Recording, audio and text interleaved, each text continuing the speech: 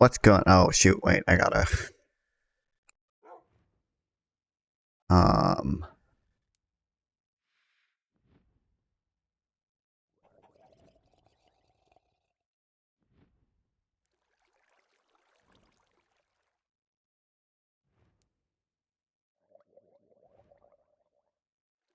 gotta add the thing to my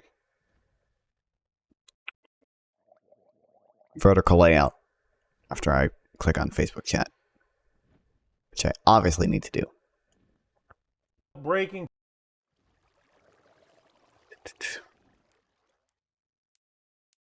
All right.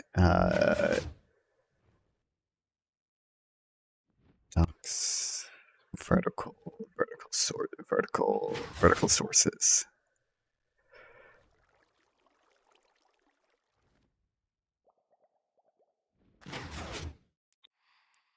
Add window capture.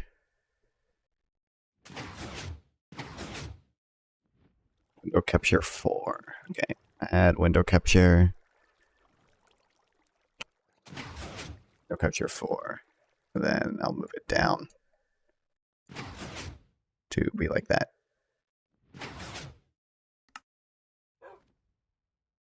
Okay.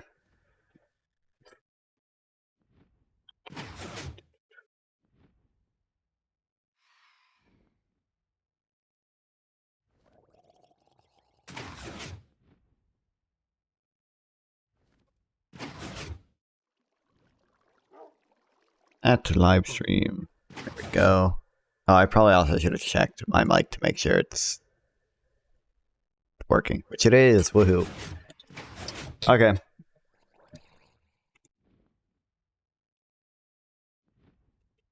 I don't know how to.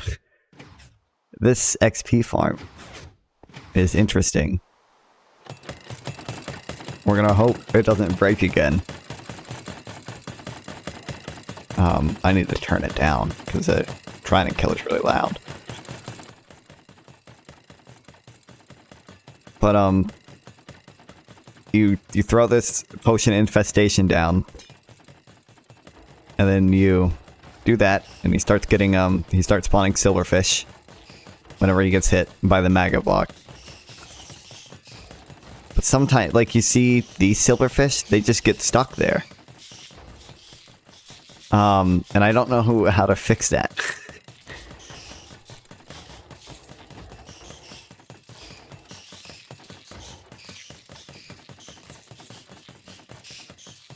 And they keep killing him after I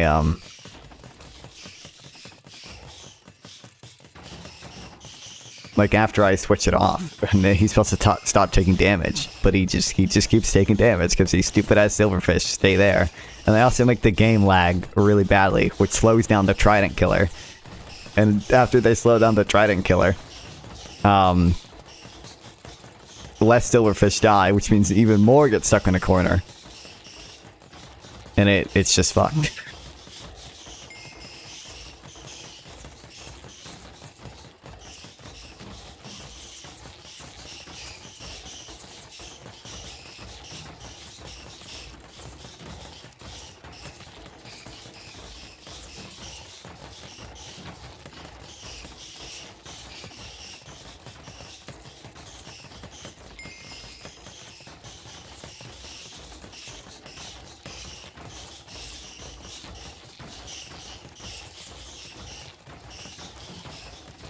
Alright, I'm gonna do this till people get in here.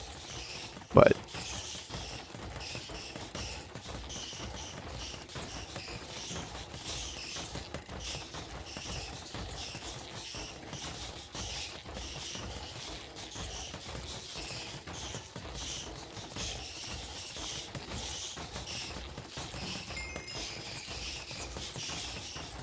okay, so you can see, like, it's done now.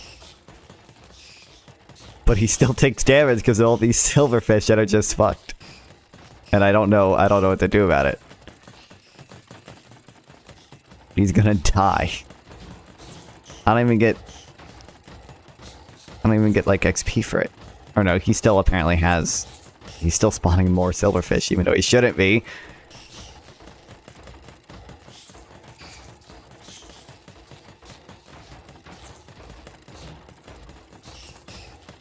I don't know how to... I don't know how to stop it.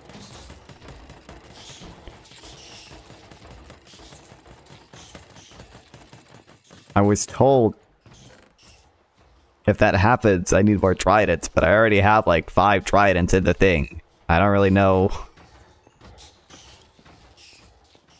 And I'm supposed to aim them better?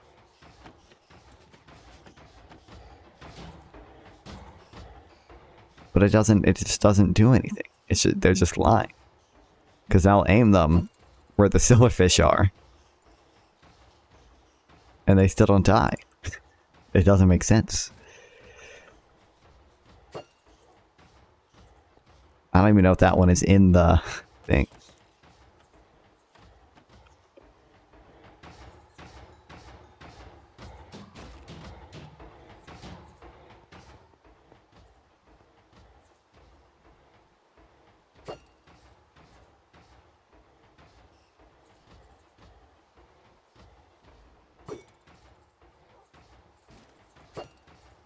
Alright.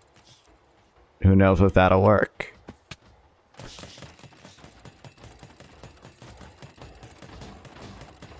Not killing these ones. I don't even get to kill these ones.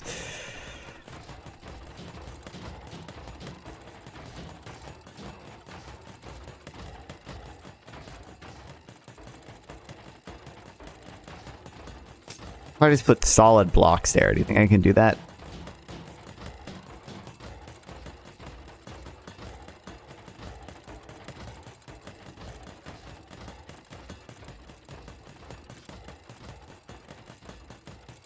Oh no, I don't know how to do it. Okay. Well, I saw okay, so Destiny did his thing, which I really like it. It's a really good idea, where he invited like some people, some of the YouTube commentary people to I really only know Turkey Tom. That's the only one I know. Do like a January 6th focus group where he went over everything, and I want to listen on that because I'm assuming hopefully it's a good way to learn some stuff about it, because I already know a decent amount about it, but hopefully I can learn some shit about it. But before that, there's a new Ryan Macbeth video going over the Breaking Points video on Ukraine, which I'm sure will be interesting. Misleading people about Ukraine. There, I said it. You know, just a couple months back, Preston Stewart made a video about some of the errors in Breaking Point's coverage of Gaza. And Preston Stewart is a West Point Army artillery officer, and he continues to serve honorably in the reserves. He was very charitable in his review of their mistakes. I am a retired platoon sergeant. That's a good video. Wait, that's... Oh, I can't imagine. My response to Breaking Points... You can watch that video as well.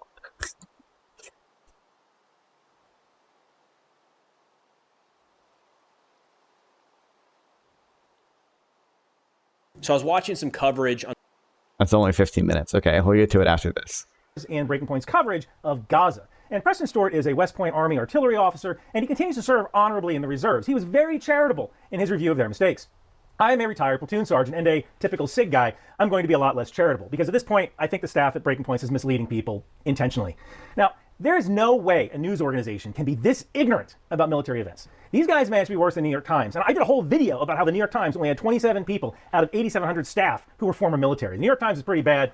These guys are worse. Now, this video from Breaking Points came out on August 13th, 2024, regarding Ukraine's Kursk offensive. This is an offensive led by Ukraine that has pushed about 40 or so kilometers inside Kursk Oblast of Russia. Breaking Points talks about everything like they know Ukraine has got everything, but then they know very little about it. Yeah, we have is from evacuating Russians. Now, well, don't you know? If you've read Lenin, Imperialism, the Highest Stage of Capitalism, you actually know everything about foreign policy till the end of time. You actually are way smarter than any establishment cucks. Points was riddled with errors and conjecture and opinion. And I'm going to go over this video frame by frame and mistake by mistake and correct the record. Now, I'll only be showing selected clips. This video is under their copyright, but this review is fair use for commentary. And believe me, I got some commentary. So just as a note, you can watch the full video from Breaking Points at the link below. Good fact checking is transparent. All of my data can be found at ryanmacbeth.substack.com for free. Let's get started. The first misleading statement comes within the first 10 seconds of the video with this line from co-hosts Sagar and Jetty. We have a crazy situation right now in Ukraine. Media barely even wants to report it. The United States is currently backing a full-blown invasion of Russia. Oh boy, I don't even know where to start with this one. So Nobody's talking Wall Street about it. Journal has I been can't reporting on believe this it. since at least August 9th. And the New York Times has been talking about this since August 7th. And NBC had a video about it on August 8th. So either Mr. Engetti doesn't read the Wall Street Journal or the New York Times, which is bad, or none of the Breaking Point staff does, which is bad, or they did and they lied about it anyway, which is bad. There's really only three possible options here. So it's one of those three. Now, every day I wake up and I spend 2 hours reading the Wall Street Journal, the New York Times, Haaretz, and then multiple intelligence newsletters cover to cover. I can't expect everyone to do that. But if you're making a mistake 8 seconds into your video, you might want to rethink your production process. Or you're doing it intentionally, knowing that your audience is never going to check. Hi, I'm the guy who Can't checks. put blocks Now, here. there is God one damn other it. possibility, and that is since there really is no video coming out of Kursk, the nightly news or CNN just has a harder time talking about it. No video, no story. There's only so many times you can show the same Su-27 flying over the same patch of ground. Now, and this was just only in the first 4 seconds. Let's talk about the other 4 seconds. The United States is currently backing a full-blown invasion of Russia. The United States is backing a full-blown invasion of Russia. All right.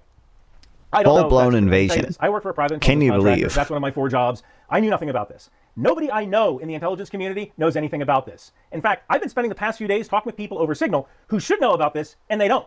Nobody knows what the heck Ukraine is doing or what their goals are in this Kursk incursion. Now, I do have a theory about what is When going there on are 3 in Kursk, articles but at I'll get Asia to that. If you wanna 24/7 skip to News that saying, yeah, they directly, covered you it's can go to this time somewhere up disingenuous. here. I don't even like. I don't know. How would you? What do you want to do? Like they're maybe it's just because I'm terminally online or something. But like I've seen quite a bit of news coverage about it. Like literally just look up Kursk offensive. I think pointing to 3 reputable outlets who did articles on it is a fair thing to do if you're saying nobody's covering something. I don't know what else you try to do. Here, let's keep going. Now, philosophically, I don't really have a problem with this. Of course, whenever you're in a war, you should be doing whatever you need to. The issue is not what the Ukrainians are doing. It's the fact that U.S. NATO weaponry is being employed to literally invade Russia. Now, this isn't a lie, but what Mr. Engetti is doing here is parroting a Russian talking point about escalation. And I want to start by saying that Russia doesn't need an excuse to escalate. Russia is like Aunt April in that Tyler Perry movie. They can do bad all by themselves. They don't need a reason. And I'll also point out that during Vietnam, when Russian missiles were shooting down American B-52s, did anybody say, whoa, Russia, you can't do that. It's escalating. You're escalating with a nuclear power. That would have been absurd. And it's absurd saying it now. This is a defensive war. Ukraine is using a variety of homegrown, captured Russian, and NATO weapons to defend itself. And what is the end result of this escalation? Is Russia going to bomb Ukraine harder? They're already doing that. Remember, Russia can do bad all by themselves. They don't need a reason. Now, typically, the next spooky thing that comes out is that this could result in NATO going to war with Russia. Please That's not going to happen let me because put Russia doesn't want it to blocks happen. down. Russia knows that it can't defeat NATO. It can barely even fight Ukraine. Russia needs to keep NATO the heck out of this war. And that's why they sling lies and disinformation on the internet. They know they can't defeat NATO militarily. But if they can get NATO's population to tell their politicians to turn off funding, then Russia might have a chance at defeating Ukraine. This is why I say disinformation is a weapon that shapes the battlefield. If Russia wanted to stop munitions from entering Ukraine, they could bomb some German artillery factory. And what would that cause? That would cause NATO to go to war with Russia. Or Russia could convince the German population not to support Ukraine by telling them that Ukraine is corrupt, your money is going toward buying cars for the Zelensky family. But the effect is the same. The ammunition gets turned off. You could bomb or you could use disinformation. Disinformation is a weapons system. Let's keep going. This is not disputed territory. This is internationally recognized an invasion. And that is literally the justification. None of this is disputed territory. I don't know why we're.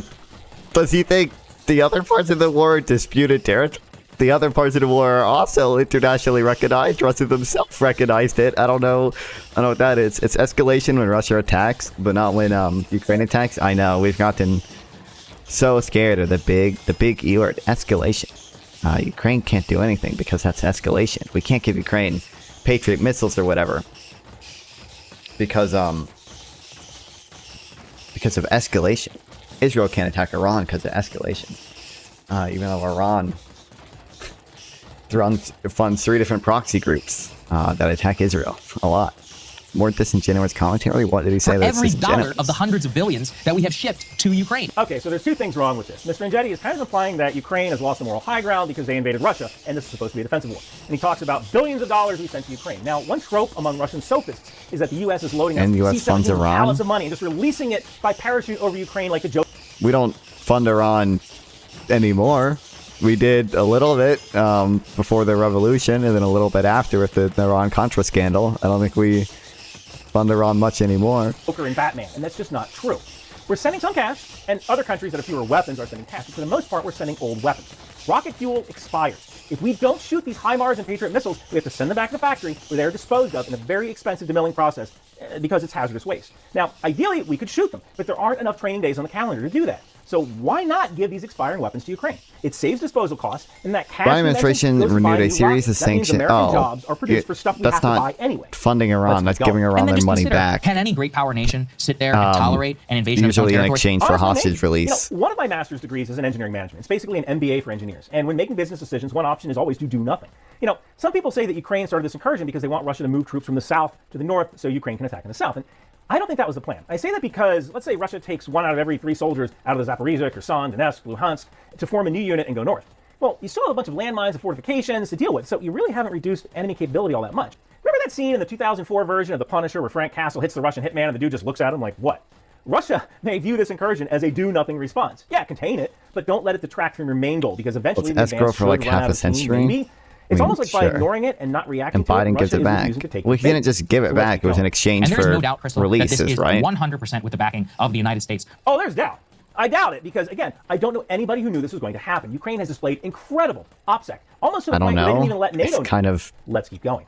Can we sit here disingenuous and risk that you don't even know why he at the same time that we have billions of dollars in military assets? It was for a prisoner release deal, wasn't it? That Mr. Engetti is not a military strategist, and it kind of shows. I actually looked him up on LinkedIn. He was a Pentagon correspondent, but he really doesn't have any military experience. So one of the things you need to understand is that the U.S. isn't the hokey pokey. We're not what it's all about. See all those flags? 5 Americans head home and $6 billion. This was in September, not March. $6 billion Iran prisoner swap deal.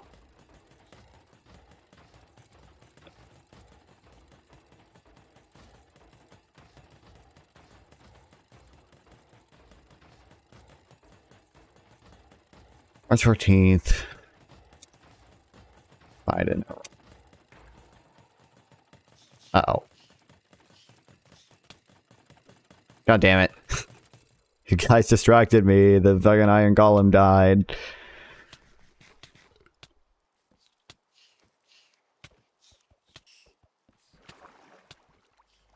Oh, the game is left me.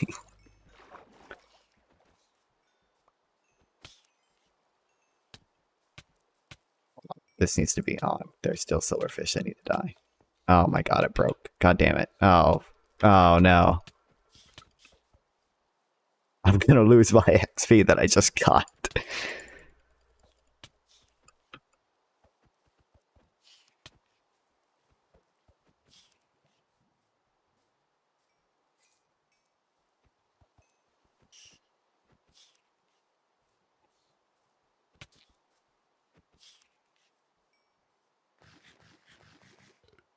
Okay. Biden continues Iran's access to $10 billion just weeks after his proxy killed 3 American soldiers, 6 weeks after an Iran-backed drone strike, killed blah blah blah. Probe sanctions waiver agreement with Iran, access to more than $10 billion. Money it can use to import. Yep, blah blah blah. White House first opened spigots of money last summer after it attacked a secret accord.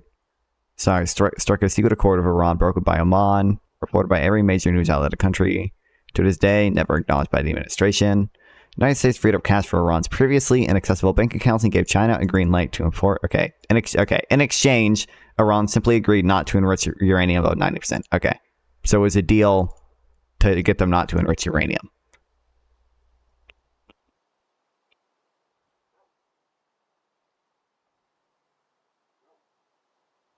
Yeah, we don't aid Iran. We just sometimes negotiate with them to give them their own money back after like wait, I don't remember how this was it a comparator here?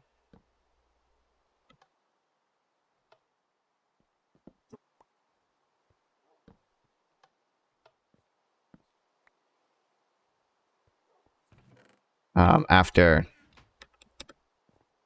something, I don't know what I was saying. We negotiated for Iran to give them their own money back in exchange for like prison release deals or uranium deals. Up there, every single one of these flags represents an allied nation who sent me a patch from their uniform. The U.S. military is built to fight a two-front war. Any attack from Iran would be a mostly American, Israeli, Saudi, and Jordanian naval and air force fight with assets that we already have in the Middle East. Any fight in Europe would be a ground and air fight with mostly NATO units. The Navy wouldn't really be all that involved. So we have enough assets to deal with both problems. And anybody who knows even a little bit about the military would know that. Let's keep going. The fact that the Biden administration finally caved and sent those F-16 fighter jets, that is a big part of the reason why they were able to make these gains. Okay, so I don't even know where to begin here. First off, the Biden administration did not send any jets. The F-16 fighters are older jets from the Netherlands and Denmark, although Belgium and Norway have pledged jets. I don't think any of those have arrived yet. So these really weren't our jets to give. Now, when you do a transfer to another nation, the initial nation that sold you those jets has to approve that foreign military sale. There's rules in the contract about foreign military sales and transfers, and failure to abide by those rules mean you're in breach of contract. So the U.S. had to approve the transfer, but they're not U.S. jets. Now, those F-16s have played literally zero role in the conflict. Right now, those jets are just cutting holes in the sky over Odessa. Ukraine needs to figure out how to integrate those jets into their system. That's going to take a couple of months. Just getting them flying is step one. But to say that F-16s are being used in the incursion is either intentionally misleading or willfully ignorant. It is one of those two things. This came from co-host Crystal Ball. She doesn't have a LinkedIn, but her Wikipedia page, again, doesn't list any military service. So perhaps if you don't know what you're talking about, don't talk about it. Or call me. My email address is on my website. I live right across the river from where you shoot the show. Have me as a guest. I'm not going to steal you wrong. But please, don't talk about things you don't understand. Let's get going. That all of the precision-guided munitions are very, very difficult to manufacture here in the U.S. We have very limited stocks of them. And of course, what has the Biden administration done? They've decided to greenlight shipping those precision-guided munitions for the F-16 back to Ukraine. This is incredibly misleading. What do we even do with them, bro? There are some precision-guided munitions that are difficult to manufacture, but the precision-guided munition that was sent, in this case, is a type of bomb called a JDAM, or Joint Direct Attack Munition. I believe they also have some JDAM ERs, which is an extended range bomb. Now, these are not that difficult to manufacture. The JDAM is basically a dumb bomb. We have hundreds of thousands of these things. And we take a bolt-on kit and we slap it onto the weapon, and now it's precision-guided. It is a really cheap solution, and we have plenty of them. The next thing I want to show you is where Mr. Engetti just kind of drops the mask. If you didn't think that Saagar Engetti was pro-Russia, you will now. And usually when the Ukrainians pull some terrorist attack or whatever in Russia, they're like, oh... Look, you know, to call the Ukrainians terrorists when they're defending their own country is certainly a collection of words that can be used in an English sentence. But at this point, I'm kind of wondering what side Mr. Engetti is on. Ukraine is being invaded, and it doesn't seem like Mr. Engetti is on the side of democracy here. And then Mr. Engetti says something that's really interesting. Don't you know? And then don't you know Ukraine was clearly intentionally bombing its own children's hospital, and it killed all the innocent Crimean people on the beach. I don't remember the full Crimean beach story. I do remember it's the Russian missile that hit the children's hospital. What the hell is happening? I love Bedrock, dude. In the Wall Street Journal, they talk about how the Ukrainian commander is begging for more troops. They have no idea what to do. They've had 6 days worth of success. And now they're like, do we hold this territory? What do we do with this territory? Now we have to pull stuff away from previous defensive fronts. Over here, their own military leadership has no idea what to do. So Mr. Engetti does read the Wall Street Journal, or maybe he just skims it, because I don't think we read the same article, which I think was, Ukraine's Russia incursion faces dilemma after quick gains. Nobody is begging, but there is a line in the article that says, the dilemma for Ukraine's leadership is whether the quest for further gains is worth wagering significantly more troops and military equipment that are sorely needed on the eastern front in Ukraine, where Kyiv's forces are struggling to contain Russian advances. And then there's another line that says, maybe I'm in the same position now as a pilot who doesn't understand why I sold a trench, said a Ukrainian battalion commander fighting near the eastern logistical hub of Petrovsk, where Russia has accelerated its advance in recent weeks, but my 1,000 men are very badly needed here. And the truth is that every battalion commander is going to ask for more men.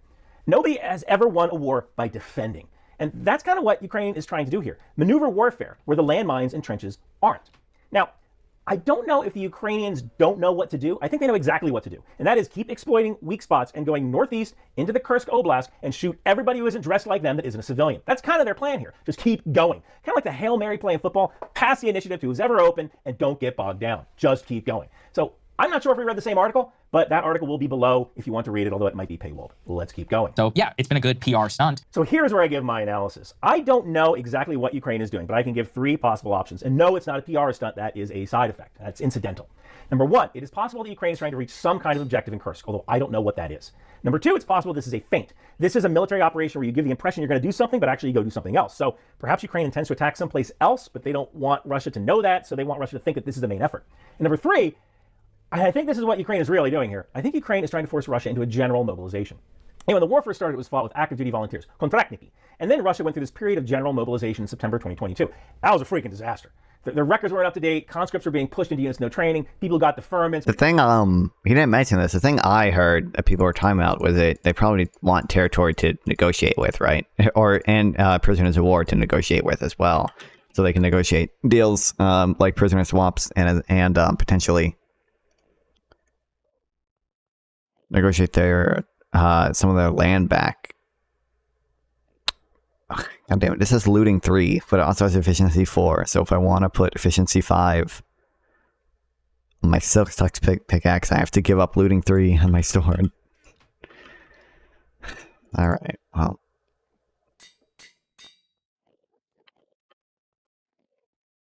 For health reasons were being called up. You saw dudes who served in Afghanistan 40 years ago looking like this. And for the most part, in Russia's recent history, the elites in Moscow and St. Petersburg were down with whatever Putin wanted to do, as long as you didn't touch their kids. And the general mobilization touched their kids. So Russia stopped that. They relied on volunteers. They relied on Wagner. Most of these volunteers were from poor areas of Russia, and Wagner was a lot of prisoners. So I think that this incursion was designed not to embarrass Russia, but to force Russia to recognize that there aren't enough troops and force another general mobilization. And if that happens, the populations of Moscow and St. Petersburg will go absolutely ape. And that's when you could see Putin overthrown. So let's keep going. The longer this drags on, there's the moral ambiguity increases. Are you kidding me? Give me Darkness 4 and also Knockback 2. I don't. Knockback 2 sucks, and even more than it does in Java and Bedrock. Oh, this game sucks. The so-called justness of their cause decreases. Their overall ability to even stand this without literally tens of billions of dollars a month having to flow there in Western aid, it shows us that this cannot go on forever. And we all know how it's going to end. So this is incredibly misleading. First off, Russia is engaged in a war of aggression and domination. Ukraine is not. Ukraine performed this operation to achieve some sort of military or political goal. So to say that Ukraine has lost the moral high ground because they're on the offensive, it's incredibly disingenuous. And then to say, we all know how this war is going to end. Wow. I mean, if you're a woman and you're being assaulted by someone in an intimate nature and that guy has 100 pounds on you, would you just let it happen or would you fight back? Because we all know this is going to end. There's always a chance. Can you imagine someone in America after Pearl Harbor saying, Japan destroyed all of our battleships. We know this is going to end. We should just give up. No, man, you fight. So I don't even know why you would say something like that. I mean, I would hate to live in a world where good refuses to stand up to evil because it's hard. I mean, doing the hard thing is part of being the good guys. So there you have it.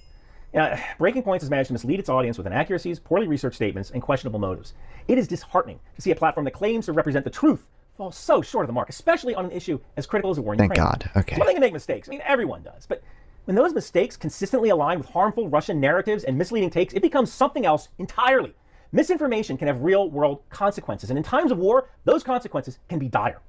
My advice, fact-check everything, guys, especially from sources who should know better. Like me, I'll come on the show as your intel guy. I live right across the river. I can make it happen, and your show will be better for it. As viewers, we have a responsibility to hold media accountable. And as content creators, we have an even greater responsibility to be accurate and transparent. If you're looking for a balanced take on these issues, dig deeper, cross-reference, and don't take everything at face value. And hey, if you want to support the channel, hey, grab one of my Intel Life t-shirts from Bunker Branding, or sign up for my Substack. It's like $5. Thank you guys so much for watching. Oh, wow, Daddy cigarettes. If I smoke these, I'll be cool. What the fuck? Okay, that's interesting. I'm very curious about what their... I mean, it's a breaking point, so I obviously know where they side on the Israel-Gaza issue, but I'm very curious. I'm very curious what specifically they did to warrant this video. Oh man, oh boy. All right, let's see, man. On the war in Gaza the other day that I felt like really missed the mark. So I thought we'd play a few of those clips here, and then I can provide some added context to hopefully help people better understand how this war is actually playing out on the ground. Now, these clips are coming from Breaking Points, which is an independent news organization.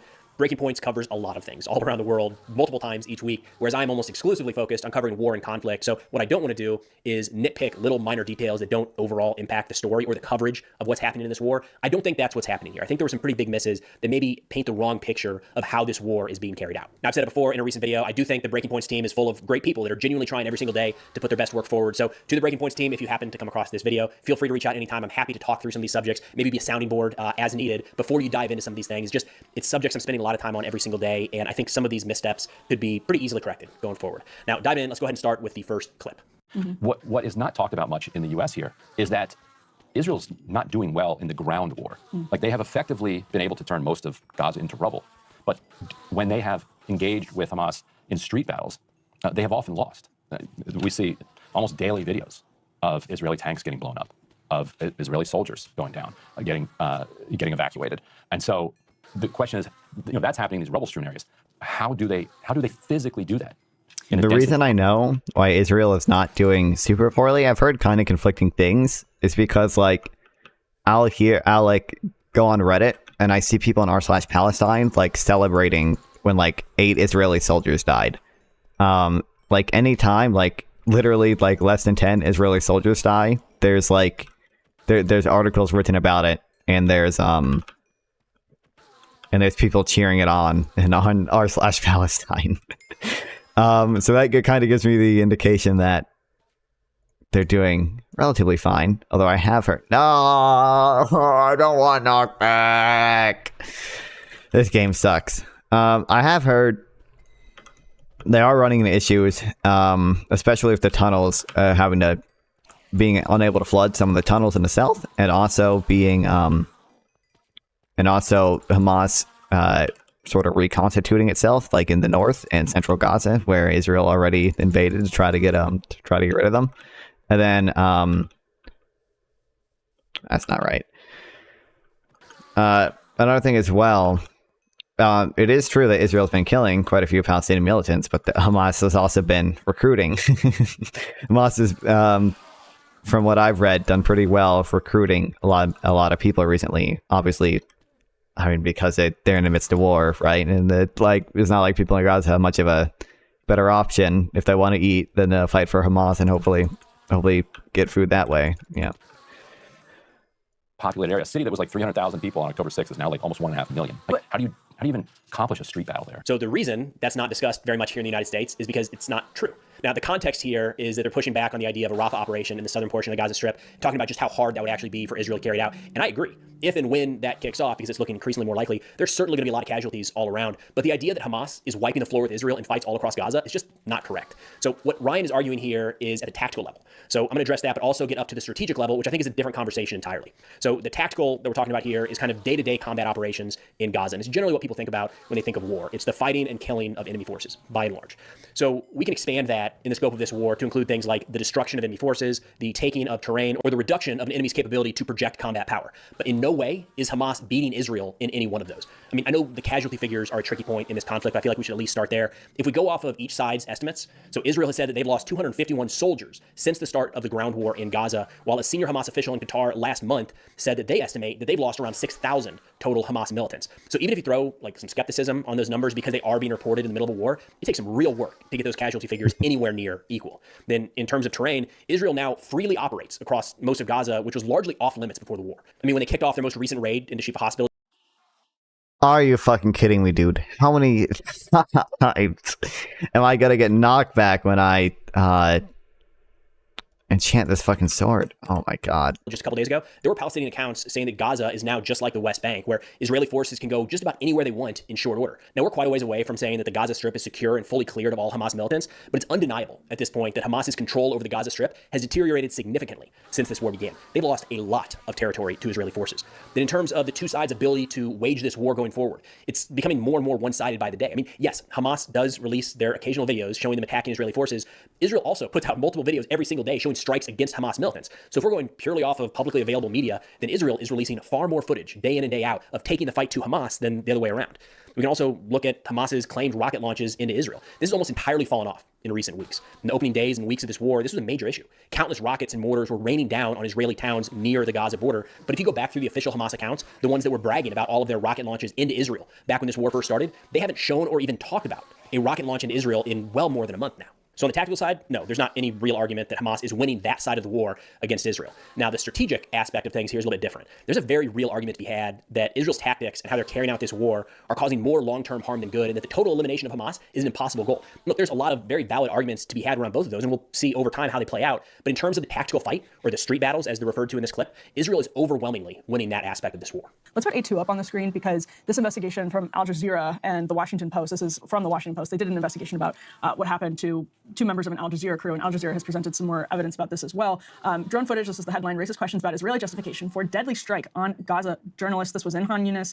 Two members of Al Jazeera's crew, a 27-year-old and a 30-year-old, were killed on January 7th, along with their driver. Then two freelance journalists were seriously wounded. They were returning from the scene of an earlier Israeli strike on a building where they had used a drone to capture the aftermath. The Washington Post actually on their website has footage of them operating the drone footage that they were taking. It's a drone that was being used. It's like available at Best Buy. It's basically a commercially available, normal drone that civilians would use. IDF said in a statement the next day that it had, quote, identified and struck a terrorist who operated an aircraft that posed a threat to IDF troops. 2 days later, the IDF said that it had been in response to, quote, an immediate threat in the area because both men belonged to militant groups. This was the claim from the IDF. It doesn't appear that was the case. There's some evidence that Israel is pointing to. I think it's like a name in a log, right, that Israel is pointing to, that one of them was affiliated with Hamas in some way. But it's pretty unconvincing evidence. I'm curious what you thought of this. So the evidence is there. We're just kind of dialed in on the wrong part. I mean, I can tell you why this vehicle was struck with the 3 people inside. It's because they were operating a drone in Gaza.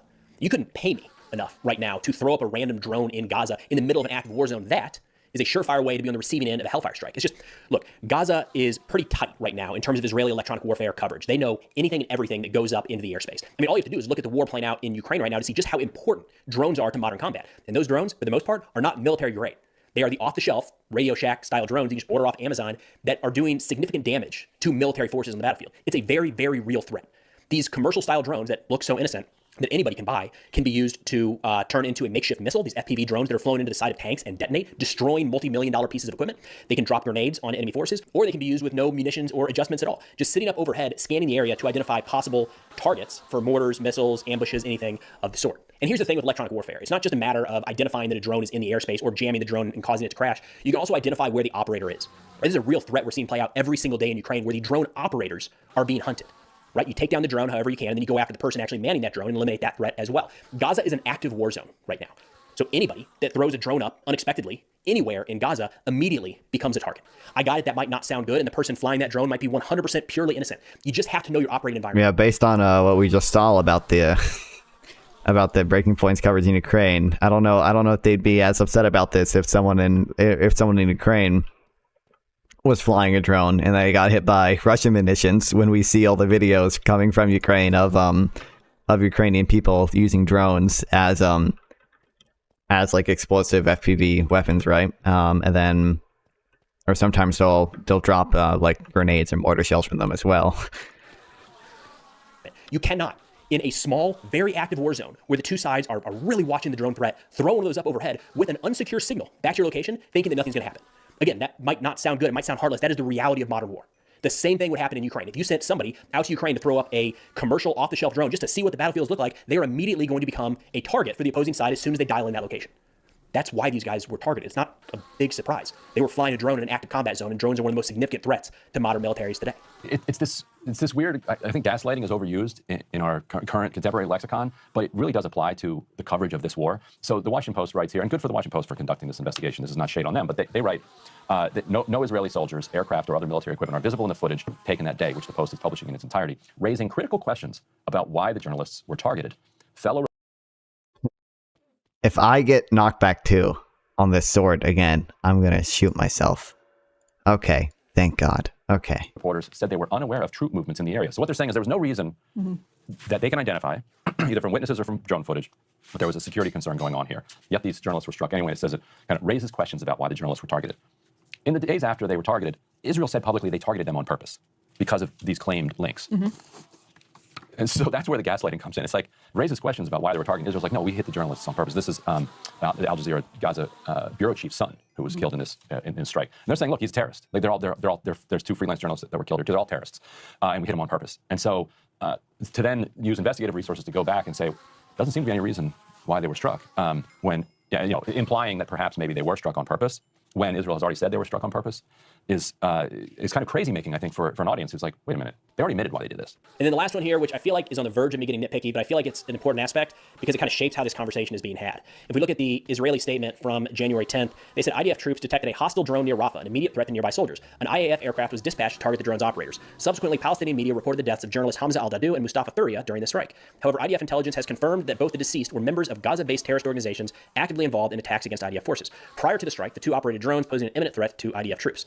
Now, the way that this aspect is being presented in the Breaking Point segment is that Israel has time and again said these guys are targeted because they were affiliated with Hamas and Palestinian Islamic Jihad, which there is some nuance there as well. Hamas, yes, governing entity across Gaza. Everybody in Gaza is going to have some sort of affiliation with Hamas, not with Palestinian Islamic Jihad. That is a purely militant organization. There's no governing aspect to PIJ.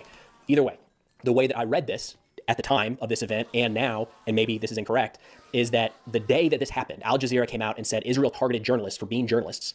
And then Israel had to come out and say, wait a minute, by the way, they were operating a drone, which an unknown drone operating over anywhere near friendly forces in an active war zone like Gaza is going to be viewed as a threat. So they eliminated that threat. And then Israel came back on top of that and said, by the way, these innocent journalists that you're reporting on, we also believe were affiliated with Hamas and Palestinian Islamic Jihad.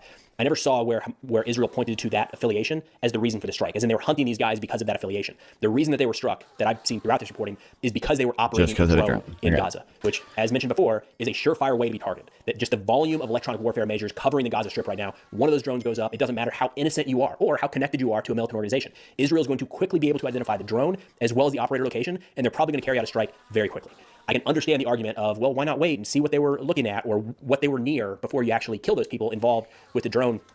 It's just the nature of war, and it's not good. I got it. But those drones can so quickly cause significant damage, you can't always afford to wait. So in a hotly contested environment like right now in the Gaza Strip, it is understandable that Israel would view any drone thrown up overhead that they are not directly controlling as a hostile threat. All right, so I did have to clip some of these segments to make the video, a reasonable length and not 30 minutes of their conversation and then kind of interjecting with my thoughts. I really wasn't trying to take anything out of context. I think the clips that I got here provide the overall gist of what they were trying to present in their argument. But either way, I'll link their full conversation in the description below if you want to check that out in its entirety without my annoying face stepping in to interrupt from time to time. But either way, I hope this provided a little extra context to how some of these events are playing out. It's complicated, it's messy. And again, I think the crew at Breaking Points is full of good people. They're genuinely every single day trying to do their absolute best work and put the best information forward. It's just when looking at war and conflict, I understand that they're not spending all of their time on these subjects, whereas that is where I spend the majority of my time. So some of these tend to stand out. But either way, that's all I got for now. Thanks for watching, and I'll see y'all next time.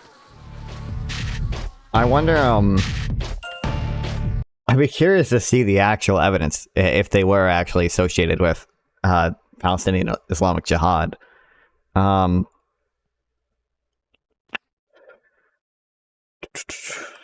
Gaza drone operators killed.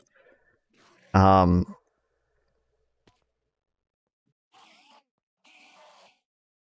wait, this is about the aid kitchen workers.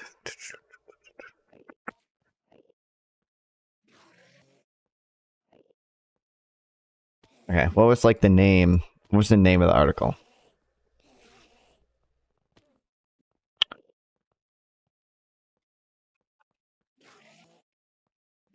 Moss, son of Al Jazeera is all Dotto. Okay, who are the people killed? I'm curious.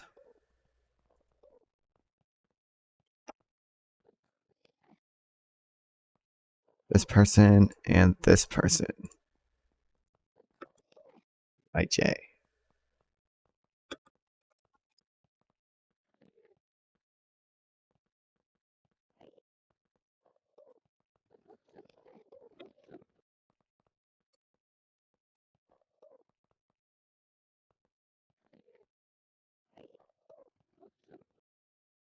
Wait, CPA, Committee to Protect Journalists.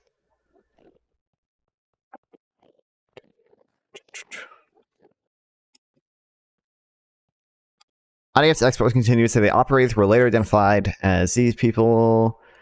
Well, Abdullah was a member of Palestinian Islamic Jihad's militant group's electronic engineering unit and previously served as a commander in the group's Zaytun battalion.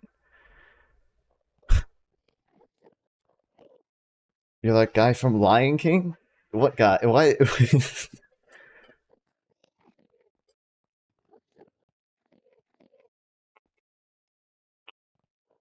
Based on what? Is it actually just the breaking points didn't actually show what Israel said the evidence was. They just said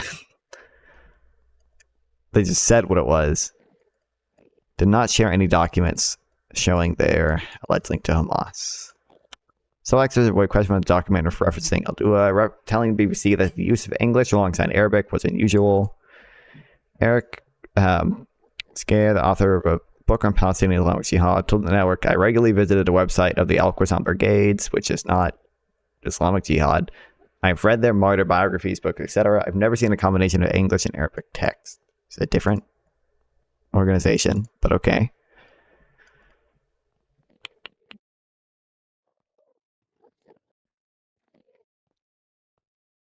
What? This guy's from Lion King? Oh, Moose Boss. No way, I can't believe Israel would kill Kill him. Type of death, murder. Immunity, complete immunity.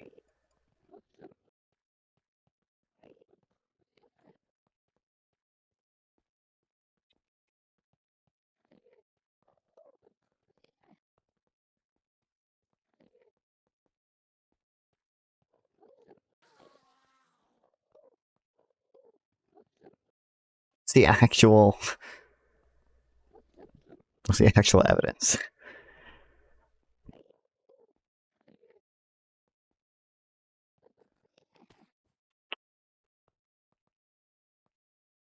Okay, well, who knows? Lion King is the Palm parody of Lion King, I'm assuming. Oh, the Lion King. It's the porn parody. Sorry, I have my chat in a weird place. It's hard to read. I don't know. There's not like a better place I can put it, though. Because if I put it over here, then I can't see the video as well.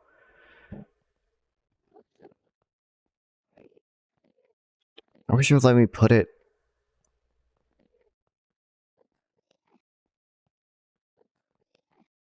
like there. It doesn't.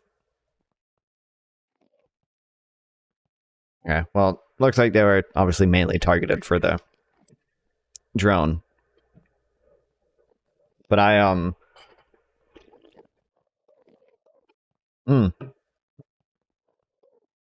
says Al-Qassam Brigades. It doesn't even say Islamic Jihad.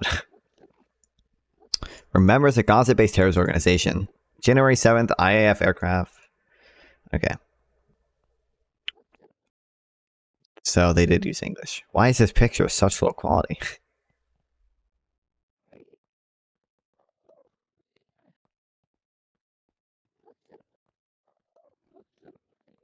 What the fuck?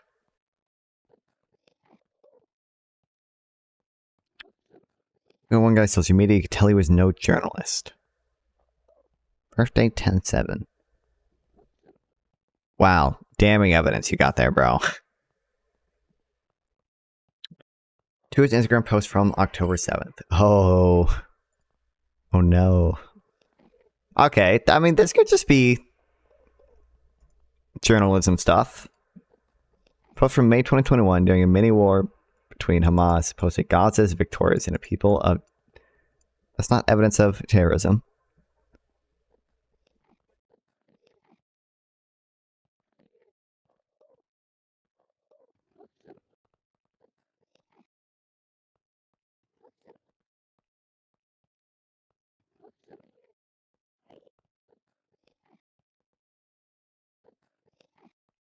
There it is. Journalists don't ride in vehicles with Hamas terrorists operating a drone. You haven't actually provided evidence that they're Hamas terrorists.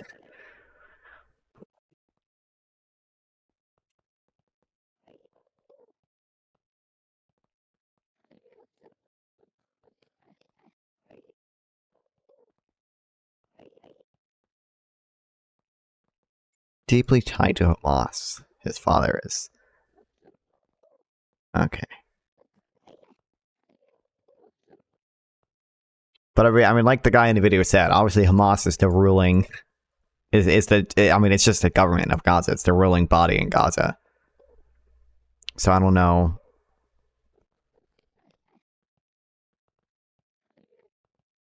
So the Palestinian Islamic Jihad thing, or anything with Quds Brigade directly.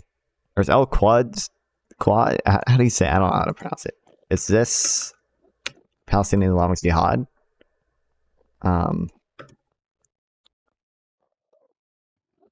Okay, this is the armed wing of Palestinian Islamic Jihad. Okay. Al-Qassam is Hamas. I don't trust after I watched some of Loner. This is not Lonerbox's notes. Some of Lonerbox's notes on the March of Return and all the what is this? Where's March of Return? Great March of Return. Like so many of the people mentioned, like the UN report. Like if you just go to the Al-Qassam Brigade's website, they're like mentioned there as members. I don't know if I trust. I don't know. I don't trust anyone. I don't trust anyone to know anything about this.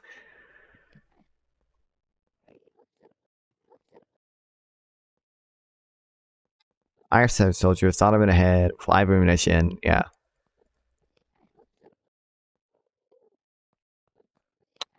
Day before his martyrdom, he sent his Facebook message to his friends that he told them he was going to be a martyr. Martyr advanced as a group of young men towards a temporary wire, cut it. While pulling it out, he was shot in the head. Like the, yeah.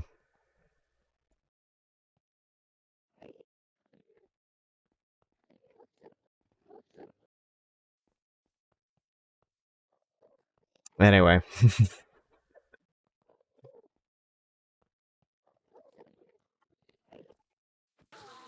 How to get sharpness 4. Without getting knockback 2, because knockback actually sucks. Because everything in Bedrock already has way too much knockback. This is truly remarkable, and so I just want to give you props for this. This is like a level of, and I mean this in a good way, like a level of like autistic detail that is in the best way. Sure. Like, it's truly remarkable. The average people are not going to have that. Like, Yeah. they're thinking what I was thinking, or what most people, you know, and not that I would agreeing with them, but I think they genuinely thought, okay, we don't need to get into that. But the point is like what you're laying out here. It's important. Welcome to my focus group, okay? Some of you guys I've spoken to before. Most of you know about me and my political views and all that. I have beliefs about January 6th. I'm not sure what other people think about January 6th.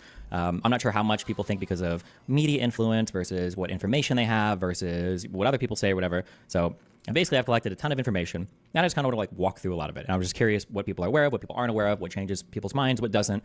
And then kind of like what people's thoughts are on everything that happened before and after. Before we talk and then after we talk, like what people's views are on everything, basically, okay? If you were rating the severity of January 6th on a scale from 1 to 10, with 10 being the most severe. This is a horrible Worse event, than worse all of 9/11, history, worse than to Pearl 1 Harbor. being, who cares? Like it was a minor blooper. How would you rate January 6th? Go, Nick. 7. Ackman. Probably 7 or 8. Okay. Definitely not 10 because I feel like there's worse tragedies. Okay. Tom. Maybe like 6. Yeah. Okay. Maybe 5 even. Warren Smith. It was 7. Okay. For the 6, I think of it as the riots. I'd rate that as like a 4.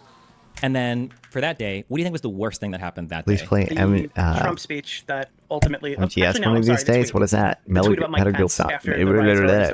Metal Gear Solid. I can't speak, dude. And how they broke the police lines and yeah, basically like how they managed to break in and like actually interrupt the governmental process.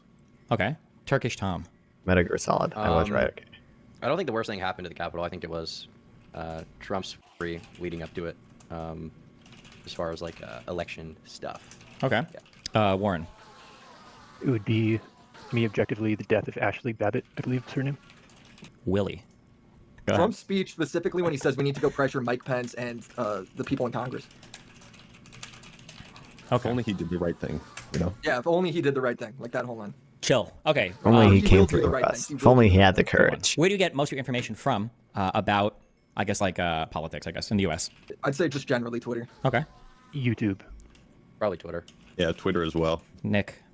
BitChute. No, probably Reddit, if I had to say. I'll say this is like at least one article a week to a month, I guess. Nick, do you read anything like from Washington Post, New York Times, any like mainstream media publication? If I ever do, it's because I saw a headline that caught me, and then I get lost halfway through and I stop reading. Okay. I really do not consume a lot of politics. Sure, that's fine. Ackman.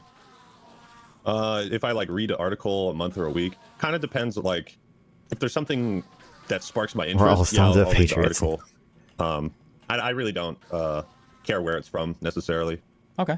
Tom. As long as like the sources are vetted and all that. Sorry. I still celebrate every I would say every Insurrection week, Day. but it's rarely about politics. Okay. Warren. I do. Like I was reading. Well, I usually go with the video medium. Okay. And if I am reading an article, it's going to be one of the two mainstreams, either CNN or Fox News. Okay. And Willie.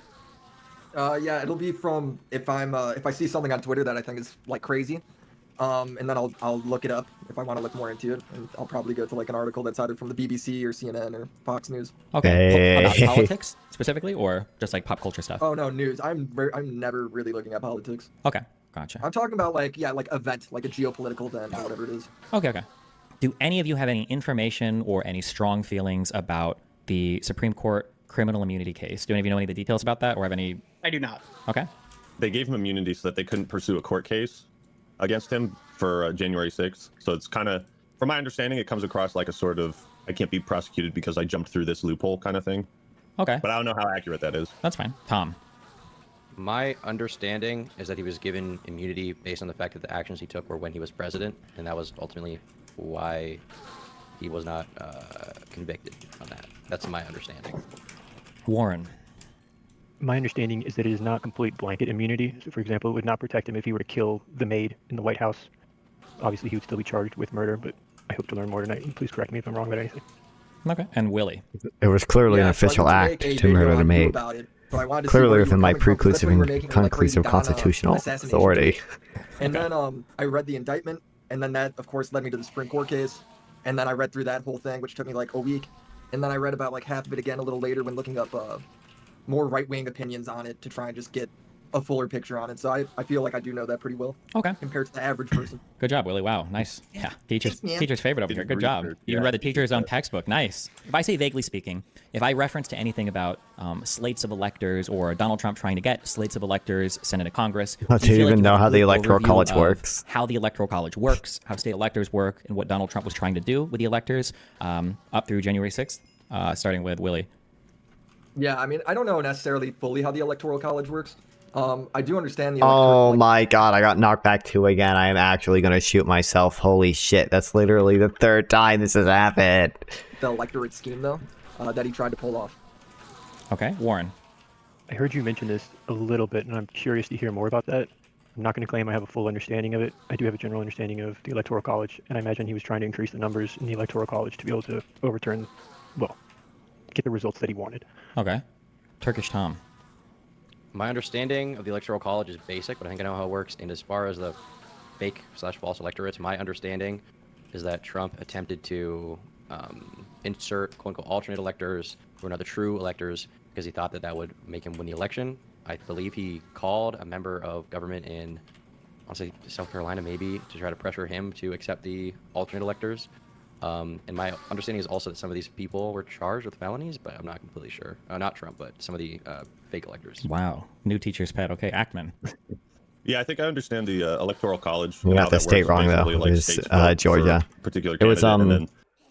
Well, no, there were multiple. Georgia's the big one because he was, like, indicted for that one. But even, I'm pretty sure Giuliani's indicted in Arizona. I think part of the reason Giuliani is, indicted in Arizona is because he called a Secretary of State in Arizona and asked him, I think it was her, asked her not to certify the vote in Arizona.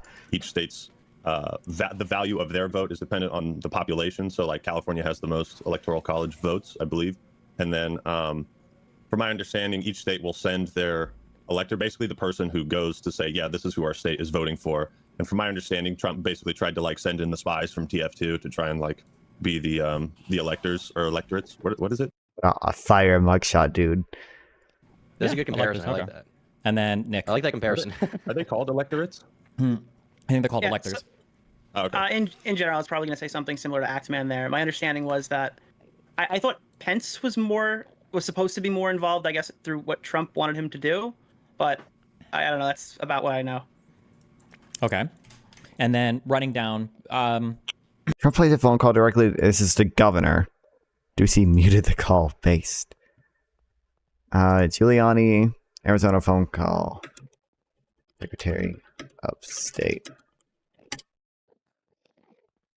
Secretary of State burns Giuliani for no regrets election. Arizona Secretary of State sniped over Giuliani. Maybe it wasn't Giuliani. Somebody called him. Let's do we'll do like a strongly agree, neutral, disagree, strongly disagree, okay? So basically 1 to 5.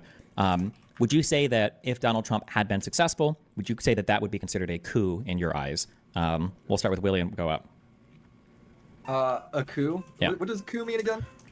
We'll define coup for the purposes of this as doing something to Involved in a conversational meeting with Republican lawmakers in Arizona. During this meeting, which was not an official legislator event, Giuliani and others discussed election fraud and attempts to persuade Arizona's legislators to intervene in state election results.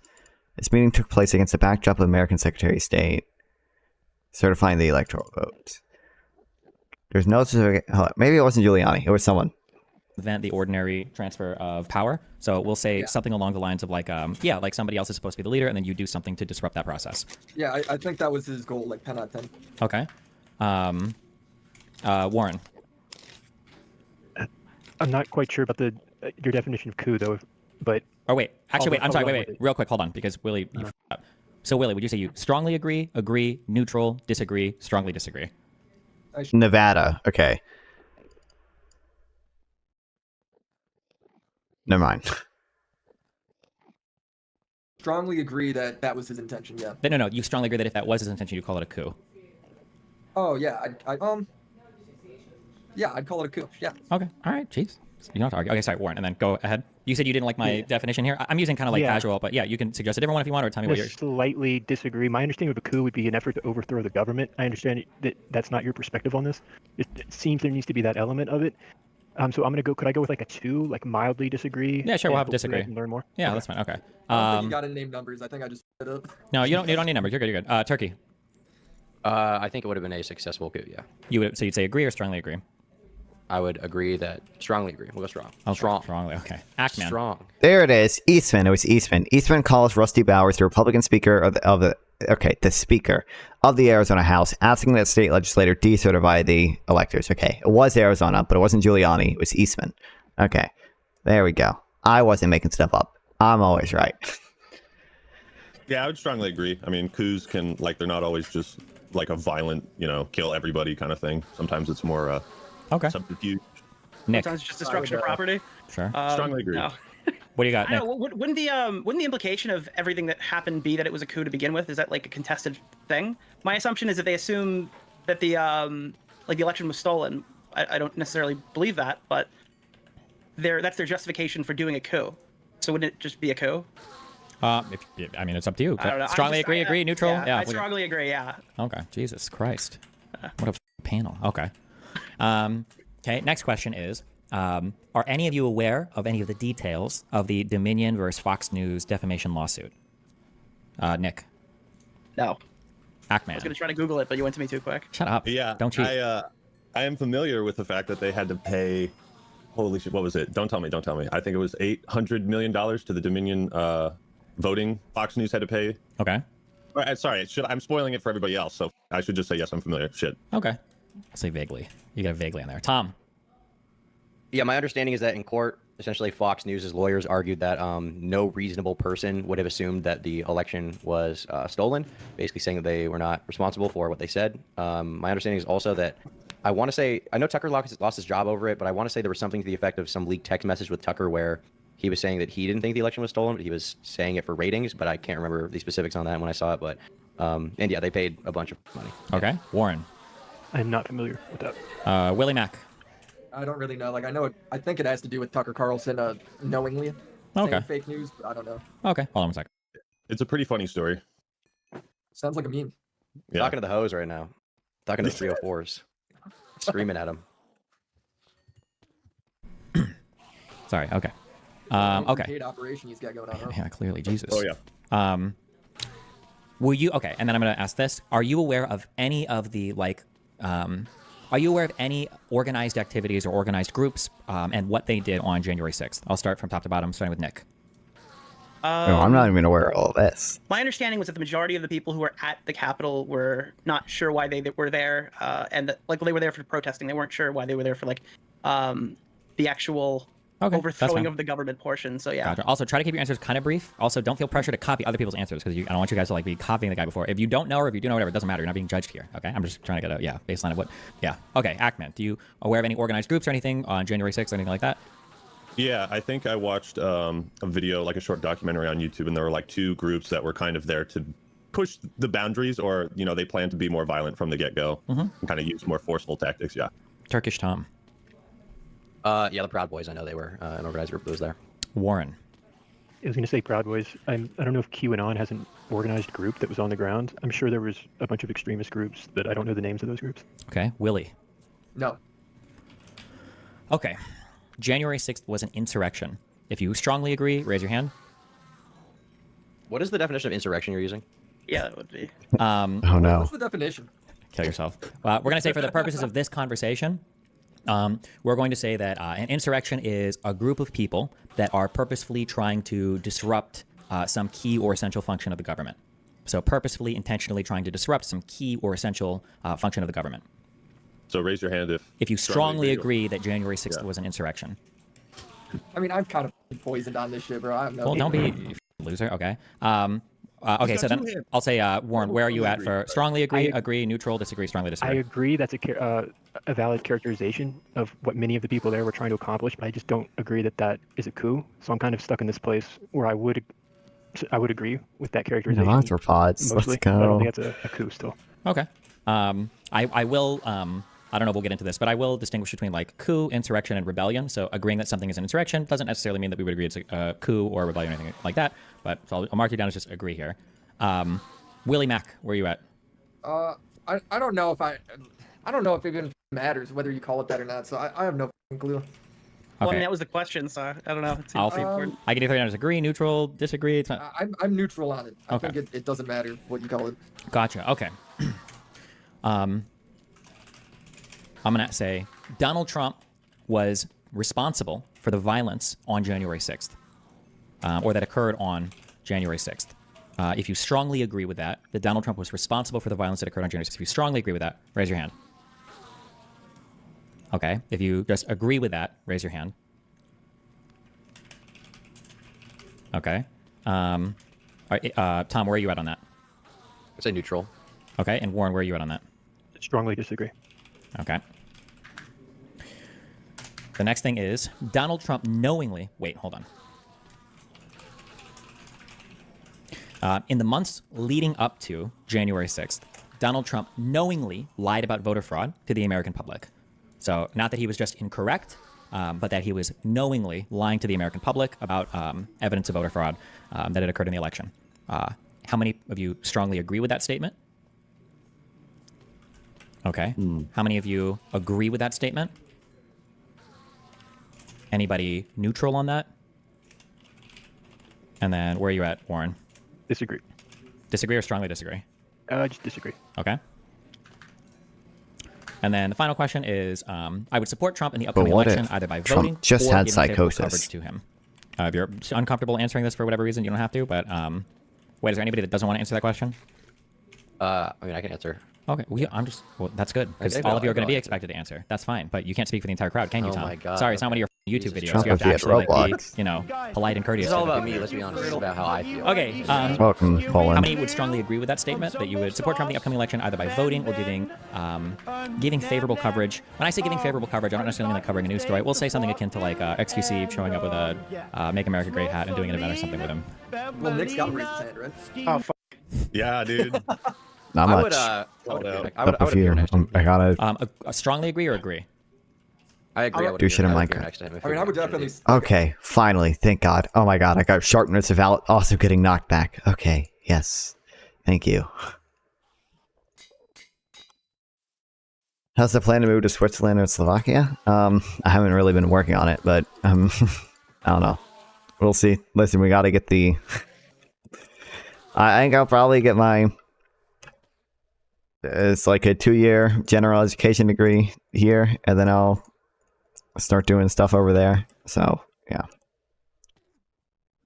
Take a picture with that dude. Okay, well, let me clarify one more, just a little bit more. You gotta clarify Yeah, that. because I would take a picture with him. When I say, I mean like appear in a way that seems to be supportive. So maybe My not first just take a sex, I'm picture, not but, in the like, take a country? picture with a "Make America Great" Oh, hat that on, or sucks. take a picture and like hashtag, Why aren't you like, in the country? vote for Trump guys on Twitter, or something like something that is more than just a picture, like some kind of showing support or agreement, or maybe like telling your fans to show up at a campaign event or a rally or something like that. Like, yeah. Okay. Not just like, oh, would you take a picture with one of the former presidents? Which I think Exactly. we all Yeah, would. yeah. I'm abroad. Okay, so so I let me, okay, so let me figured back that up and much ask from the that. So statement. how I'm many not in people the would country. Support Trump in that way. Strongly agree. Anybody? Agree? Anybody? Neutral? I probably like I don't know what we mean by like, yeah, if I make a meme tweet or like repost some meme tweet, I'm fine with that. But and even I think, slightly I think he's favorable. talking about like. He's saying, would you feel like? Well, he's now you're neutral. You're neutral on that. Anybody disagree? I'd probably disagree. I disagree. Yeah. I disagree, but I wouldn't do that for literally any political candidate. Okay. And then are you on strongly disagree with that, Warren? I'm going to abstain on this one. Okay. Want to stay in Turkey tomorrow? Found What him a- right. Flight late at night. Okay. What are you in Turkey What? for? Yeah. Your That camera's sounds frozen, cool. Tom. Wait, is it? Hold on. Holy shit! Did you new talent? Can you talk without moving your mouth? Dumbass. God, I'm so glad that guy's gone. Holy shit! Every time he's in any area, he always tries to make it all about himself. He's like such an attention whore, right? Look at you guys, too pussy to talk. Oh my god, he's literally got the whole commentary community wrapped around his finger. You guys are disgusting, unbelievable. Wow, I see how it is. He's like a literal cult leader. Community? I mean, All right, Destiny, we're all you got left, bro. You couldn't get anyone else on here because you burned every bridge, dude. Listen, okay, those bridges are always being fixed constantly. They're like Palestine, okay? They could be blown up, they come back 1 year later, What the okay? fuck? Good. We're gonna end up on TikTok. You can only be so lucky. They got those bridge builders. Don't worry, Tom's coming back. Yeah, his studio's having a little bit of trouble. Yeah, you okay there, My buddy? bad. Yeah, I just I got attacked by the deep state for speaking the truth Oh, again. But you know, it is what it DDoS. is. You got I did. DDoS, like I got Elon DDoSed. did. I got DDoSed by the woke leftists and woke media. Classic, dude. Classic. They always do that. Happens to the best of us. Yeah. Okay, are we ready? Okay, it's my first time running through this, so it might be rough, all right? If you have any complaints, keep them to yourself. I don't give a fuck, okay? As I'm going through anything, okay, if you have a question, a comment, a concern, whatever the fuck, feel free to just chime in. You're fine, okay? Don't feel shy, all right? Okay. Donald Trump made statements about the election being rigged even prior to his 2016 election and continually called for the complete and total ban on mail-in ballots. ABC News cataloged a lot of the false election claims, and I've included some of these before. So Donald Trump has a history of making just lots of claims that the election is going to be rigged before he even ran for president, before any of the votes are counted. Oh, on shit. The first section for They put fucking disparate graphics attitudes in this, towards mail-in bro. voting, It's not okay? just a stream VOD. One of the things that Donald Trump attacks a lot is the fact that mail-in ballots came in afterwards, and that these mail-in ballots were going to go heavily for the Democrats. So that's obviously evidence that it was rigged, basically, right? So 10 states allowed early voting via mail as early as September for the 2020 election. Donald Trump was making multiple claims of voter fraud via mail-in ballots, which Democrats were known to utilize in greater numbers than Republicans, despite Trump having absolutely no evidence of said voter fraud, and despite counting having not even yet begun and no numbers being published. Like if you click this and you go through on Pew Research Center, okay, you can see that like this was never a mystery that people who were Democrat were going to be voting via mail-in ballots a lot more than Trump voters, right? On the very first poll here, number 3, the voting experience in 2020, you can see Biden voters were like 58% likely to vote by absentee or mail-in ballot. Trump voters were 32% likely to vote via mail-in ballot, right? You see this? Question. Yeah, question. Why is that the case? Are Democrats just like that, people that stay indoors and don't touch grass? Or So in 2020, we had the whole COVID epidemic going on, and there were rules around like social distancing, and Democrats were more likely to adhere to those rules and participate in things like mail-in ballots versus. Wasn't that also the case before 2020, though? Isn't that just like a typical thing that Democrats like mail in their votes more often than Republicans? My understanding is that my understanding is I don't have this data right offhand, but my understanding is prior to this election, I believe that mail-in ballots slightly favored conservatives because I think the people most likely to do mail-in ballots, I think, were military personnel. So people serving overseas would be the most likely to send in a mail-in ballot. Gotcha. Okay. Yeah, and maybe because older people might be more likely as well than younger people to do mail-in ballots, and I think they tended to be a little bit more conservative. I don't know 100%, but I'm pretty sure. Okay, you can click some of these boxes. You see the Dominion v. Fox News thing? Yep. Okay, I'm expanding that. I'm going to read the quote. Anytime it says Dominion v. Fox News, I'm borrowing from the exhibits that were shown in that lawsuit. Okay, so quote from the lawsuit is, not surprisingly, given these trends, the head of the Fox News decision desk correctly predicted that, quote, on election night, we may be looking at states where it seems that President Trump is in the lead, but there's still 20 or 30% of the vote outstanding, so we're not going to be able to make the call in those states, end quote. He correctly recognized, and Fox widely and repeatedly reported before the election, that this would occur because President Trump had criticized mail-in voting and encouraged Republicans to vote in person, whereas Democrats had encouraged their supporters to vote by mail. In fact, Maria Bartiromo discussed this very phenomenon with President Trump in an October 11th, 2020 interview, with President Trump lamenting that mail-in votes would likely be counted 2 weeks after the votes come in, and stating that Republicans are going out to vote. They don't want to do the mail-in ballot thing. They don't trust it. Republicans are going out to vote. Okay, so Trump knew this, Fox News knew this, basically everybody in media knew that Democrats are going to be more likely to vote via mail-in ballot versus Republicans who are voting probably more likely in person, right? Okay. So Fox News was also complicit in the process, helping Trump fabricate and prepare to push lies in the event that he lost the election. I'm just saying that they had awareness, okay? I'll probably restructure some of this. Go ahead, somebody's going to say something. I was just going to say that it's so that it would make sense why Trump would target mail-in ballots as like a talking point, because it's a way of essentially attacking how your opposition is voting and casting their votes? Maybe. We're not at that point yet, but maybe. That's an interesting thing. Okay. Yeah. I'm scrolling down a little bit. I'm quoting from a Daily Beast article. It was published on October 31st, 2020. Officially, it looks like an attempt to report on election irregularities. What it feels like is an attempt to push more baseless conspiracy theories and scare the viewers into thinking the election is being stolen. It isn't. One Fox News veteran with direct knowledge of the Election Integrity Project told the Daily Beast. It's alarming that the Brain Room is a part of this, like it's an attempt to give it an air of legitimacy. I don't recall ever seeing anything like this before. This person added, it feels like an attempt to use the Brain Room to try to lend credibility to something that is credible. It feels like a stunt to support Trump's baseless allegations that the Democrats are trying to steal the election. If it is a collection or database of alleged voter fraud examples, I could see it being used to support Trump's efforts to contest the election results if Biden wins. A second Fox News staffer, who, like other current employees quoted in this story, asked not to be further identified for fear of retaliation, said that the Election Integrity Project seems a logical effort to collect information about mail-in ballots that could skew the results. Fox clearly wants to portray mailed-in ballots in the most negative light, since Democrats' favorite in Trump's re-election, if polls are to be believed this time around, is not at all a foregone conclusion. He and GOP leaders are promoting doubt about the system, which arguably has its flaws, and of course Fox serves as a force multiplier to their narratives. So again, this article is dated on October 31st. This is before the actual vote. Wait, or is this after the actual vote? Fuck, hold on, wait, I suck at these numbers. October, November, October. Wait, hold on. Fuck. October is before November, meaning it was before. Yes, correct. You're right. Good job, Tom. Another bonus point. Okay, so I have a big question here. Are we gonna get into the details of the lawsuit here or no? We might. I've got like excerpts from it, but yeah, I think it's a part of it. Can I ask a quick question? Yeah, go for it. Yeah. In regards to the lawsuit, what was it determined that Fox News did wrong? Were they held liable for people on the air explicitly claiming the election was stolen? Or my understanding is that it would be legal / not legal. I think it was a civil case, but it wouldn't be. They wouldn't be able knowingly to, lying they wouldn't be about able to be held Dominion civilly voting liable if they're machines. reporting on allegations of voter fraud rather than to claim that there was necessarily voter fraud, right? I'll get into that. I have a section on the bottom of this that answers all those questions, okay? You can ask me once we're through the section, okay? Yeah, okay. Some politicians, like Bernie Sanders, literally predicted on October 23rd, 2020, the exact outcome of election night because it was already known that mail-in ballots might take a bit longer to count, and they would likely dramatically favor Democrats. Sanders even predicted Trump trying to end the voting early. Here's my word. What polls show and what studies have shown is that for whatever reason, Democrats are more likely to use mail-in ballots. Republicans are more likely to walk into polling booths on election day. It is likely that the first votes that will be counted will be those people who came in on election day, which will be Republican. And here is the fear, and I hope everybody hears that. It could well be, and I don't know what's going to happen, nobody does, but it could well be that at 10 o'clock on election night, Trump is winning in Michigan, he's winning in Pennsylvania, he's winning in Wisconsin, and he gets on the television and he says, "Thank you, Americans, for re-electing me. It's all over. Have a good day." But then the next day and the day following, all of those mail-in ballots are getting counted, and it turns out that Biden has won those states. At which point Trump says, "See, I told you the whole thing was fraudulent. I told you those mail-in ballots were crooked, and we're not going to leave office."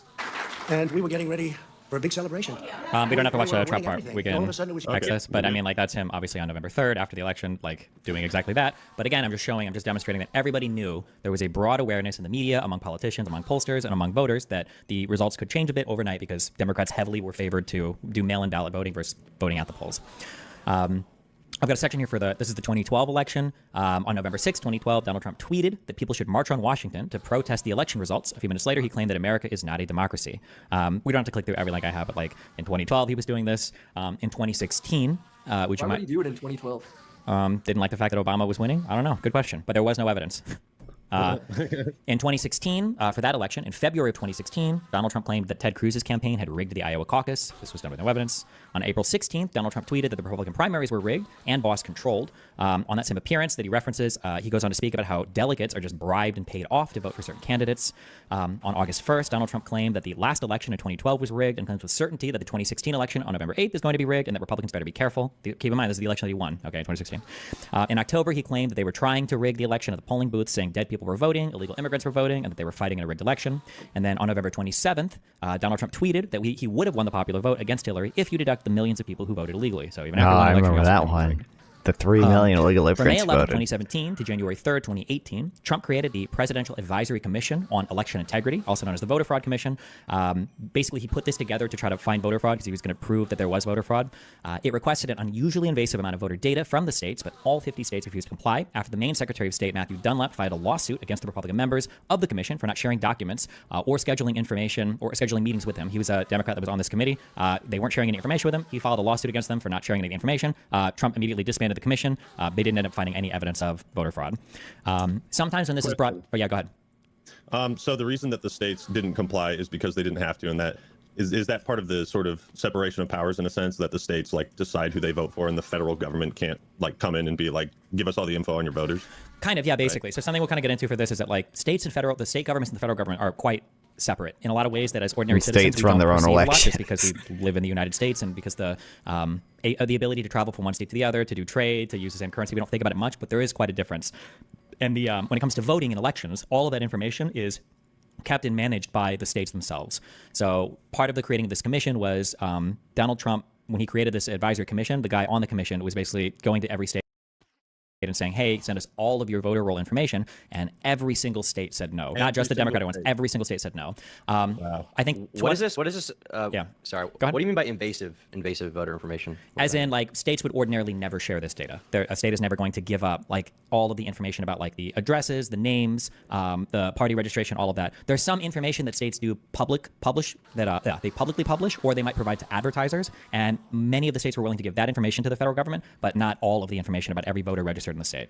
So the federal that's what they were government requesting? doesn't Yes. check. What? So the federal government just trusts About that the every voter states are abiding by all the voting laws.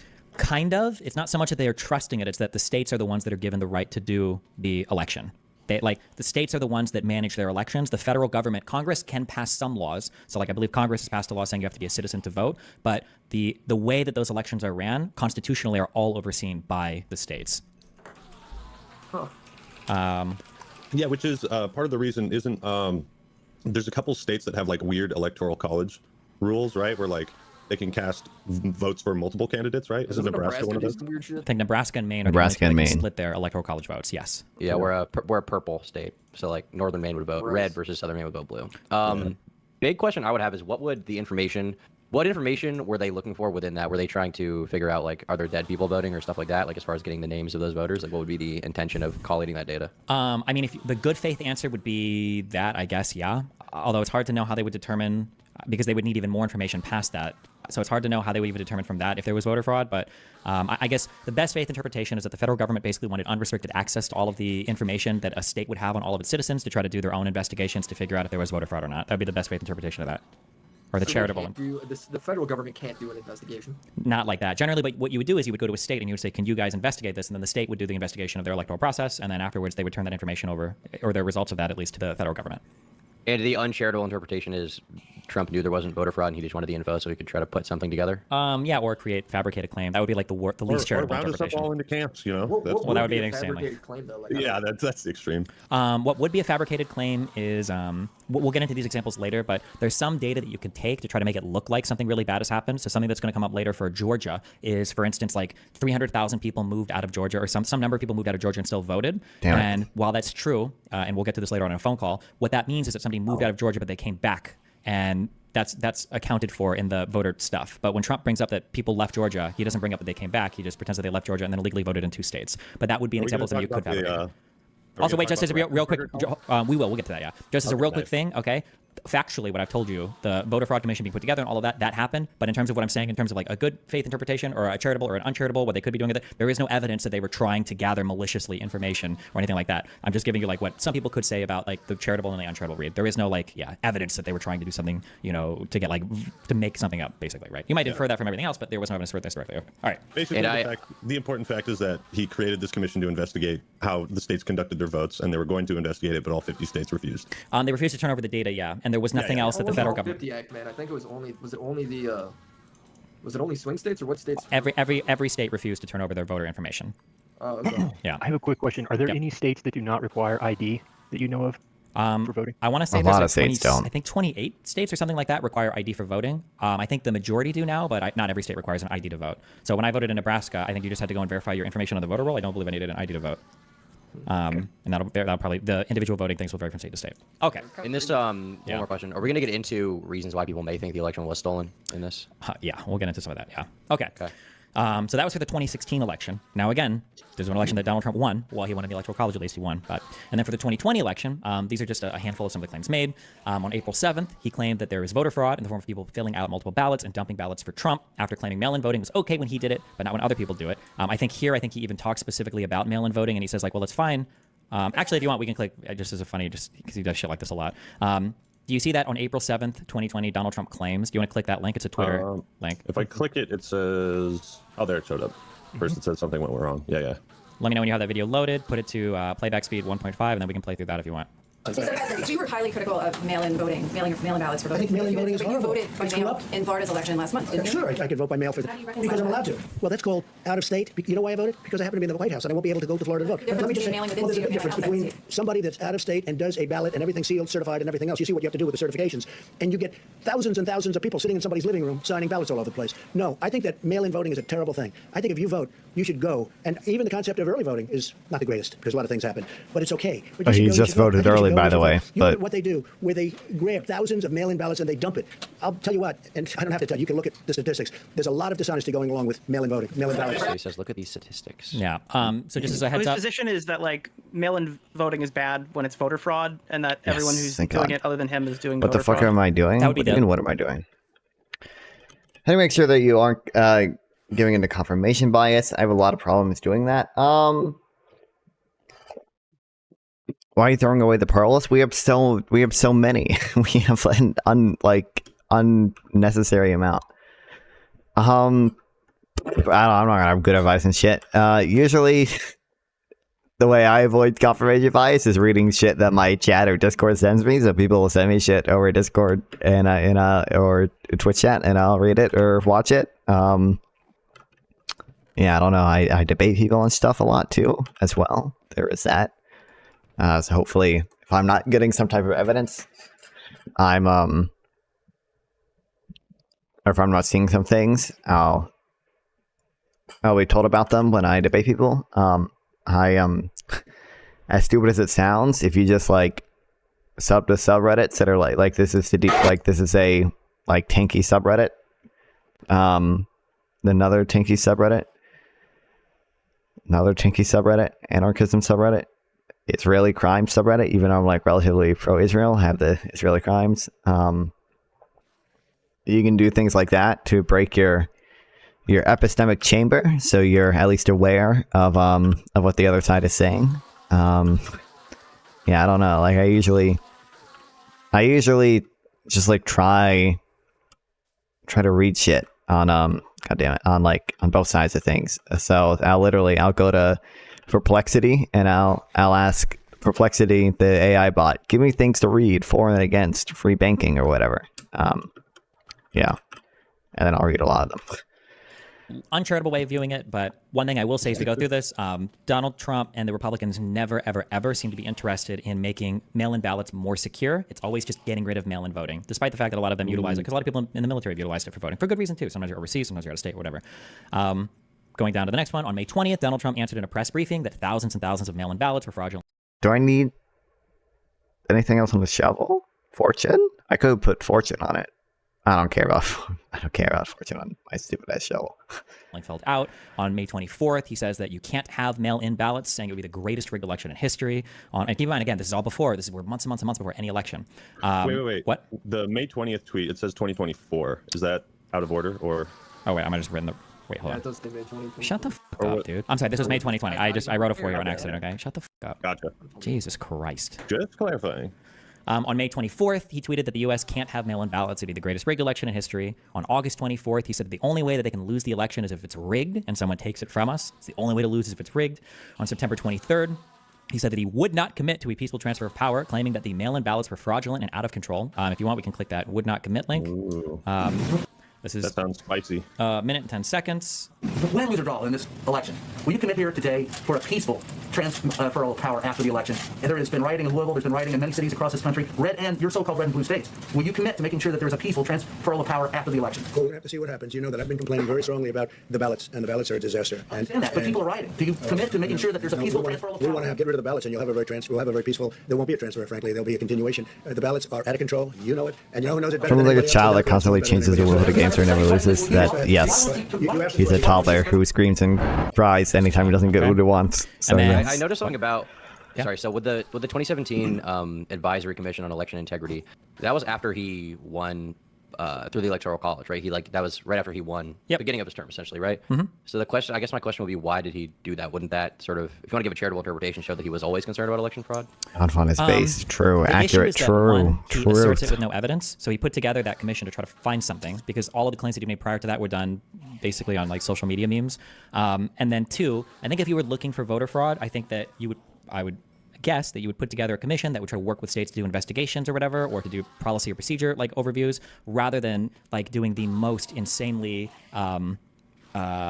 like, it's a really big ask. It would kind of be like me saying, like, I think here's the comparison I would say, okay? I think that my girlfriend is cheating on me. Well, in order to prove that, I'm going to ask her to literally turn over every single email, text message, and every single thing she sent in, like, the past, 5 years. And somebody's like, oh, okay, well, Jesus, like, I think that when you're asking for that much information, like, it seems like, well, one, do you have any evidence of this happening at all? No. And then two, the information you're asking for is like unprecedented and crazy. No federal government in the history of the U.S. has ever asked for this much information from a state for state voter rolls.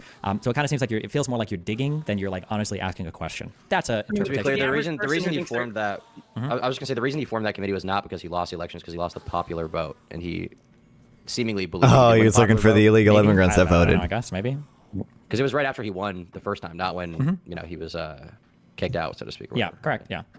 Somebody else was saying something? Yeah, I was gonna say the average person who thinks his girlfriend is cheating on him is gonna go through the text regardless. You know what I mean? Sure. So I don't know if that's necessarily a good. Wouldn't a better comparison be like, YouTube has shadow banned me, and to prove it, I'm going to need all of your guys' analytics. I'm going to need access to your YouTube accounts, and you're going to have to give me free reign through like all of your YouTube stuff, so I can prove this. I need your username and password to make sure. Yeah, kind of, yeah. But somebody's like making the accusation with no evidence, right? Like, I think this person is doing something bad. I have no evidence. I need to go through every single thing you have to see if I can find evidence of you doing something that. Let's run with that analogy for just a sec, because you could say, well, logically, if I'm in a long-distance relationship, my girlfriend, I could see how logically she might be more likely to cheat because I'm not around. That doesn't mean that I have evidence that she's cheating. It'd be another thing to accuse her of cheating, but is it wrong to acknowledge that you are increasing the possibility of being cheated on? I think that would be totally. But he wasn't just claiming it was more likely that mail-in ballots were rigged. He was just claiming that they were, and they could only ever lose. The election because might it was have rigged. problems, then, or maybe we need to do something to secure these. That would be one thing. But when he says things like the only way they can lose the election is if it's rigged, or when we're saying that like if we have mail-in ballots, it'll be the greatest rigged election in history, or when we're making strong claims of voter fraud with no evidence, I think that that's a step much further than just saying, well, there's the potential for bad things to be happening, I would say. Okay, reading down from that, Trump fluidly switched between definitions when he claimed the election was rigged, meaning it could be officials rigging polls, ballot boxes being stuffed, ballots being not counted, boxes being tossed, vote totals being changed. It seems like when he talks about a rigged election, sometimes we move through a lot of these. It's hard to know at any particular point in time what he's talking about. It could be all the way from like the media rigged it by just giving him unfavorable coverage, all the way to, like the actual like ballot harvesting and ballot dumping happened. It depends on the interview. It's important to note that while Donald Trump claims ahead of time that voter fraud would be rampant in 2020, he never actually gives a way to make mail-in ballots more secure. He simply advocates for the elimination of them altogether, repeatedly, because he knows they will favor Democratic voters. If anybody ever, I guess if anybody's listening ever, I tried to find an example of this ever, of Donald Trump or the Republicans giving a way to make them more secure. I couldn't find it. I always hear Donald Trump attacking mail-in ballots, and even early voting, which is also something that Democrats are more likely to do, saying that we shouldn't have it, but he never gives ways to make it more secure, which I feel like also kind of like is indicative of the state of mind, but... Leading up to the election, is it realistic to... sorry, actually, Will, you go. I've been talking too much. I was going to say, the mail-in thing is all like COVID related, right? Basically, yeah. That's a big driver. I mean, there was mail-in ballots before, but at the level that it was being done, this was never done before at this level. But it was largely driven by COVID, or driven by COVID, basically, yeah. I would propose like having where you could only do mail-in if you were in the military actively, or if you could indicate a reason, because I can understand the argument being put forward and why people are concerned about mail-in ballots. We can get into that later. And I don't know if there's any record of the Republicans ever actually, like whether Shapiro, for example, has spoken on this and actually given details. But I could see an argument being made where it's like, okay, the military can do mail-in, but we can't just open up mail-in for everyone. I don't know if that would qualify as proposing actual changes. Potentially, yeah. But again, I think you would have to see like an effort then to work with people, because regardless of what we think about COVID now or not, people were worried about getting infected. People were worried about disease. People wanted to do distancing. So people were worried about like large areas and large gatherings of people. So if some sort of compromise were made, like, oh, well, we're going to open, 3 times as many polling places or voting booths, or we're going to extend like early voting to get people a chance to vote in person, so that they don't have to mail-in voting things. Like, I can understand all of this being like potential solutions, but it was always just no mail-in ballots, no mail-in ballots, no mail-in ballots. It always seemed to be uncompromising. Yeah. Wouldn't that be like unconstitutional? Wouldn't that be like a way for them to basically dictate how states can do the elections however they want, their election process, which is something the federal government can't do? Correct. Yes. Oh. This is why standing will be an issue later on when we talk about some court cases. The federal government, the states have a right to do time, I think it's time, manner, and place. I think the federal government can only dictate the election day, I believe, as per the Constitution. So do I get bonus points for that? Yes, congratulations. Bonus points. Hell yeah. Hell yeah. Great question, Act. Okay. Good job, Mr. Act. I want to read later some more of the indictments into Giuliani, because people constantly make this claim about like, oh, you say he's over 16 lawsuits, but actually, it's because these were dismissed on standing. They weren't dismissed on merit. So the evidence actually wasn't even looked into. It's like, well, yeah, but I mean, if you lack standing, like, I don't have to tell you, like, you weren't aggrieved, you can't sue them. And B, why do we think so many of these lawsuits lack standing? Could it have anything to do with that, like, Giuliani drafted half of these in order to, and the actual point of them wasn't genuine concern for election fraud? It was just they wanted to have cases open on January 6th pending because they thought it would strengthen their case for not certifying to vote. They weren't like good faith lawsuits. I know that's what Giuliani's been indicted for. I think federally, but in Arizona as well. So, next paragraph. I have a question. Go ahead, Tom. Yeah, so no. if you want to be charitable to Trump, okay, let's say April 2020 is the first time that he, at least as far as the 2020 election section, talks about voter fraud in terms of ballots. And then September 29th, this is... In Pennsylvania, Giuliani dropped a meaningful portion of the lawsuit, filed challenging the state's election results in order to reinsert allegations that widespread election fraud were important to his national litigation strategy. This was Giuliani's unofficial entrance into the litigation that the D.C. Bar Association said he based only on speculation, mistrust, and suspicion, which ultimately resulted in disciplinary action. Holy crap, I can't speak. What the hell is that? Okay, try that one again. This was Giuliani's unofficial entrance into litigation that the D.C. Bar Association said he based only on speculation, mistrust, and suspicion. Which ultimately resulted in disciplinary action against him. The Bar Association assessed that the claims were frivolous to the point that a reasonable attorney would have concluded that there was not even a faint hope of success.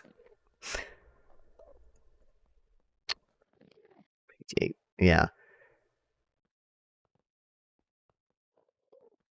On politics, true. This was like a month before the election, right? Like or 2 months, not too long, right? Mm-hmm. Is it not? Prosecution of a lawsuit. Okay. Court of Appeals. This report is not a final display. So this is a.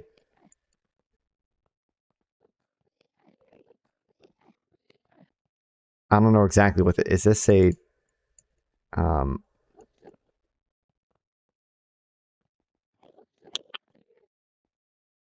The bar is I don't what like is this would you call it, is this like civil litigation but between the state bar and the like what do you call disciplinary action from the from the bar? Court of Appeals Board and Professional Responsibility Ad Hoc Committee. Okay, well, Not we'll fair read to this say later. that maybe he from the start thought that there never could have even been a chance to basically like what you're asking, like because you propose like, okay, well, he never even tried to like make it more easy to verify or have better verification for these things. He just said no mail-in ballots, right? Yeah. Is it not feasible, realistic, reasonable to think that maybe he assumed that there never could have been a process within a few months to like change or ratify, whatever the fuck you want to say, the entire voting process to make verification more rigorous in the time before the election? I mean, if that was the case, wouldn't he be asking for like any changes to actually occur with the process at all whatsoever, outside of just saying that it's bad? Yeah, like the problem is that like maybe if he would have proposed some and states could have said like, well, we can't do that in time. I think there's a stronger argument there. But again, with no proposals, it makes it hard to even consider that counterfactual. Like, let's say the Republicans said we really wanted to have yeah, any proposal, anything. Give a proposal? Yeah, anything, just one, a single thing. I think that would be an argument in that direction, but. It's kind of like if you were to debate the definition of insurrection, but you weren't willing to give your own definition. Okay, you can't lost. really- You tried too hard. Now you lost your teacher's second point. Okay. How much precedent do we have around mail-in voting? How long has that been going on? I don't know exactly how long. I know it's been going on for a while, but I'm not sure the exact length of time. I'm gonna look it up. How long has mail-in voting been around? Actually, the wait, Civil was War, it- they first experimented with absentee voting on Yeah, I was gonna say the Civil War or the Revolutionary War, but it might be the Civil War where people that had gone off to combat were mailing in. That might have been, but sorry, They it's been a didn't while. even have a president in the Revolutionary War. Right? Yeah, that was really f***ing retarded. Good job. You lost 10 points for me saying that, okay? Just f*** you. Sick. It would have just been the Civil War. Good job. Wow, look at you, Willie. Good job. I set you up for that one. Just figured it out. Dude, this shit's easy, dude. Yeah. You'd be a fun political science teacher. No. No, it'd be terrible. You'd be calling somebody retarded. Also, listen, I'm sure they were voting for mayors or some bullshit of their colonies also. So minus 10 more points from you, actually. You're down negative 20. Okay. Fuck off. I was the one who said the Civil War thing. Okay. Good for you. All right, Greg, moving on. Donald Trump attempted to call the election early on the night of, despite everyone across the nation knowing it would take some time to count the incoming mail-in ballots. He also falsely claimed that he won many states by margins that were impossible to be overcome, despite it having been completely untrue, and continues to call the mail-in ballots fraudulent, claiming that he'd already won the election. On November 5th, the next morning, he went as far as to tweet, "Stop the count," so he wouldn't lose his majority. I think maybe that's supposed to be November 4th, but hold on. We're going to do the everyone across the nation. Click that so we can watch this. This is a November 1st article. Everybody in media, everybody knew that there was a good chance that, like, as the mail-in ballots were counted, that things were going to look different than the actual voting in place on election night. Everybody knew that was going to happen. And then you've got the tweet on November 5th, where in all caps, he says, "Stop the count." Right, we've all seen that. Okay. Okay. Famous tweet. Stop the count. On October 31st, 2020, there is a leaked audio recording from October 31st, 2020 of Steve Bannon, which shows him speaking about Trump's plan to call the election early. Multiple recordings of Roger Stone affirm the same. So let's just click this leaked audio recording right here. 1:30. This is a little bit cut up. I don't believe that the original full audio has been released, which sucks. So if you want, you can take this with a grain of salt, I guess. It's from Mother Jones. This is a. When was this leaked? Like years later? This was leaked on 2022. Mother Jones is I would say, a very far left publication, like further left than WAPO. Watch the post in New York Times. So keep that in mind. If you do trust it, don't trust it. Just a thing to keep in mind. We're going to set it to 1.5. Let me know when you're ready to play. What is, sorry, just real quick clarifying question. Yeah. Steve Bannon, is he the Blaze or Breitbart? What is he? Steve Bannon was one of the founders/owners of Breitbart. And I don't know if he had an official role in the Trump campaign, but I know that he was like serving as an advisor and like talked to Trump and got him support. Breitbart is a very far right, weird kind of media, it's alternative media online thing. I'll say, yeah. Is it just a website? Yes. That's where Milo Yiannopoulos worked. Yeah, Milo worked there. Yeah, Bannon worked there. Yeah, a lot of kind of wacky things. Okay. I think he might have been a campaign manager actually in 2016, so he did have an official role with the campaign. Is Milo is the gay guy? Yes. Yes. Yeah. Now he is back to being gay. Yes. Okay. He was the ungayed. reformed sodomite. We don't need to go down this rabbit hole, bro. Yeah, you don't need to go down. Yeah, he ungayed for a little. Word. What? I said sodomite. What a great word. True. Okay. 1.5 speed. We're ready to play. 3, 2, 1, go. And what Trump's going to do is just declare victory, right? He's going to declare victory. But that doesn't mean he's a winner. He's just going to say he's a winner. The Democrats, more of our people vote early to count. Theirs voted mail. And so they're going to have a natural disadvantage, and Trump's going to take advantage of that. That's right. He's going to turn himself a winner. So when you wake up Wednesday morning, it's going to be a firestorm. We're going to have Antifa crazy, the media crazy, the courts are crazy, and Trump's going to be sitting there mocking, tweeting shit out. You lose. I'm the winner. I'm the king. And he'll be all over. He'll be going, "Where's Hunter? Is Hunter on a crack pipe?" I mean, no, he'll be, because then it doesn't matter. Remember, here's the thing. After that, Trump never has to go to a voter again. He's going to fire Ray, the FBI director. He's going to say, "F you." Because he's never going to. He's done his last election. Oh, he's going to be off the chain. He's going to be crazy. Also, if Trump is losing by 10 or 11 o'clock at night, it's going to be even crazier. No, because he's going to sit right there and say they stole it. I'm directing the Attorney General to shut down all ballot places in all 50 states. It's going to be no. He's not going out easy. If Biden's winning, Trump is going to do some crazy shit. So it's not clear that this guy has a direct relation to his cabinet. It's not clear what? Does this guy have any direct relations to his cabinet? Yes, this was Donald Trump's campaign manager in 2016.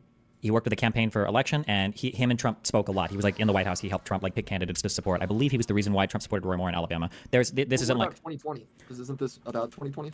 Yeah, I don't know up to when we get to 2020 how much connection he has with him at that point. But I mean, like again, it's like clear that like everybody knows like what's going to be happening. Like none of this is like a mistake or an accident. Like for anybody that's paying attention, it's pretty obvious like what the plan is or what the goal is. Okay. Yeah. I feel like the most concerning part about that is at the end he says Trump's never going to need the voter again. That's very, I don't know, just dystopian, is that the word? A little bit, but the charitable and probably the good faith, what he's actually saying there is because that's his second term. He's not going to run again, hopefully. Yeah, so he doesn't have to worry about it. Yeah. I'm going to do, we're going to do just the next link as well for Roger Stone. But don't you know, now he has gone on record and said that he'll fix it so good that you guys won't have to vote again. Thank God. Thank God. Who wanted to do that anyway?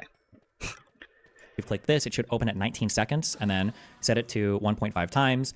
Roger Stone has a lot of affiliation with Donald Trump and the Trump campaign. He worked with the campaign in 2020, and he was also one of the people that Donald Trump pardoned once he was convicted of lying to Congress. So go to 19 seconds on this, and then we're going to put it at 1.5 times, and then we're going to play. The election. Let's just hope we're celebrating. I really do suspect it'll still be up in the air. But when that happens, the key thing to do is to claim victory. Possession is 9/10 of the law. No, we won. Sorry, over. We won. You're wrong. Baby Z. I said loaded. Right to the Bible. That's rubbish.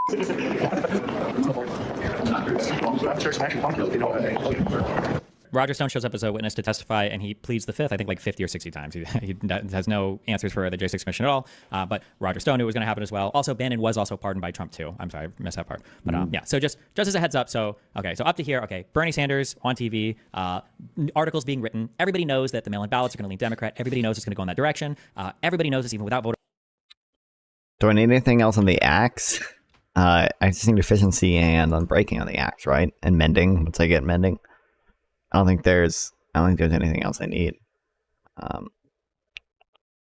Fraud, that's what's going to happen. You've got people like Bannon and Stone that are on calls, that are being recorded, that are saying things like, yeah, he's got to declare he's going to win immediately. He has to do this. He might be shut down polling because he knows that the mail-in ballots are going to skew in one direction. All of this is true with no voter fraud or anything weird or suspicious or anything happening, right?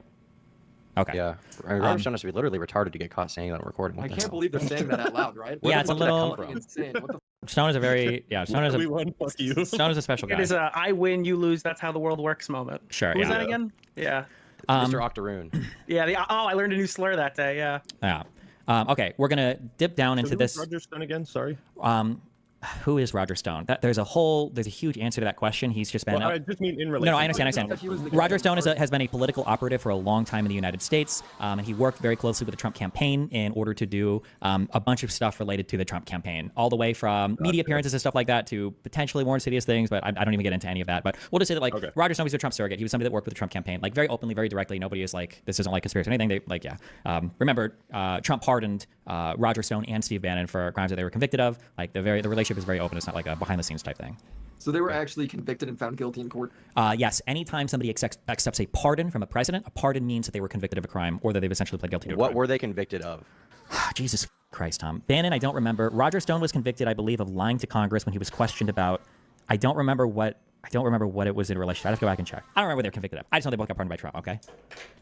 What were so they was it related at all to this or no? convicted of? For Bannon and Stone. It was a parking ticket. So President Trump commuted the sentence of his longtime friend Roger Stone on 7 felony crimes on Friday. First he issued clemency, and then like 7 months later it was, I think for Stone, I think it might have been questioning relating to the Mueller investigation, the Russia stuff, but I don't remember. Russian interference, obstructing congressional investigation, that's what he was found guilty of. Okay, I'll put that in here to add, so for my next focus group I have that information, okay? Thank you for the questions, okay? I do appreciate it, if you're curious, and maybe that would be good. Okay. Okay, the next section I have here, a little breakout for the Dominion versus Fox News suit. In June of 2021, Dominion filed a complaint against Fox News, alleging that the company engaged in a widespread campaign of defamatory behavior towards Dominion in order to salvage its reputation among conservative media listeners. Dominion's lawsuit accused Fox of lying on 4 separate claims. First, hold on, let me say this. Who's Dominion? Yeah, I should have this in here. So if you ever hear about allegations relating to like voter fraud machines or like machines, Hugo Chavez, machines rigging, machines turning votes, whatever, chances are you're thinking of that's Dominion. Dominion was a company that was responsible for delivering and servicing, I think, machines in multiple states that were responsible for doing why do you the pay voting attention to stuff. They were Destiny's voting machines, content? basically. Well, this is actually a good example of why I do. I think he does a really good job with some of his research. Like I think like he did it with Israel Palestine and he did it with Jan 6 as well. Like this is like what he's doing right now is like a pretty like respectable thing where he spent like literal months like researching this, right? Like diving into every single thing, and now he's like compiling a document and he's like inviting people on who don't know a ton about it to like educate them on it. And it's also good for people who watch it obviously because they get like me, I can get educated as well. Okay. Dude, the Hanging Chads. No, right? they weren't that company, but something, kind of like that. Yeah, they were. Was Dominion like in all 50 states or just some of the states where they what's the word? Not licensed, but just sold machines. Were they like contracted by state governments? I don't remember how widespread they were. I think they might have been the single largest. They might have been the single individual largest voting machine administrator, but I don't remember. But they were in several states. More than a dozen, I believe. I don't remember how many exactly though. Gotcha. Okay, so Dominion's lawsuit accused Fox of lying on 4 separate claims. 1, that Dominion committed election fraud by rigging the 2020 presidential election. 2, Dominion's software and algorithms manipulated vote counts in the 2020 presidential election. 3, that Dominion is owned by a company founded in Venezuela to rig elections for the dictator Hugo Chavez. And 4, that Dominion paid kickbacks to government officials who used its machines in the 2020 presidential election. So in Dominion's... Well, cannot be better for you to do your own research and choose other sources instead of Destiny. Well, I mean, I do my own research as well. That is something I do. You can go through all of my streams where I read plenty of things. I don't know if you've been here the last few streams, but like my last stream was literally just reading a bunch of economic stuff. But like if I'm just trying to get like a general summary of something, I think like Destiny's a relatively good political commentator to watch, because I know he does a decent amount of research on this stuff. I've seen him perform well in debates. I've seen how knowledgeable he is on this. So yeah. Also, it's not like I've done some of my own research on January 6th. I've read some things from Just Security on it. I'm going to read the full J6 report from Congress at some point. I haven't done that because I've been distracted by wealth taxes debate and Minecraft. But yeah. Civil suit against Fox News. They were saying Fox News made all 4 of these claims, and that's what they were going to sue them for. Okay. During the course of the case, like in terms of like facts, like Dominion was established in 2002 by CEO John Paulus. They procured their first contract in New York State in July 2009. After it became clear that Trump would lose the election on November 6th, Donald Trump began to complain that his lead had mysteriously disappeared. On November 7th, Fox projected Trump had lost the election. On November 8th, Fox invited Sidney Powell onto the Sunday Morning Future show to discuss the Dominion voting fraud. Powell declared there was a massive and coordinated effort to steal this election from we the people of the United States of America, to delegitimize and destroy votes for Donald Trump, to manufacture votes for Joe Biden.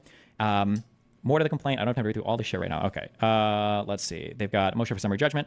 So we won't go through all of this. We're not going to go through actually almost any of this. I'm just going to show a few slides from this. This is insane. If you ever get bored and you want to read through like the clearest defamation cases you've ever seen in your entire life, stuff like this is insane. If you want, you can open this and you can go to, we'll just go to slide 124. So scroll all the way down to 124.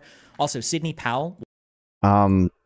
Fuck, I never remember what I need for boots and helmets because of all the like water enchantments. Was one of the lawyers that Trump's campaign found when they were trying to find ways to challenge the election results. Okay. Was Sidney Powell ever convicted of a crime? I don't know up to this point. Not sure if Sydney comes through or not. Her cracking case, all the cases all dismissed.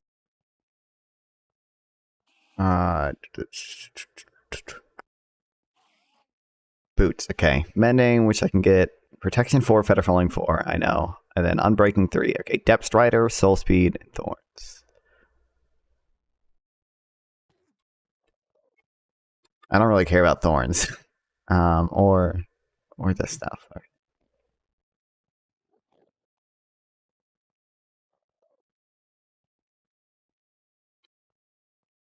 So this, okay. And we have Frostwalker.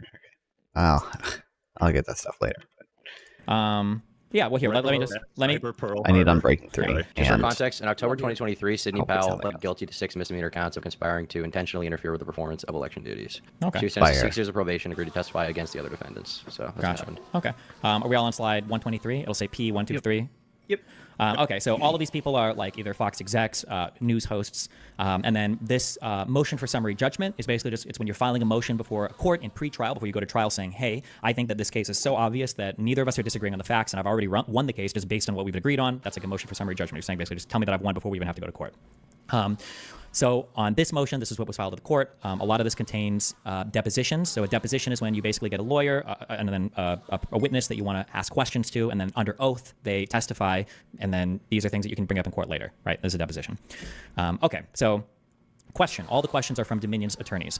Did the fact that all of Ms. Powell's lawsuits were dismissed and that court after court had noted that she had failed to provide the court with factual support for her extraordinary claims affect her credibility or reliability in your eyes? Lou Dobbs is a very famous host on Fox News, or was at least, he might still be, and his answer was, yes, I think. And then after they ask a question, they'll show emails inside Fox News. So this was an email from Jeff Field, who was, I think, an exec at Fox News, to Lou Dobbs saying, not sure if Sidney comes through or not. Her Kraken cases were all dismissed.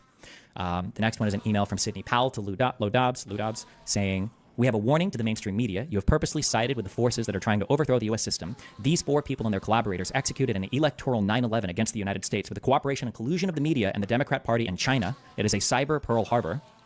The next thing is, I believe this is another Fox News exec from Schreier. He says, Lou's wife just sent this to Eric and Alex. I think it's from Sydney, and it looks like she might be making these claims on the show. I don't have any evidence. I don't know what her evidence is. I told Alex to make sure that Lou pushes on the veracity of this. I find it odd that she claims to have this evidence, but her cases are being thrown out. I just wanted to send this to you so that you weren't surprised if it happens. And then this is a senior producer from Fox. I had reservations about putting it, Sidney Powell, on air. I hadn't had time to look into the document honestly. And then you see a tweet from Lou Dobbs repeating what Sidney Powell had emailed. The 2020 election is a cyber Pearl Harbor. The left-wing establishment have aligned their forces to overthrow the United States. Hashtag MAGA, hashtag America First. Lou Dobbs is dead. Dobbs. Is he actually? And then in the deposition, testimony from Lou Dobbs. The tweet states the 2020 election is a cyber Pearl Harbor. The left-wing establishment have aligned their forces to overthrow the United States government. Hashtag MAGA, hashtag correct. And then Lou Dobbs says correct. He is dead. Oh, he died not that long ago, though. Recently. No, Panda, I don't care right now about any. Unless you're gonna do unrelated shit. I don't care. And then after the show, you see Lou Dobbs tweeting more Sidney Powell stuff, and then more testimony saying, in the moments after your 5 o'clock broadcast on December 10th, were you, Lou Dobbs, concerned that Sidney Powell had failed once again to Because meet the I know expectation you. of providing evidence to support her claims? His answer was, I was disappointed, yes. This whole deposition is like 300 like exhibits or pages of stuff, or 212. It just is a whole through line of them basically doing research in the back, knowing that everything is like fake and bullshit, but having to take it on air and publish it anyway because Fox News was losing audience to OAN and Newsmax, who were publishing these false claims. Fox News knew about all of it. One of the things, Tom, that you said earlier, that Fox News had lost this. The evidence is that I've never a single time been interested in anything because you constantly do the same thing all the time where you come in and talk about random unrelated philosophy shit. You do the same thing to me and SoundSoul nonstop repeatedly over and over again. No matter how many times we ban you and tell you to stop, you just keep doing it because you never learn anything. So this case to Dominion. Fox News did not lose this case to Dominion. The day that it was going to go to trial, Fox News said, and they decided to settle before it ever went to trial, probably because they knew there was no chance in hell that they were going to win this case. So Fox News ended up settling. The settlement was like $784 million. It was the largest settlement ever paid out in a defamation case in the history of all of defamation cases. So Lou Dobbs is the Fox News exec, right? Lou Dobbs is a host. He's like a host on a show. He's like a Tucker Carlson. This question right here, the 2020 election is cyber Pearl Harbor. The left-wing establishment has aligned their forces to overthrow the United States government. Hashtag MAGA. Hashtag America First. All that shit, right? Yeah. That's just. I That's don't care. He made the tweet. Yes. Okay. But then later on, it's him admitting that there was no evidence for any of this. Yeah. Yeah. I see. And then earlier, I don't know if I might have linked more parts of this deposition in other parts of the doc that we'll go through, but Fox News over and over again says that like they've got something called the Brain Room. It was referenced earlier in my document. The Brain Room was like the Fox News fact-checking body that was like trying to verify any of the claims, and they constantly and consistently said, none of these claims are true. We can't verify any of this. None of this is true. Why are you publishing any of this? Like over and over and over and over and over again. But yeah. Okay. So the problem does. Jesus Christ, does anyone do a fucking simple Google search and read email? Not seem to be, because I was questioning what happened with the lawsuit. Face. Based on what they were alleging, the problem wasn't just that they had Sidney Powell on; it's that they had like good reason to believe that she was full of shit. Yep. They had her on anyway, and then also Fox News hosts parroted exactly what she said there, despite internal knowledge that there was no factual basis for her claims. Correct. On page 28 or slide 28, whatever it is, the question is, if the Brain Room had concluded that the charges were in fact false, they never should have been aired, correct? And it's like, yeah. They picked a really picture of David Clark there. Yeah, what is that? Why you gotta do my boy David Clark dirty? It looks like he that? just hit a dab pen like crazy. Jesus. Faded than a Looks like hell. his picture All right. went through like a meme deep fryer. Yeah, and then even if you want to go up like even more from what was just read there, on page, it says P25, Exhibit 25 or whatever, like they say here, Trump report, Dominion deleted 2.7 million Trump votes nationwide, data analysis finds 221,000 Pennsylvania votes, blah, blah, blah. And then the facts, this is from the Brain Room at Fox News. The facts, there's no evidence of widespread voter fraud in the 2020 election or of major problems with Dominion systems. Election officials from both political parties have stated publicly that the election went well, and international observers confirmed that there were no serious irregularities, right? So basically, Fox News did this because it kept their viewers engaged, and they were competing with other news agencies. Yeah, with OAN and Newsmax, correct? Yeah. Is there any evidence of communication between Trump and Fox News in regards to this? Trump and Fox News, in regards to this specifically, I don't think so, but it would be between Sidney Powell going on to Fox News. This is some of the death threats that I guess employees at Dominion were getting. I don't know why I have those. I guess we're just how unhinged people were after. It's going to be totally unrelated to anything. I don't care. What is this? I literally do not care. Oh, yep, that's crazy. Metaphysics. Don't care right now, The dude. Fox News coverage. Run. I don't need to do that. We're already watching you. Come clean and you'll live. What is the penalty for treason? Antifa, whatever. Death threat 2 is you're all fucking dead. You're all fucking dead. We're bringing back the firing squad, and you fuckers are all dead. Everybody involved up against the wall, you motherfuckers. Death threat 3 is good afternoon. Fuck you, fucking scumbags. We're gonna blow your fucking building up, piece of fucking shit. Yeah. What the fuck did you just say about me, you little bitch? Yeah, exactly. As a quick thing, I guess you guys should know this because you're all streamers, but just as a quick thing to keep in mind as well, but when people say they're going to sue somebody for defamation, if you're a public figure or a public entity, the threshold for suing for defamation is significantly higher than a private citizen. There's a court case well known, and I know all of you know this because it's so important to our online careers. New York Times v. Sullivan established that you have to prove something called an actual malice standard against somebody who you say has defamed you, meaning it's not just enough to show that they published false statements about you. You had to show that they did it either knowingly or with they absolutely should. They conducted themselves with such gross negligence that they should have known otherwise. So it's called reckless disregard for the truth. There you go. Yeah, exactly. Yeah. So if Fox News, I only bring that up because, good job, Tom. Plus 2 points for you. Okay. If Fox News had just published these because they thought these claims were true and they really didn't know better, they wouldn't have been so on this case. It was because they knowingly lied about these claims over and over and over again. Okay. Going forward to the next section on election night. The election occurred on November 3rd and went as everyone predicted, with Donald Trump initially having a large lead and then slowly losing it as the mail-in ballots were counted as the night progressed. At 11:20 p.m., Fox News called Arizona for Joe Biden, sending Donald Trump and his team into a fury. Jason Miller tweeted out, admonishing Fox News for calling the election early. Jared Kushner was also in contact with Rupert Murdoch, who's the CEO owner of Fox News. As the night went on, at 2:30 a.m. the following morning, Trump told supporters this is a fraud on the American public. Trump said that he wanted to go to the Supreme Court to stop the counting of ballots and then declared himself the winner of the election. Pence went up on stage afterwards, contradicting Trump and saying that while he was sure they'd won the election, he would wait until every vote was counted. This is a fraud on the American public. This is an embarrassment to our country. We were getting ready to win this election. Frankly, we did win this election. So our goal now is to ensure the integrity for the good of this nation. This is a very big moment. This is a major fraud in our nation. We want the law to be used in a proper manner. So we'll be going to the U.S. Supreme Court. We want all voting to stop. We don't want them to find any ballots at 4 o'clock in the morning and add them to the list, okay? It's a very sad moment. To me, this is a very sad moment, and we will win this. And as far as I'm concerned, we already have won it. So I just want to thank you, and I want to thank all of our support. I want to thank all of the people that worked with us. And Mr. Vice President, say a few words, please. Please.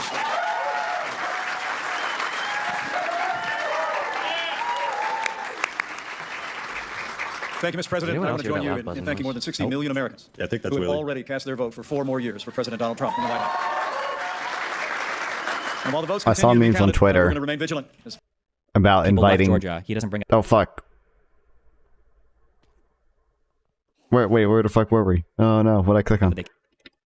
Instance, like 300,000 people moved out of Georgia, or some number of people moved out of Georgia and still voted. And while that's true, and we'll get to this later on in a phone call, I believe you if I'm not. I wouldn't believe. After this, I saw memes on Twitter about inviting Mike Pence to the DNC as a Republican against Trump. That would be fucking hilarious. They absolutely should do that. Vigilant, as the President said. The right to vote has been at the center of our democracy since the founding of this nation, and we're going to protect the integrity of the vote. But I really believe with all of my heart, with the extraordinary margins, Mr. President, that you've inspired in the states that you just described, and the way that you launched this movement across the country to make America great again, I truly do believe, as you do, that we are on the road to victory, and we will make America great again. Okay, so just to establish up to this point, everybody knew how the ballots would go. Everybody knew there was a chance they'd turn overnight. You've got Roger Stone and Steve Bannon that are saying Trump's going to try to call it an election night so that he can't lose. And then on election night, Donald Trump tries to call it. He says that the fact that the votes are starting to change is evidence of fraud. He tries to say that we need to stop the voting. Like everything is I would say like a pretty clear line up to this point.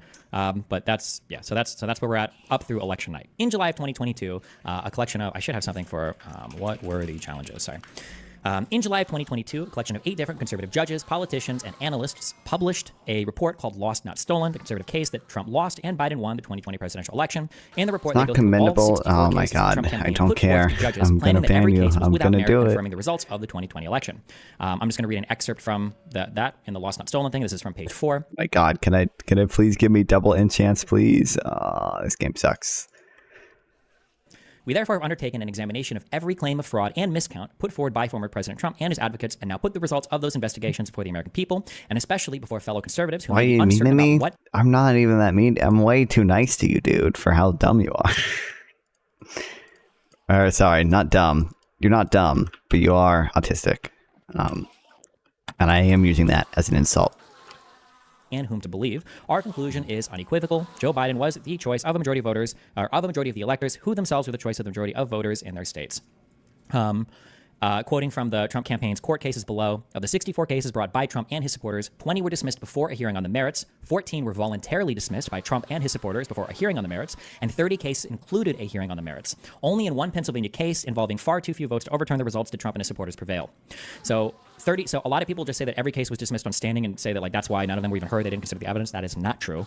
Even in some where they did dismiss on standing, the judges themselves did go over some of the merits for why it was a dumb case. For a lot of these cases that they said were like super strong, it would literally just be like an affidavit or two from people saying that they thought they saw mass voter fraud, and then they would basically say, like, can you just like toss the whole election or redo the whole vote? Like the remedies that they were seeking in these courts were way too huge, given like just one or two evidence. Dismissed on standing mean? So when you bring a case before a court, Where are you? Why are only Endermen showing up? Because I'm at my real quick. So Enderman there's two farm. separate things when it comes to like going to court. You've got criminal matters. So criminal matter means that you're breaking some sort of criminal statute that either the state or the federal government has made a law. So things like killing, rape, whatever stuff like that. In these cases, the person coming after you is the state, usually represented by a district attorney or some kind of like state attorney general, right? For a civil case is where you're not necessarily doing something that's going to get you in criminal trouble, but I might sue you for violating some agreement. All of the Donald Trump cases were civil cases. In order for a state to hear, or in order for a court to hear a case, you have to be able to prove that you have standing. When you prove that you have standing for a case, part of what you prove is that one, you're How do you affected select by for something. Enderman? I'm in the end, so only Enderman spawn. Yeah. I need to build a creeper farm at some point, though. You're an injured party, right? So let's say that, for instance, let's say that you don't pay rent to your landlord in like the state of Washington. I can't sue you for that. I have no standing. I'm not affected. So one is you've got to prove that you were an injured party, and the second part is you've got to prove that the court can do something to help you to remedy the situation, right? So let's say that you kicked my dog and you killed my dog, or no, that's not a good example. Let's say that you lied to me or something, I guess, or you I am stole based, like true, a cartoon coloring accurate. book or something from me, and I try to like All take it to court. And non-fun I sue you, viewers are like, the court's like, based we can't really do in anything. at There's least- no remedy. in at There's least no good one remedy way. to cure the injury. We can't do And anything that they about this, right? watched me, So, the most there's based different person. parts of the case you kind of have to show up front. You might have heard the term like prima facie, like you've got to be able to show that given the facts of what I'm alleging, a law has actually been broken or some agreement has been violated, basically. These are all things you've got to do before a judge will hear a case. You can't just sue anybody for any random reason. You've got to prove a couple things first. Does that make sense? Yeah. Okay. Like 10 words or less. Does it just mean I don't have Non-fun enough, viewers have are enough viewers in non-fun. Actually speaking. Standing exactly. means you have a good reason to feel like you got f***ed by a person, and this court can help you with that problem. Okay, sailing through. So we went through. Okay, so these are Trump court cases. There was a documentary called 2000 finally, Mules. thank you. I don't know if you heard Yes. about it. On May 20th, I'm 2022, level well-known far-right 19 conspiracy theorist Dinesh D'Souza published a film called 2000 Mules, where they alleged, with no solid evidence, the Democrats had organized a sophisticated system of ballot harvesting across several states. In October of 2022, Atlanta citizen Mark Andrews filed lawsuits for defamation, conspiracy, and intrusion on seclusion. The state investigation found that he had not committed any of the crimes alleged about in the film, and on May 31st, 2024, Salem Media Group settled with Andrews, releasing a public apology, and they took down the film and the book. In case you didn't, has anybody here even heard of that? I didn't. 2000 Mules. Was it good? Nope, never heard of it. Okay. Did you watch it? Fuck, I don't know if that was. I don't know how big that even was. Okay, I don't know. Basically, Dinesh D'Souza put together a movie where he tried to say they tracked a What bunch was of cell phone worse, data, and they saw January if they saw a bunch 6th of or people October driving by some 7th? areas where there were I hate these questions. I know you're like memeing, but like, dude, those questions are so dumb. When like conservatives like genuinely ask, "Do you actually think January 6th was worth it, Pearl Harbor? Can you believe this guy said January 6th was worth it on Pearl Harbor?" It's just such a dumb question because they're not compared. Like, worse in what way? It totally depends on what and like from what frame. It's like, yeah, they are so dumb. It's like, which one caused most human suffering? Okay, well, probably 9/11, but like, which one posed a greater threat to our democracy? Well, I mean, probably Jan 6. Like, we probably, like, yeah. ballot boxes. They basically said that we bet these people are ballot harvesting and dropping off tons of ballots here, and that was it. That was the extent of like their evidence. What does ballot harvesting mean, though? Basically, it's the accusation that somebody is going to a large group of people, asking them to all vote a certain way, Wait, I and then didn't taking even all of the combine ballots and then dropping them off at a ballot box. And that's illegal? If you're telling them how to vote, yes. Okay. Do you have? Isn't there a case? Wasn't there another defamation case against a woman that she got like a pretty big payout? Oh, don't worry about that one. We'll get to that. Okay. Okay. Next section is Trump's calls. He calls states to change votes. There are multiple. There's more than just this, but okay. Well, this is the big one. Okay. So Donald Trump's January 2nd, 2021 call to Brad Raffensperger. Trump made a phone call to the election investigation. Oh, this is another thing too. I'm going to start a little bit below. On January 2nd, 2024, Donald Trump, joined by trade advisor Peter Navarro, Justice Department official John Lott, law professor John C. Eastman, he'll come out more in the future, and attorneys Rudy Giuliani, Cleta Mitchell, Alex Kaufman, Kurt Hilbert, and White House Chief of Staff Mark Meadows called Georgia Secretary of State Brad Raffensperger, joined by Raffensperger's Chief of Staff Jordan Fuchs, and General Counsel Ryan Germany, to discuss finding enough votes to win the election. So this was like the big call where Trump is saying, I need you to find whatever votes. On this phone call, I started writing down claims, but there's so many that he makes here, but here's 9 of them. He said there were hundreds of thousands of signature forgeries. He said that 50s of thousands of people had already been voted for.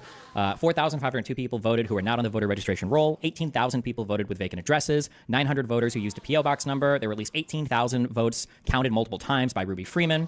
The water main breaking disrupted the vote process. This was done malevolently, that somebody I guess somebody either broke it intentionally or the people use this to do something illegal with the votes. He talked about boxes of faked votes that were brought in to be counted. There's like a black case or suitcase. This is like that Twitter video that was viral, right? Correct. And he says this all in this hour-long call. Yeah, he goes through. I think he does 20 or 30 different claims of voter fraud. Yeah. Okay. It's worth listening to the entire thing, I'd say. It is, but it's over an hour long, and I'm not going to make you guys do that right now. Well, No, I'm just saying on your own time. Yeah. Trump continued to make accusations during the call, dismissing claims that he was simply getting these accusations from social media by countering that they were actually coming from Trump media. So at one point, I think Raffensperger's general counsel, Ryan Germany, I think says something like, hey, listen, we understand that you're seeing a lot of these things on social media, but they're not true. And I think Trump counters and says, I'm not seeing these on social media. I'm seeing these on Trump media. Whatever the that well, means. If it's coming from Trump media, it must be criminally true. liable for not finding From Truth Social. Did Truth Social even exist back then? I don't think it did. It says that it would be a big risk for both of them if they weren't able to flip the election in favor of Trump. Trump does this a lot when he talks to people. He makes these thinly veiled threats. One of the quotes that Trump says to Raffensperger is, I think it's very dangerous for you to say that there's no criminality, and it alludes to him engaging in criminal behavior many times. He makes this claim multiple times to Raffensperger that this must be criminal, what you're doing, you must know about this. Multiple times on the call, Donald Trump implies that he will refuse to help in the future elections of Georgia if Raffensperger won't acquiesce to his demands for 11,000 votes. Obviously, there's the famous meme songs and everything. One of the quotes is, I need 11,000 votes, give me a break. And that's to win Georgia? So he goes through all these voter fraud things, and he's saying, if you can just find this voter fraud here, this would be enough for me to win the election. I just need this. This is enough to win the election. Trump's campaign launched lawsuits against the state to contest the results, but they ended up voluntarily dismissing the lawsuit a day before it went to court. Trump also made a phone call to an election investigator, Francis Watson, on December 23rd, 2020, repeating a lot of the false claims that he'd got, that he'd repeat earlier or later on to Raffensperger. This call happened before, but I'm trying to think if we should listen to part of this. I feel like at least a short excerpt would be useful. They're not the most important part, maybe. Yeah, it's pretty. At least I need to find 11,000 votes. If that's in there, that would be nice to hear. Yeah. That actually comes out of his mouth. That one quote is really important, I think. It's like saying I need to find 11,000 votes is really important. Well, I think it's also important that the call occurred, 4 days before January 6th? Correct. So this was January 2nd, yeah. When you listen to it with that context in mind, it comes across like a Hail Mary attempt. Desperation, yeah. Yeah. Here's fuck. I don't know how I want to treat this part. Okay. I mean, I should find the timestamp for 11,000. Well, no. Here, hold on. So this is my issue. Okay. This is a whole side thing, but the media for a long time made a big deal about this. I need you to find this many votes, and the implication that the media is giving you is that Trump's telling them to fabricate that many votes, and I don't agree with that interpretation. I don't think that that's what Trump is saying. However, I don't think that's the bad thing about this call. But that's what became the fixated point. I think that, in my opinion, there are 3 really bad things about this call. One is that Donald Trump on January 2nd repeats a lot of already debunked claims of voter fraud. He repeats them over and over again, even though other people in his office in the White House have already told him none of this is true. That's number one. The second thing is he continues to engage in this kind of weird bully behavior where he says that well, aren't you doing something criminal? Aren't you going to be criminally liable if you can't find these or you're not doing anything? And also, I'm not going to help you guys win your elections if you don't, if you're going to do this. I'm never going to support you guys. Who was that schmuck? Kent, I think, is one of the things that he says. That's the second thing that I think is really bad. And the third thing is that the entire call is insanely inappropriate. That a candidate would make a call to a state governor, secretary of state, and try to call these people and say, I need you guys to do something more about election fraud. I'm sorry, Raffensperger was the secretary of state, not the governor. Governor was Kent. And say that Kent, and say, I need you guys to do better on this because he's not happy with the results of their election. We can find that when I need you to find these votes. But why is I need you to find these votes? Why is that not? Because what he does sound like he's asking to fabricate. It does. No, when it sounds like he's asking for I need you to find that many voter fraud instances. Correct. What he's basically saying is that here's 15 different ways that voter fraud happened. I just need you to figure out one of these guys so that I can win the election. It kind of goes to his state of mind that he's not really genuinely interested in figuring out the voter fraud. He just wants to win the election. But if you want, we can kind of listen to. Actually, here, let's go back to.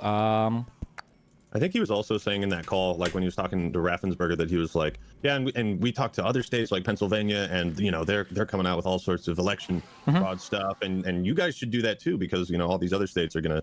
Yes, he makes that claim a lot. Every single time he does, those claims are always lies. Every single time, just to be clear. Does anybody know about it? I know about it. Whenever. Okay, Toledo, wait. I'm not asking you, Toledo, honestly. I'm asking Brad. Do you know about the military ballots that we have confirmed now? Do you know about the military ballots that came in that were 100%? I mean, 100% for Biden. Do you know about that?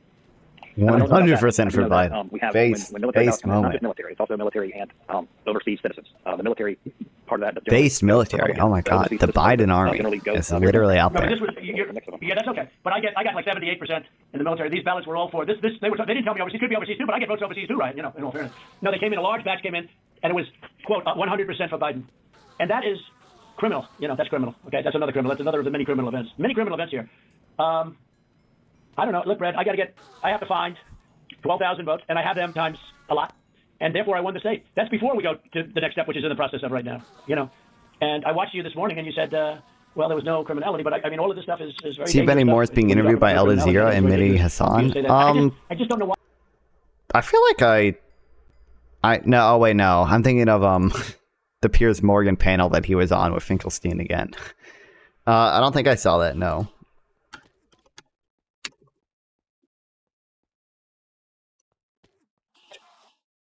Benny Morris, Mehdi Hassan. I think I probably have seen a clip of this, but Israel will fight until we destroy Hamas's military capabilities, end its rule in Gaza, and bring all our hostages home. Since Hamas's attack on October the 7th, Israel has been... what do they go over? We can watch it later. Apparently, the Israel-Gaza stuff is continuing to be an issue for me, so I probably have to go back and read more about it. It keeps coming. It's come up a few times on panels. I thought we'd all be done with it by now, but nope. We're still all on it. So yeah, that's the big thing that's making a little lefties not vote for Kamala. So you know, I think we're gonna at some point. I read most of Scars of War already. Which means it will be pretty easy for me to speed through it, because I already have read it and I already have it highlighted, so it'll be pretty easy to like just speed through it and take notes in it and like summarize it, and hopefully that helps me remember it better. And then secondly, we're gonna read Righteous Victims by Benny Morris, and then maybe, would you say you're playing Minecraft in a cave looking for diamonds? Not right. No, I haven't. I'm fucking grinding out XP, but yeah. And then eventually we're gonna read Righteous Victims, and maybe the birth of the Palestinian refugee crisis. But that one's like 600 pages, and I don't know if that one's worth it, because like the 40, I'm happy to. For the most part, I don't care too much about like the pre-48 stuff. I know a decent amount about it, but like I don't know. Is like I can concede. Why Righteous Victims before birth? Isn't Righteous Victims? Doesn't that go over the whole history pretty broadly? Isn't that probably better to read? And then the birth of the Palestinian refugee crisis is like is the specific part about the birth of the refugee crisis about like the civil war in Palestine.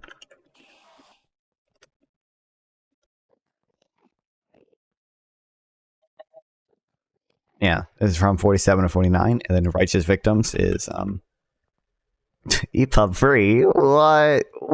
Nah, I always buy books. Yeah, this is from like 1880 to 1990 or whatever. That's the reason I would do it. I read Scars of War, then realize most Israeli history is kind of boring.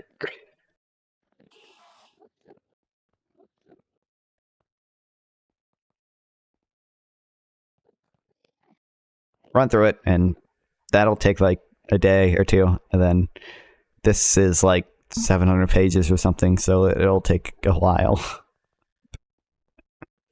and then Palestinian refugee crisis, but like again, I don't know how much that I care about, because it's not like I say this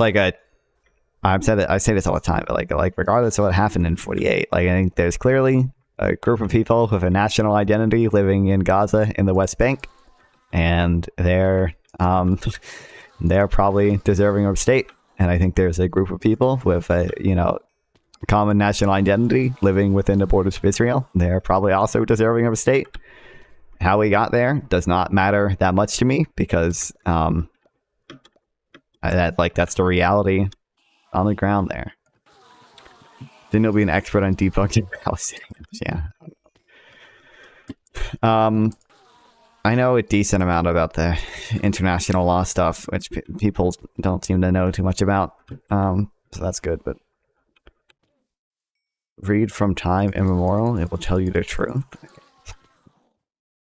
Why you don't want to have the votes counted as they are. Like even you, when you went to did that check, and I was surprised because, I did the check, and we found a few thousand votes that were against me. I was actually surprised because the way that check was done, all you're doing is, recertifying existing votes. And, you were given votes and you just counted them up, and you still found 3,000 that were bad. That was sort of surprising. That came down to 3 or 5, I don't know. There's still a lot of votes. But you have to go back to check from past years with respect to signatures. And if you check with Fulton County, you'll have hundreds of thousands because they dumped ballots into Fulton County and the other county next to it. So, You're interested in this January 6th ARC Destiny's on? Yeah, for the most. I mean, I've been following super closely. That's why I'm watching the focus group right now, where he's explaining it to people who don't know a ton about it. Because I don't know. I know more than the people in the focus group, but I don't know like a ton about it. I think it's cool that he's diving into it and actually knowing all the specific stuff about it. I did I said I'll read the full J6 report at some point. I like drew up a plan to read it. It'll take 17 days to read it, reading no more than 30 pages a day. I think some days I read like 40 pages, but all you need to know is the Democrats stole the election. True. The mail-in ballots. Yeah. And I read the Just Security timeline of it. Give me a break. We have that in spades already, or we can keep it going. But that's not fair to the voters of Georgia because they're going to see what happened, and they're going to see what happened. I mean, I'll take on anybody you want with regard to Ruby Freeman and her lovely daughter, a very lovely young lady, I'm sure. But Ruby Freeman, I will take Freeman. I will take on anybody you want. And yeah, we read a little bit. I don't think we read the timeline. We read some of the memos and stuff. What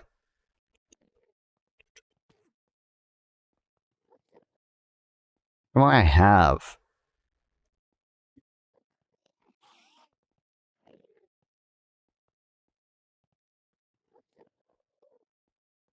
I wrote it all the way down here.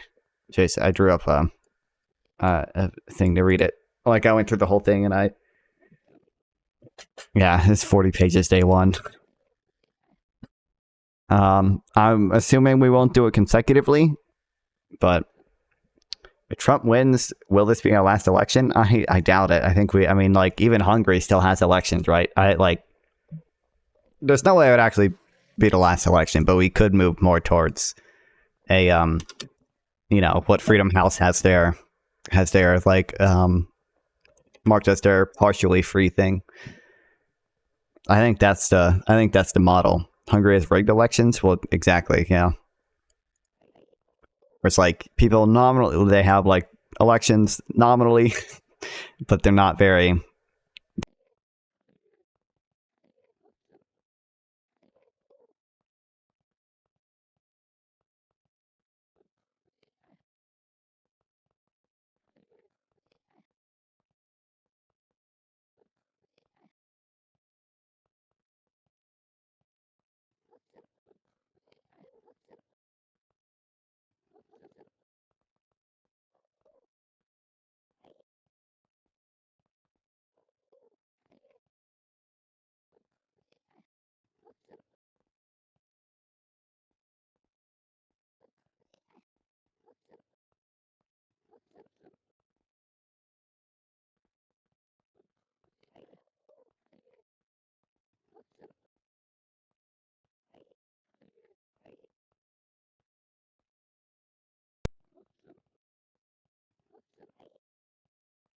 Okay, there we go. Thank you, NVIDIA Broadcast. Okay. Can't wait till I get the Shure SM7B with the shitty ass audio interface it comes with. Did they ship that yet? I don't.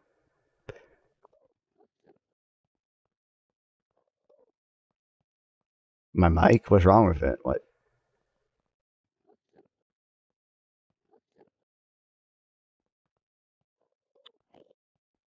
Bro, they haven't even shipped it yet. Fuck these people. It's still free shipment, bro.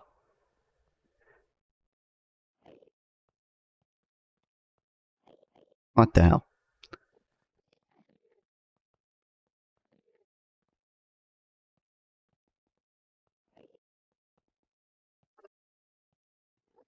Literally nobody. Nobody likes the audio interface it comes with. I accidentally bought a Shure SM7B, and it comes with a Pennsylvania so close it scares me. Yeah. You know what's great? You know what though? You know what though? We don't need Pennsylvania. We don't even need Pennsylvania.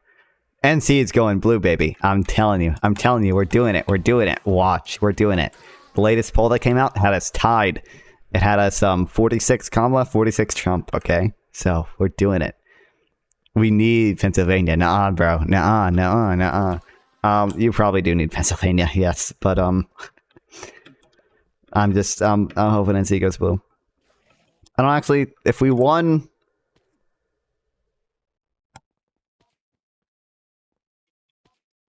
If we won Georgia and North Carolina.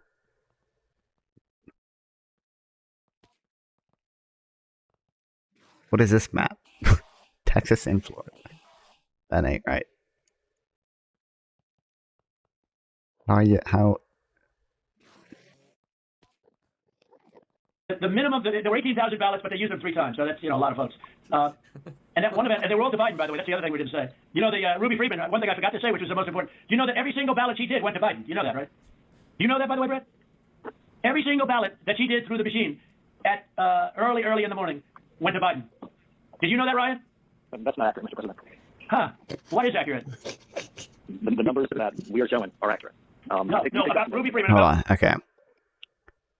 So this is all the relatively safe states.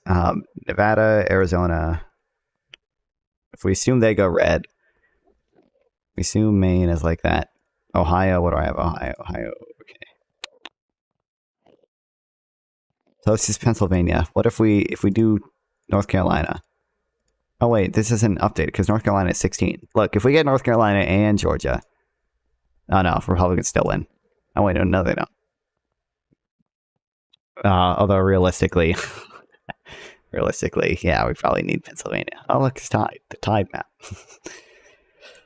About early in the morning, Ryan, when the woman took when the whole gang took the stuff out from under the table, right? Do you know that? This would be hilarious if it happens. There's a non-zero chance of there being a tie. I think there's a few different ways it could happen. I think if I've seen other maps of it before. Do you know who those ballots? Do you know who they were made out to? Do you know who they were voting for? No, not specifically. Did you ever check? You know what? You also have to consider RFK is probably going to get some faithless electors. I would imagine without because he's polling at 6% or something. I would imagine RFK is going to get at least 1 or 2 electors. It would be so funny. It would be so funny. It would not be good. It would just be funny. Did you ever check the ballots that were scammed by Ruby Freeman, a known political operative ballotier? Did you ever check who those votes were for? We've looked into that situation that you described. No, they were 100% for Biden. 100%. There wasn't a Trump vote in the whole group. Why don't you want to find this, right? What's wrong with you?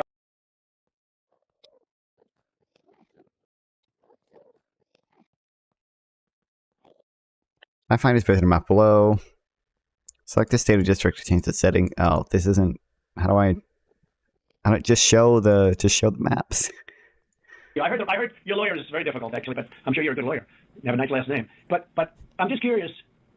Why do you keep fighting this thing? Okay, we can pause here. This off of Twitter videos? Yeah. What is this map? That's interesting. Yeah, so the issue is that okay, so this is important. Oh, One, wait, this is the delegation. Okay. Just because we're talking about Ruby Freeman, she'll come up later. 2 is because you can see that Trump might go on camera and say a bunch of retarded things about voter fraud, and then the impression might be behind the scenes. He's speaking with a lot more detail and precision, but he's not. He's repeating the same memes and stuff he's on Twitter to these guys behind the scenes, and he's also making claims that if you think for 2 seconds, the claim's impossible, right? Let's say that Ruby Freeman did. Pence is at 0.1. Let's go. AOC at 0.1. and 18,000 votes. How would you even know they were all for Democrats? How would the federal government know, but the state government didn't? Unless you think that all of them are also complicit in it. But then where's the proof of it? Like, there's just nothing. All of this are just like on memes that Trump has basically seen. And like, again, Raffensperger, Georgia, like these are all Republicans. Kemp is a Republican governor. They all are, have an incentive to play ball here if they really wanted to. Like, it helps them. Like, there's just Trump is never bringing up any solid evidence ever for any of these claims. But to be fair, if I could just comment on that, when I'm listening to that, it sounds like he genuinely believes there's shenanigans going. Like you even articulated earlier that he was anticipating manipulation, shenanigans to occur. So for him to say it's dangerous for you to ignore the shenanigans, why aren't you listening to what I'm saying? That sounds like a man who, not saying he's right, but to an intent, he genuinely the boots are done. Stuff is happening. It feels to me like when he says it's dangerous, that comes off more to me as a threat that it's dangerous for the Secretary of State to ignore these things because there might be criminal activity involved. And I think that the only issue I have is that every single thing that he brings up is so tenuous, and there's like no backing evidence for like I can speak to that. We can listen to just like 1 minute of this. I linked you another timestamp. Go here. Like only better again, destroy Trump in that debate. Hopefully, I would imagine. I would believe you. Dude, if Trump continues slurring like he did in that Elon Musk call, I mean. That's gonna be bad for him, dude. Like there might be some evidence in that direction if he like listed anything with like a degree of like backing ever. But what about the ballots coming from overseas being 100% military? Like he sounds like he genuinely believes that. But it's just not true, and they tell him slurring and lisping badly that whole call. Yeah, exactly. At 31 minutes. Oh, also, thank you. Yes, my Rumble viewers are real. Thank you. Yes. Ready? We'll just listen to like one minute of this up to like. They're not all bots. There are some real Rumble viewers. Let me know when you guys are here. 1.5. All set. I'm here. I'm ready. Okay. 3, 2. Wait, hold on. Wait. Yeah, we're good. Okay. 3, 2, 1, go. I don't know. It doesn't. I am a bot. Damn it. They're shredding thousands and thousands of ballots, and now what they're saying? Oh, we're just cleaning up the office. I don't think that's likely. Mr. President, the problem. Bernie would also destroy Trump. Be true. No, this isn't social media. This is Trump media. Pussy and bio. It's really not. It's not social media. I don't care about social media. I couldn't care less. Social media is big. I gotta go to bio real quick. I don't even know why you have a side because you should want to have an accurate election, and you're a Republican. We believe that we do have an accurate election. No, you don't. No, you don't. You don't have. Not even close. You're off by hundreds of thousands of votes, and just on the small numbers, you're off on these numbers, and these numbers can't be judged. Well, why won't? Okay, so you send us into Cobb County for signature verification, right? You send us into Cobb County, which we didn't want to go into, and you said it would be open to the public, and we could have our. So we had our experts there. They weren't allowed into the room, but we didn't want Cobb County. We wanted Fulton County, and you wouldn't give it to us. Now, why aren't we doing signature? And why can't it be open to the public? And I also would. I mean, I think Waltz is probably a good VP pick. Again, I don't really have any strong opinions on who vice president should be, but because realistically, what matters is that they're a Democrat tie-breaking vote in the Senate. Okay, I don't really care about much else. But it would have been really funny to see a Pete Buttigieg versus JD Vance debate. That would have been hilarious because of how charismatic Pete Buttigieg is and how well he can steer conversations. Every interview Pete Buttigieg has done, he kills it. It's so good. JD Vance is the exact opposite of that. It would have been hilarious, dude. It would have been awesome. Such a scumbag low. He thinks like a mob boss, and he was sitting, and he was the sitting president. Yeah, exactly. Yeah. Professionals do it instead of rank amateurs that will never find anything and don't want to find anything. I think Waltz will do fine. Well, I think he'll do fine. Yeah, I'm just saying. It would have been really funny to see Buttigieg versus Vance. Why don't you want to find? What? Start, go ahead. Yeah, okay, so why did you do Cobb County? We requested Fulton County, not Cobb County. Well, go ahead, please. Go ahead. We chose Cobb County because that was the only county where there's been any evidence submitted that the signature verification was not properly done. Well, no, but I told you, but we're not saying that. We're the agreed party. Fulton County, look, Stacey, in my opinion, Stacey is as dishonest as they come. She has outplayed you at every heart, at everything. She got you to sign a totally unconstitutional agreement, which is a disastrous agreement. You can't check signatures. You can't do that. I can't imagine you're allowed to do harvesting, I guess, in that agreement. That agreement is a disaster for this country. But you got you somehow to sign that thing, and she's outsmarted you at every step. And I hate to imagine what's going to happen on Monday or Tuesday, but it's very scary to people, where the ballots flow in out of nowhere. It's very scary to people. That consent decree is a disaster. It's a disaster. A very good lawyer who examined it said they've never seen anything like it. And okay, pause here, I guess. Yeah. So again, it's always just vague claims and a guy looked at this, but there's never anything concrete ever to work off of. It's always just it's literally the same memes. Even winning Georgia would have helped Trump. That's what he's going by for all of us. He never even or said not even the winning Georgia would have helped Trump. A great lawyer. They bring up. They bring up one thing, and then he's like, "Okay, what about this thing?" And then they talk about it, and then he's like, "What about this thing?" Lawyer. Yeah, it is crazy that he talks like that in real life, dude. But also, we'll get to these, I think, in the next section too, if you want. Okay, are you good to move to the next section, or? Yeah, I will say, if I were to listen to that the first time without knowing anything else, it does seem like he genuinely believes that shit. Possibly, yeah. I could see that being the case, but it's the only thing you heard, yeah. So, Next section, okay?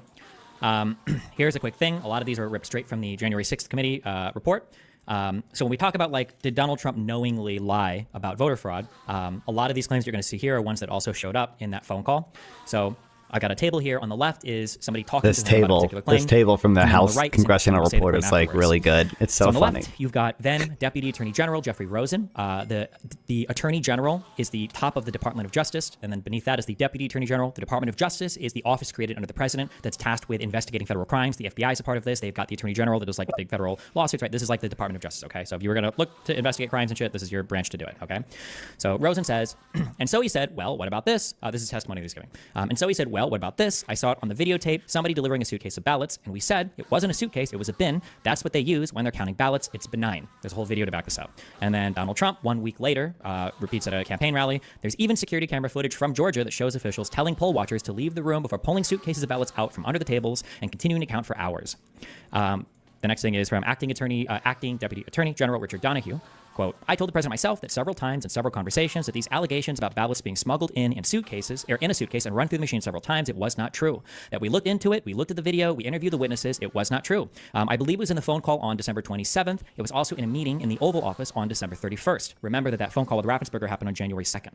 And then this is Donald Trump also saying on January 2nd, she stuffed the machine, she stuffed the ballot. Each ballot went 3 times. They were showing, here's ballot number 1, here it is a second time, third time, next ballot. From Brad Raffensperger. It was in that the phone call we just listened to. We didn't listen to this quote, but it's in that call. You're talking about the State Farm video, and I think it's extremely unfortunate that Rudy Giuliani or his people, they sliced and diced that video and they took it out of context. We did an audit of that, and we proved conclusively that they were not scanned 3 times. Yes, Mr. President, we'll send you the link from WSB. Trump, I don't care about a link. I don't need it. And then 1 day later, Trump says, quote, I spoke to Secretary of State Brad Raffensperger yesterday about Fulton County and voter fraud in Georgia. He was unwilling, unable to answer questions such as the ballots under the table scam, ballot destruction, out-of-state voters, dead voters, and more. He has no clue. So Trump said that at a rally, but it was before the phone call leaked, right? So that was Trump's summary of the phone call that he had with Raffensperger. This was with Attorney General Barr on December 1st. Barr's testimony. Then Trump raised the big vote dump, as he called it, in Detroit. And he said, people saw boxes coming into the counting station at all hours of the morning and so forth. I said, Mr. President, there are 630 precincts in Detroit, and unlike elsewhere in the state, they centralize the counting process. So they're not counted in each precinct, they're moved to counting stations, and so the normal process would involve boxes coming in at all different hours. And I said, did anyone point out to you, did all the people complaining about it point out to you, you actually did better in Detroit than you did last time? I mean, there's no indication of fraud in Detroit. And then 1 day later, Donald Trump says, I'll tell you what's wrong, voter fraud. Here's an example. This is Michigan. At 6:31 in the morning, a vote dump of 149,772 votes came in unexpectedly. We were winning by a lot. That batch was received in horror. In Detroit, everybody saw the tremendous conflict. There were more votes than there were voters. On the 27th of December, the president then continued, there are more votes than voters, but I was aware of that allegation, and I said, that was just a matter of them comparing the 2020 votes cast to 2016 registration numbers. That's not a valid complaint. 10 days later, Trump would say, more votes than they had voters, and many other states also. On January 3rd, Richard Donahue said, we would say to him, we checked that out, and there's nothing to it. And we would cite to certain allegations, and so, like such as Pennsylvania, right? No, there were not 250,000 more votes reported than were actually cast. That's not true. So we would say things like that. Donald Trump, 3 days after being informed of that on January 6th, this is during his big speech at the Ellipse, in Pennsylvania, you had 205,000 more votes than you had voters. And the number is actually much greater than that. That was as of a week ago. And this is a mathematical impossibility, unless you want to say it's a total fraud. On the phone call with Raffensperger, it's 4,502 who vote. Oh, Trump said it's 4,502 who voted, but they weren't on the voter registration roll, which they had to be. You had 18,325 vacant address voters. The address was vacant, and they're not allowed to be counted. That's 18,325. Raffensperger says, well, Mr. President, the challenge that you have is that the data you have is wrong. President Trump 2 days later said 4,502 illegal ballots were cast by individuals who do not appear on the state's voter rolls. Well, that's sort of strange. 18,325 illegal ballots were cast by individuals who registered to vote using an address listed as vacant, according to the Postal Service. Real quick, I'm sorry, actually, I think, just because I think it's funny. What's going to happen? Hold on, I'm going to find, that does come up in that conversation. You have all these different people that voted, but they don't live in Georgia anymore. What was that number, Cleo? That was a pretty good number, too. Yeah. Well, the number who had registered out of state after they moved from Georgia. And so they had a date when they moved from Georgia. They registered to vote out of state, and then it's like 4,500. I don't have that right. And then they came back in and they voted. And voted. No, that was a large number, though. It was in the 20s. And, the point is going through each of those as well, and those numbers that we got, that Ms. Mitchell was just saying, they're not accurate.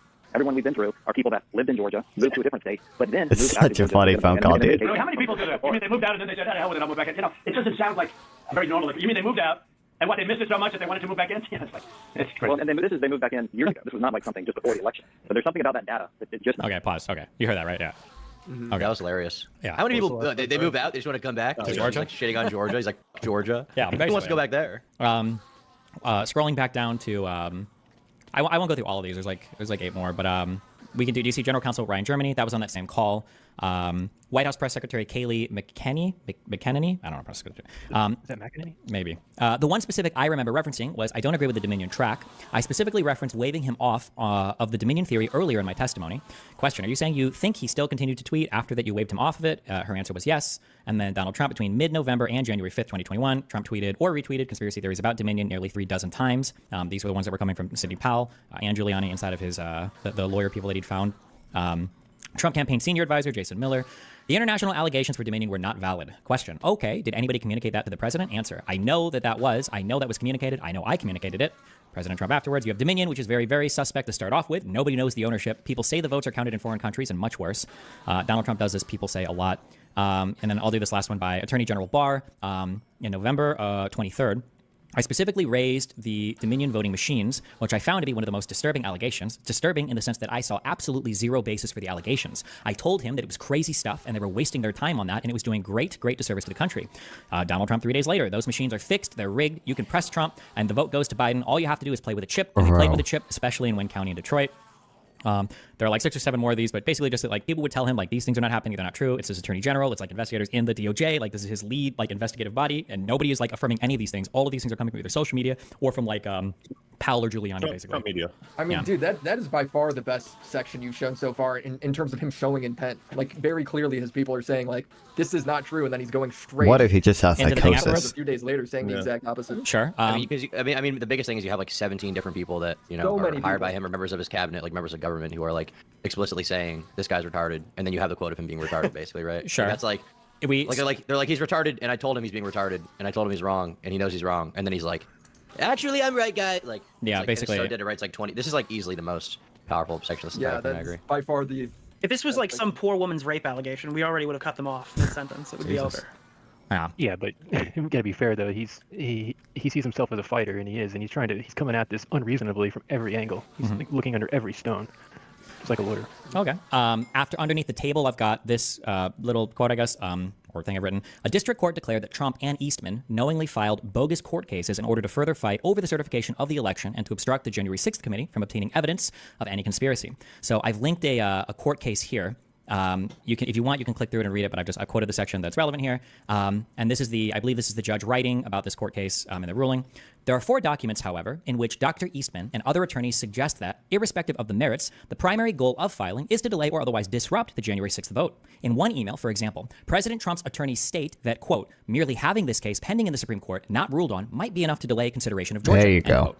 This email, read in context with other documents in this review, made clear that President Trump filed certain lawsuits not to obtain legal relief, but to disrupt or delay the January 6th congressional proceedings through the courts. The court finds that these 4 documents are sufficiently related to and in furtherance of the obstruction of crime. I want to sit here The crime fraud forever. exception applies, and the court orders Dr. Eastman to disclose the 4 documents. And then on December 4th, 2020, President Trump and his attorneys alleged in a Georgia state court action that Fulton County improperly counted a number of votes, including 10,315 deceased people, 2,560 felons, and 2,423 unregistered voters. President Trump and his attorneys then decided to contest the state court proceeding in federal court and discussed incorporating by reference the voter fraud numbers alleged in the state petition. So what he's saying here is that Trump's lawyers were saying, okay, the state court didn't give us what we wanted, so now we're going to appeal this. We're going to try this in federal court next. Okay, is what they're saying. And they're saying we're going to use the same complaint that we filed in the state to go to the federal court. On December 30th, 2020, Dr. Eastman relayed concerns from President Trump's team about including specific numbers in the paragraph dealing with felons, deceased, moved, etc. The attorneys continued to discuss the president's resistance to signing when specific numbers were included, as Dr. Eastman explained the next day. Eastman is one of Trump's lawyers. Quote, although the president signed a verification for the state court filing back on December 1st, he has since been made aware that some of the allegations and evidence proffered by the experts has been inaccurate. For him to sign a new verification with that knowledge and incorporation by reference would not be accurate, end quote. President Trump and his attorneys ultimately filed the complaint with the same inaccurate numbers without rectifying, clarifying, or otherwise changing them. President Trump, moreover, signed a verification swearing under oath that the incorporated inaccurate numbers, quote, are true and correct, end quote, or, quote, believed to be true and correct, end quote, to the best of his knowledge and belief. The emails show that President Trump knew that the specific numbers of voter fraud were wrong, but continued to tout those numbers both in court and to the public. The court finds that these emails are sufficiently related to and in furtherance of a conspiracy to defraud the United States. Does that make sense what I just read? Yeah, I do have a question. Right at the beginning, it reads, there are 4 documents, however, in which Dr. Eastman and other attorneys suggest that, and they have a line here that says, irrespective of the merit. Is that implying there might be merit to the case?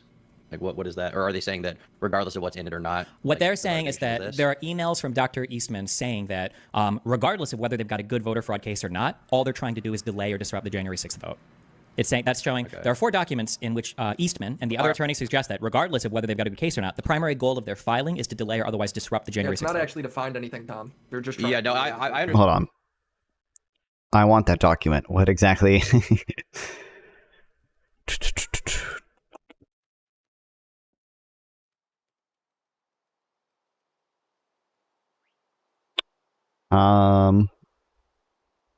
understand that. I'm just they've got it reads the court and to the public. The court finds that these emails ultimately filed the complaint with the same verification for the team. Appeal this. We're going to try this in federal court next. Okay, is what they're saying. And they're saying we're going to use the same complaint that we filed in the state to go to the federal court. On December 30th, 2020, Dr. Eastman relayed concerns from President Trump's team about including specific. Okay, wait. Let me just see if I can find it from the fucking PDF, because he has the thing here. I can read The that other attorneys who thing at the top. Okay, case 822 CV 00099 DOC DFM document 372 filed 10/19/22. There we go.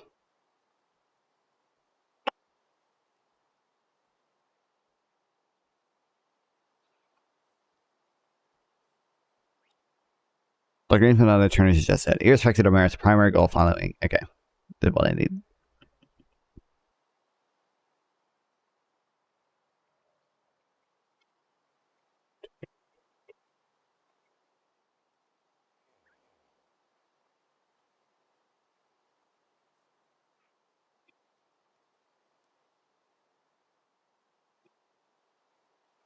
suggest that regardless of whether they've got a good case or not, the primary goal of their filing is to delay or otherwise disrupt the January 6th it's not vote. actually to find anything, Tom. They're just trying I understand that. I'm just this line irrespective of the merits. I mean, merits usually implies like there's some kind of I don't know, like some validity, right? Sure. It would be like, you know how when we were hanging out and you beat the shit out of me 15 times one of the nights because I was Cuban, you found out that I had some Hispanic in me and you were like, you want to beat the shit out of you, right?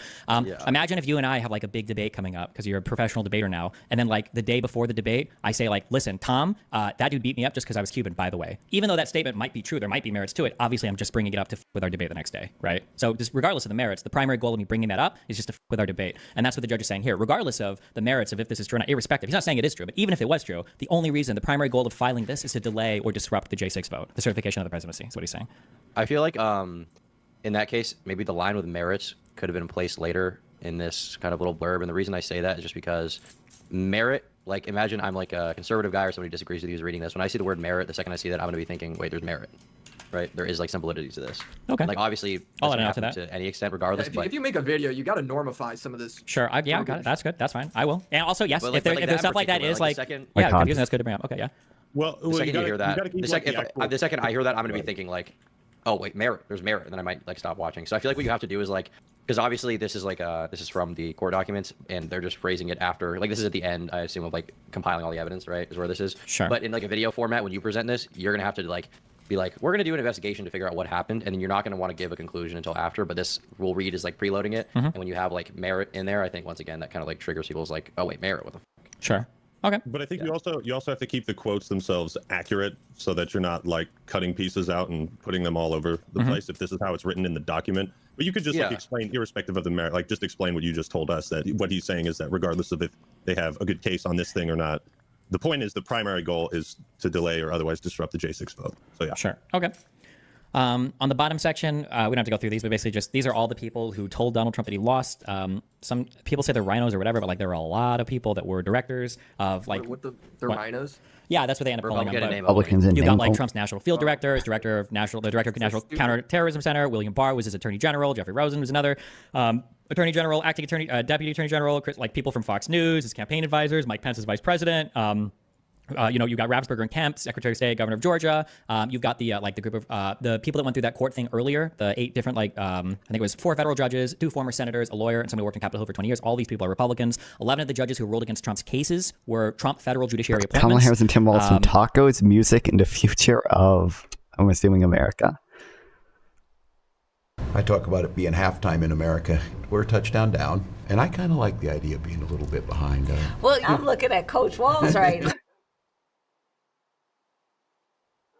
Hold on, there's gotta be a better version of this. 2 dispensers, not droppers, 4 redstone torches, 1 lever, 3 buttons, hole, and you're gonna be placing 11. What a one fucking dumbass and we got tutorial. an iron golem. Now you need to get rid of the block and try to push him in. It's actually really simple. As you can see, he just fell down. Here on top, you're going to be placing 2 temporary blocks just like this. Go a little down and try to face the dispenser. So yeah, this is what it should look like. It should be facing that. Works is actually really simple. So you're gonna go to this side dispenser and click the button. So you're gonna be throwing that infestation potion. And now you need to be a little careful. You're gonna open the trapdoor and set the campfire on fire and quickly close the trapdoor again. As you can see, if you did everything correctly, a lot of silverfish are gonna be spawning. But you need to be careful. We don't want the iron golem to die, so I want you to click the stop dispenser after about 40 seconds of lighting the campfire. So it's been kind of like 20 seconds, but I'm still gonna use it. This is gonna extinguish the iron golem, so now click. Okay. It again. Okay, and now as you can see, we got all of these silverfish. So you're gonna go down here and click the lever. And now the trident killer is gonna start killing them, and you're gonna be getting a lot of XP. Dude, look at all of those silverfish. Okay, see how this one... I'm hoping that silverfish can't fucking get stuck in this one. Okay, we'll build this one later. Ivanka and Kushner, have pushed against like a lot of this election stuff. Alex Cannon, Trump's campaign lawyer, said he told advisors there was no election fraud. Kellyanne Conway wrote in her published memoir that she told Trump that he lost. There's tons of people. One credible person that did side with him? Not that I'm aware of. Some people have kind of no. That the election was stolen. I'm not aware of any like prominent lawmakers or media people that are on that still. But I imagine a lot of them might also be afraid of the defamation stuff too if they're just lying about shit. If you want, okay, and then after, I don't know why I said everyone. Okay, underneath like all this, just a list of random people. So this is specifically related to that black box of stuff in Georgia. So I'll read this and then we'll just click through and watch these quickly.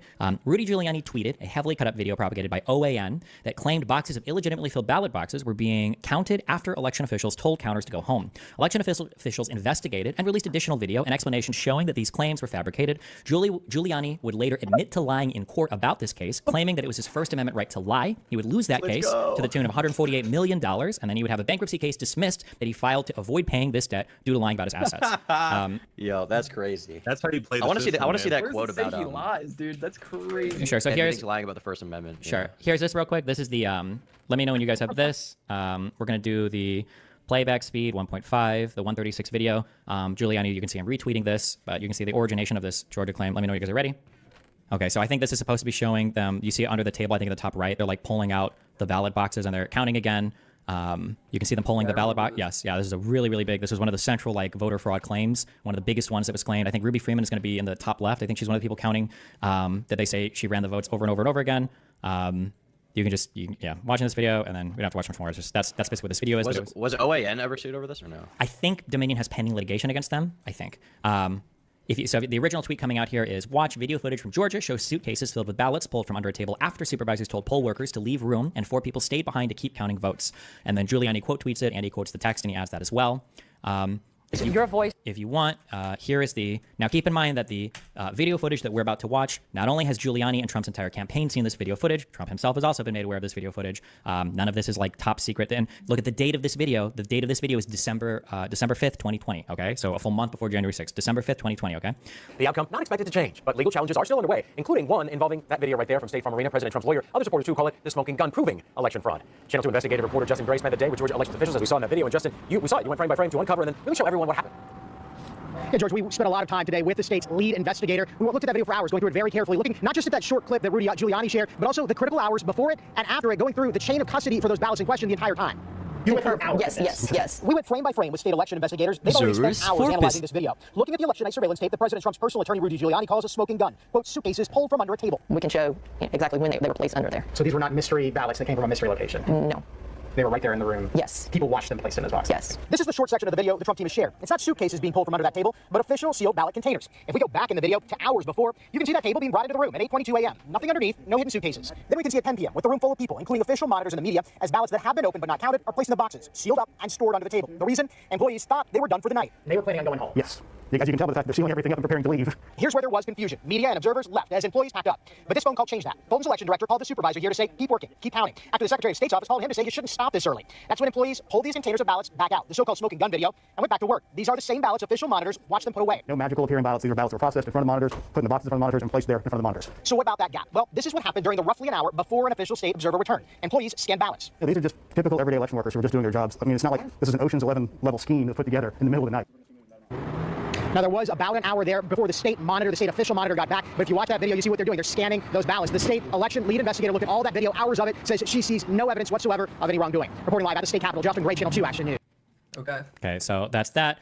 You can click if you don't trust my legal interpretation, you can click the first link says Giuliani would admit to lying. And that's basically it's a news article written about Giuliani claiming the First Amendment lets him lie about this particular case. But if you want, the next thing after... Where does he say that? Yeah, so in the next thing after, where it says claiming, can you click that and it'll open up a court pretrial thing. You see that?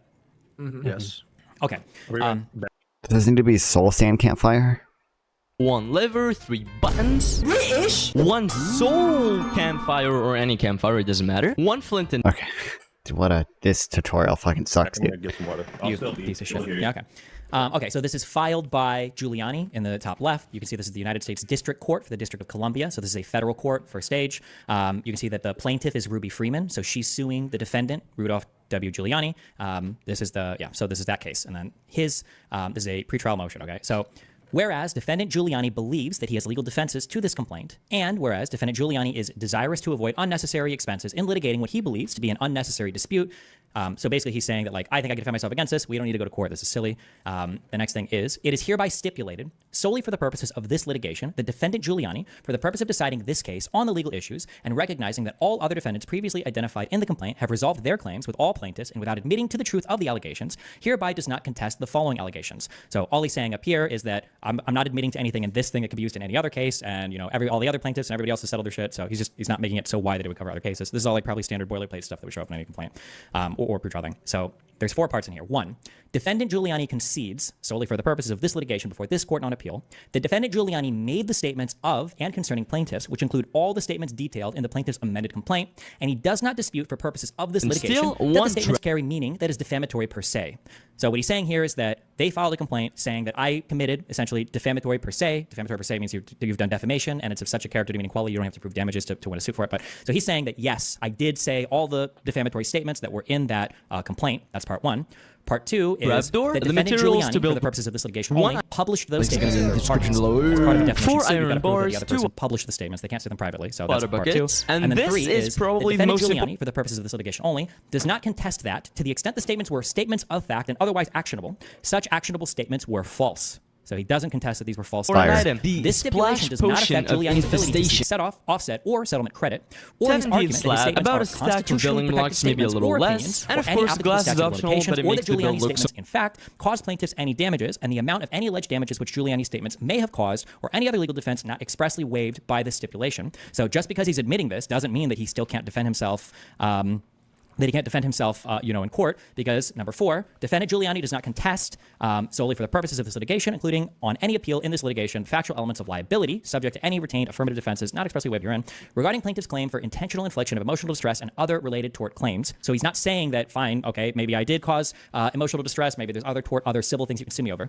This stipulation does not affect Giuliani's ability to seek set-off, offset, or settlement credit, or his argument that his statements are constitutionally protected statements or opinions or any applicable statute of limitations, or that Giuliani's conduct in fact caused plaintiffs any damages, and the amount of any alleged damages Giuliani's conduct may have caused, or any other legal defenses not expressly waived by the stipulation. So basically, and again, it's a lot of kind of like legalese, but basically what he's saying here is that, listen, everything you said in your complaint was true, and I did lie, and it even was defamatory per se. However, I have a constitutional right to say these particular things. And then if you don't trust, again, my interpretation of the document, you can either Google a ton of other articles or this article that I linked above, Giuliani claims the First Amendment lets him lie, that basically summarizes this if you don't believe my interpretation of it. But yeah, that's essentially... I can see why he lost. Yeah. So where is it him saying he lied? Can we read this line again?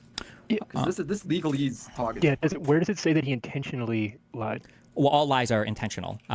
For a court, you wouldn't say somebody lied if they just got something wrong. Right. But hold on, let me click this again. This call's been going on so long, it's turned nighttime behind Warren, dude. Shut the fuck up. Hold on. So point 3 on this motion is the defendant Giuliani does not contest that.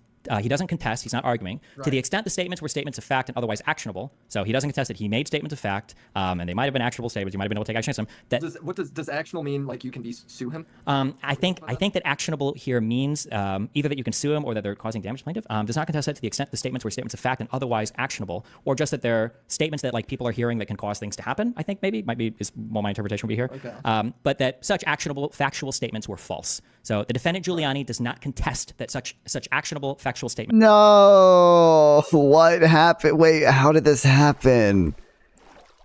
Oh my god, no.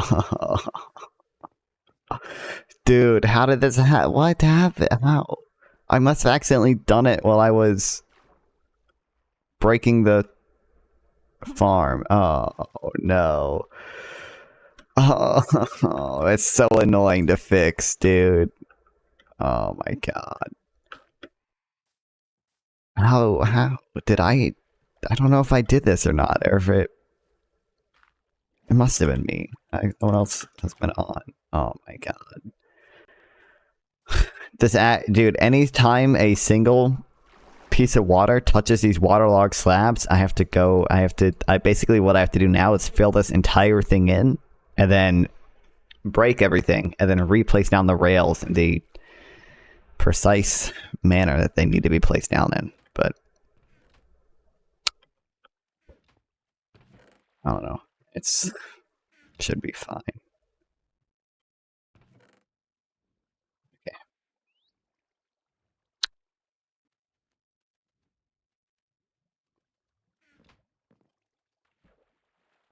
Were false. That's the part 3 He's of not this. even arguing that he believed it at any point. That's what that is saying. Correct. Yeah, that reads plain enough when you cut out all the bullshit. Sure, yeah. Out of curiosity, I looked up the OAN thing. They did settle a lawsuit in 2023 with a former executive of Dominion, and that executive's name is Eric Coomer, Coomer. I'm not making it up, but that's a real thing. But I'm gonna link the article here just in case. But yeah, it's pretty based. Okay. I'll say, but yeah, they did settle. Gotcha. So Giuliani would go on to lose this case, and I think he lost it was $148 million settlement to Ruby Freeman, who was probably one of the largest voter fraud. Ruby Freeman and Dominion are probably the two most brought up voter fraud things of that past election.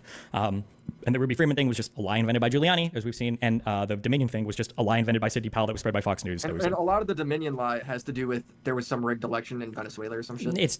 I can't give you a good. It was just basically claims saying that these machines are rigging the vote somehow. There is no good there's no factual reason to believe any of this. There's no good. Yeah, they're just saying Hugo Chavez because Venezuela and because buzzword, basically, yeah. Clickbait. Okay. Whew. All right. Moving to the next part. Okay. All right. As a quick civics thing, in the United States of America, citizens don't technically vote for president. The states vote for president, and the way that the states do it is they assign electors to a presidential candidate. Now, the way that all 50 states have decided to run their elections is they have their citizens all vote in a popular election, and then based upon who the majority of the citizens vote for, they assign their electors to vote for that presidential candidate. Does that make sense? Yeah. It's a little weird, and it's kind of not, we don't usually think of elections that way. We think of every individual voting, but this is how the voting system is constitutionally structured in the United States. Yeah. Okay. Kenneth Chesbrough was an attorney from Wisconsin who began working with the Trump campaign at the behest of Jim Troupis, another lawyer for Trump's campaign, around November 9th, 2020. He was responsible for the creation of the first few memos outlining a potential scheme that Trump could utilize to challenge the certification of the electoral vote on January 6th. Chesbrough believed that if people gathered and falsely attested to being legitimate state electors and transmitted said votes on December 14th to Congress and NARA, that it would keep Trump's chances alive to win the election should a court rule in his favor from between December 14th and the date that all electors in all 50 states certify their votes for president, and January 6th, the date that Congress was scheduled to count the electorate slates. ultimately, there were 7 different states whom were selected to send false slates of electors out from. Here are those states and the accompanying state laws that dictate how slates of electors were legally supposed to be chosen. And we don't have to go through all these, but these are just the 7 states of, like, this is what the law states, how you do your electorship. And then part 2 of all of these is, like, you can click, like, again, none of this is contested. In all 7 of these states, if you click on part 2, you can click the false slates of electors, and you can see the paperwork that was sent in. All of this paperwork that says that, like, we are the electors chosen by the state that was sent into NARA into Congress are false. These people were not voted for by the state. They weren't appointed or duly granted the authority or ascertainment or whatever by the legislature. The governor didn't sign off on it. All of this is a lie for all of these slates of electors. Yeah.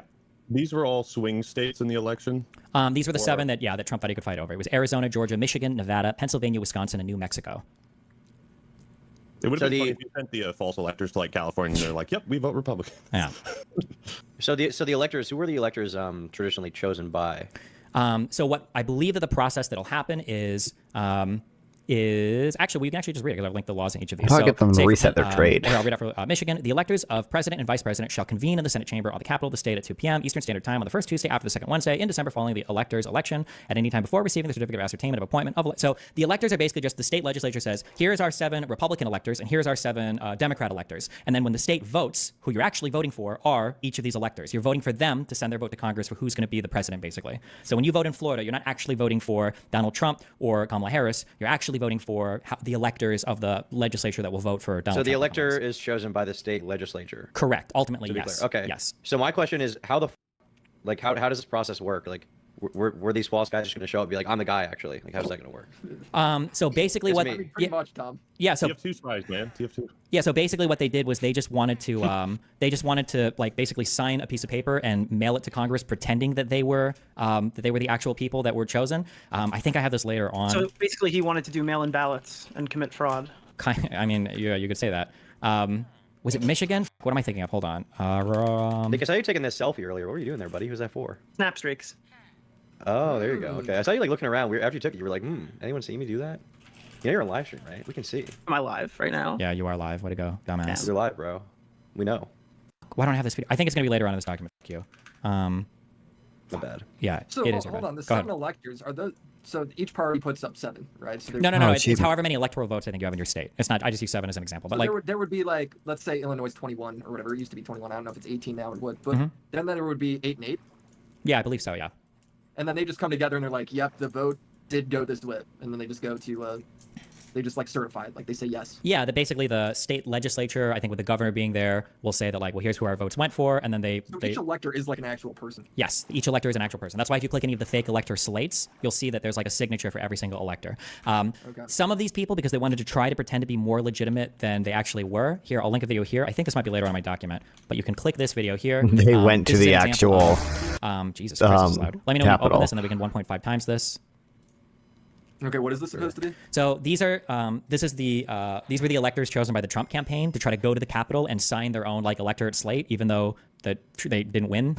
They didn't win, and none of this was real. But So only the electors that win go. correct, yeah, are the ones that are signed off by the governor to transmit their votes to Congress, saying that like yes, the state of Michigan is voting for all of our electoral votes. Yeah. Okay, and then we can watch this. Put it at 1.5. You're at the beginning. Let me know when you're ready to go. All set. Ready. 3, 2, 1, Ready. go. So you find out you can't enter? Yeah. Okay, you said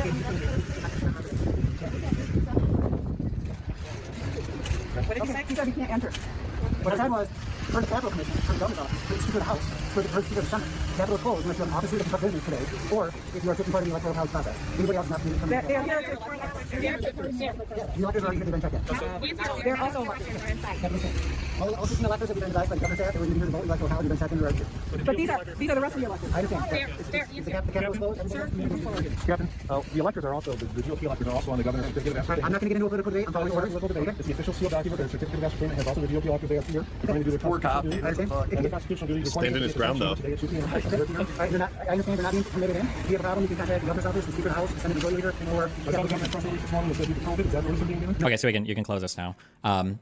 If you click underneath, if you look where I've got each of the 7 states, so like this is Michigan, for instance. So those people that you just saw, these are the this is the elector slate that they sent in, even though these people weren't the actual electors, even though these people weren't given a certificate of ascertainment by the governor, even though these people didn't represent the state legislature or the vote.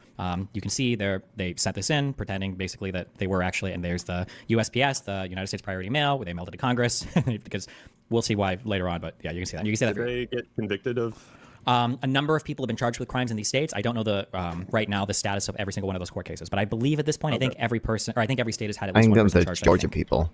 I think there have been pleaded guilty. some I know charges. Janice Ellis did, One along I with some read, other I can't co-defendants. And then my other question is, just curious how much longer you think this will go on. Not that it's like going too long, but about 30, 45 minutes, I gotta head out. Okay, I'll go as fast as I can. If you have to leave in the middle, that's fine. You're good. Okay. Okay, yeah. Well, yeah, don't just keep going at your pace. I'll just let you know if I gotta head out. Yeah. Okay, I'll read this excerpt from the J6 Select Committee below. On December 14th, using instructions provided by Chesbro, the fake Trump electors gathered and participated in signing ceremonies in all 7 states. In 5 of these states, Arizona, Georgia, Michigan, Nevada, and Wisconsin, the certificates they signed used the language that falsely declared them to be the duly elected and qualified electors from their state. This declaration was false because none of the signatories had been granted that official status by their state government in the form of a certificate of ascertainment. The paperwork signed by the fake Trump electors in 2 other states contained partial caveats. In New Mexico, the document they signed made clear that they were participating on the understanding that it might later be determined that we are the duly elected and qualified electors. In Pennsylvania, the document they signed indicated that they were participating on the understanding that if, as a result of a final non-appealable court order or other proceeding prescribed by law, we are ultimately recognized as being the duly elected and qualified electors. Okay, the next part is... So Chesbro was the guy that originally penned this idea. He admits even in his December 9th memo, quote, in conclusion, it appears that voting by an alternate slate of electors is unproblematic in Arizona and Wisconsin, slightly problematic in Michigan, requiring access to the Senate chamber, somewhat dicey in Georgia and Pennsylvania in the event that 2 or more electors don't attend, which requires a gubernatorial ratification of the alternates, and very problematic in Nevada, given the role accorded to the Secretary of State. So he's kind of like, he's going through like, this is kind of not legal, but it kind of could be, or maybe it could be. Like he's basically looking at every state to see like where around the edges they maybe could get away with doing something. But obviously like all of this is being done in bad faith, where they're just trying to assert that like, well, look, electors came from this state, even though they clearly didn't win the election there. On December 13th, Chesbro lays out to Eastman how Pence could declare the ECA. The Electoral Count Act is basically a law that tells Congress how to count the electoral votes. There's like a whole process where they unseal the vote and they count it and they all jerk each other off everything. Yeah, on December 13th, Chesbro lays out to Eastman, who's a Trump lawyer, how Pence, Vice President Mike Pence, could declare the ECA unconstitutional and disrupt the expected electoral vote count, proceeding to allow Trump to win the election. He says that Pence should break from the stated procedures of the Electoral Count Act, claiming it to be unconstitutional in violation of the 12th Amendment. Once Pence has recused himself from his role in the Senate, some other Republican leader will take over and act confused about how to read which slate of electors is legitimate. And then, quote, he then opens the 2 envelopes from Arizona and announces that he cannot and will not, at least as of that date, count any electoral votes from Arizona because there are 2 slates of votes. And it's clear that the Arizona courts did not give a full and fair opportunity for review of election irregularities in violation of due process. Basically what he's saying is that like on the day of counting the votes, Pence could basically say, listen, I don't know if I can actually do this. I either don't agree with the law as written because I think that I shouldn't be doing this, or I'm going to act confused and say, I don't know which votes to count. And then he'll put them aside. And like all of these different plans basically allow Pence to kind of circumvent how you would expect the Congress to count the electoral vote. There's kind of a lot of civics bullshit, but go ahead. Chesbro is a random lawyer guy that is basically giving the Trump campaign information on how to toss the election.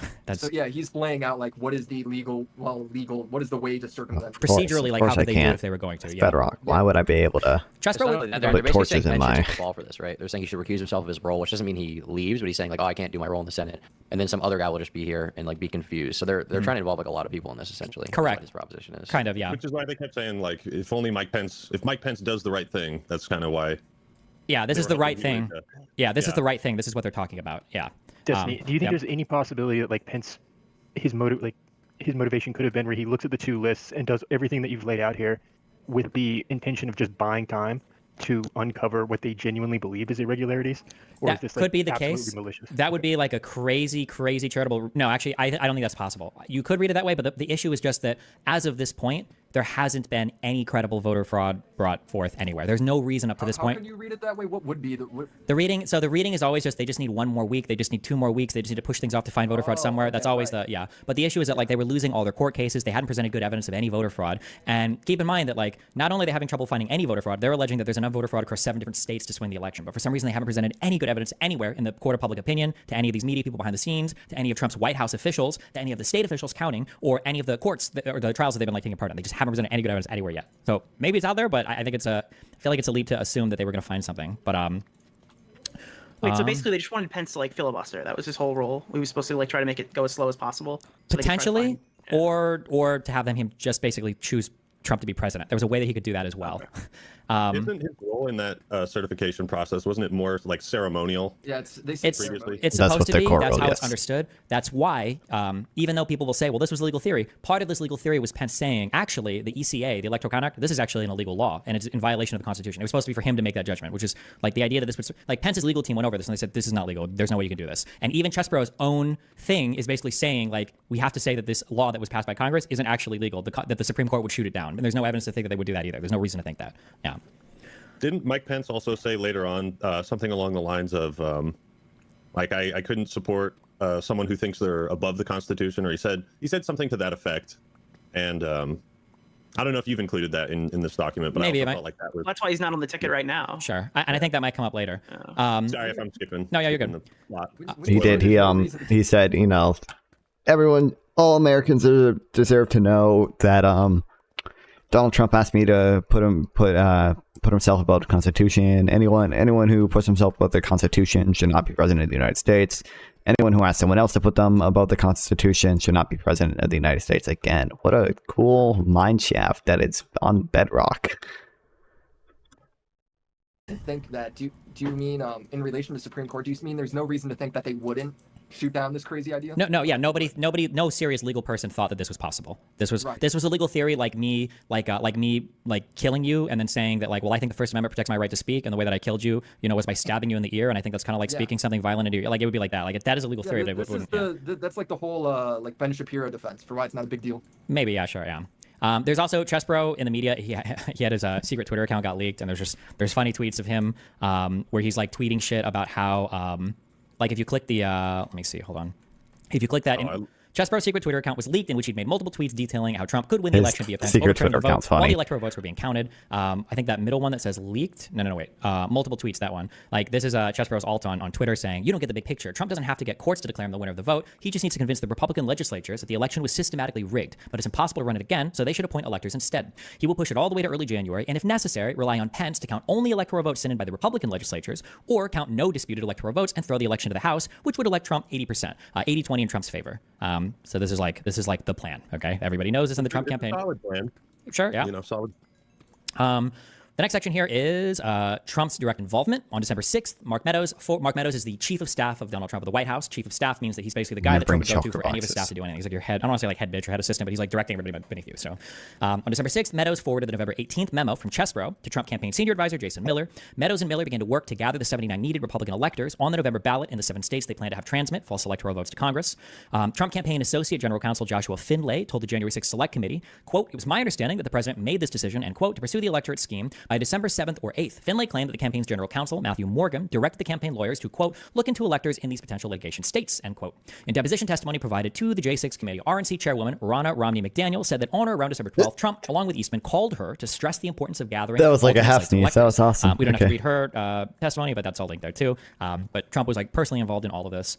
Testimony from Special Assistant to the President, Cassidy Hutchinson, also confirms that Trump knew of the legal dubiousness of the electoral plot, especially after most of the lawsuits had failed by mid-December and his legal staff on his campaign began to quit and distance themselves from the campaign. Quote, committee staff, to be clear, did you hear the White House counsel's office say that the plan to have alternate electors meet and cast votes for Donald Trump in states that he had lost was not legally sound? End quote. Hutchinson, yes, sir. Arizona Governor Doug Ducey. Oh, this was so when the Arizona governor was doing the certificate of ascertainment. You can click this if you want. It's just like a quick video that we can watch this. It's like 20 seconds or whatever. Timing of a cell phone ring played out Monday as if it was a TV political drama. Governor Ducey's cell phone has a special Hail to the Chief ringtone when the White House calls him. And it just so happened as the governor was preparing to sign certification documents of the election that would declare Joe Biden the winner. Listen closely. He gets a phone call. The faint sound of Hail to the Chief can be heard. Ducey didn't take the call, and with his signature, affirmed he's rejecting Trump's ever more aggressive attempts to stall certification of elections in swing states. Later in the day, again, and the video there, yeah, just Trump is like literally making phone calls to people to try to get them to like not sign off on their electoral votes and shit. That does seem like it plays out like it's television for sure. Yeah, it's pretty goofy.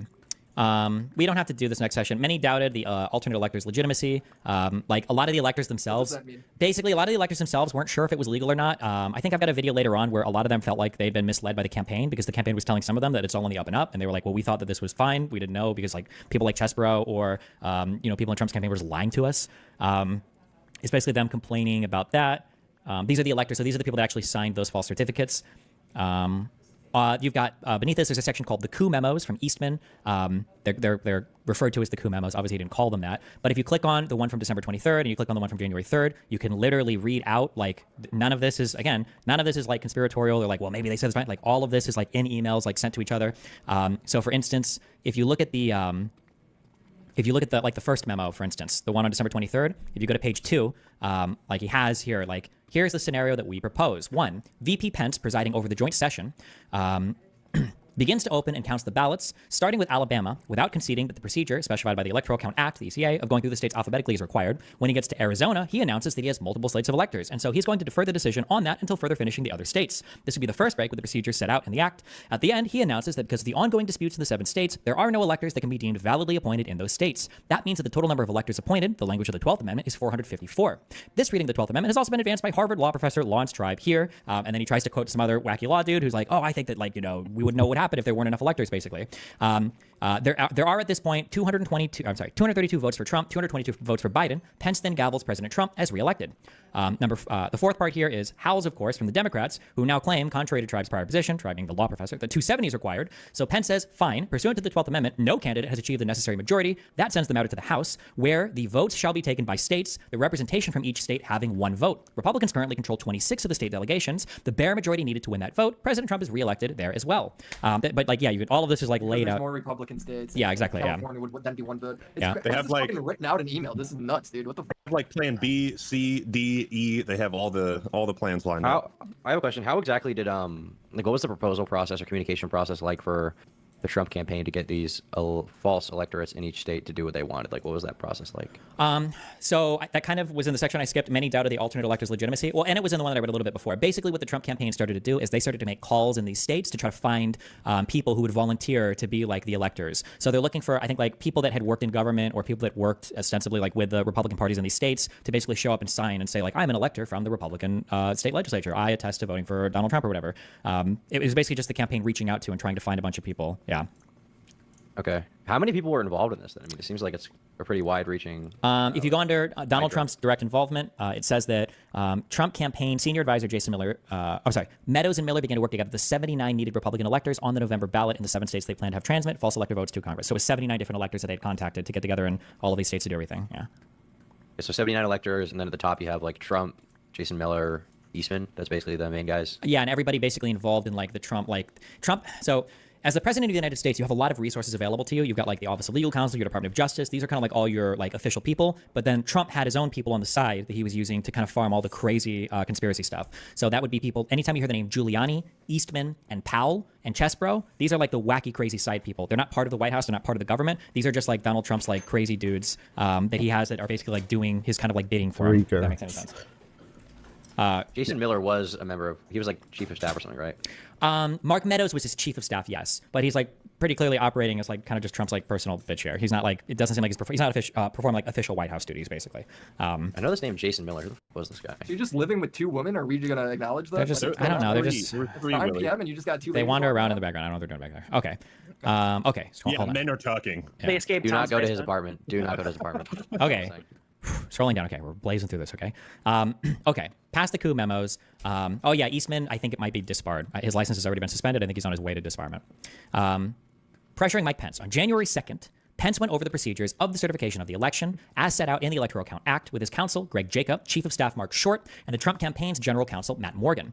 Mark gave a statement to CNN intending to clarify that the vice president does not have the power to unilaterally change the election outcome, attempting to clarify as concisely as possible to the public as to the role of the vice president on January 6th, and that only lawful objections to the election should be entertained. On that same day, on Steve Bannon's show, Bannon's War Room, they went live with an episode featuring Rudy Giuliani, Trump campaign strategic advisor Boris Epshteyn, and John Eastman. So I won't make you watch this, but like you can click at whatever point. But like this is just like basically it's a Steve Bannon show. Remember, that's the Breitbart guy. Worked with the Trump campaign before. He's been pardoned by Trump. So Giuliani, Eastman are on the show, and they repeated many of the same false claims, both about voter fraud existing across multiple states. And Eastman continued to falsely assert that Pence has the authority to contravene the Electoral Count Act and subvert the expected process on January 6th to certify the election. He also claims that Congress can make a decision on their own. can make a decision on their own about which slates of electors to accept, hoping that the states will accept all the Republican slates due to the false claims that they were continuing to push concerning voter fraud. Eastman said that the outcome of the election comes down to the courage and spine of Mike Pence. In his January 3rd memo, where Eastman goes over several ways for Trump to remain president, he makes it clear that the only way Trump can possibly steal the election is if Pence acts in a way contrary to the ECA. So Pence has to break the law of the Electoral Count Act in order to make this plot work. No, he has to do the right thing. Yeah, true. On January 4th, Trump and Eastman hold a meeting with Pence to pressure him to throw out the election. Go ahead. Yep. Where are they very clear about like when you have this written out here, Eastman goes over several ways for Trump to remain president. It makes clear that the only way Trump can possibly steal the election is if Pence acts in ways contrary to the ECA. That's written in the memo. That open earlier? Yes. Yeah, that was the one we brought up because they were saying he needs to basically say the ECA. Right. Okay. Yeah. If you want, here, trying not to bore you too much with the legalese stuff, but so open this thing and you can see the January 6th memo. Yeah. So scroll down here and on the PDF, go to page 4. Okay. And you see this thing called Wargaming the Alternative. Or no, wait. I'm sorry, hold on. Actually, scroll up. Go to part 2, basically. Okay. It's like at the bottom of page 2, top of page 3, kind of part 2. Okay. Yep. So it's kind of confusing the way that they're saying this, but 2 is the constitutional and statutory process for opening and counting of electoral votes. A, the 12th Amendment provides that the President of the Senate shall, in the presence of the Senate and House of Representatives, open all the certificates and the votes shall then be counted. 1, this is very solid legal authority and historical precedent for the view that the President of the Senate does the counting, including the resolution of disputed electoral votes. And all the members of Congress can do is watch. Now, it's weird, but okay. Civics, okay? We have 3 branches of government, okay? We've got the executive, which is the president. You've got the legislative, which is Congress. And then you've got the Supreme Court, which is the Supreme Court, right? The courts, right? There's a thing that powers all 3 of these branches called the Constitution, okay? Sometimes people say like constitutional law or the law of the Constitution. While it's kind of true, the constitutional law, Constitution, does not sit on the same level as the laws passed by Congress. It powers the Congress, okay? The Constitution is always the supreme law of the land. So whenever he's referencing and hear things like the 12th Amendment, what he's saying, and it sounds like, oh, the 12th Amendment, what he's saying is, I think that this law passed by Congress isn't allowed. I think that if it got challenged in the Supreme Court, they would say that this law is unconstitutional because of the 12th Amendment. Amendment is the Constitution. Correct, yes. Yeah. But when he's alluding to the 12th Amendment here, he's trying to say that I don't think the Electoral Count Act, I don't think that's a legal law. I think that the 12th Amendment would overrule that. But that's just his opinion. The Supreme Court hasn't ruled on that. He's just saying it, right? And then that's why you believe in this constitutional amendment. Well, not the constitutional amendment. He's saying he doesn't believe in this law passed by Congress, basically. Yeah. Oh, okay, that's why you see here, and like in B in the next section, it says the Electoral Count Act. Oh, you're referring to the woman that Destiny has in the background, aren't you? Yeah, the three woman.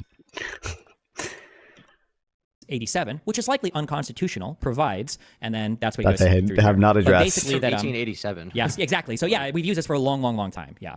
And then if you go down to part 3, where it says, and it was not only that, it's been upheld in the court before. I think in the 1800s the Supreme Court upheld it, and B, the District Court of Columbia upheld it as well, because there was a Wisconsin voters case that went all the way to the District Court of Columbia, and it got struck down there, or their case got struck down. The law was upheld, and there was some 1800s court case that ruled it constitutional too.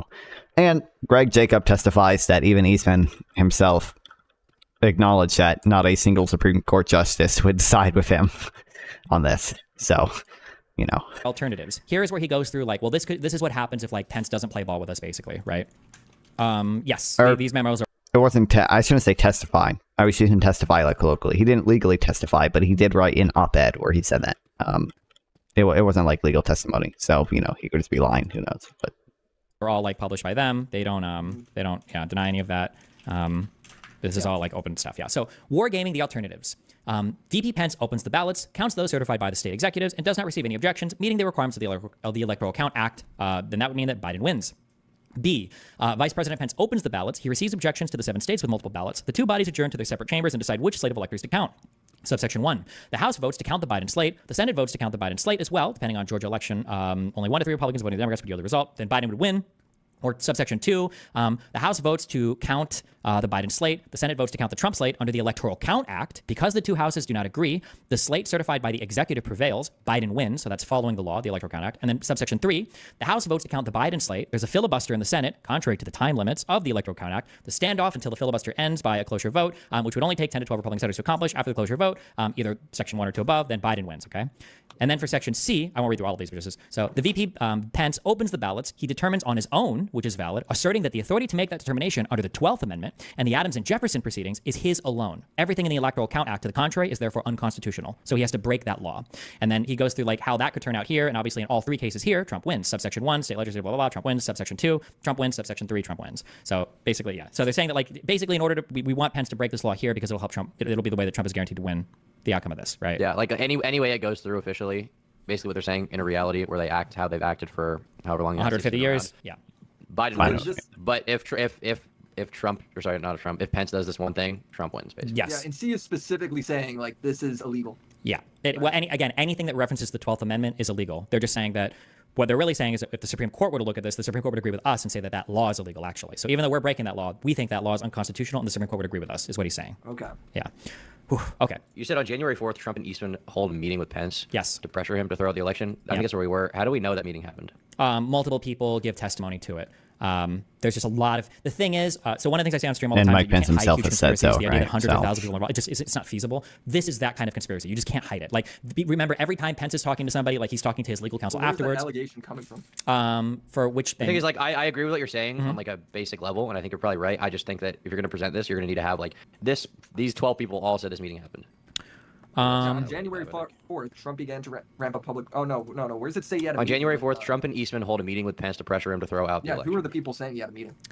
Okay, I'll add that. I'll add a link to that in there. Testimony. Did you ever discuss what Trump's response to all this was? Trump's response was to go to the Supreme Court. I and say need he needs criminal immunity. Absolute immunity from criminal actions unless he's been impeached for it first. That's been Trump's response to all of this. We'll get to that. Yeah. Okay. Are you showing us all this stuff, basically trying to find the best way to present your arguments to kind of a more like layman audience like us, like guys who aren't super into politics typically? Is that kind of yeah, basically, because there's like, well, you're not retarded, but there's a lot here, and there's like a lot of like, there's like this could be like 5 times longer, right? The J6 committee report, just on their report on everything that happened, is like 800 pages long. So I've cut out a ton, and I'm trying to be like, and even from this, if I were to make like a 10 or 20 minute video on this or 30-minute video, I have to cut out even a lot of this. So I'm just trying to see what's the most compelling or what's like, does it like, who cares about this or whatever, right? Yeah, gotcha. Okay. On the night of January 4th, Trump began to ramp up the public pressure against Pence, calling for him to come through for us in a Georgia rally. So there's a breakout here. Donald Trump in a January 4th rally in 2021. Quote, I think a lot of you despise them. As you know, there's nothing the radical Democrats will not do to get power that they so desperately crave, even the outright stealing of elections like they're trying to do with us. We're not going to let it happen over the pass. And I hope Mike Pence comes through for us. I have to tell you, I hope that our great vice president comes through for us. He's a great guy. Of course, if he doesn't come through, I won't like him quite as much. No, Mike is a great guy. He's a wonderful man and a smart man and a man that I like a lot, but he's going to have a lot to say about it. One thing with him, you're going to get straight shots. He's going to call it straight. And you can click that link if you want later. You can watch it. It's just Trump speaking at a rally. On January 5th, another meeting was between Eastman and Greg Jacob and Mark Short. Jacob recorded Eastman's request that the vice president needed to unilaterally reject the electors. Trump made multiple tweets that morning, one claiming that 2 senators would join in his plot in the Senate to stop the steal, another claiming that the vice president has the power to reject fraudulently chosen electors, applying more pressure to Pence. At Trump's request, him and Pence had another meeting that same day. Although the J6 committee was unable to inquire about the exact details of the meeting, Mark Short seems to suggest that it was concerning Trump requesting Pence once again toss the votes during the certification. That night, in response to a New York Times article leaking the earlier conversation, Donald Trump put out a statement containing multiple lies, the principal one being that him and Pence were in total agreement about what Pence could do on January 6th. I think this is a tweet that includes a statement by Donald Trump. Mike Pence has an interview that he gave on Fox News, kind of talking about all this stuff going on. He says, I had no right to overturn the election, and despite the fact that President Trump is continuing to insist that over the last 2.5 years, I want people to know that I stood strong on the Constitution that day, by God's grace, and I always will. All they asked you to do was to just take a pause that day. I say that's completely false, and it's contrary to American history, to our Constitution, to the laws of this country. I never considered it, Martha. Look, the first time when I heard the speculation that I, as the vice president, had the authority to overturn the election by returning or rejecting votes, I frankly dismissed it out of hand. Look, the founder, blah, blah, blah, blah, blah. But there are those in our party who believe that, as the presiding officer over the joint session of Congress, that I possess unilateral authority to reject electoral college votes. And I heard this week that President Trump said I had the right to overturn the election. But President Trump is wrong. I had no right to overturn the election. The presidency belongs to the American people and the American people alone. And frankly, there is no idea more un-American than the notion that any one person could choose the American president. I was clear to Trump. This is all a clip of him on Fox News saying. Yeah, you can click the Fox News link and you can hear him. He's just saying all of this. It's an open interview. Yeah.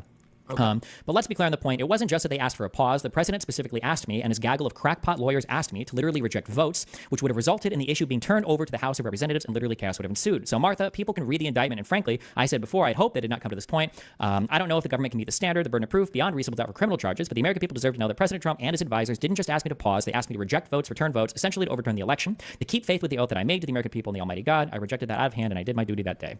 That's Pence in an interview in 2023, August 2nd. Okay. That same night, The electric fence. Yeah, I think this is on January 5th. That same night, Steve Bannon went live with another episode of The War Room, applying even greater pressure to Pence while claiming, quote, all hell is going to break loose tomorrow. Just understand this, all hell is going to break loose tomorrow. It's going to be quick. It's the fall of war, end quote. Bannon also discussed putting Senator Grassley's number on the screen and suggested they encourage users at thedonald.win to contact the senator. Pence ultimately carried out his constitutional duty as vice president and certified the vote for Biden on January 6th. Okay, here, listen. We don't have to do J6. I'll just do these last two sections and I'll catch up. We'll see where we're at, okay? All right. The next section is pressuring the Attorney General for false election claims. So under Barr's final days, President Trump began making claims of voter fraud on the same night of the election before all the ballots had even been counted. On November 9th, 2 days after Biden was declared the winner, Barr authorized widespread investigations by the DOJ and the FBI into allegations of voter fraud. On November 23rd, Trump had a meeting with Barr trying to figure out why the DOJ didn't have any strong cases yet for voter fraud, with Barr explaining that all of the accusations that had been made were without merit. On November 29th, Trump falsely claimed on Fox News that the FBI and DOJ were missing in action and that he would stay out of it despite him interfering at multiple levels of federal and state government in investigations into voter fraud. On December 1st, Barr invited an AP reporter for an interview about the ongoing DOJ and FBI investigations, stating that they'd found absolutely nothing credible up to that point. Trump fought with Barr over the following 2 weeks, desperately attempting to get him to substantiate any kind of voter fraud, repeating the same false claims to Barr that he had been over the last month. Nothing was ever substantiated, with Barr eventually turning in his resignation on December 14th. You can read the just two excerpts from Barr's deposition. And in that context, I made clear I did not agree with the idea of saying the election was stolen and putting out this stuff, which I told the president was bullshit. And, I didn't want to be a part of it. And that's one of the reasons that went into me deciding to leave when I did. I observed, I think it was on December 1st, that, I believe you can't live in a world where the incumbent administration stays in power based on its view, unsupported by specific evidence, that there was fraud in the election. Good, that guy. This next section here is, Clark is introduced to Donald Trump. On December 15th, Trump had a meeting with his new acting attorney general, Jeffrey Rosen, and his new deputy attorney general, Richard Donahue, and then a bunch of other, a couple lawyer people, Pat Cipollone, Chief of Staff Mark Meadows, other people. This meeting was largely focused on a report on the Dominion machine fraud by the Allied Security Operations Group, which Barr had the DOJ investigate and found no evidence supporting. I won't go into all of this, but there's this group called ASOG. This report is a joke for 50 billion different reasons. If I have to get into that future, I can, but Barr and the DOJ had already looked into this and all of it was bullshit. On December 22nd, Representative Scott Perry introduced Donald Trump to Jeffrey Clark, the acting head of the Civil Division and head of the Environmental and Natural Resources Division at the Department of Justice, environmental law, basically. On December 24th, Trump mentioned Clark's name to Rosen, which was his attorney general, which Rosen felt was strange because he had no idea why Trump would be communicating with Clark, and Clark communicating with Trump would be against the DOJ policies. So you've got the president, you've got his attorney general, and the president shouldn't really be going into the Department of Justice and talking to people in the DOJ. It's an egregious breach of norms and it's a violation of department policies for obvious reasons. You don't want the president going in and talking to underlings, telling them what to do. It would undermine the Department of Justice, right? Who even is this random guy? I've never even heard of this role before. Who's in the Department of Justice? The president of the United States, with the authority granted the Constitution, is allowed to choose his officers, who are the head members of the offices that he has. The Department of Justice is one such office. He can pick the head, but then that guy, those people, depending on how Congress says, they fill out the department. So he doesn't pick every single person. He just picks the officer, and sometimes inferior officers if but generally they do all that. Unitary executive theory. Just who is this random? I've never even heard of this role. Yeah, Why that's is he talking to this. sure. That's what. Good question. That's what Clark and Donahue are wondering. I don't know why the f you're talking to this random dude. It's because Rick Perry, basically a guy in Congress, introduced him to Trump because Clark seemed like a cool guy that would play ball. We'll get to that. This is coming over here. On the 27th, President Trump had another phone call with Rosen and Donahue, in which he continued to make false claim after false claim, with Donahue debunking each and every claim. The Georgia claims about Ruby, the Pennsylvania claims of the 205,000 supposed additional votes, the ASOG report, et cetera, et cetera. Eventually, during this phone call, Rosen said to Trump that he needed to understand, quote, understand that the DOJ can't and won't snap its fingers and change the outcome of the election. It doesn't work that way. Trump responded to Rosen saying, quote, I don't expect you to do that. Just say the election was corrupt and leave the rest to me and the Republican congressman, end quote. No. Yeah. No. So Donahue explained in his deposition that this was an exact quote from the president. So this is a deposition that Donahue's given, under oath. This was an exact quote from the president. He attests to this. Trump brought up that people had told him that Jeffrey Clark is great and that he should put him in, laying the groundwork for the events to come. So again, Trump is bringing up Clark to Donahue and Rosen. On December 28th, okay, so we're about a week and a half out from January 6th. On December 28th, Clark had Ken Pawlowski, who was a senior counsel under Clark in the DOJ Civil Division, draft a letter to the Georgia governor and legislature alleging that the DOJ had, quote, identified significant concerns that may have impacted the outcome of the election in multiple states, including the state of Georgia, end quote. Everything in the letter, however, was a lie. The DOJ had zero reason to suspect any voter fraud at this point in time, and every investigation thus far had been a dead end. Clark emailed Rosen and Donahue asking for a promotion so his title would look more authoritative on the letter, as well as requesting both of them to sign a letter. So you can click here like that Clark emailed, and you can see like this is the email that he sent. From Jeffrey Clark, Jeff and Rich. 1, hey, I'd like to have your authorization to classified briefing over some voter fraud stuff. 2, attaches a draft letter concerning the broader topic of election irregularities of any kind. The concept is to send it to the governor, speaker, and president pro tem of each relevant state to indicate that in light of the time urgency and sworn evidence of election irregularities presented to courts and to legislative committees, the legislatures thereof should each assemble and make a decision about elector appointment in light of their deliberation. I set it up for signature by the 3 of us. I think we should try to get out as soon as possible. Personally, I see no valid downsides to sending out this letter. I put it together quickly and would want to do a formal site check before sending, but I don't think we should let unnecessary moss grow on this. As a small matter, I left open me signing it as the AA Attorney General, which I think stands for, it's like the underneath the Deputy Attorney General or something. After Acting Attorney General. No, not acting. It's something else. It's like you've got the Attorney General, you've got the Deputy Attorney General, and then you've got the it's like the Assistant Attorney General. So he would be the Acting Assistant Attorney General is what he would be. Okay. And he's saying like, oh yeah, like if you promote me, yeah, you can designate me as the Acting AAG of Civil under the titles and wholesale opinion, blah blah blah. But that was that. Jeffrey Clark, you can click just to. Underneath this, you've got Donahue responded. If you click that responded, you can see their responses to him. You can see from Jeffrey Rosen, he says, Rich, thanks for responding to this earlier. I confirmed again today that I am not prepared to sign such a letter. You can also see the email from Richard Donahue to Jeffrey Clark saying to Jeff, I've only had a few moments to review this draft letter, and obviously there is a lot raised there that would have to be thoroughly researched and discussed. That said, there is no chance that I would sign this letter or anything remotely like this. While it may be true that the department is investigating various irregularities in the 2020 election for president, something we typically would not state publicly, the investigations that I'm aware of relate to suspicions of misconduct that are at such a small scale they would simply not impact the outcome of the presidential election. AG Barr made that clear to the he basically just goes through like roasting Clark in this email back to him, saying that like, yeah, would never, ever, yeah.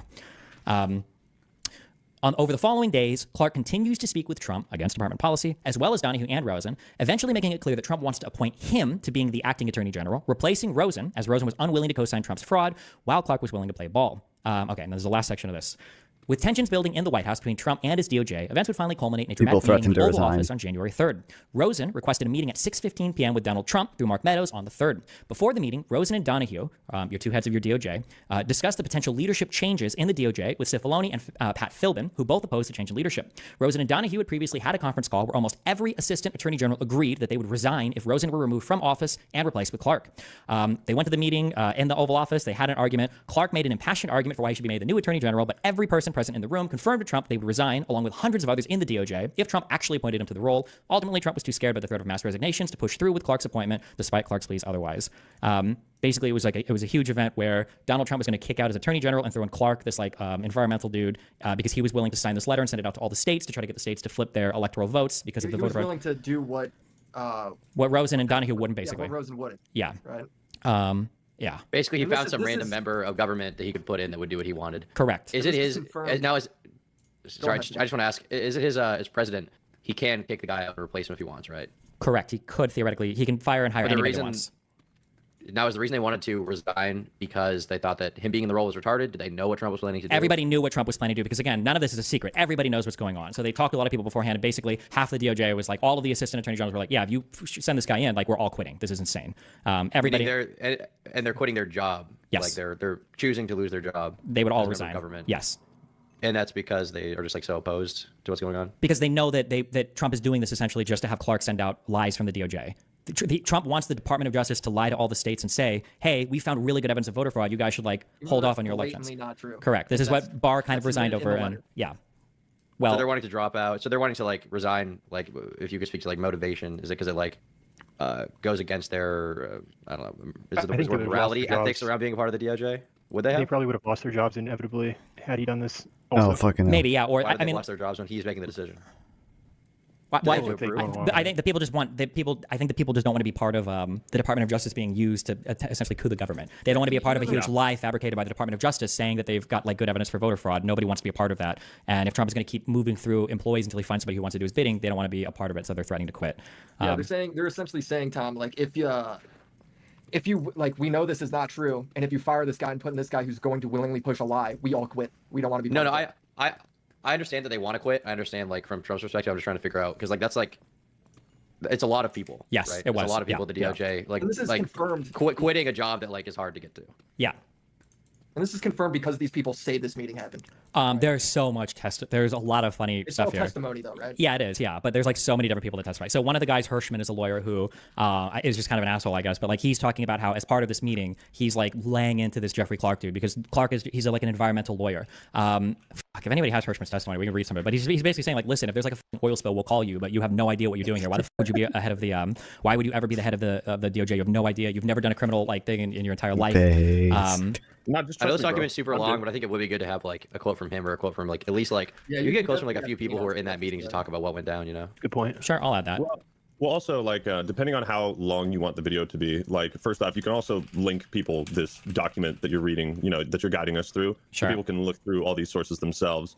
But also, you don't also have to verbally say everything. Like, you can put the testimony or quotes on screen if you want to save time that way, too. Like, yeah, just sure. in terms of That's the true. overall length. But I think for everything that you say with like specific events like this, you should have, let's say you're making it into a video essay, okay? You should have at least one specific sort of like moment that shows that it happened, because if you don't, it's very easy to say like that didn't happen. Obviously, to an extent, there's going to be a lot of people who are unwilling to hear it and are going to be like, well, that person lied, that person lied, that person lied, Trump's based or whatever. But I think like at least having more proof for each claim and however you present it will help like people who aren't sort of about it, for lack of a better term, I agree Is with the that. end game for this project like a video essay? I think so. Yeah, I'm not entirely 100% sure what it'll look like yet, but yeah. Okay.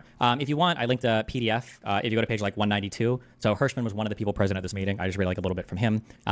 Remember, every deposition that's linked, every deposition is done under oath. All of these things are done under oath. This isn't just like conversations. You do this, and if you lie, you could be held criminally liable for obstruction of justice, whatever. Question from the interviewer. Or the deposer. I know we're running out of time if we have to leave for a flight, so I'd like to return to Jeffrey Clark's story. So rather than me asking you a lot of detailed questions, why don't you just sort of start with, what's your understanding of how Jeffrey Clark came to the president's attention?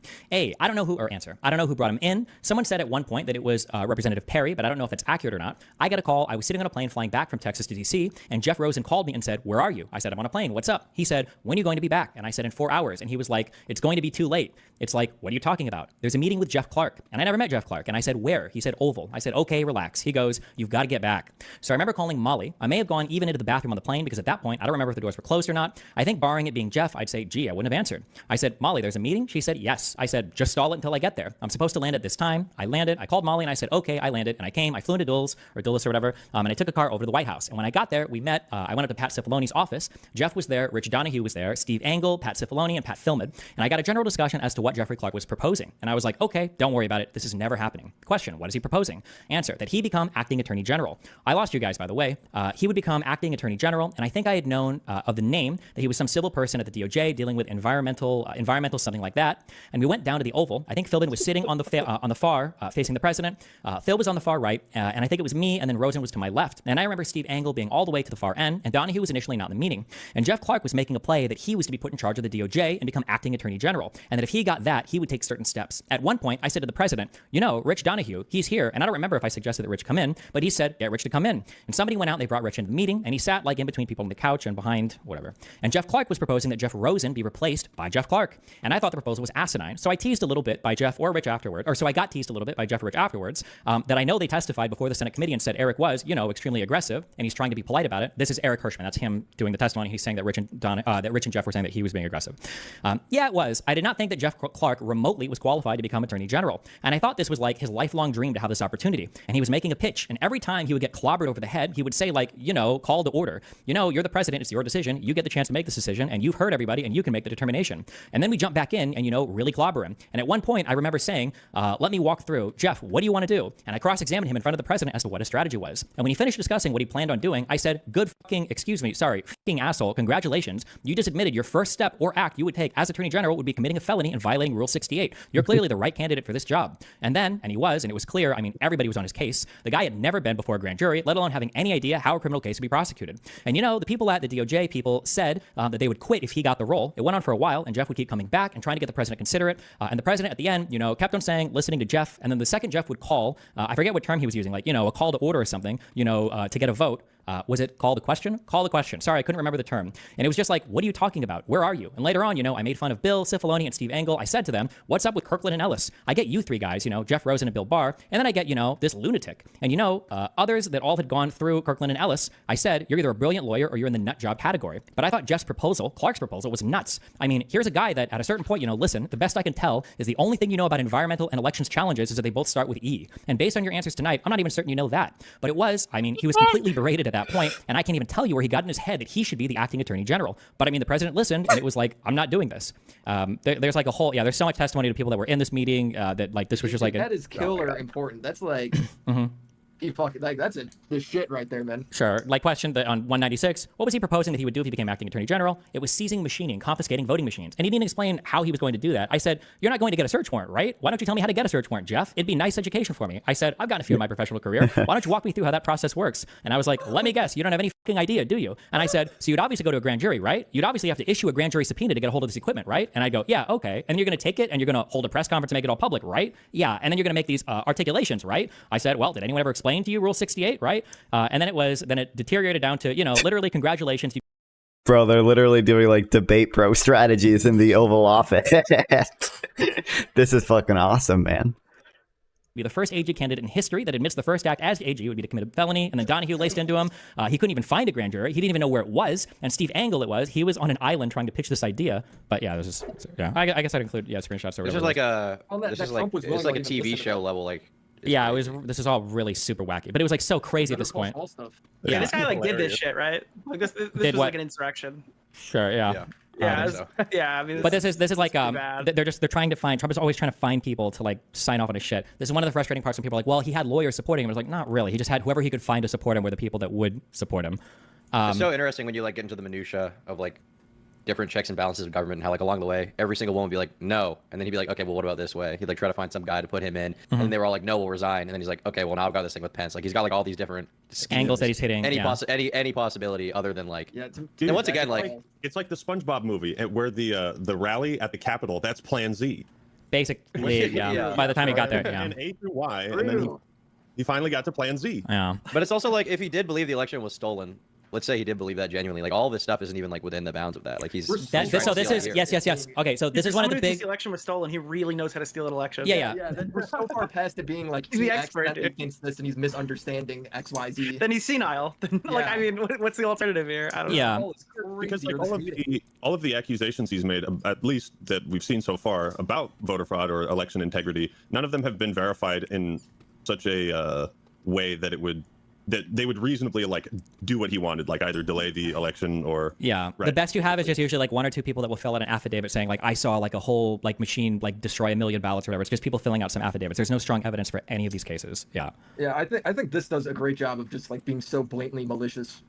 I mean, the thing is like to be on Trump's side at this point, you have to believe that somehow every single member of government is lying in unison. And they're all deep state actors, obviously. Lying in unison, in lockstep. Well, assuming that all of his supporters know all of this exact information, then yeah. But I imagine most people probably don't know all the nitty gritty stuff. Sure. It's not just government. It's no. What I'm saying is that to believe that there is some conspiracy to keep Trump out of power and that like the election was stolen from him, you have to believe that every single member of government ever like lied. Like, all the protocols, everything. Acted against like and not just the federal everything. government, but the state government, and I guess the people in media and Dominion and the Fox News people that admitted that in court. Attorney General. Yeah. Yeah, they just paid out all that money to Ruby Friedman and Dominion for no reason. Yeah. Well, the court is rigged, right? The justice system's rigged, as we know from this, as we can tell clearly. So potentially, yeah. This last thing before the wait. Let me just do this last chunk. Warren, hold that thought, and then we won't do January 6th, but this is just like if you scroll down on the next part, the January 6th rally, motivation and purpose of the protest. A lot of people will make this claim that like, well, nobody knew what they were going to protest. Because I remember this one guy, the one guy like in the bottom left. I forget who he is. I think it's Nicholas. I don't know of him. But he initially said he strongly disagreed that Trump was responsible for the violence on J6. So they definitely need to go over this. Or nobody knew exactly what was happening. Like, people just showed up to have a protest. I'm wearing your Radiohead thing right now. Wild. I just listed, and there are more if you want, but like these are a lot of tweets from Donald Trump leading up to the election. Like it was very obvious what they wanted. It wasn't just supposed to be a protest. Like you can see that he does a lot of the voter fraud claims. He says that this is going to be a huge protest. It's going to be historic. On December 20th, he tweets out the greatest election fraud in the history of our country. He tweets like bullying people, you know, like, oh, the senator's going to challenge the Electoral College. And he says like other people won't, and he's disappointed in them. Like on the 21st, he says that he's disappointed that Brian Higdon, Wisconsin State Supreme Court justice. Did you ever use the V-Bucks I got you? I'm pretty sure I did. Him, despite the fact that Trump endorsed him in his election. He always does this. He's like, I helped this guy win his yeah, I did.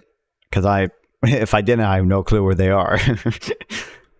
Another thing, by the way, on the point they're on, Trump started calling people. He only started calling people to protest on protest on J6 after Troopers and Kenneth told him that J6 was the real deadline for overturning the election. And then literally, this text is so funny to me. Troopers and Chesbro texted each other. And there was an article written on December 19th when Trump first called for a protest on J6. It was like, it just said, Trump calls for protest on January 6th. And then Chesbro literally texted Troopers and he said, wow, based on 3 days ago when they had the meeting telling him J6 was the real deadline, I think we have a unique understanding of this. Which is a interesting thing to say.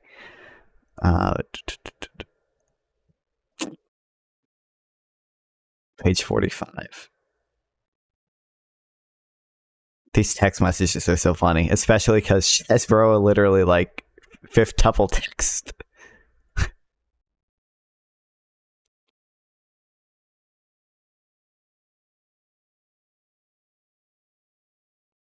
Yeah, you can see. President Donald Trump calls for protests in D.C. on Jan 6. Says, be there, be wild. And this is I think this memo Chesbro wrote. Oh no, Troopers wrote it. Oh no, Chesbro wrote it. It was two Troopers. You're gonna give me more V-Bucks this year? Awesome, dude. I don't need V-Bucks.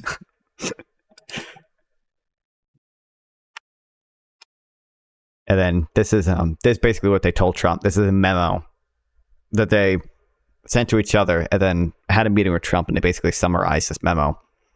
The date which has ultimate significance under federal law, as Justice Ginsburg aptly noted, is the 6th day of January, the date set by the law, which the Senate and House determined the validity of electoral votes, which we go over.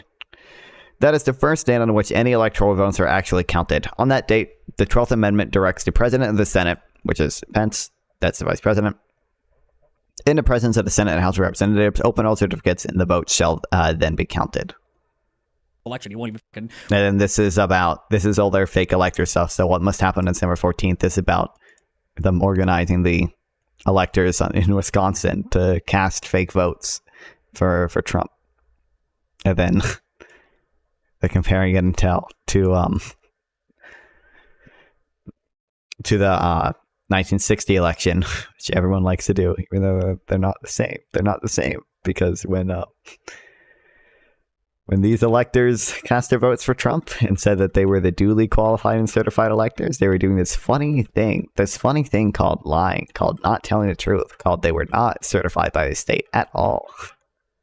Rule in favor of me or whatever. You can, I won't go through all these. You can click through like all of these tweets are like tweets that are like Donald Trump has made. A lot of them are either still up or they're like on a Wayback Machine. Like all of this is like super open. They start to get pretty egregious if you go down to December 31st. He tweets out 2 different OAN videos.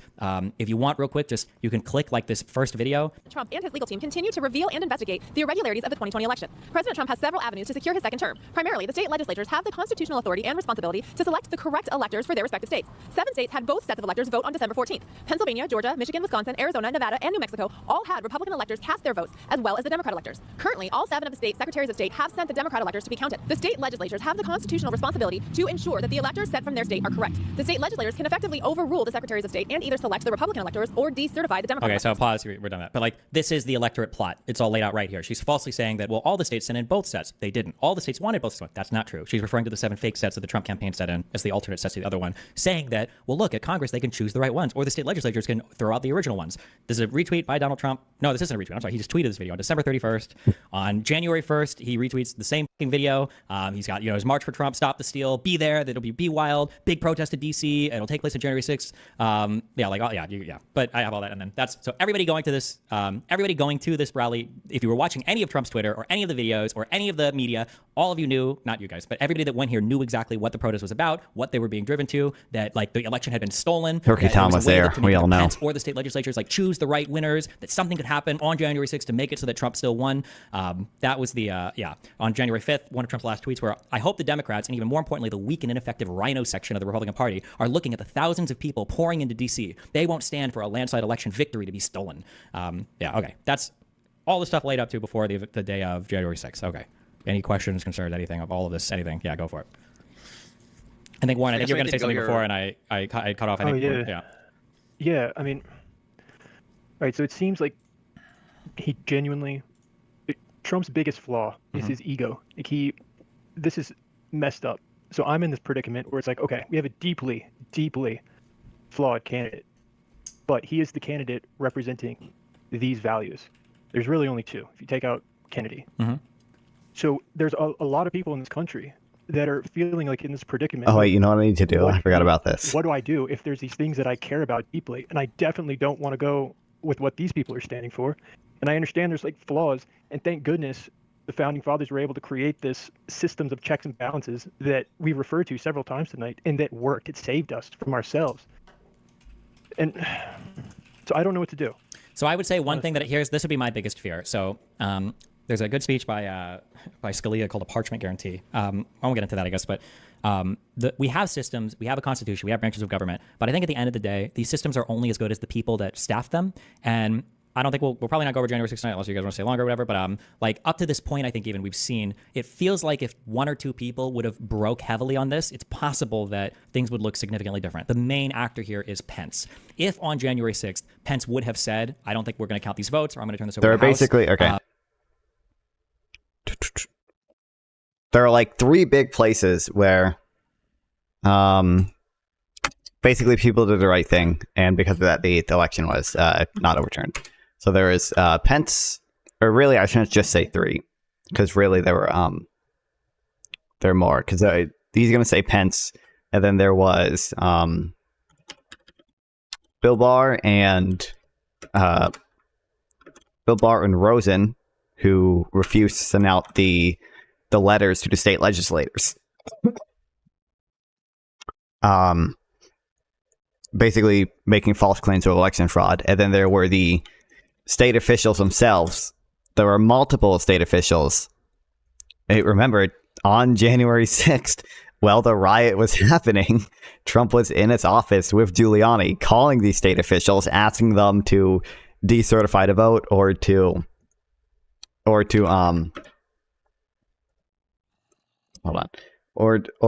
certify the false slate of electors that he sent in. Yeah, those are the 3 big places where something bad could have happened. I think there were so people claim that like Pence or like Eastman was saying like that Pence had the unilateral authority to decide whether or not to count the votes. They were like this happened in Nevada, right? We were looking at it earlier, where like on a smaller scale, they argued that or maybe it was here. How did I already forget? Because I had to check this early in the stream. I think it was Arizona, where they said the Arizona Speaker of the House had the authority to not certify the vote in her state. So like there were cases like that where on a smaller scale, they suggested that other state officials violate their state constitution or state law. I don't know if all the states have this laid out in our constitution the same way we have it laid out in our constitution, but yeah. there's a huge question in mind of like, okay, well, who the fuck knows what would actually happen at that point? Because there were a lot of Republican senators that were also willing to go along with this plan as well. There were 11 that Donald Trump calls out in all the tweets going up to January 6th. It would almost certainly go to the courts, right? Maybe, but then the question is, well, then what? So in the meantime, does Trump remain president? The thing, well, he's going to mention that. The first, I'll say, like, line of defense is that Eastman thought the courts might not interfere because of the political questions doctrine. The court wouldn't want to interfere because it's a political question and they're not supposed to interfere in that. And then he's going to mention delaying it would at the very least give them time to try to pressure state officials into certifying the fake slate of Trump electors. And then, in theory, that happened, and what the court ruled wouldn't matter because the states already certified the fake slate of Trump electors. I'm assuming that's what he's going to say, but. Do you wait until that gets all the way to the Supreme Court to hear it? Do you wait?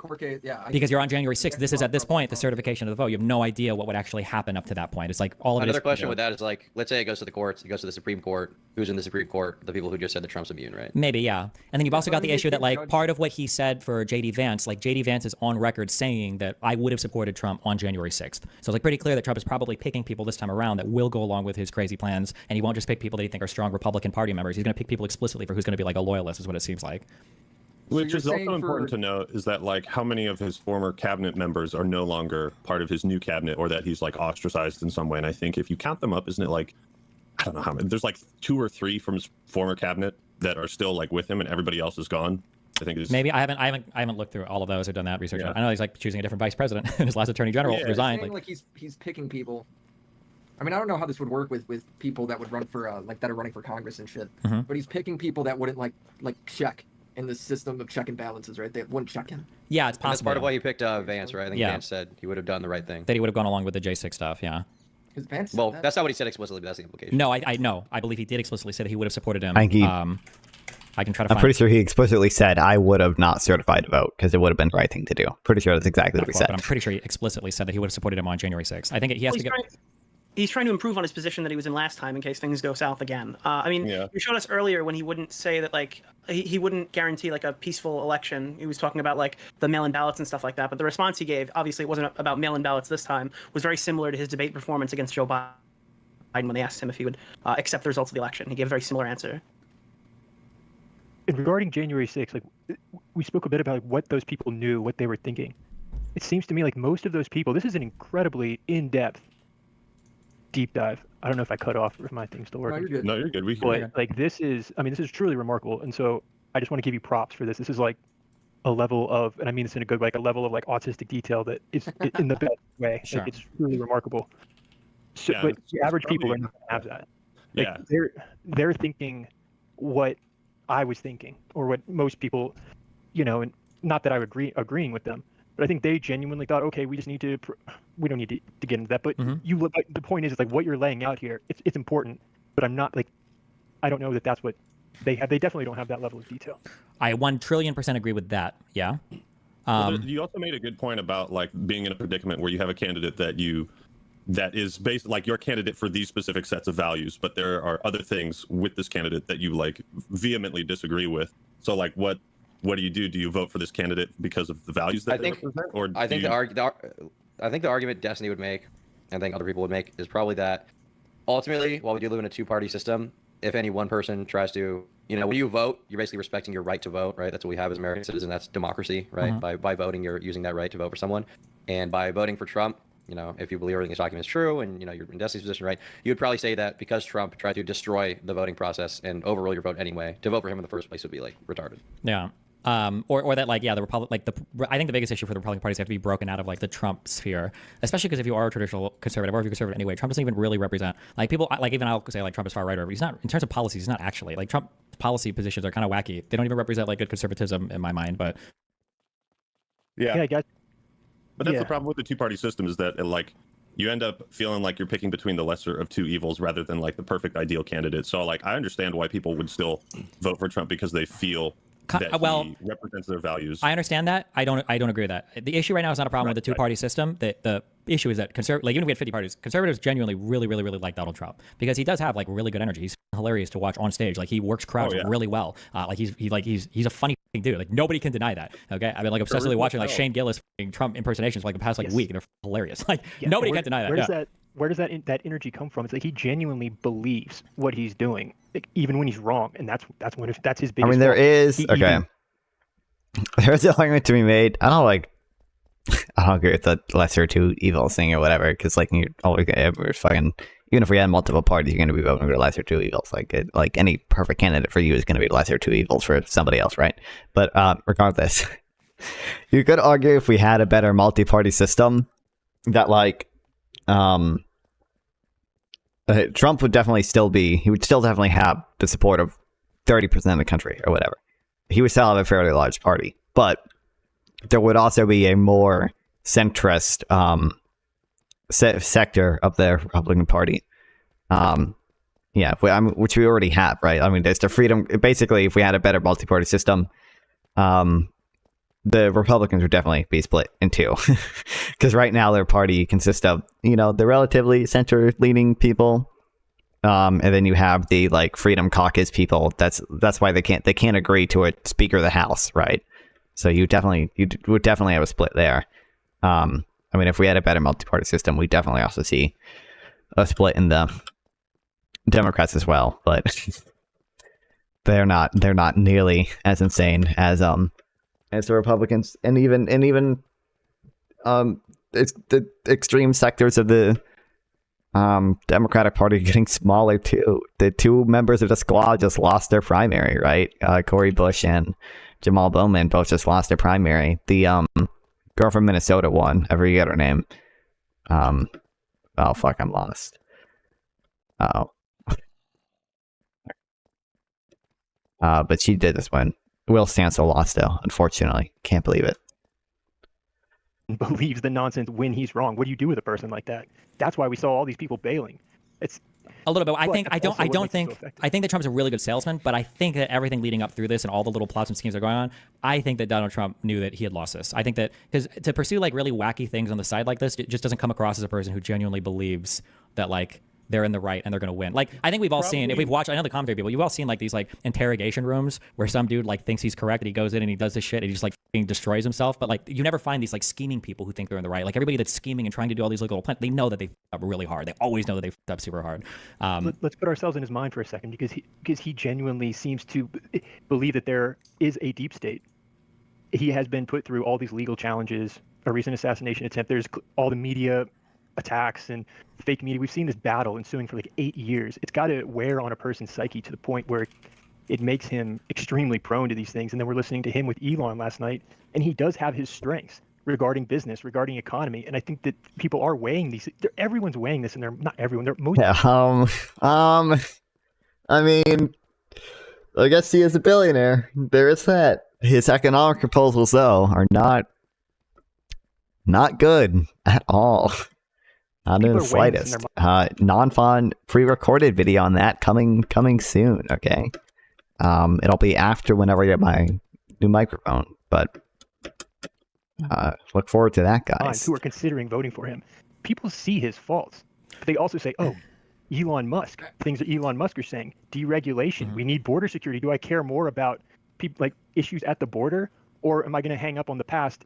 And then, okay, you're right. The past is too bad. I'm going to overlook everything at the border. And I'm going to vote for Kamala. I think I can understand that. I guess my biggest frustration as somebody that does a lot of media coverage and reads a lot of autistic shit, and autistically reads a lot of autistic shit, is that if one of the frustrating parts, I guess, from the liberal side is that in terms of a deep state existing, every single thing, I think even for what I've read in here, every single thing that Republicans have accused Democrats of doing insofar as deep state stuff is actually happening. And it's all in the open. The idea that that a president would call a state, that's already wildly inappropriate. That you're calling a state election and saying I need you to do something about the voter fraud. I need you to find shit that how many times has Trump said Biden told his DOJ to investigate me, and here you have Trump firing attorney generals and telling his attorney generals I need you to send this letter out. I'm gonna fire you guys, right? Or all of the the fact that Elon Musk bought Twitter, right? This is literally your George Soros figure, right? You've got a foreign billionaire that buys one of the largest social media companies, makes it public, and then turns it private, or takes it from public to private, right? And then is posting deepfake images of Kamala Harris. We know they're deepfake, but still, holy shit! I love Elon, bro. Yeah, I think the issue is that the frustrating is that all of the deep state accusations I feel that Republicans make to Democrats, at the end of the day, what do we have? We've got pictures of Hunter Biden's cock, and then we've got the Hillary emails. And I feel just in this event in and of itself, there's so much horrible shit that's already worse than anything that I've ever been seen demonstrated by on the Democrat side is like very frustrating, I think. I got a I would just question for you, Warren, when you're done. Yeah. Keep going. Well, I would just keep in mind if you feel like you were fighting a corrupt system, you're going to, and this is what I've been thinking about. Not gonna lie, throughout the Destiny night, can sound he insufferable genuinely believes sometimes. that this system is broken. They're going to I think he's cheat him. really good on this He's issue. going I don't to think he fight sounds back with insufferable here. everything he can in unethical ways. That's how you slip into a dangerous game. Oh fuck no. But then the question would be is like you probably need some corrective mechanism to make sure that that isn't happening, right? Which would be the people- that would be the people you have around you to tell you like this isn't System actually checks and happening. balances. But Thank God it yeah, worked. that's the checks and balance. I mean, it's kind of like YouTube comment section or Where's like my feedback from gameplay? fans if they say like, yo, what the fuck's up with this video sucks or whatever. You have like an Freedom of audience that speech. tells you what they like, what they don't. I mean, it's a different thing fundamentally, but the point is that like he's You're playing appointing Minecraft or watching people someone play it? I'm playing it. specifically so that they say yes to everything he says, so that they don't check him. Yeah, I mean, like the way like the founders designed the government. I is need with, to like, fucking many fix members the of checks and balances sugarcane designed to farm. prevent something like this from happening. But ultimately, what Trump wants seemingly is to be like king, quote unquote. You know. My whole thing, Well, I Warren, though, disagree is with like that. some of these people in charge Why do you disagree are out of also curiosity? Republicans. So when you're saying like, Wait here, let Willie do something. Sorry. Working it out. Yeah, go for it. Willie, Sorry, do your real thing. quick, the king. Okay. Sorry. did you say me do my thing? Or Yeah, what? Willie, yeah. Turkey's having a side combo here. Here, you say your thing, and then Warren can respond to Turkey's question. Go. Okay, yeah. My whole thing is like when we're saying You played that GTA Online or Trump's Elden Ring? I fighting played against GTA reason to Online. believe, I had never played Elden Ring. I'm not good enough to play this Elden cabal Ring. is out to get him, and like he's fighting an illegitimate election. It's his own guy saying that he's wrong. So I don't really understand where the whole like the entire like what's the word? The entire like conspiracy that the election's fake that he's coming up with, and he's saying that. It's if his own guys are Play saying 2K? that No, I don't it's not play any that way, sports like, I don't- games. What is his? Where's he getting that information from? Yeah, his guys are pointing out that the technical claims about the election fraud is not accurate. But surely you can acknowledge that there's an imbalance in like with the media coverage that we've been seeing. Sure, but is that a reason to? What does that? I guess give him a right to like have these meetings to what's the word? Okay, with just the attacks that we've seen, whether or not that's because, as Destiny pointed out, Trump is such an out-of-the-box figure. He's not like Bush, previous Republicans. He just came out of nowhere, and we have this kind of, I mean, a lot of people have talked about this over and over, but this system that's just kind of shocked by it, and there's been that conflict. So by pointing out that conflict, surely we can acknowledge that that conflict exists. That doesn't invalidate what you're saying. And by about conflict, you mean the media coverage? Not just the media coverage. I don't want to like belittle it by just pointing it out as like, oh, the media is unfair to him. It's much. I think it's the same thing that's motivating people like Elon Musk to get behind it. He's feeling the same frustrations, unfair attacks. So I think that one of the things, one of the comparisons that I think a lot is progressives complain a lot about police officers over policing districts that have a lot of crime. And progressives will say things like, well, okay, if you send a lot of cops into these districts, of course you're gonna find more criminals. That's bullshit. You're artificially inflating the numbers. And there's a reasonable response to that where you say like, I understand that maybe things like being caught for like possession of marijuana, that might get a little bit inflated, but at the end of the day, we can't send police officers evenly to the entire city. Everybody agrees that would be fucking retarded. Okay, if I got one part of the city that's reporting, 150 homicides a year, I'm not gonna send half my police force to go and police middle class and upper class neighborhoods where nothing happens on the hopes that we can bust some rich kids smoking weed to even out our marijuana incarceration, numbers. And I think part of the issue with covering Trump is that if you have a guy who is legitimately doing a lot of crazy shit, and then the media begins covering him more for that crazy shit, very quickly and very easily he can slide into this like, well, look at all this like disproportionate unfair coverage I'm getting, like the disproportionate unfair policing and like high crime districts. Like, yeah, the media is probably coming down really hard on you, but it's also because you're like being exceptionally like fucking wacky. It might be because of the things that you're doing that the media is coming down on you like so much. Yeah. Partially that, but we could look at the media coverage of the interview with Elon last night. There's nothing to justify the response that I saw today. I made a video about that today, but also this is bigger than just. What has the media been saying about the Elon interview? Media That was coverage. bad. Anyways, yeah. But I feel like all for I'm me- trying to get at though is real quick. I felt like, and you can correct me if I'm wrong. You were trying to, and just say I'm wrong if I got this, if I don't have this right. Sure.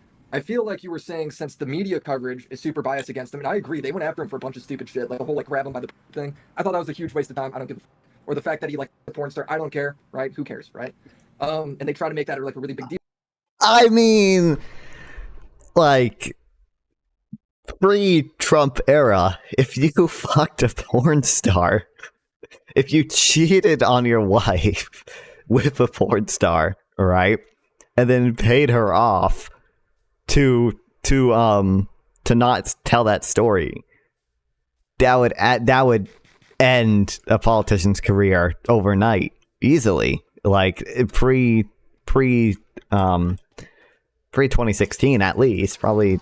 I don't know. I mean, You know, I guess Trump had to grab her by the pussy comments before, and that really, I mean, that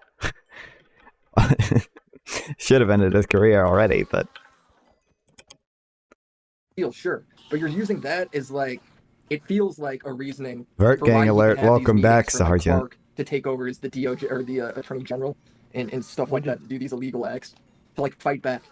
No, I don't mean to indicate that at all. I'm just trying to point out like where that conflict exists and how people are perceiving that conflict. And I would encourage you to watch like the video that I did today pointing out just the response from last night. It's only been one night, to see how people, the lens and what Destiny's saying about distributing and actions have consequences. That's absolutely true, but none of that explains just from last night why people describe it in this way.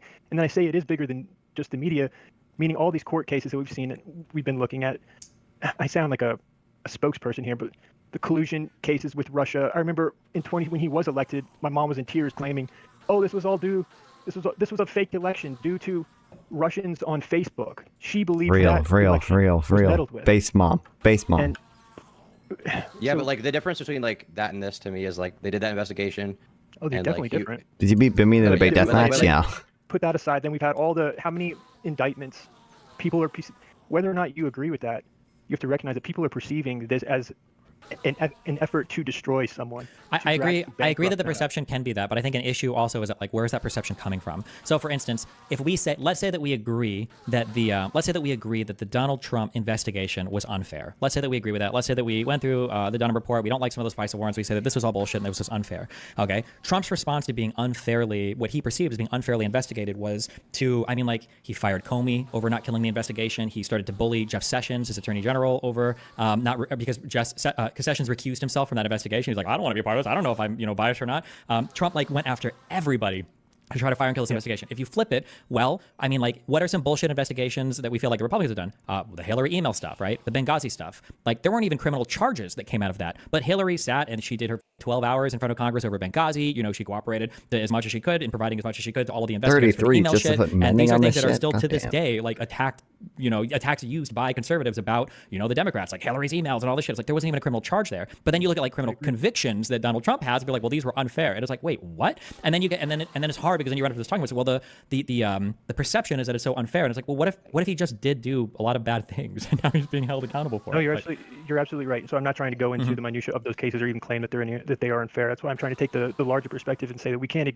I think, like you pointed out earlier, I think that was a really good point, that he was this outsider coming into like a wrecking ball into it's like in the movie industry, if someone comes in, some outsider, and just tries to start rejiggering with this system that is highly designed to be built around gatekeeping for self-sufficiency and keep outsiders out. You have someone come into that, it's going to resist against that. It's going to lead to conflict. Acknowledging that conflict exists does not mean that I'm claiming that anything about the validity of any of those court cases. I'm just trying to acknowledge that people are going to see it this way, and that's what I was trying to say in that video about after the assassination.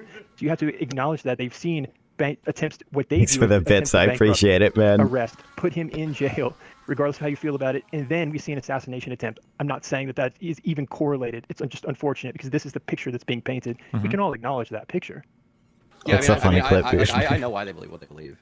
Obviously. And I can get back to your comment about the King thing. Someone asked me about why I don't think that he wants to be. Yeah. Can you and I just talk about that real quick? Yeah, fellas, I was gonna wrap up because I do gotta go. Yeah, you're good. Oh, okay. I think to summarize, I think you have compiled a list of very compelling, diverse sources and quotes and bits of information. And like I said, the SpongeBob A to Z plan, I think you've laid that out pretty well. Honestly, I think you could make a very long form video of this, but also a shorter, 15-minute version where it's just the most important. So you could do multiple things with all the stuff that you've compiled. I think, like the other guy said, having quotes for certain things in regards to testimony is... Wait, can I just ask real quick? Of all the stuff we went over today, just real quick, what was the most surprising thing that you learned? Sorry, go ahead. Do we want to go No, wait, just you real quick since you have to leave, and I'll get these guys after. Okay. Based on the stuff that I didn't know, I think the Clark stuff. What was his name? The Jeffrey Clark. Yeah.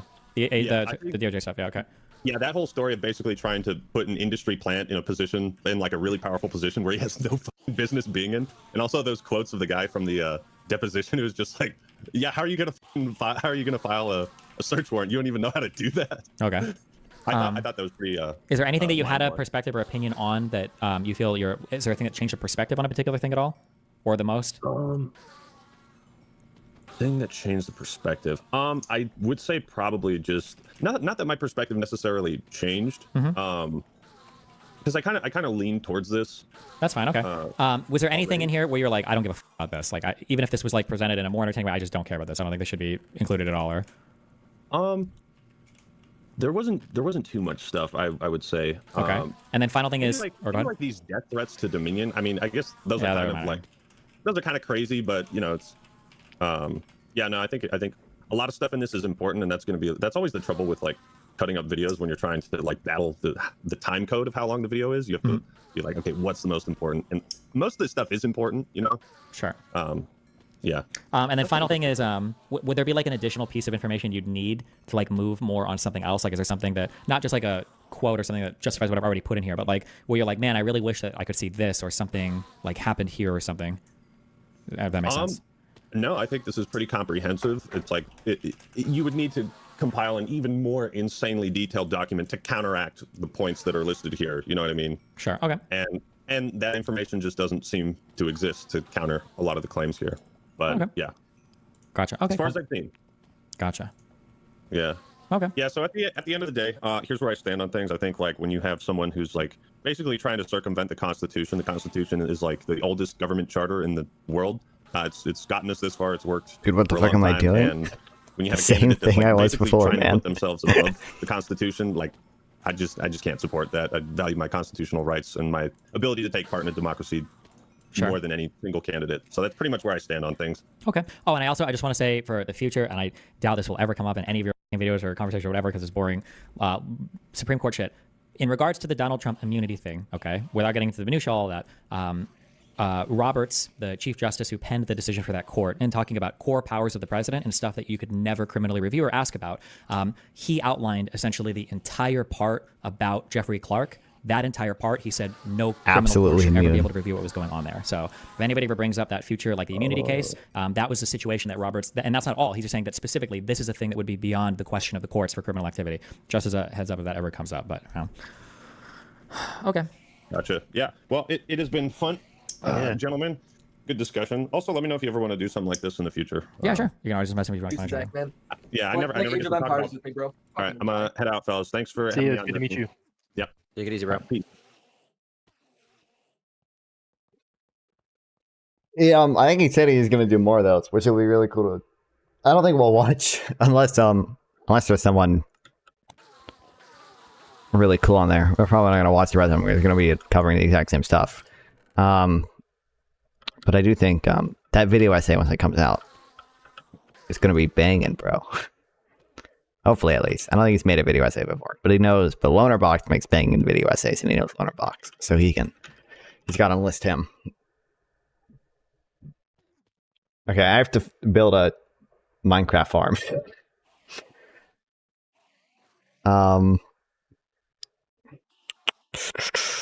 And then we'll probably read shit. Okay. I gotta go back to the overworld.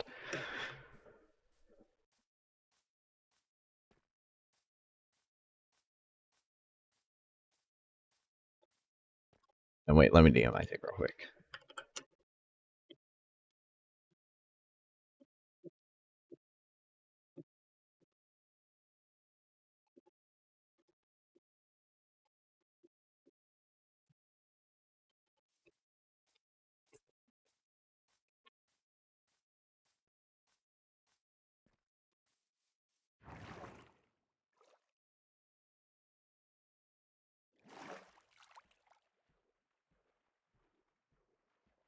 Okay.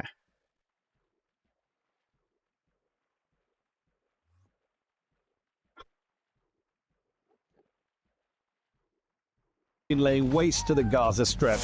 Tens. This video seems wild. Do you think you will be on the Boss tomorrow? Maybe. Why? Do you see Boss is hosting a debate on alien intelligence when he makes his return? No, that is interesting. I mean, I can be on the Boss tomorrow. Why? I'm not really interested in a alien debate. I mean, I could judge for it if they wanted me to judge, I guess. I think is it the horseradish debate? Because horseradish messaged me about it, and I told him I was not interested.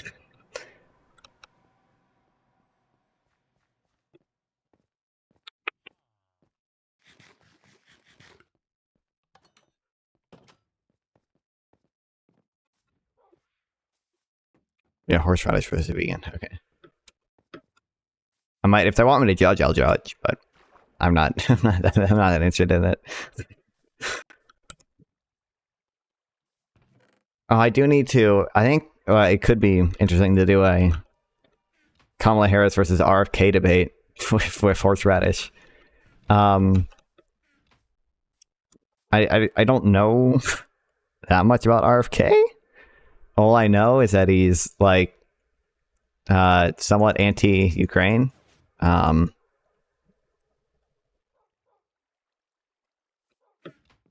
And I know people get mad at him for some of the things he said about COVID and Jewish people. So, yeah, but like I just don't. He's not gonna win. My argument would just be, he's not gonna win, and horseradish is gonna say, well, he's not only not gonna win because people say he's not gonna win. But realistically, he's not. There's no chance of him winning this election. I think if you want a third-party candidate to win, you would have to do some type of runoff election or ranked choice voting, which I think the best way to do that would be to put candidates in primaries that are in favor of that,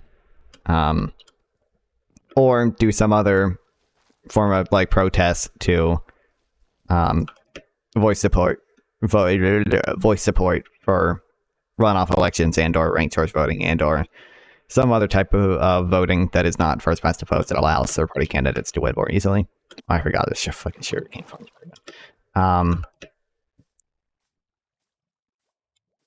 I'm anti-Ukraine too. Okay. Well, I mean, I don't know what horseradish is. I'm just saying that's all I know about RFK. I don't know. I guess I'll build it over here. How big is this font?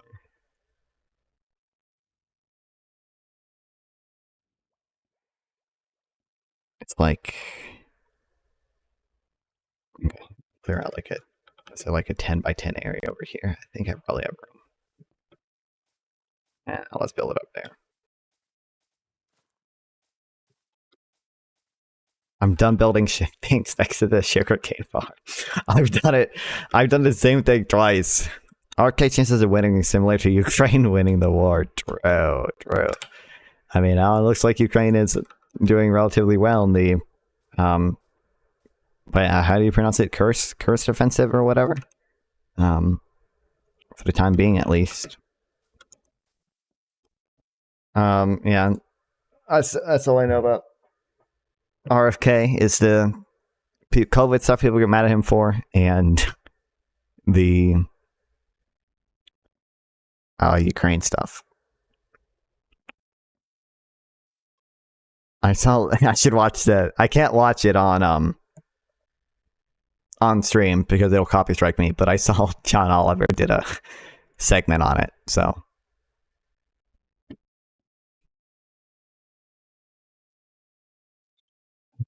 It's a cargo called kill the Fed, let the market work for real.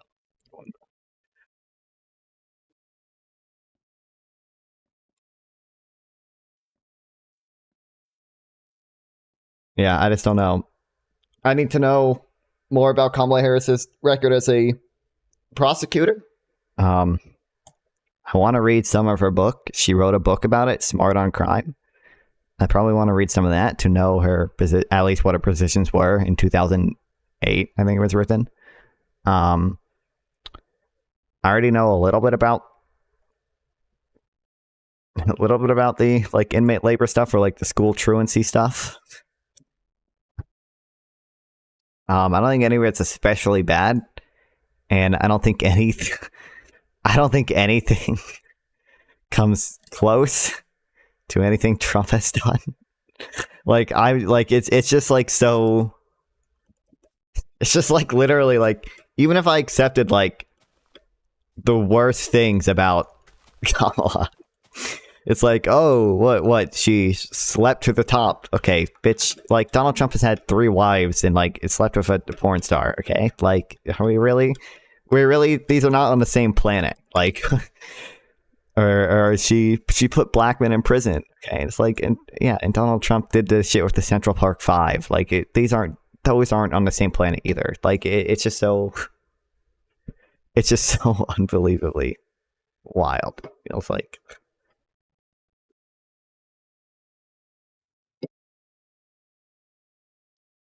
Yeah, I gotta watch how to build this for an item. The splash potion of 1 trapdoor, the materials to build 1 iron golem, so 4 blocks of iron, and 1 carved pumpkin. And by the way, if you don't have iron, you can build an iron farm. Link is gonna be in the description below. 4 iron bars, 2 water buckets. On top of that, you're gonna be digging 4 blocks in the ground and dig them. Oh fuck! I can't dig 4 blocks in the ground. I don't. This is a fucking floating platform. Oops. Where's my dirt?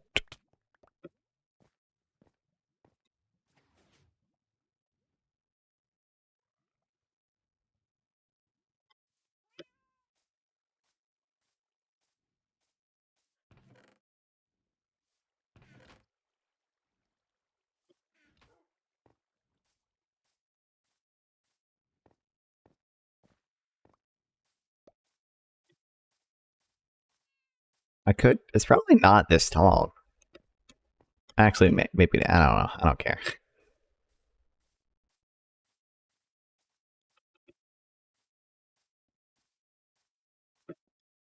And I should probably build it closer to the center. Pretty sure I can't actually. Nope, I can't. Okay, it's fire. I should have brought scaffolding or something. Oops.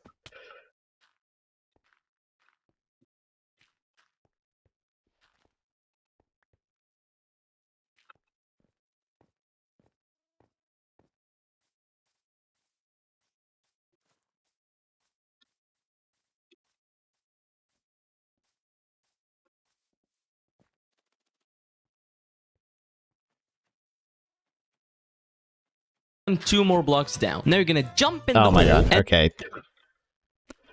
I'm building it down here.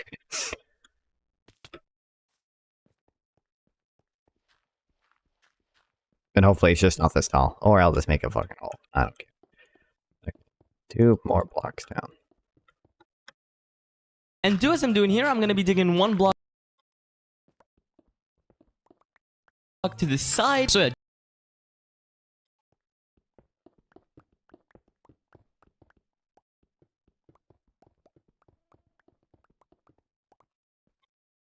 just make some room like this. Now we're gonna move on to the Trident Killer, and we've done thousands of those, so it's really simple. You're gonna start by placing 4 pistons going at each other just like this. And now I usually go for observers and then make the little joke about observers and everything like that. We're not gonna do it this time. Since we don't have a lot of... This tutorial makes me want to shoot myself. What? Okay, what do I do? Really simple. You're gonna start by placing 4 pistons going at each other just like this. Wait, where do I start? Done thousands of those, so it's really simple. You're gonna start by placing... Doesn't matter? Okay.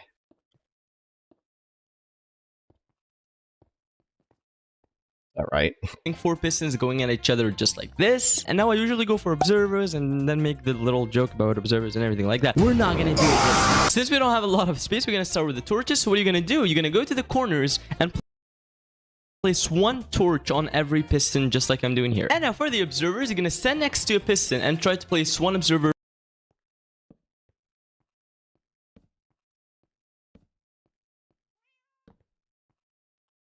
facing into it.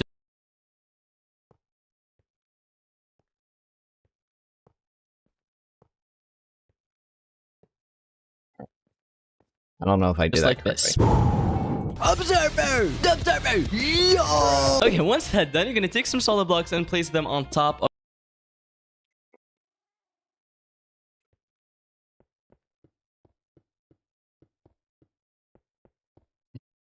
of your Trident Killer just like this. And on one of the sides, you're gonna skip 1 block and then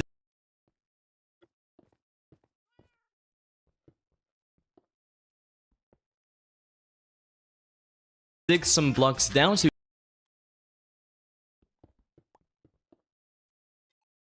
you should find your piston and observer, and you're going to be placing a lever on the piston and click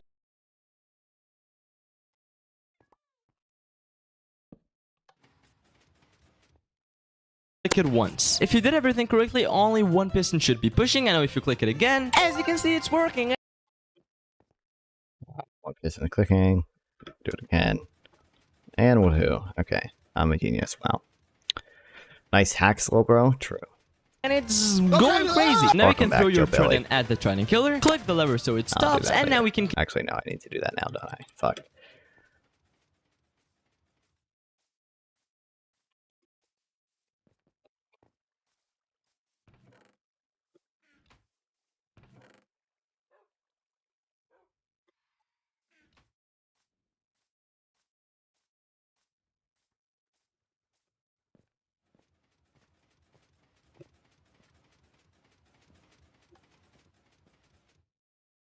It doesn't matter which one I grab. Going crazy. Now you can throw your trident at the trident killer.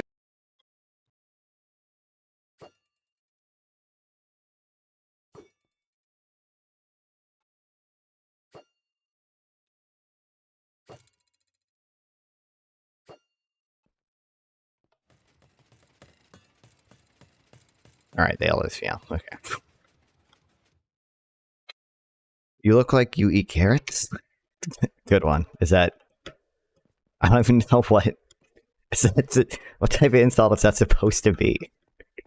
I don't even eat carrots that much. I don't know when the last time I ate carrots is. I don't particularly enjoy carrots. They're fine if they're in something. Like sometimes I have salad and they're in the salad sometimes, but click the lever so it stops, and now we can continue. We're gonna start with some solid blocks, and we're gonna be surrounding this little trident killer hole, but leave one side open, so I'm gonna leave this one.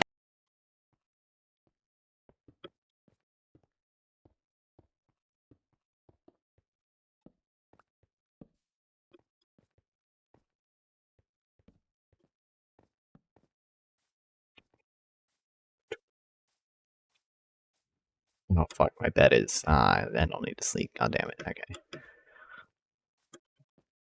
And now you need to pay a little attention. You're gonna go to the open side and skip one block and then place a block and two next to it. And now Wait, go to the open side, skip one block, place a block, two next to it. Okay.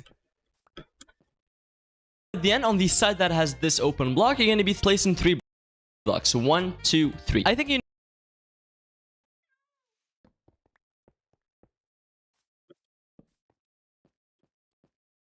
know where I'm going with this, so you're basically going to be making a 3x3 square next.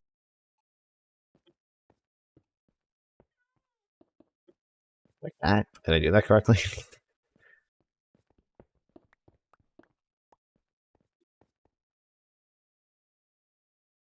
Not until you just look like your diet is balanced enough to keep it a healthy life. Oh, 1, okay. 2, 3. I think you know where I'm going with this, so you're basically going to be making a This messes up my staircase.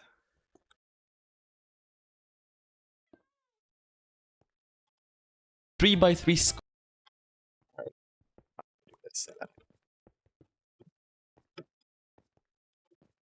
Just gonna note in my Apple News that Kamala announced she will end grocery store price gouging. What does that mean? It's just me. It's basically just a continuation of Biden's policies. Biden has done like stuff recently to like, he's done a lot of stuff to try to crack down on like junk fees, or to I think there was a case where like he went after egg companies that were supposedly colluding to raise the price of eggs. I think he announced like support for new legislation that would force companies to allow you to talk to a person instead of a robot if you request it, and to allow you to cancel subscriptions with one button instead of a maze of buttons. Yeah.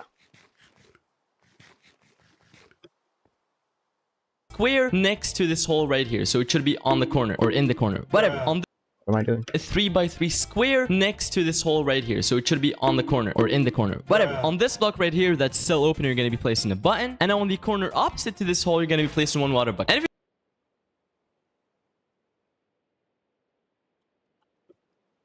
Corner that's open. We did have here that's still open. You're gonna be placing a. That's cool. I hate dealing with robots at stores. McDonald's in my town is not all digital. It sucks. Oh well, I mean, like it means for customer support, not like your McDonald's is still going to be digital. I hate to break it to you, Sergeant, but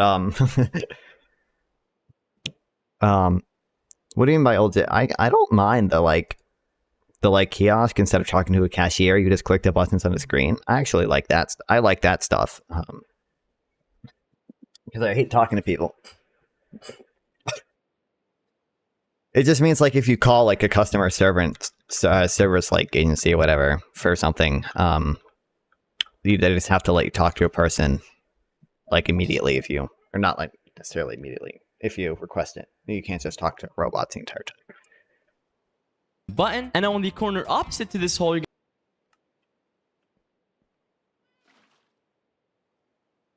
going to be placing one water bucket. And if you did everything correctly, it should flow perfectly to here. Place one temporary block, and we're going to be placing 4 glass blocks on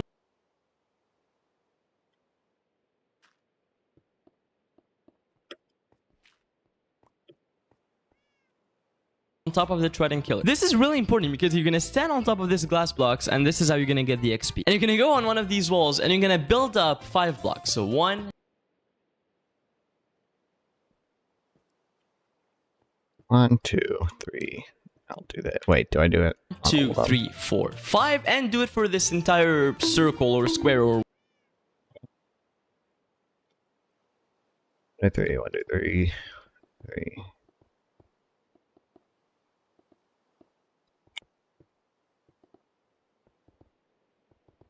Including this whatever. one. Just like this. Yes. Okay. And then 4, 5, which is at the ceiling.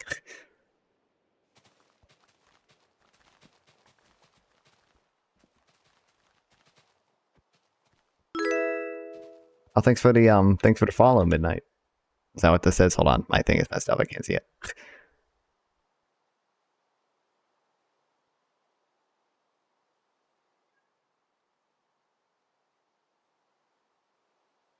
Oh, why can't I? Come on. Oh, there we go. Fixed. All right. Thanks for the follow. I appreciate it.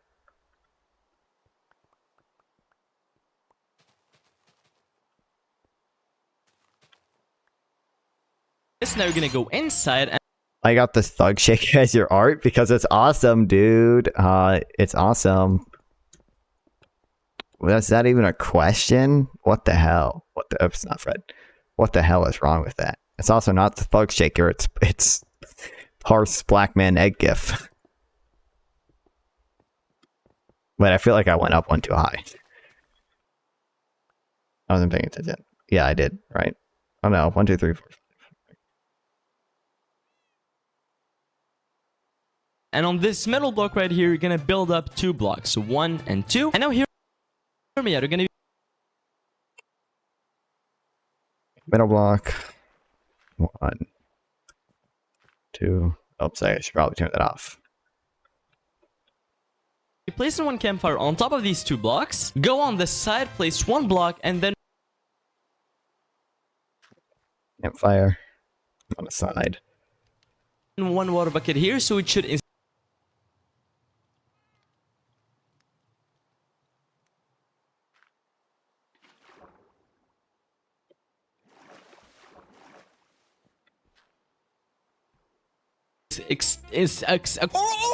of course, if you want, you can Oh, good one, bro. Good one. Good. Thanks, bro. also use a shovel. Now we're gonna get rid of these 2 blocks. Now we're gonna be counting Why is this here? What's this? 4 blocks up, so 1, 2, 3, and 4, and you're gonna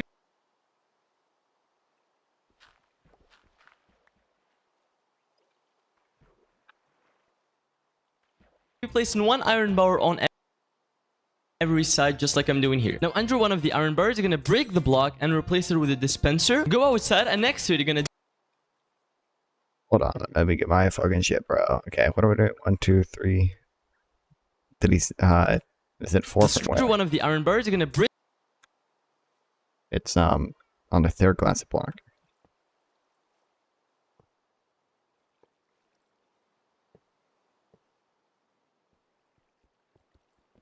Fucking hell, dude. Oh my god, this game sucks.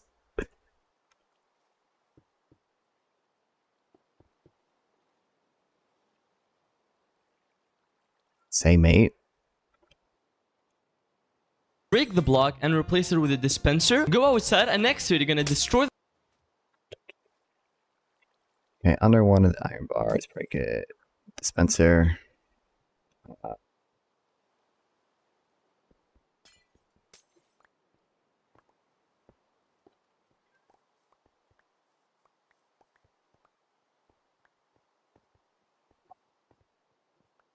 Go outside. The glass if you use any, and you're gonna place in a solid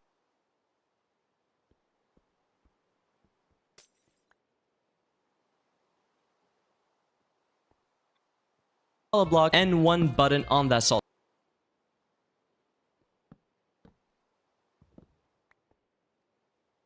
block. And in this dispenser, you're gonna be placing your splash potion. And multiple of them I can go get.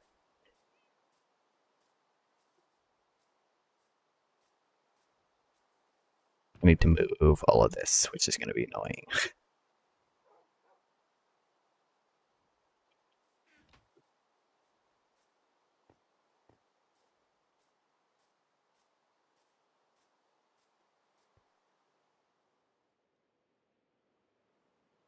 Of infestation. You're gonna go back up and then we're gonna start making the iron golem. So you're gonna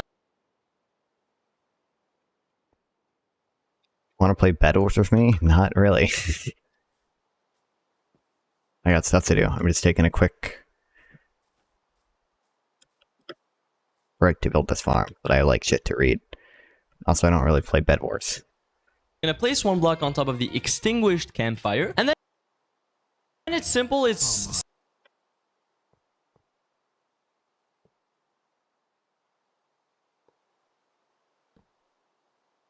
That ain't right. It's normal. You're gonna be just. Oh, god damn it! What's that manual slide? Or axis?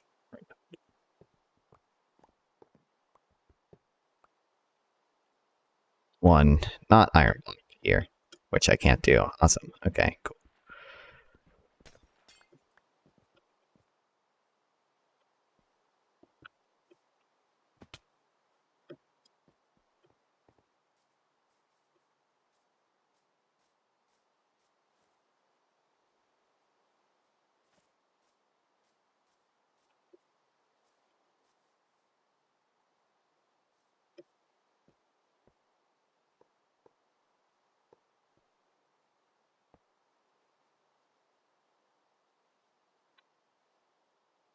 Making an iron golem, so 2 blocks and then 2 on the side and 1 carved pumpkin here in the middle. And we got an iron golem. Now you need to get rid of the block and try to push him in. It's actually really simple. As you can see, he just fell down. Here on top, you're going to be placing...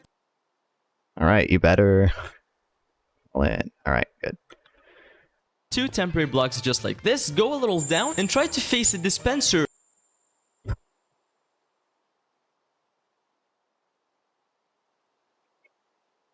Cast stay safe? What does that do? Thanks for the mana. Oh, 300 mana. Thank you, manual slide.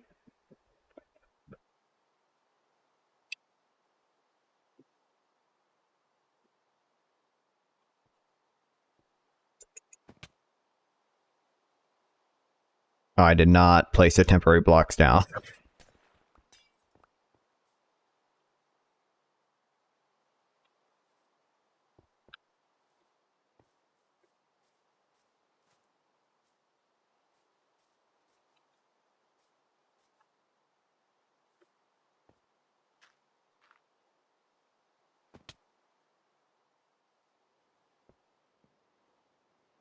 Under the iron golem facing down.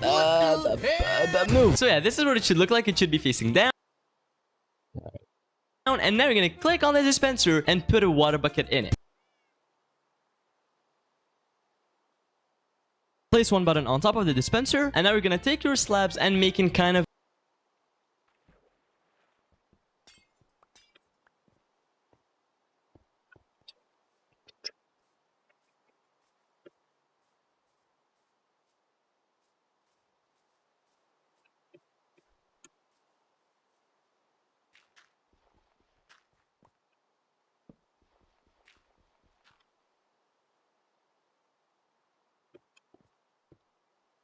have a roof on top of this little build, just like this. And now for the final step, I want you to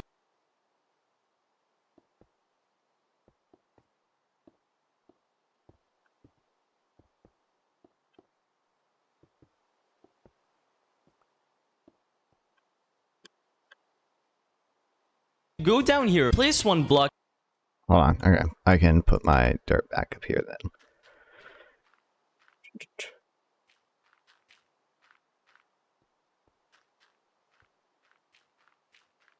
I could have just dug one block down and it would have been fine, but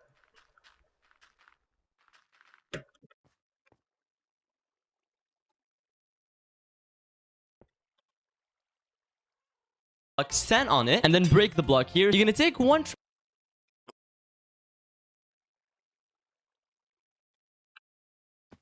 I need a way to get up there. I'm gonna need to hit that button, so I gotta build like a ladder.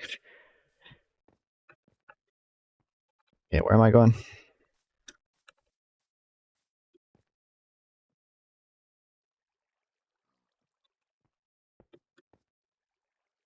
final step. I want you to go down here, place one block, stand on it, and then break the block here. You're gonna take one trapdoor and place it in that hole, so now you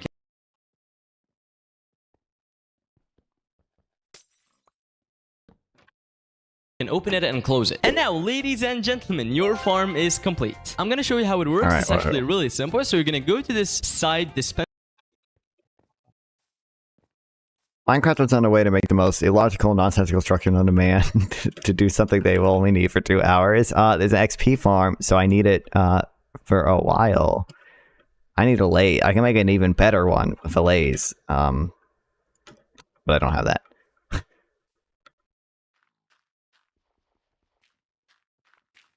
Or here, let me actually just... Also, this is not illogical. This is perfectly logical. Okay.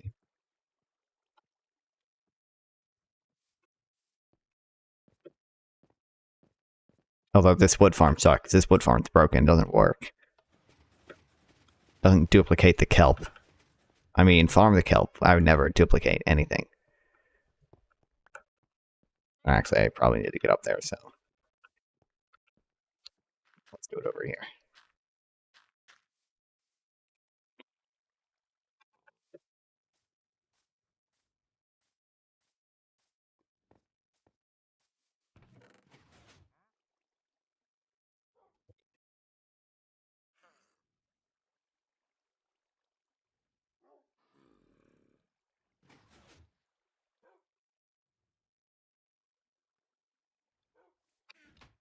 We're trying to do Minecraft.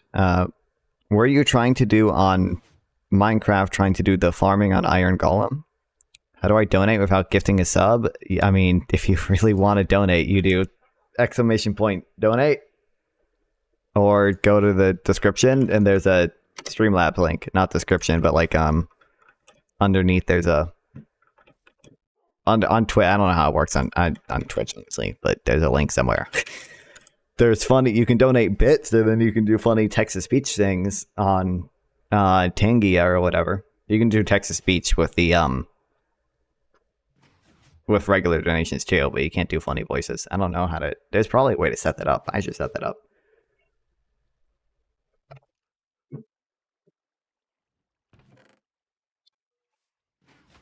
Because I know I've seen funny Pyrocynical clips where he has that, so there's got to be something to do.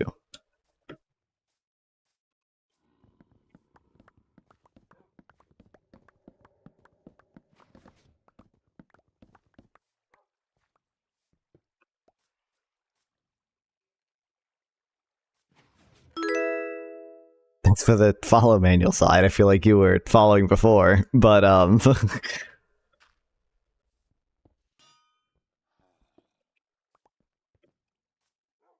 appreciate it.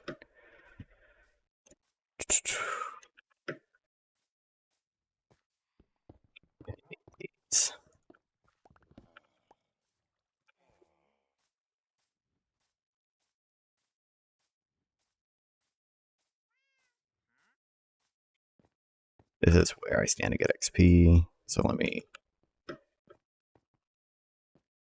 put this stuff over here.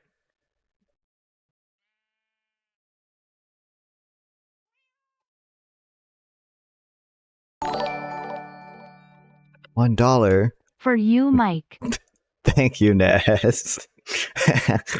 I appreciate it, Ness. Thank you. I'm noticing how it's underneath this, which is not ideal.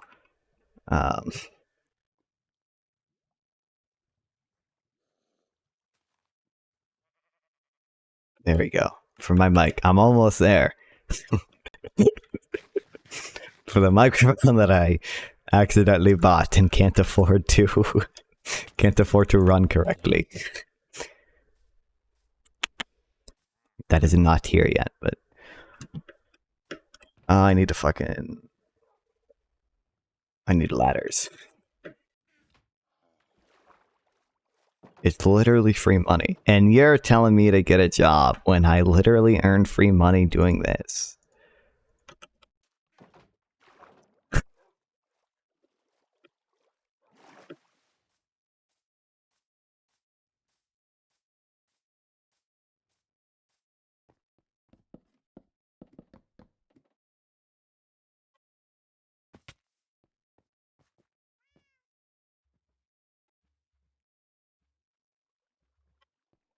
Brewing stand, then the furnaces, then the chest. Jared, can I download Grunkle Stand Dating Sim? Or sorry, I downloaded a Grunkle Stand Dating Sim. Can I stream it with you later? What the hell? What is that? Oh, wait, from Gravity Falls? Why does this exist? Oh.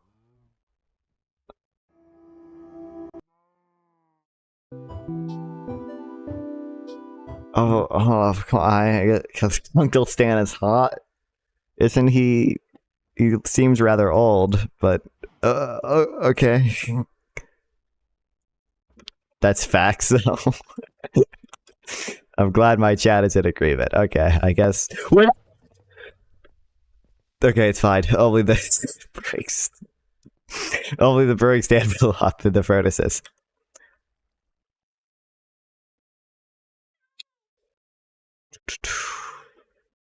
I'm a man and I don't scream like a girl, by the way. And the crafting table is no longer here. God damn it. Okay.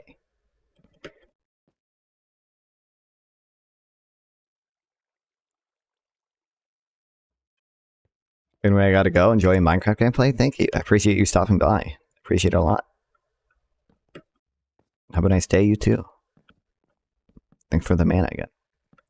When you'll be done with Minecraft so we can play Grunkle? Okay, well I wanna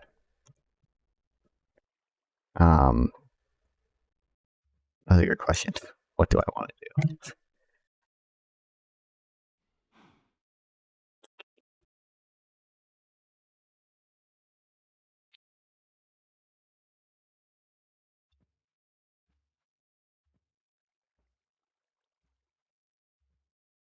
I feel like I haven't actually read anything today.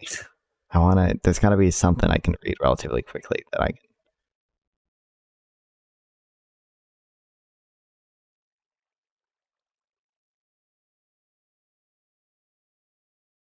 I think this is what we read already. Damn.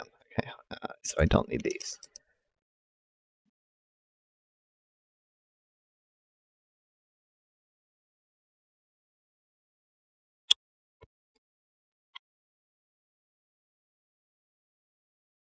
I don't know. I'll be done at some point. Maybe we'll read this. Yeah, this is relatively quick. And then I can say I at least read a little bit today. And I need wood again. God damn it.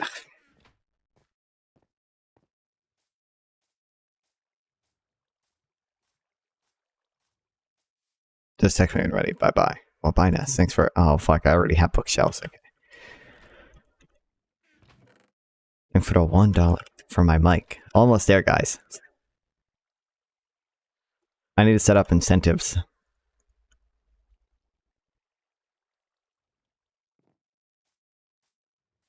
There is like the AI TTS stuff for the bits that I have already. And I know there's a way to do it with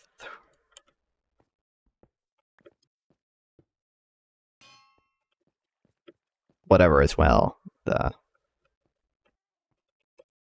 regular donations. Spencer, and click the button. So you're going to be throwing that infestation potion. And now you need to be a little careful. I need flint and steel.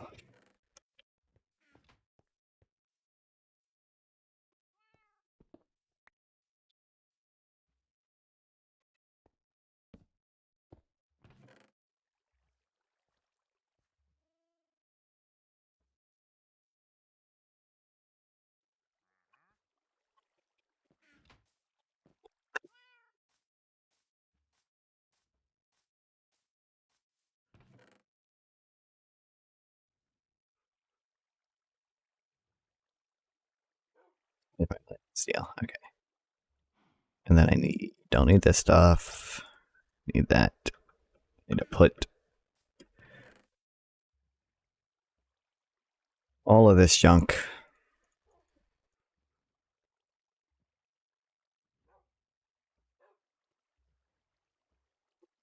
We watching a J6 focus group tonight. We just finished it not that long ago. But it was pretty interesting. I liked it. Although I already knew a decent amount of stuff, obviously, but he will do more of them, and if someone else cool is on it, then we'll watch them. But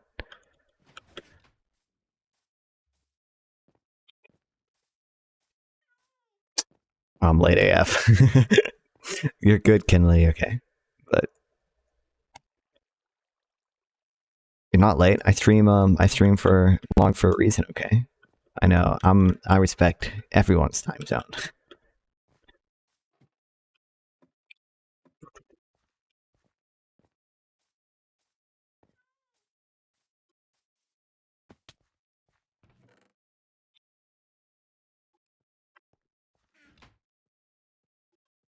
Are these all awkward potions already? No, these are water bottles. Okay. I'll make these all awkward potions.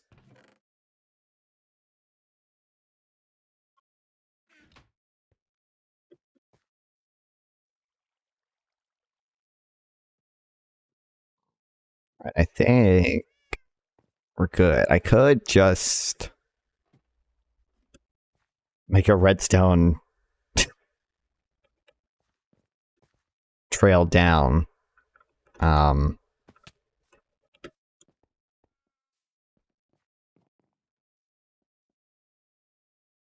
don't have my iron on me. I need the iron so he doesn't fucking die.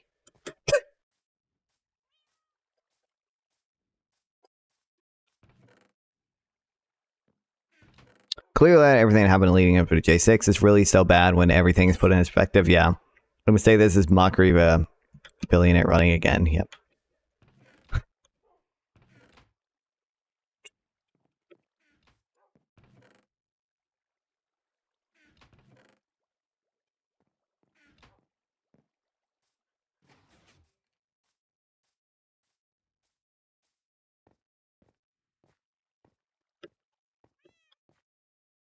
Okay. Now this is set up.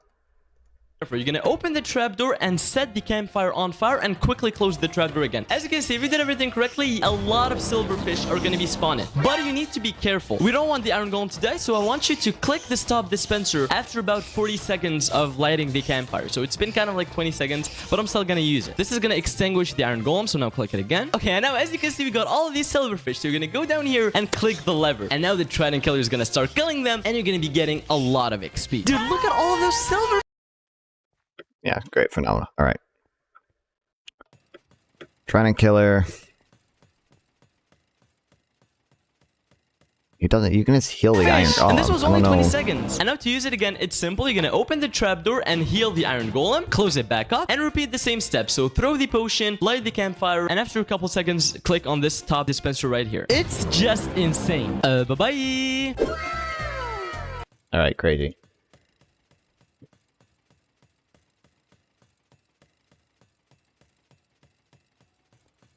Okay, remember how long it was taking to get XP at the Enderman farm? Because they nerfed the Enderman farm. They, did not consider... Oh, wait, I forgot to fucking hit the dispenser. Did not consider that you can just do this.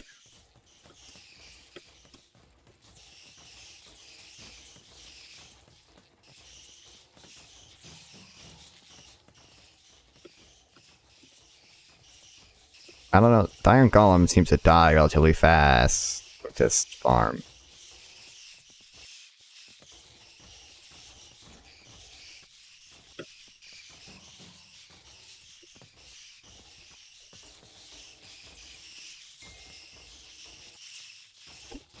Game is lagging a little bit. You notice how fast I'm getting these levels, though? I can't, the game is lagging.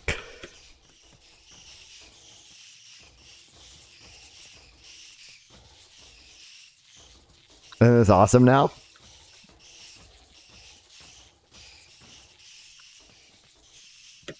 Yeah, I should just move to where the trapdoor is. I don't know why he put the trapdoor there and not just over here, because I could just sit here and get XP and keep reviving them at the same time.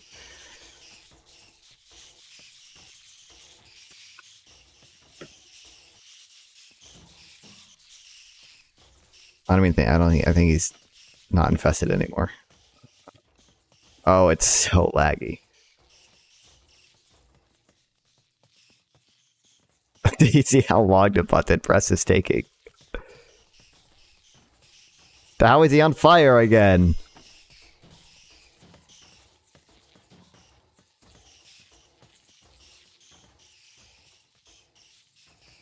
Oh shit, the silverfish are getting out. Oh shit. Big Biden drug price stuff today, right? Did you watch the speech? No, I didn't watch the speech. Did he announce more? Oh, I saw that Medicare is putting more like price controls and drugs or whatever, negotiated drug prices again. Oh my god, it's so laggy. Okay, the Iron Golem's gonna die, dude. Okay, woohoo.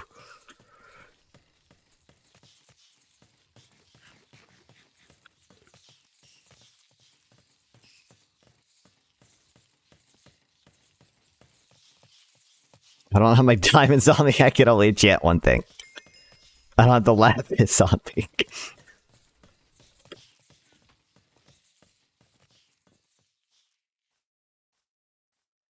It's still lagging all the way over here.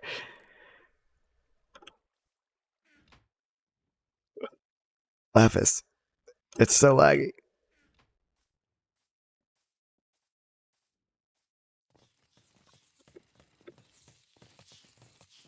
All right. Protection 3.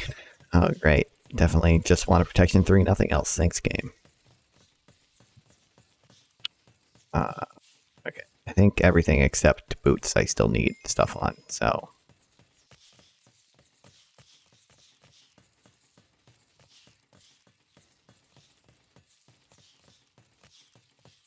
Last protection. Projectile protection. Aqua affinity.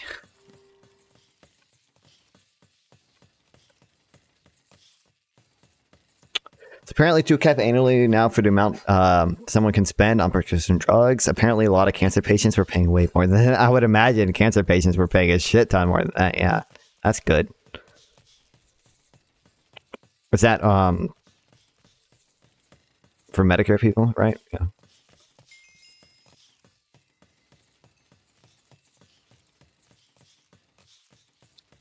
Tile protection. Oh, projectile protection. Thorns too. Okay, so how about like protection? What if protection? What if protection? Big drug companies spend so much money on lobbying, and older Republicans fell in line voting against these. So awesome, dude. Republicans are evil. Yeah, I know. Okay, protection 3. Protection 1. Okay, protection 3. Okay. Now I can make prot 4. Unbreaking 3. Okay, so that's good. Boots and leggings are good. Chest plate and helmet I need. Oh, wait, this is protection 3.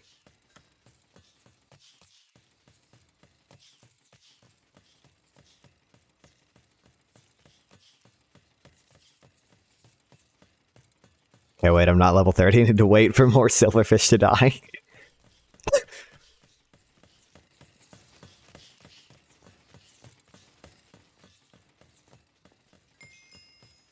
There we go. Fire protection. Fire, dude. Projectile protection. Okay, so game. What if, though? What if I just want protection? What if that's just what if I just want regular protection? Oh, wait. Prot 4. Okay, I don't need this anymore.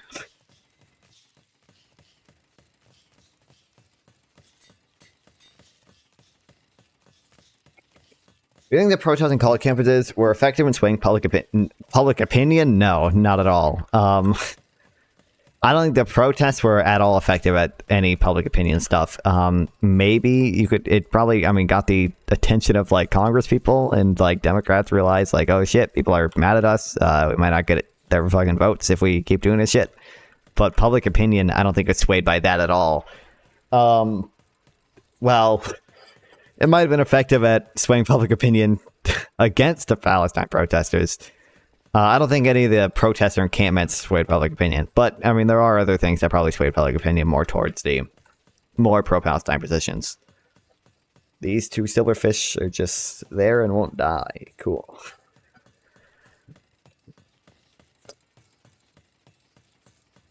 Okay, so these are good. Technically, Thorn should be on these, but I don't really care. I just need. And I think there's other shit I can add to the helmet, but I don't really care. I just need prot 4. Oh wait, I need unbreaking 3 in the helmet.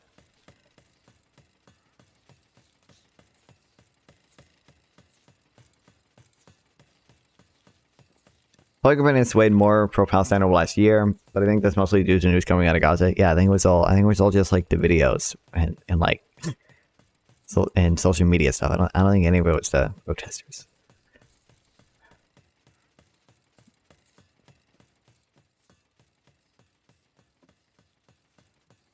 Okay, wait, how do I use this farm?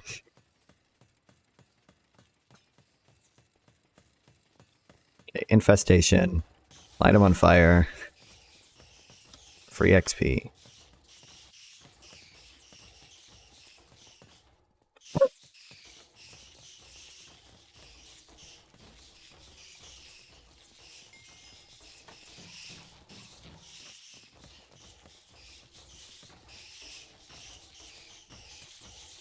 Man, this game's easy.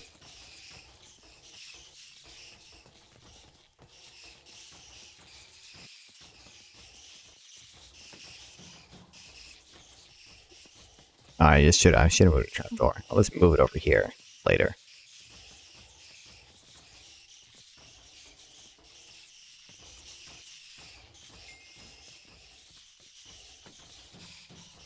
Oh hey, look, I'm level 30. That's crazy. The game's lagging again.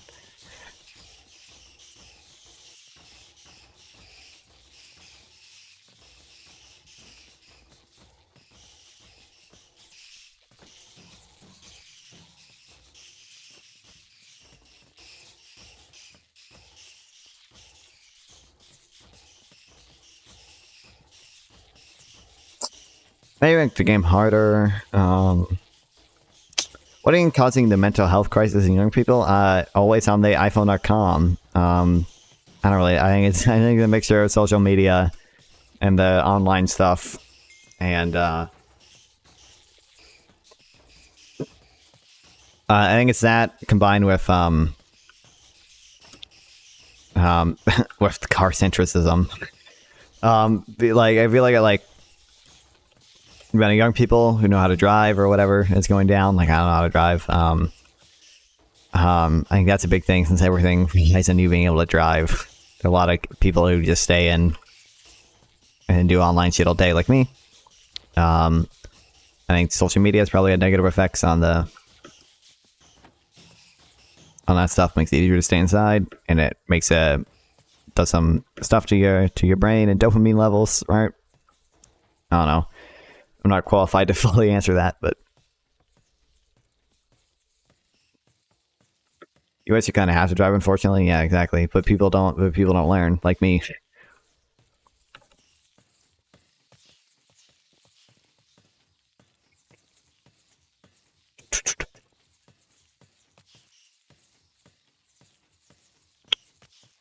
Action 1. Okay, protection 3.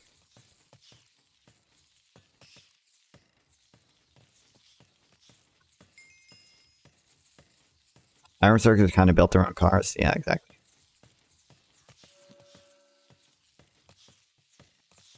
This was a major production. How are there silverfish outside? How did this happen? What is that? How? Oh. It's just so lagged out because there's so many of them that they're just glitching through. Okay, fire, dude.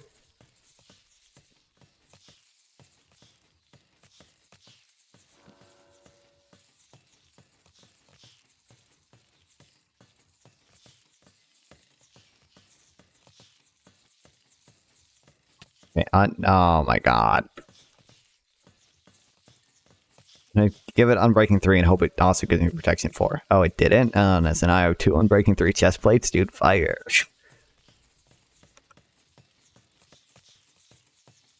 Young people in Europe do seem happier, but maybe we're wrong. Walkable cities with good transport and strong communities can do it a lot. Yeah, exactly. That's what I'm saying. Like, we don't, because we don't have that in America. Like, our shit is just fucked. Like, kids can't do anything on their own.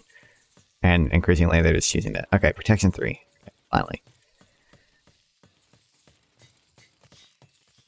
Oh my god. Oh my god.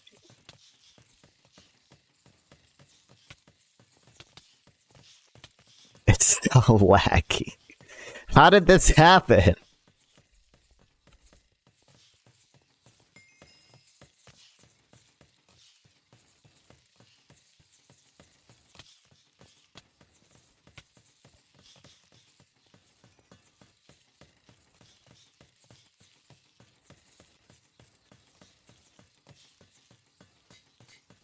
Alright. That's good. Now I just need the helmet. I need Unbreaking 3. Oh, Protection 3. Give me Unbreaking 2. God damn it.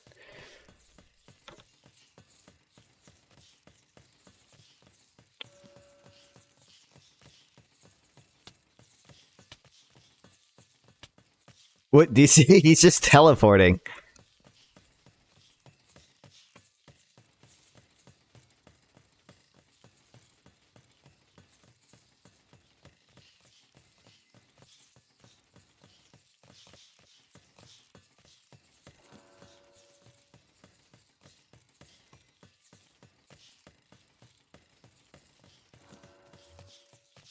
I love this game. I love this game. Unbreaking 3 this time, please. Oh, Protection 4. Give me Unbreaking 3 also. Oh, you didn't. Okay, cool. Okay. Why would I ever want the double enchants? Okay, awesome.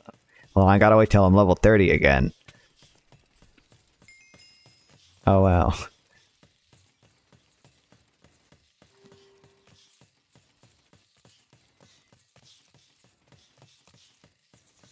Fire Protection 3.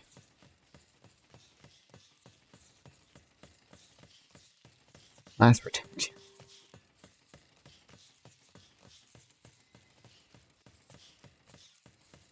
Aqua Affinity. Oh my, there, dude. Please, game, please. Oh my god.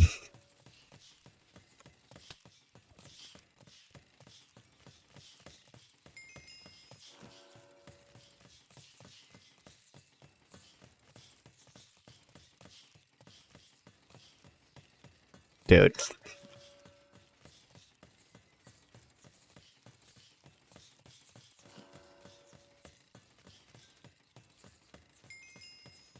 Please, game.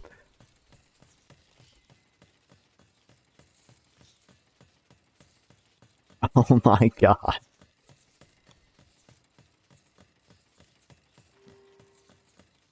You think the comparative advantage amount argument for free trade still holds even though most modern mass production mass production process can be performed almost anywhere with equal efficiency? Well, I think I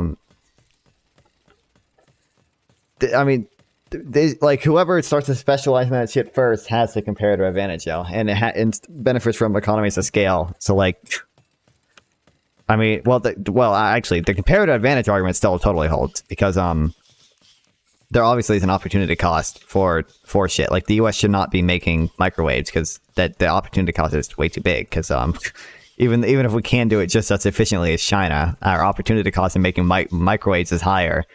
Because our more productive workers can be doing more productive shit. But I think, I don't know, I think like, wasn't this what Paul Krugman got his fucking Nobel Prize for? Was his trade shit, where he's like, his new trade theory? We're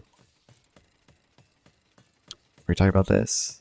If you make short people, if you make more short people, if you make more short than people buy in the state, you export. Yeah, but I think the opportunity cost is lower now. What do you need? Hold on, let me look up Krugman new trade theory. Contributing component of expanding. Okay, it implies that less developed, undeveloped nations may find it difficult to establish some industries as they enjoyed the economies of scale, like industrial. Economic models in international trade focusing on the role of increasing returns to scale and network effects, which were originally developed in the late 70s and early 1980s. The main motivation for developing a new trade theory was contrary to traditional trade models or old trade theory, as the world suggests. The majority of the world trade takes place between countries that are similar in terms of development, structure, and factor endowments. Traditional trade models relied on productivity differences, Ricardian model comparative advantage, or factor endowment differences, Hecksler-Oachland model to explain international trade. New trade theorists relax the assumption of constant returns to scale and show that increasing returns can drive trade flows between similar countries without differences in productivity or factor endowments. With increasing returns to scale, countries that are identical still have an incentive to trade with each other. In specific countries, concentrate on specific niche products, gaining economies of scale in those niches. Yeah. I guess trade theory has changed a lot in the 19th century. Yeah, this is what Krugman got his Nobel Prize for.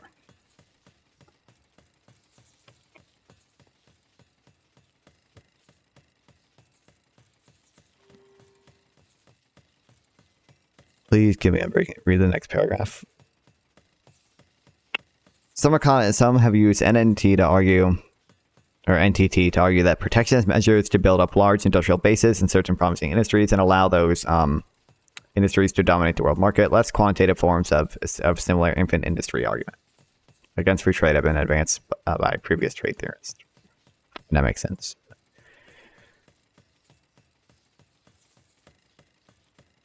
Can I please, dude? There's no reason I should not have gotten Unbreaking 3 by now. Oh, Thor 2, oh, fire, dude.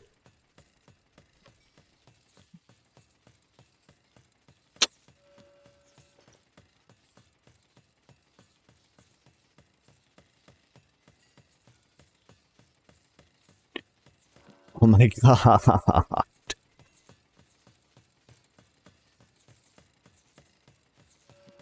Is it possible to get Unbreaking 3?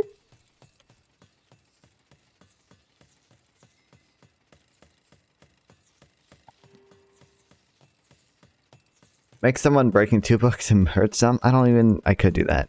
It'd probably be faster at this point. You know what? I might even have Unbreaking 2 books already. I think I took all the Unbreaking 3 books, but I probably have some.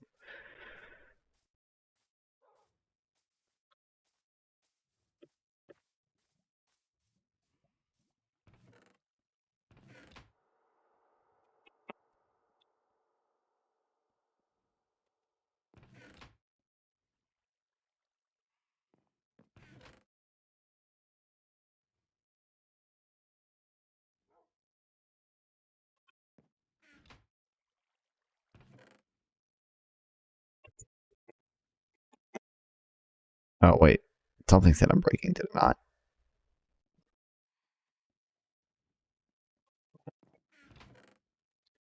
Gamble for Unbreaking 3 is going to take days. It shouldn't take that long. Oh, Unbreaking 3. Fire. Okay. I have an Unbreaking 3 book. Cool. I thought I took all those. If you try 3 more times, you'll get Unbreaking 3. I don't even need to. Boo. Yeah, thanks, Josh.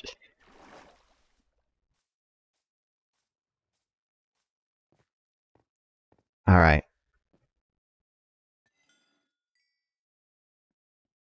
Look, Unbreaking 3. Wahoo. Okay. We're good. I just need mending for everything now.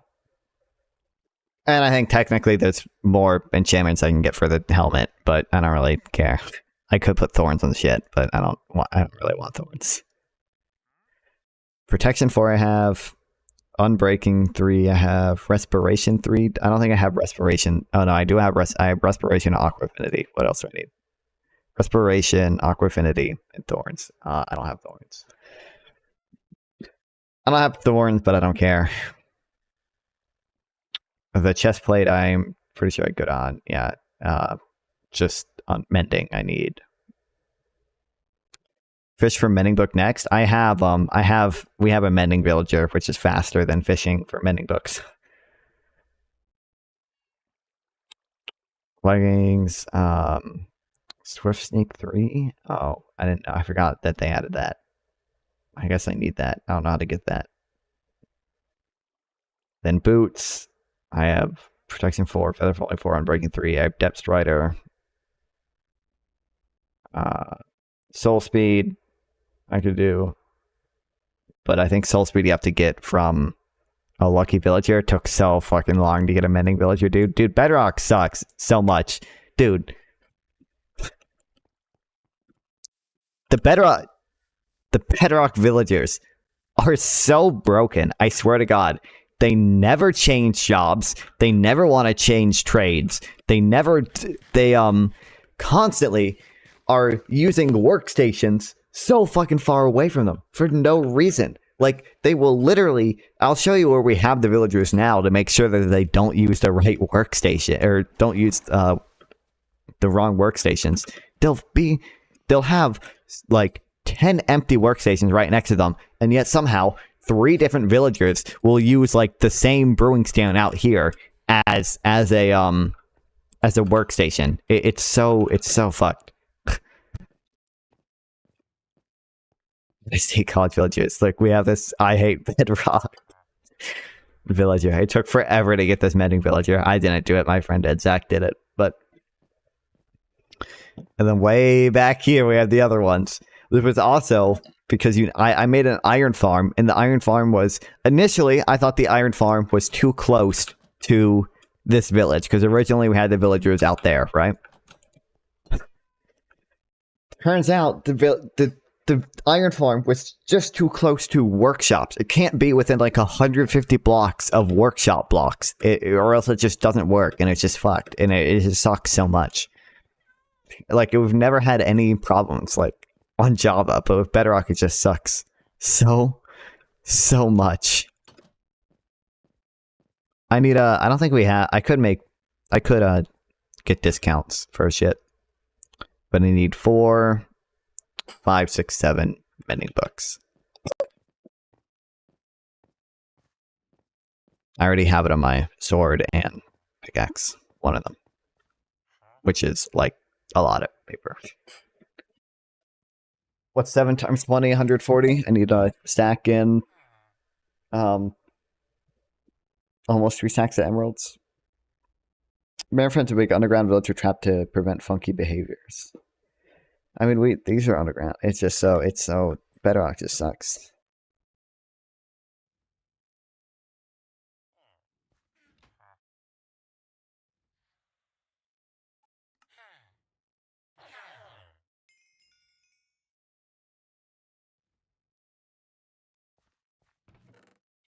I need to fix the sugarcane farm again at some point because I fucked that up again, but I don't feel like doing it right now. It's a lot of work.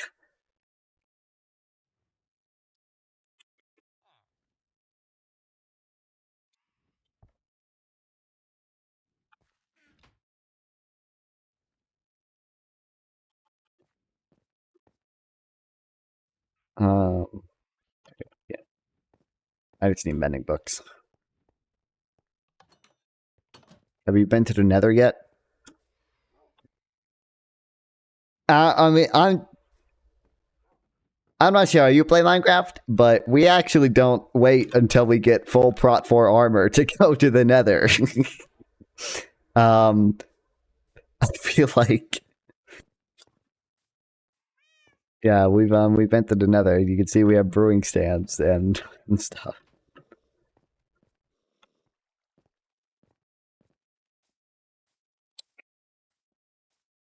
What was I gonna do?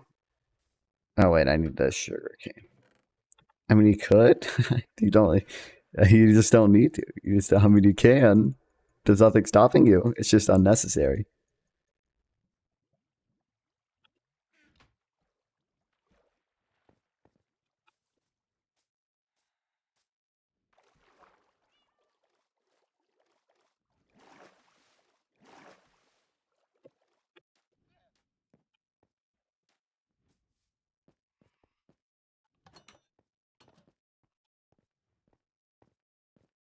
Only late game stuff and netherite in the Nether. I mean, you need blaze rods. Those aren't really that late game.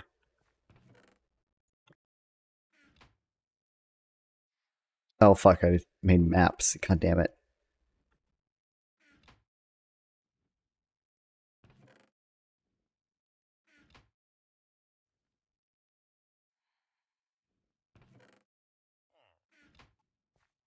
I'm gonna be honest with everyone. I'm gonna be honest. Everyone should take LSD and chill. Good one, bro. Welcome back. I keep the dude. This sucks. Why does it keep doing that?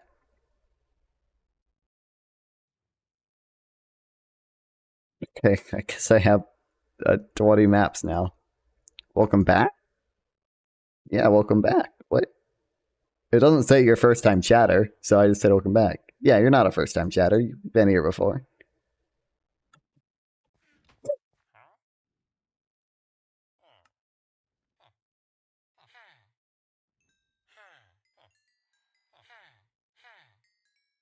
I cannot recall. It says you've been here once before, like a month ago. All you said was what we chatting about.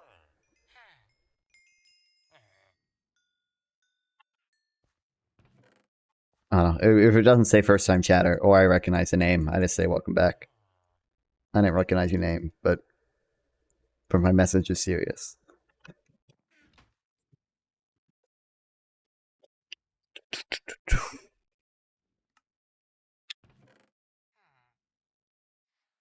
Alright. I'm gonna AFK into Iron Farm while I read something. Do you like LSD, sir? I don't do any drugs. Besides, I guess, I mean, I take Tylenol sometimes. Oh, thanks for the follow. I appreciate it. Wartoth Legacy 18. New chatter. Somewhat new.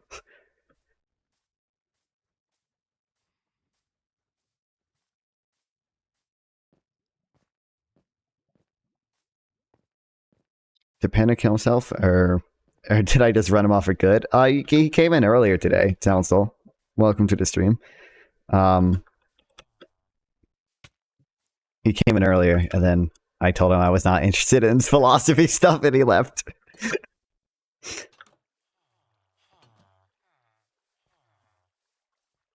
Alright, well, okay. We got my fucking shit back. Okay, now I can read. LSD may be a drug, but we should take all it.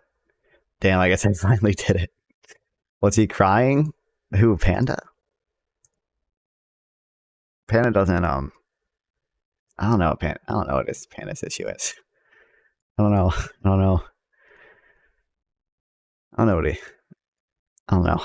Okay.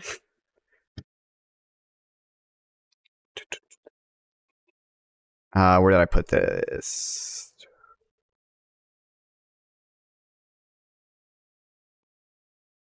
I think this mentions all of them.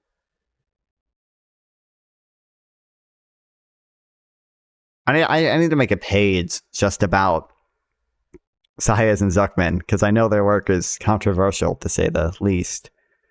So I should probably I'll just do that. Maybe I'll put shit under non-funds pushing for globalism. Absolutely, I'm pushing for globalism. I wasn't there in stream earlier, so I'm going to assume Panda was boiling its eyes out. Yeah, I bet. Some streamers see me as a daily event because when I follow someone, whenever they're live, I come and tell them I like LSD. Would you like me to do a daily event for you? Absolutely. That'd be awesome. We will not be replaced. What do you mean replaced? I'm just trying to get, cheaper prices for consumers, and you got it, sir. 07, brother. Thank you. Nalfan wants to import the third world. You just mean immigration? I think immigration is fine as long as people are more or less aligned on constitutional values. You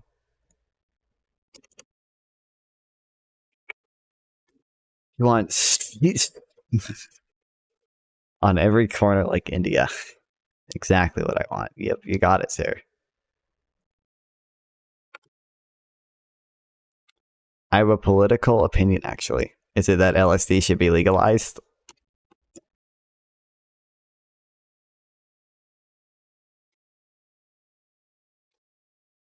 Healing with globalism used to work on farm, or need to have a farm and 14 kids because the world doesn't work locally anymore. Can we get Localist Party in here? Can we get his opinion of that? Yes, that's the one. No, I figured. LSD actually arguably probably shouldn't be whatever is it Schedule 2? Or it's Schedule 1's the highest classification, right? I think it's Schedule 2.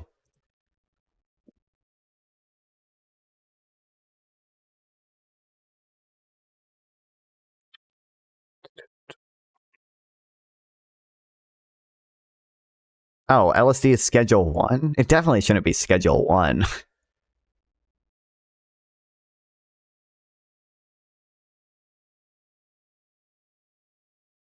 For legal reasons, I've never done LSD. Obviously. There's no, I don't think it definitely shouldn't be Schedule 1. Because isn't Schedule 1, yeah, with no medically accepted use. But I'm pretty sure there have been, you have to be an LSD to believe in globalism. I'm pretty sure,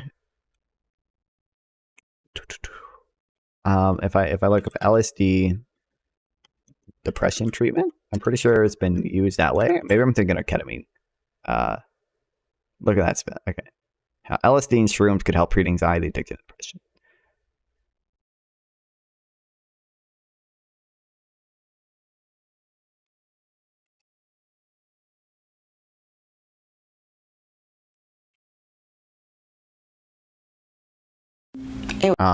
I've read about this before a little bit. Although I think it's been ketamine too.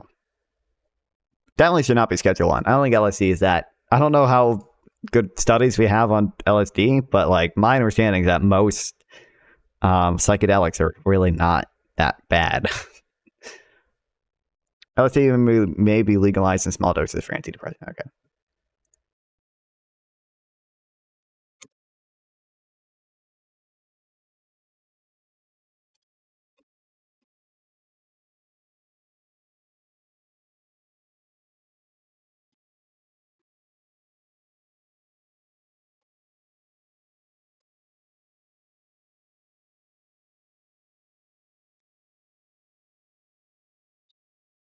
But I take it for fun. For legal reasons, I don't, though. Listen, I'm a member of r/LSD. I see the funny posts on Reddit of people freaking out over tough shit. r/LSD is an awesome subreddit.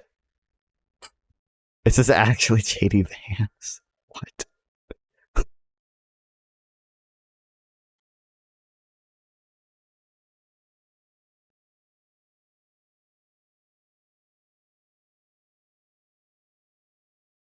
Never thought I'd think it was That's beautiful. r/acid I'm in. Oh wait, it's not safe for work.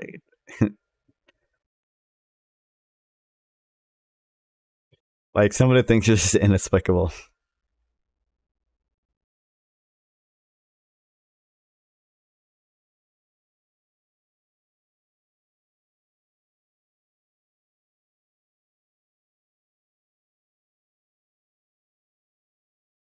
Some of these posts aren't funny things I want.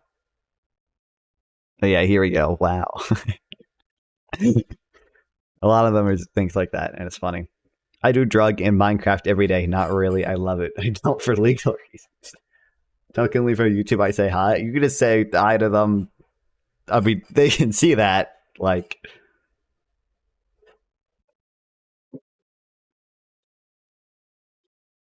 we don't do segregation here, okay? We're all one happy chat. We don't do platform segregation.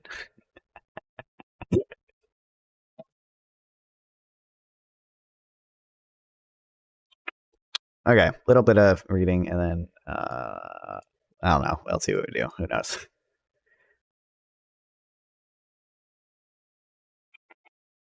Horace and I can see him through his screen. In their new book, The Triangle of Injustice, How the Rich Dodge Taxes and How to Make Them Pay, economists Emmanuel Saez and Gabriel Zuckman challenge seemingly every fundamental element of conventional tax policy analysis. Given the attention this book has generated, it's worth stepping back and considering the sweeping critique of conventional wisdom. Spoiler, my goal here is to present these issues, not to resolve them. Tell Kinley I fuck with him. What should be considered as a tax? Count that as a tax. Unlike most analysts, Zayas and Zuckman, hereafter SN, include state and local as well as federal taxes in their calculation.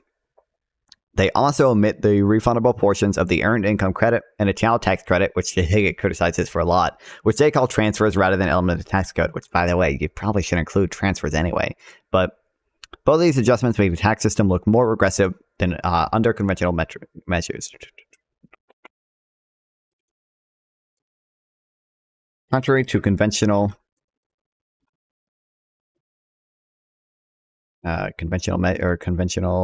tactics. Analysis. I don't know how to spell analysis. And Zuckman include state and local taxes.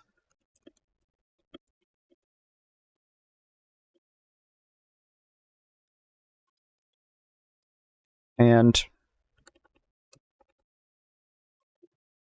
omit the earned income tax credit and child tax credit.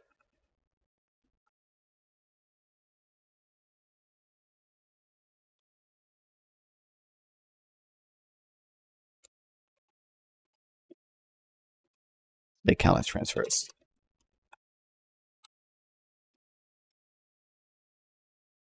Mr. Streamer, so I'm talking to a girl. I was thinking about date ideas. We do LSD, but we don't for legal reasons. LSD in Minecraft, obviously. Because why not? Some saliva, I want to try something new. I don't for legal reasons.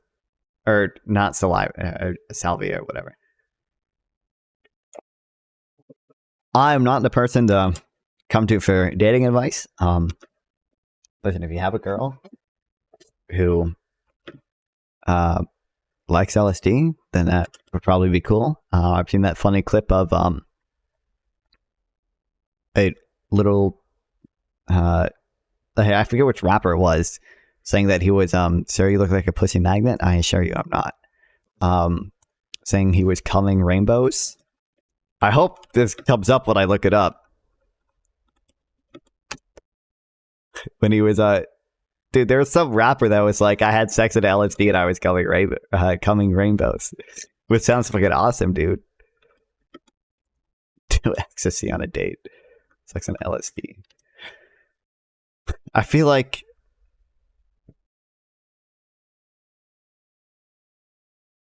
I don't know who it was. A$AP Rocky, maybe?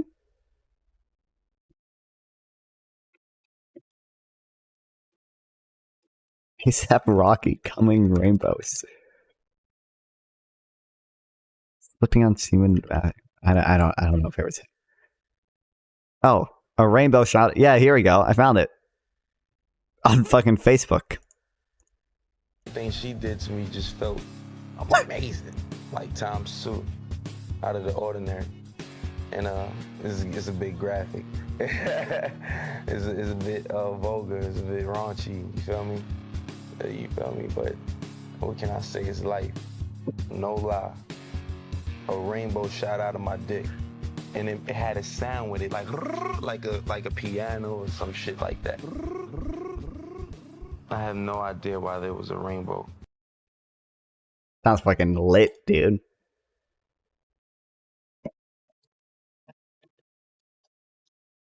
I can't. It's fine. No, taking a pee on LSD is better because it feels like string coming out. That doesn't make.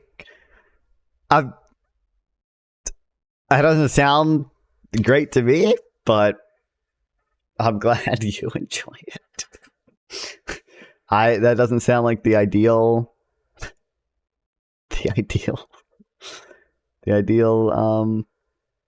sensation. I'm not normal, sir. I'm sorry. Based. Okay, valid.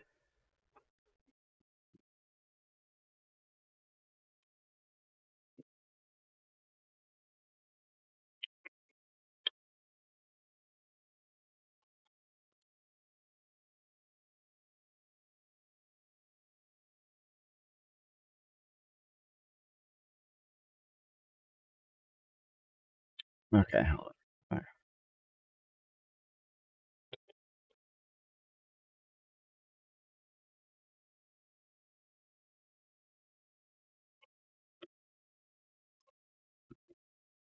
Both of these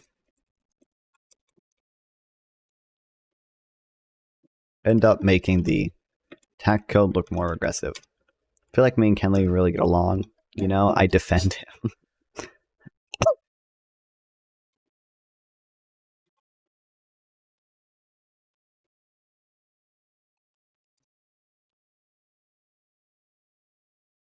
What should count as income?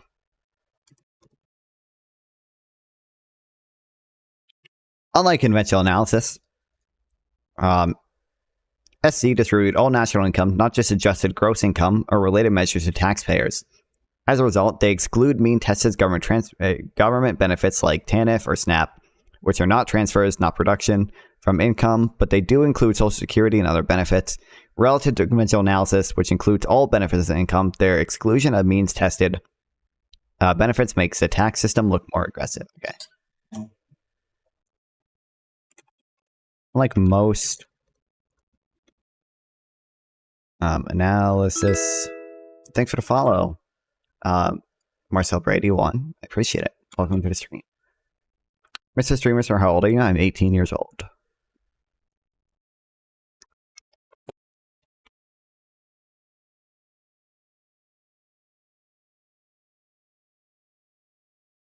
I'm 18 as well, sir. Paste.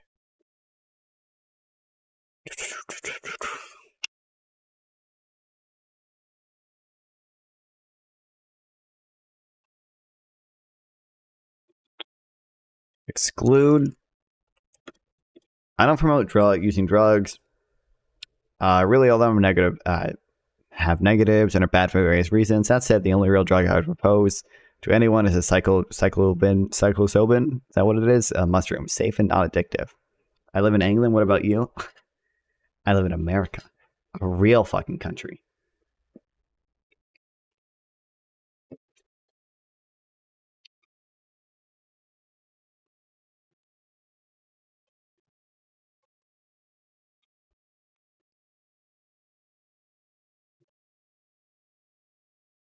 Mean tested transfers like TANF for SNAP.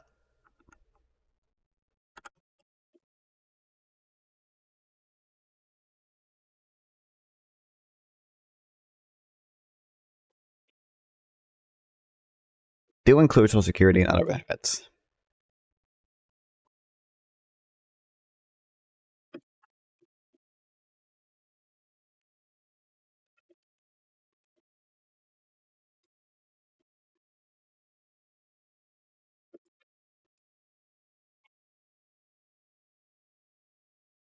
This also ends up tax code look more regressive. England is the greatest. Inaccurate. Inaccurate.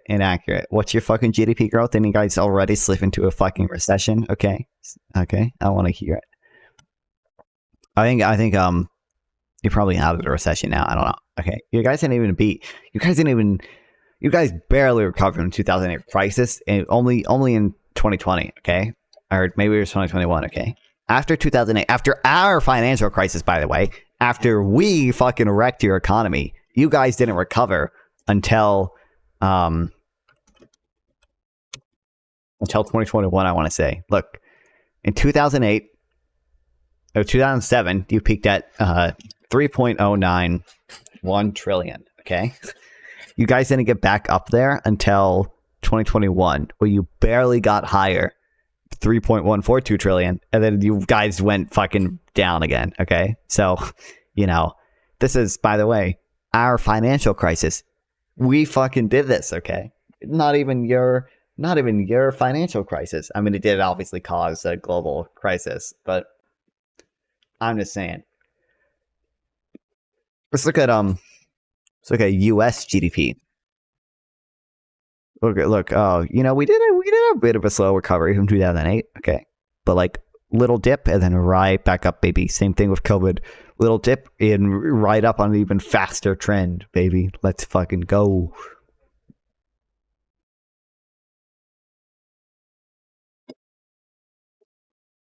Get shit on. What do you guys even have? Universal healthcare? Universal healthcare? Gun control? Gun control. What a fucking lame ass country.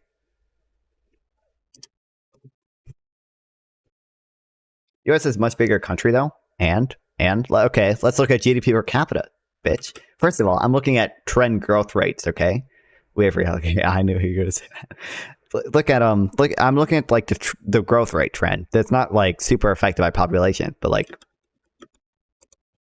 let's look at per capita, okay? You think you're doing better per capita? You're doing fucking worse per capita. You at 50,000? Did you ever get back up? No, you're doing even worse per capita, okay? So, I don't want to hear it. And we ain't super beasts. Okay. I see how it is. Okay. That's fair. Okay.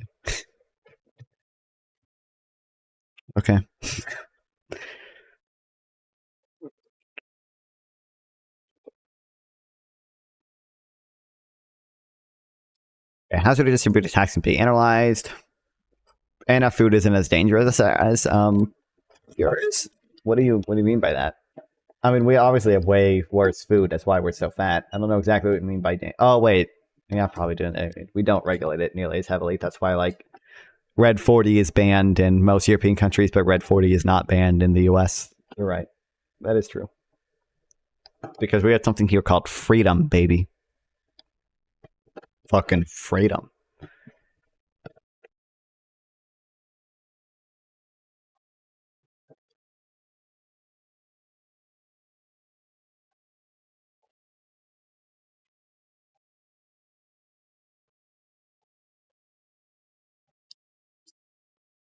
Fuck freedom, we want Trump.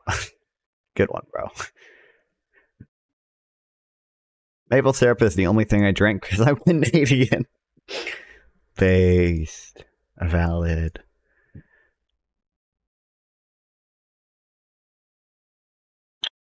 I am the community lead for Southern Pines and Progressive Victory. We got the local DNC watch party in North Carolina canvassing events coming up. And I want to get you up to speed. What time will you be able to talk over Discord or phone? Canada isn't real.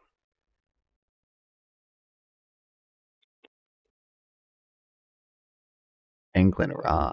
I already you wanna go to the fucking graphs I like page, okay, and look at how shitty your country's economy is doing, okay? Also wrong. Okay.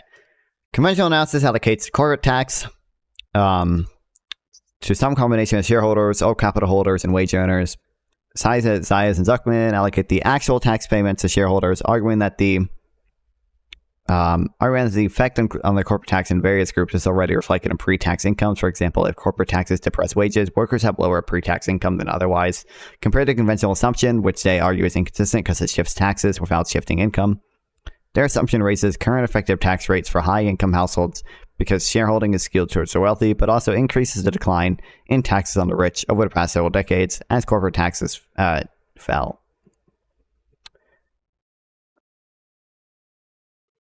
When you're 18, don't stress about politics, do LSD and have fun. Based.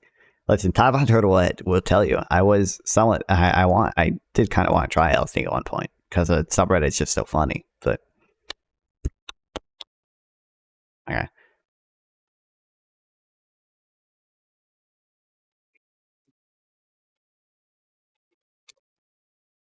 Most analysis distributes the tax incidents.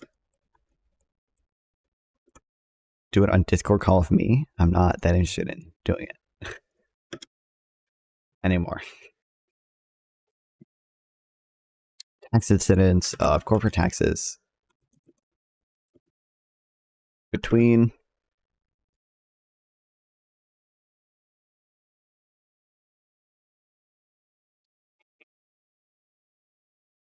shareholders or capital holders and wage earners. No, you are interested. Trust me, I'm not that interested, bro. See, instead, I look at the actual tax payments to shareholders. I mean that the effect of the corporate tax in various groups is already reflected in free tax incomes.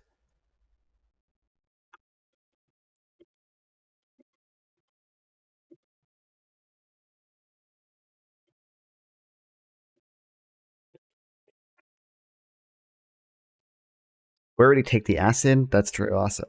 Where would I get it? Where and where I could do? I should do a stream on acid. That'd be fucking base, dude.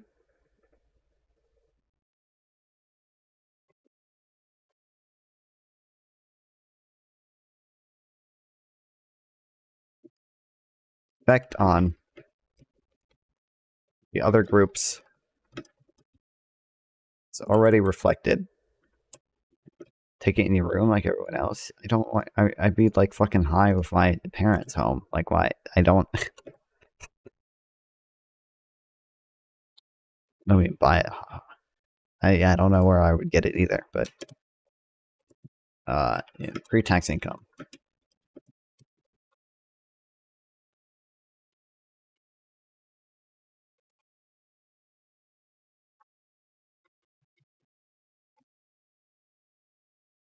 Also, Mom, if you're watching, everything I say is a joke, and I do not never seriously intended on taking LSD.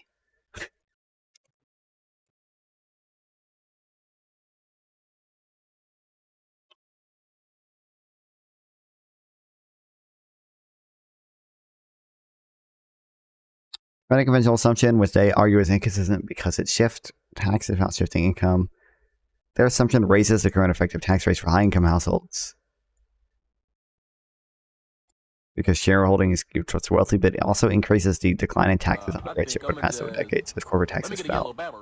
Look, you got to get nothing. I'm not finna play with you. You gonna be yellow bebber and your ass gonna be still hungry, so you better tell him what you Why? Thanks for the 10 bits. What was that?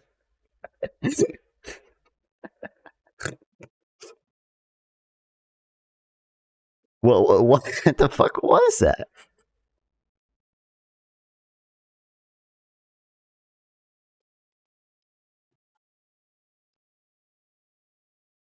I think I'ma just let me get a yellow bebber.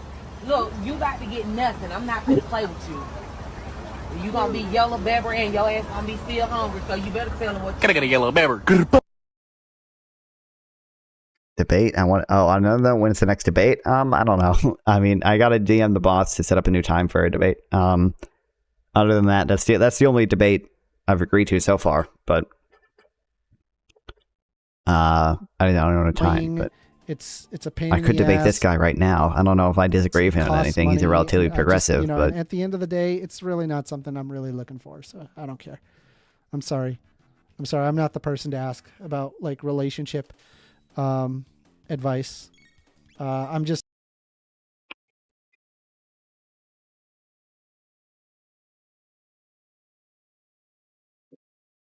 Timbro.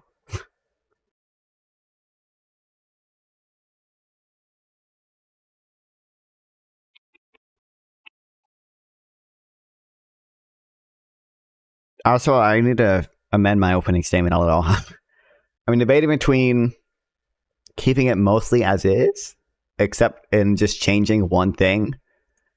ManQ had this good example. I think I might include this example in my opening statement where I say, let's take the case of, two billionaires. One will name Sam Spendthrift, spends all his money living a high life, buying expensive cars, expensive wine, and giving large amounts to political parties. Another will name Frank Frugal. He lives modestly, he saves his money, as well as invested in successful startups, which is quite good in identifying. He plans to leave most of his money to his alma mater, fucking his college, whatever. I don't know how to pronounce it. It's fucking Latin. Don't care. And his children. Who should be taxed more? There's an argument to be made that they should be taxed the same. However, Frank Frugal investment incurs more positive externality. Wait, hold on. But a wealth tax would end up taxing Frank Frugal more than Sam Spendthrift. So it's arguably... So it's just a good example to lay out like why wealth taxes are probably not great. I think I'm including that, and then also I was thinking of like just making my opening statement like, I don't have a series of yes or no questions that I'm just gonna run down later and get this guy to answer, and then like that's it, and then like as soon as the debate starts, everyone's gonna start running through those, and it's like, do they have higher avoidance? Yes. Do they decrease? Do corporate taxes decrease wages? Yes. And like run through all these things, and then like once they then like drill them down on them if they disagree to them. Like if I ask like, do corporate taxes decrease wages to some extent, and they say no, not at all, then I should be able to like drill them down on all these things. Like, does the wealth tax decrease long-run GDP? I should be able to get them to concede on that, even if they say it's not by much, like because it more or less just is true. So I should be able to drill them hard on that and like get them to concede, or they look bad because they just won't concede, and I'm obviously right all the time. And then I could just do that, and then at the end I can do what I did from my closing statement with Bimmy. Where it's like, during this debate, PPG agreed that wealth taxes increase the incentive for capital flight. Wealth taxes have higher avoidance. Wealth taxes decrease investment, but somehow don't decrease GDP. They decrease financial capital, which decreases the number of startups that can succeed, and they decrease the after. Oh wait, I think this was this should be like right here. I think these were backing up that point. Yeah, I think I could just do that as well. But I don't know. We'll see.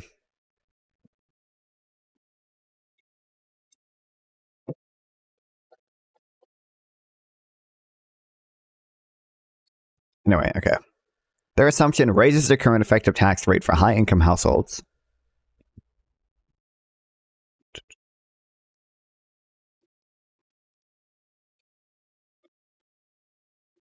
Raises the income or tax burden for high-income households. But also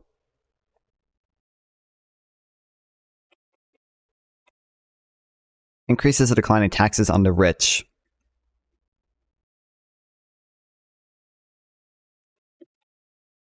As corporate tax rates have fallen.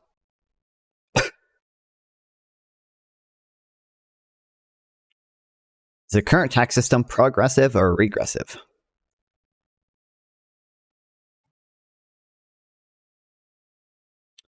TPC. Who?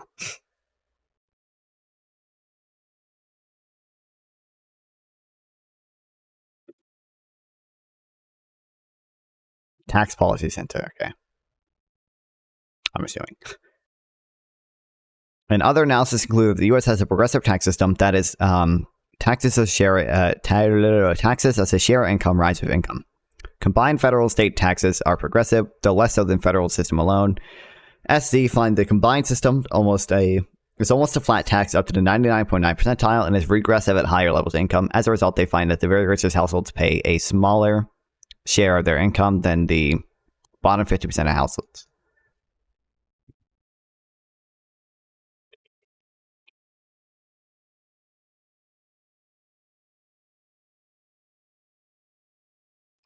Most other analysts find that the U.S. federal tax system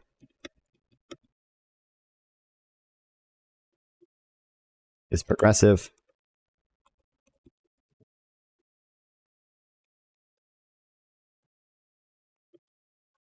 with the state and federal tax system being less progressive.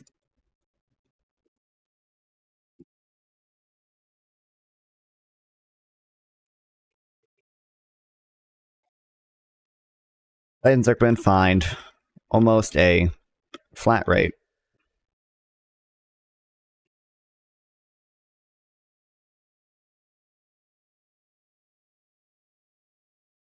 Or as I say, find a combined system.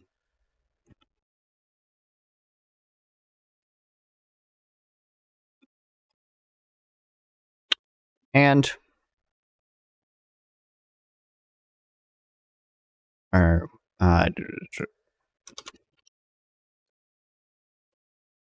up to the 99.999 percentile, where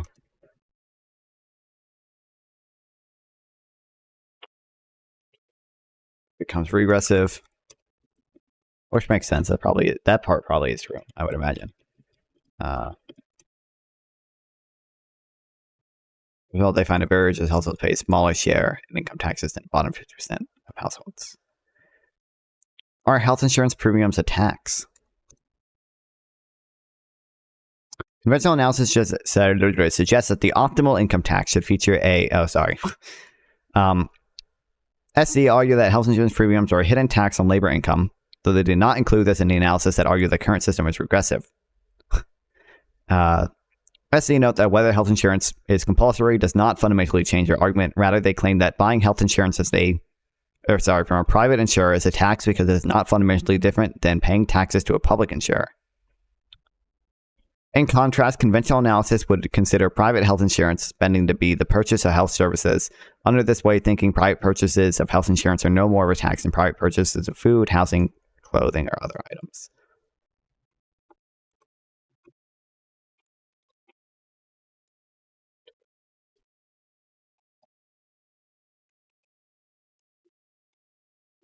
Health insurance premiums are a tax on labor income, since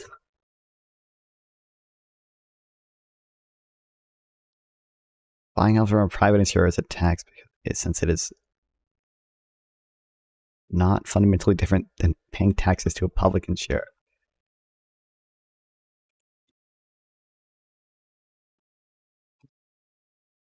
Interesting argument.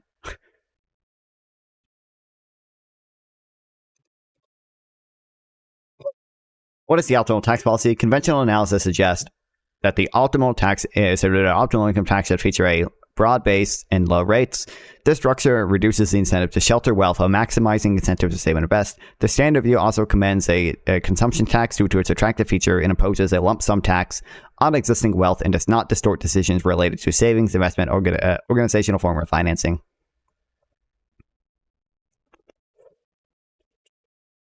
Conventional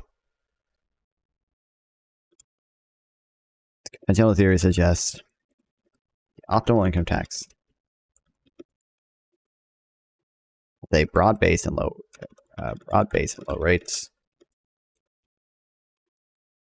and recommends consumption tax since it does not distort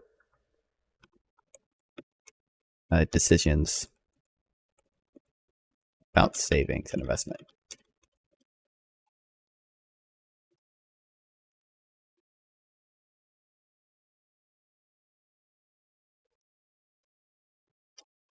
SC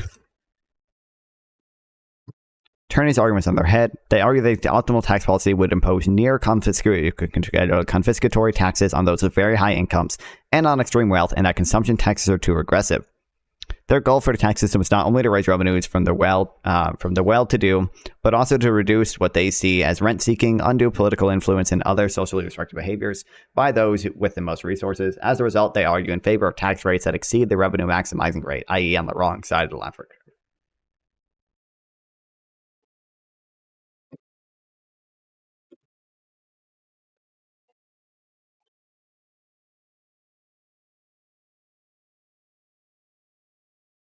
Okay.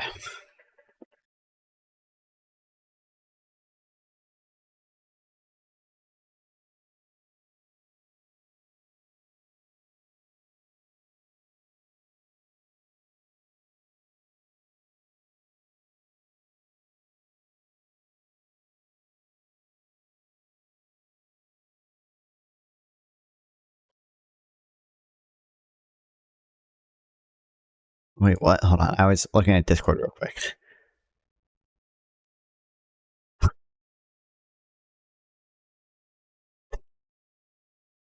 There's a Trump who's better. Destiny versus Tiger King Joe Exotic? What? What? What?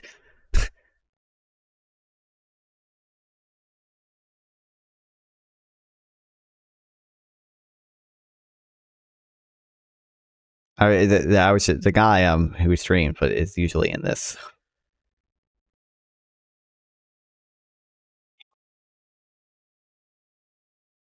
thing. I was just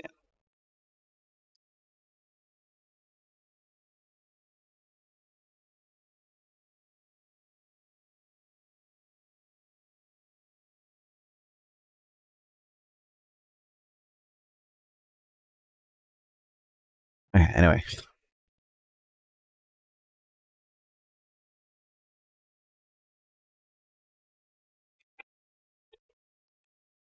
Instead, argue. Look at this spelling, guys.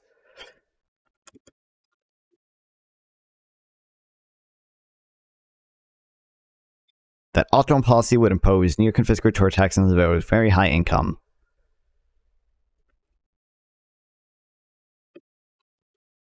And that consumption taxes would be too aggressive.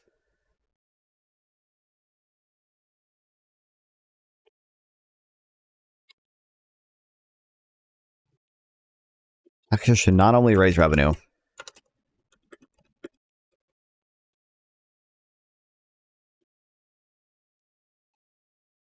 but also address social issues.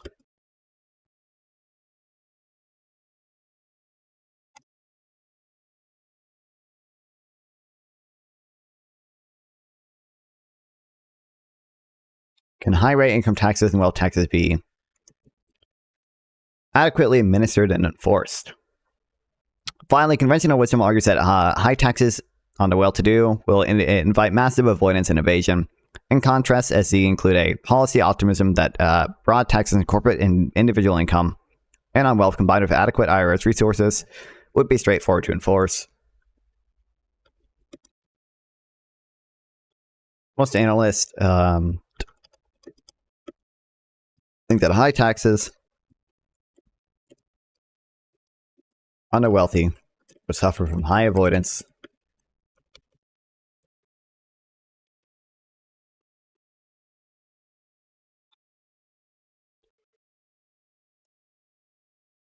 and evasion. C instead think that with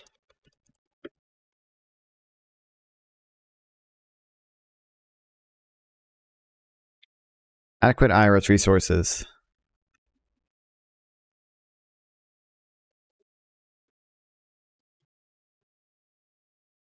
adequate IRS resources, they could be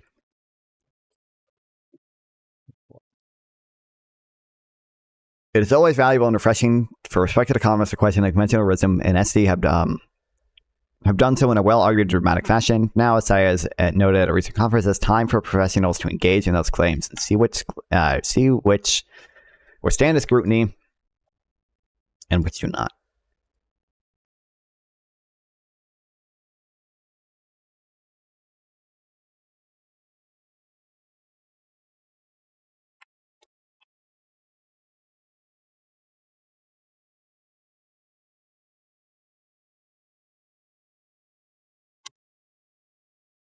Wild. I know there's like some other.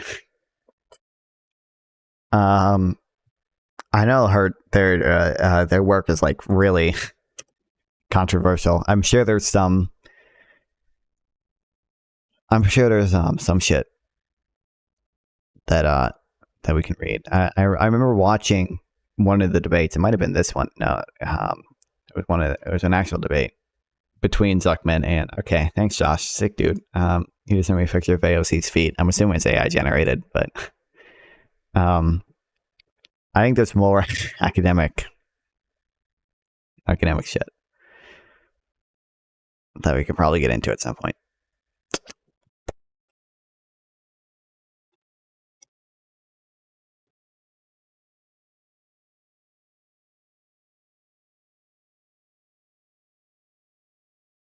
Their feelings on whether or not their feelings on me murdering them impacts their ability to Remove survive. the term murder, because murder just means the unjustified killing. Well, yeah, but like no, And because the question is whether or not this particular killing is considered just. well, no, that's not at all what I asked. What I I'm asked saying you're is baking into the definition that it's wrong. wait. So if I walked up and I killed Yes, they finally shift someone on the my side of the microphone, road because I thought they looked which at me I won't be able to use. does their feelings on unless that, someone donates $100. right, on that change Yes. whether or not Yes. it impacts their ability to survive? Yes. Okay. So you're telling me that if someone wanted me to kill them, then that impacts their ability to not die when I kill If somebody wanted you to kill them, that would determine whether or not it could be considered justifiable, and therefore a person's feelings But I didn't is ask taken into whether or account. This is modern day debate. This is, That's yeah. that wasn't my question. I was just curious what they were talking about. My I don't know so what my we're issue arguing anymore. Amender is that you told me that like me murdering a baby because it looked at me wrong, and for that reason and that reason alone is bad.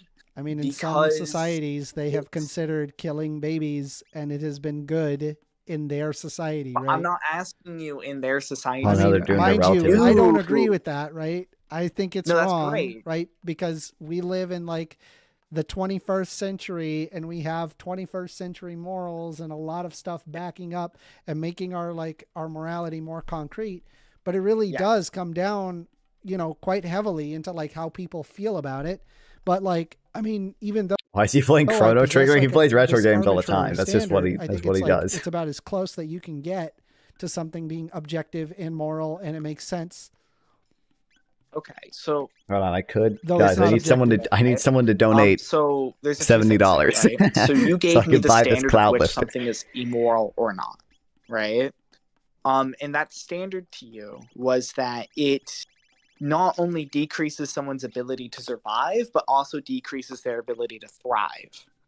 And that I'm was only your standard. $70. Yeah, And actually a little bit my more. question was, does their opinion Whatever 67, on me 67 murdering plus the person 9 who I'm plus murdering whatever is the taxes victim's would be. opinion, So like $80 basically. me murdering them's effect on But Ness already donated $1, so Does already really answered this question. only So, yeah, 79. it does matter. It matters Wait, what the does it- person thinks. Yes. Sure, it might matter, right? That's not what I'm saying. I asked you, does it affect their ability to survive and thrive? Does their feelings on me murdering them affect that specific thing? I don't like that you keep using the word murder here. Like you're Well, baking into the fact that it's Does already it wrong. wait? So it doesn't matter whether or not if it's justified or unjustified, because I'm not asking you is it justified or unjustified. I'm Yes, you asking are. you.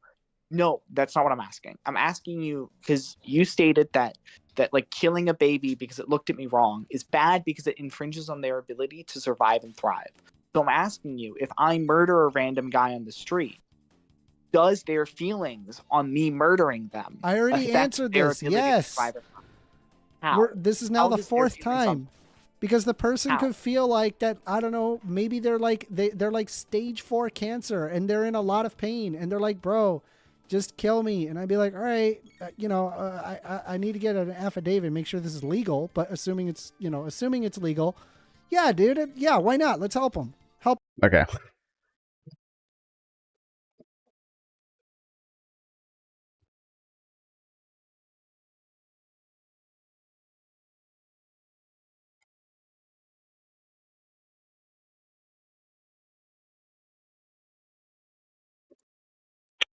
Hey, Zuckman.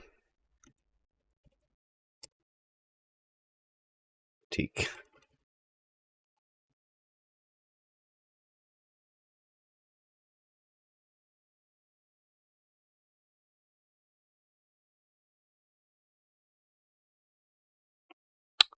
When we read some of that tax foundation,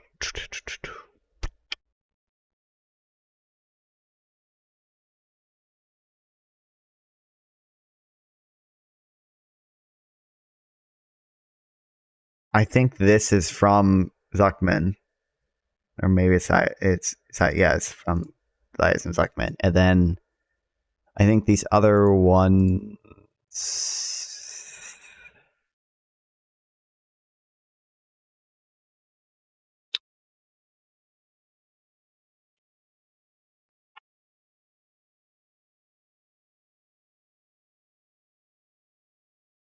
Are from other people.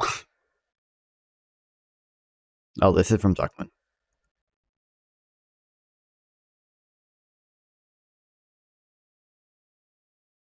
Is this yeah, this is their refined estimate.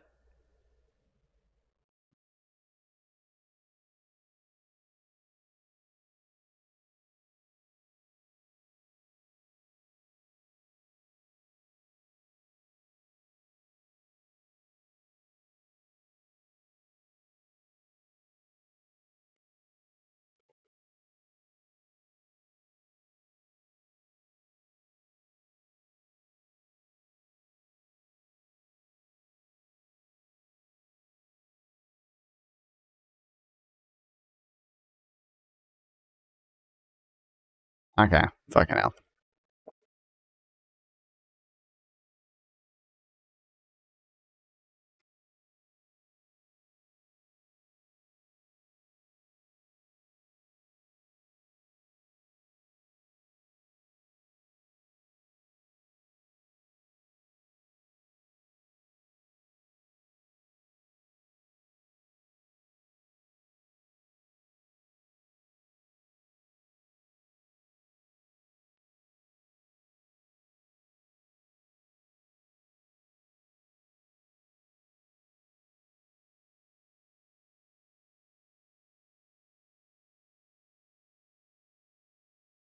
There's probably something he's looking for in it. What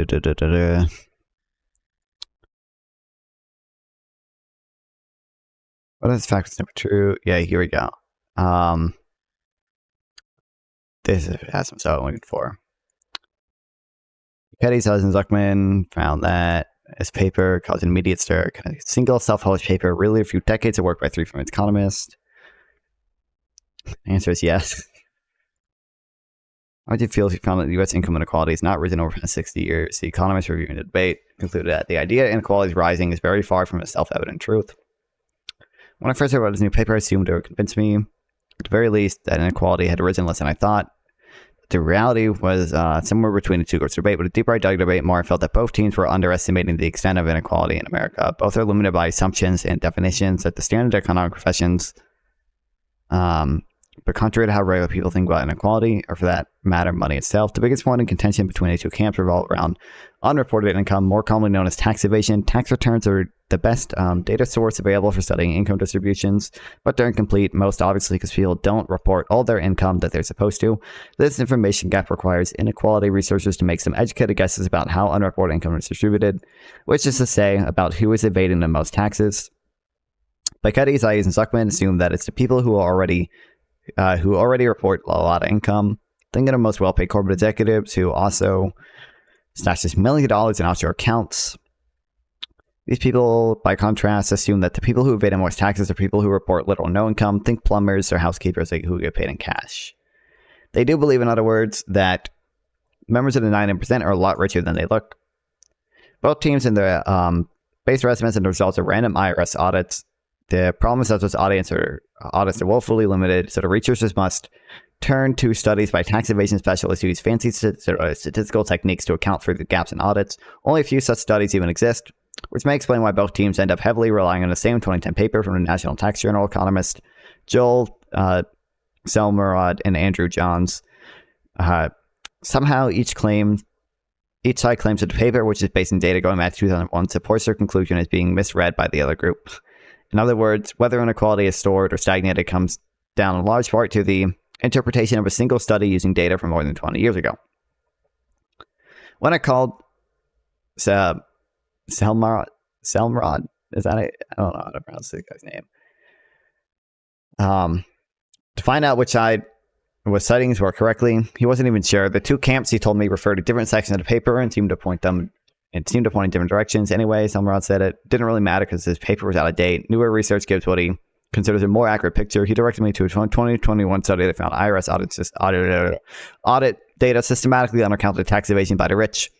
The author of the study, who Gabriel Zuckman, calculate that the top 1% of unreported income is actually about 50% higher than the Piketty estimates once you account for the bias in the data. Otten and Splinter have critiqued this study, and its authors inevitably critique the critique. Ultimately, which side you believe to depend on whether you accept Otten and Splinter suggestion that even its IRS enforcement has gotten weaker and exotic tax avoidance strategies have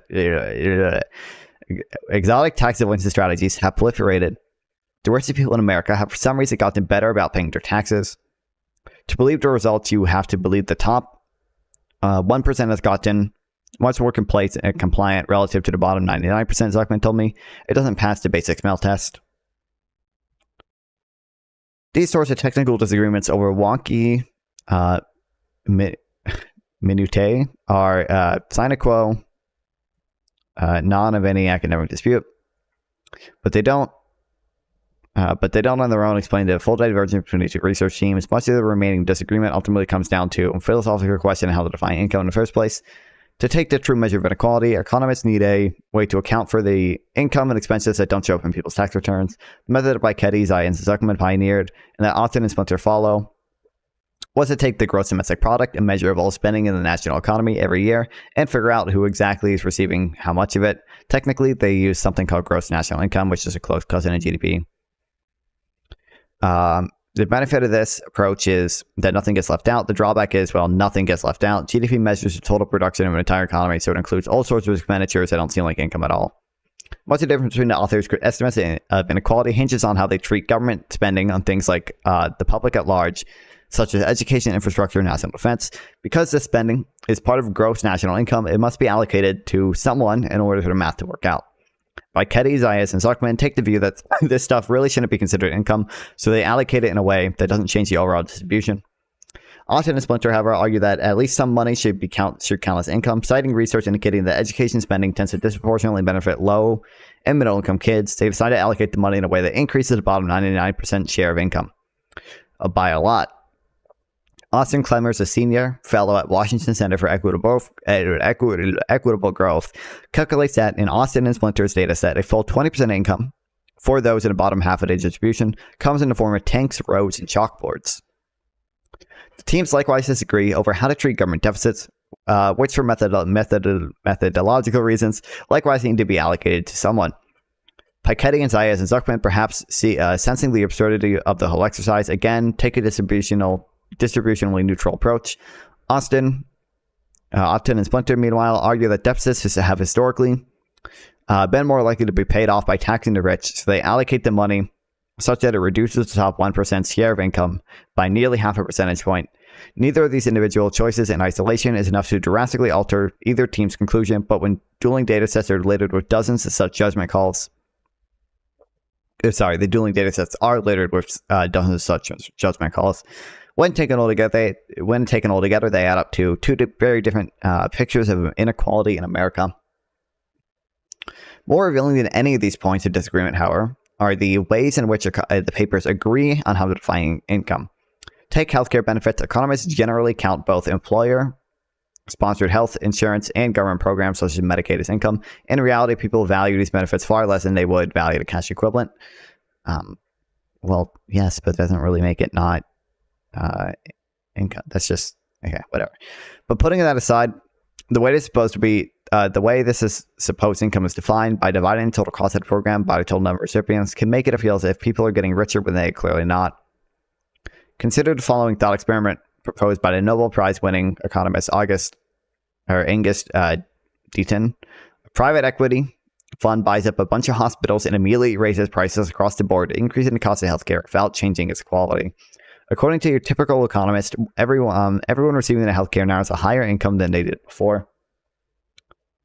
Or Deaton said, imagine the reverse. The United States has the highest per person healthcare cost in the developed world, embarked on a heroic effort to lower its cost to the same level as Switzerland, the second highest spender, without compromising quality. If that happened, it would appear in the income data as if Americans on average had each lost $9,000 a year.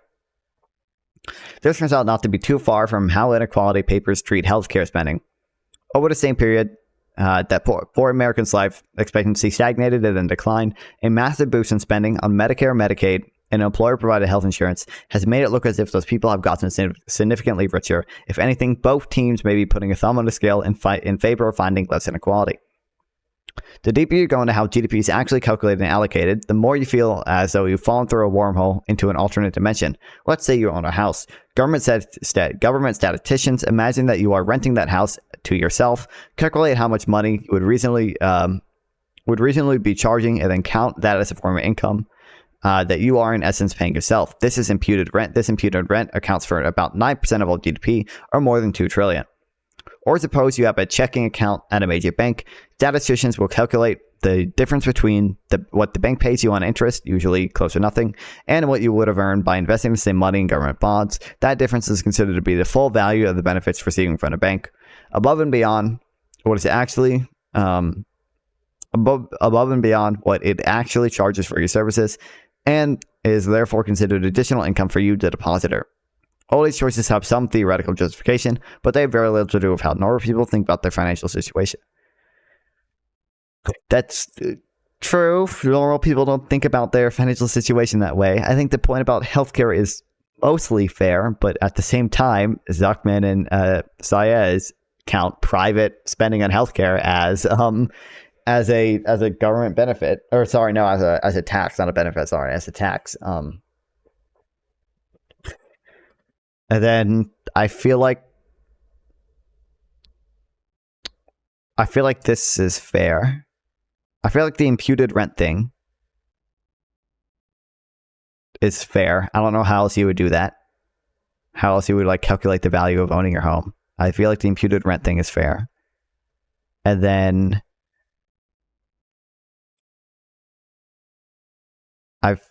the difference between what the bank pays you in interest on that account.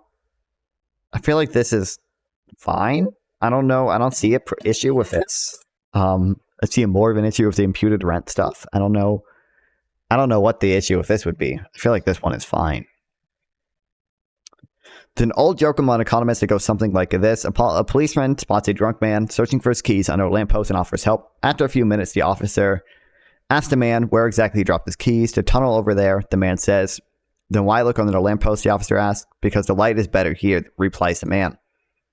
It's hard to read through these inequality papers and the responses to them, and the responses to the responses without feeling like a little like the policeman. You find yourself caught in the middle of a highly technical debates over the accuracy of audit studies, or who benefits the most from education spending, or how often people roll over their retirement accounts. Don't even get me started on that one. All of which is supposed to tell you what has actually happened in income inequality over the past century. But it turns out the data is being argued over are missing a lot of what you're trying to measure. The definition of income being used is one that most ordinary people wouldn't even recognize. Both teams are claiming to have found something under the lamppost, but it might not be a set of keys. Luckily, we rely on one data source or statistical technique to know that inequality is rising. We don't have to, sorry. Um,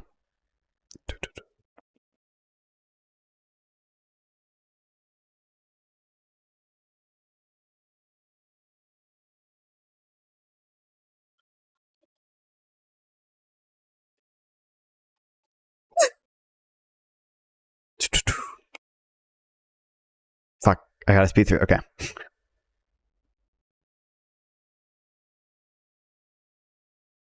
President Obama office finds that from 1979 to 2014, not 1% share of after-tax income went up 6%.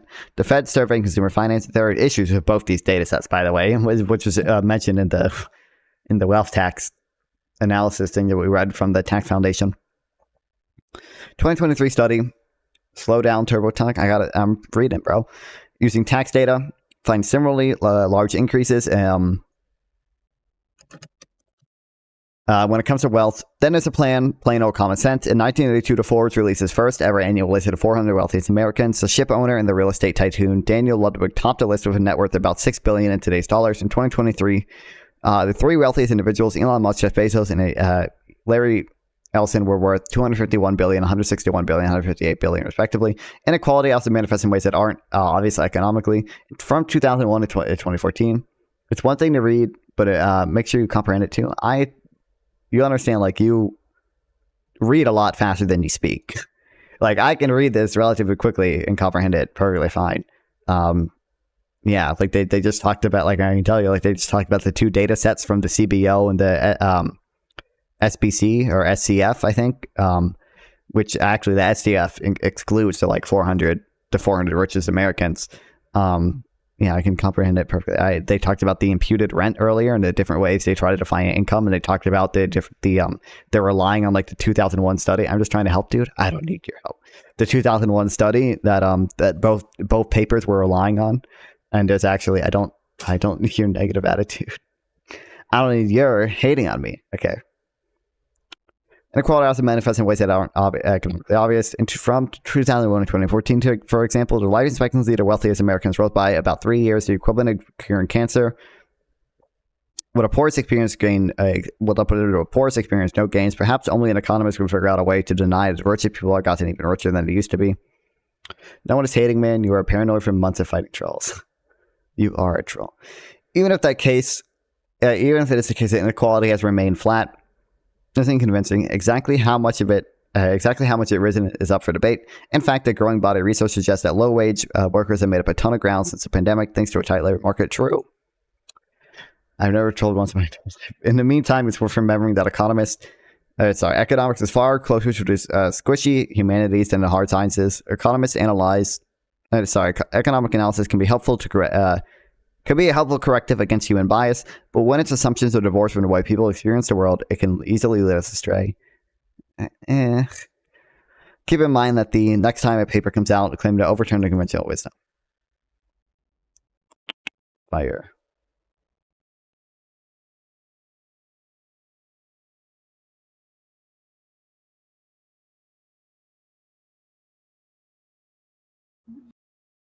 Okay, I fixed it.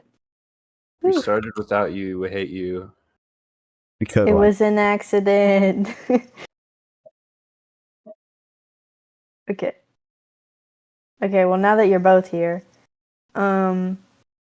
should I can either date Stanford or Grunkle Stan. Oh, okay. Wait, which one? That's it. You can only date the brothers. Who are you? What's going on? I'm me. Who's the MC? Oh, okay. So it's not like, well, I mean, it's weird, but it's not like that weird. Yeah. Okay. I was concerned. Could be a lot worse. I've discovered that when you, at the beginning of the game, when you type in your name, it doesn't let you put Bill Cipher. What the freak? What? That's what I'm saying. So, okay, I'm gonna start the game now. Except, hold on, I need to turn the music down because that was really loud. Okay.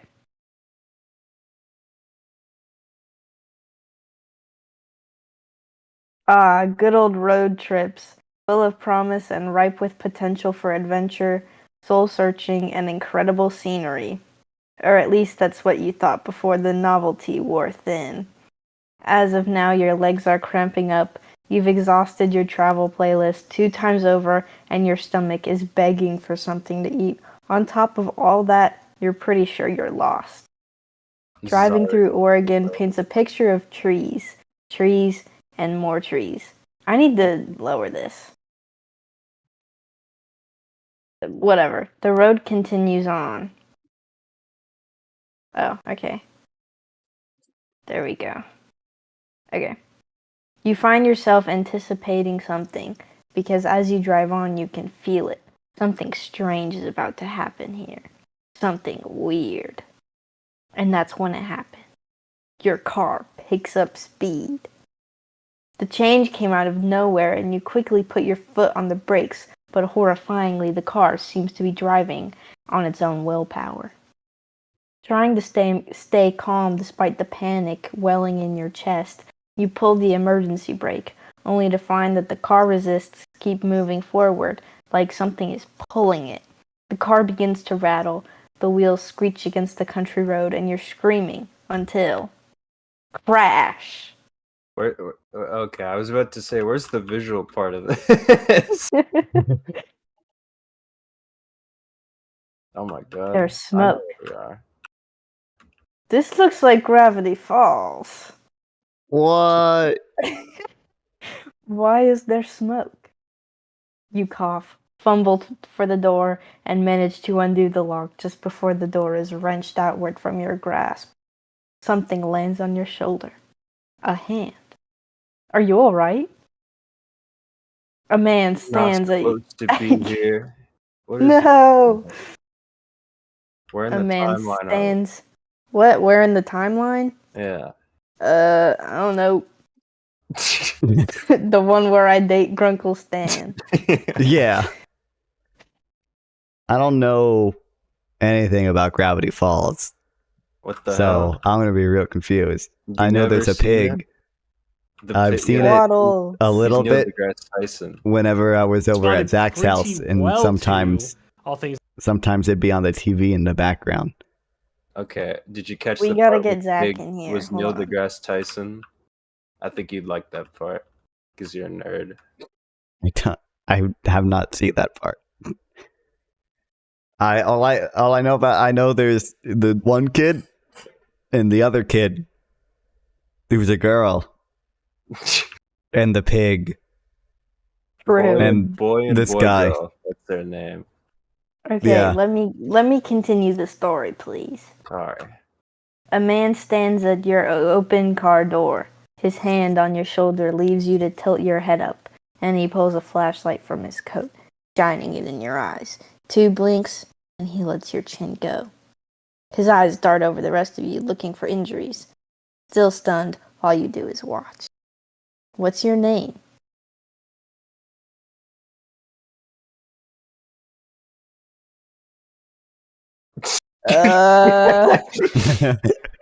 Stands for so progressive, dude.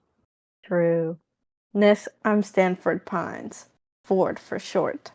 I would shake your hand, but you look shaken up enough as it is. You seem fine as far as I can tell, but you shouldn't head back out here anytime soon. Where on earth were you driving in such a hurry? You open your mouth to explain when a voice calls from inside the house. Poindexter, this better not be one of your experiments again. I've had this place rebuilt too many times What? to... Grunkle Stan! Is it one of your experiments?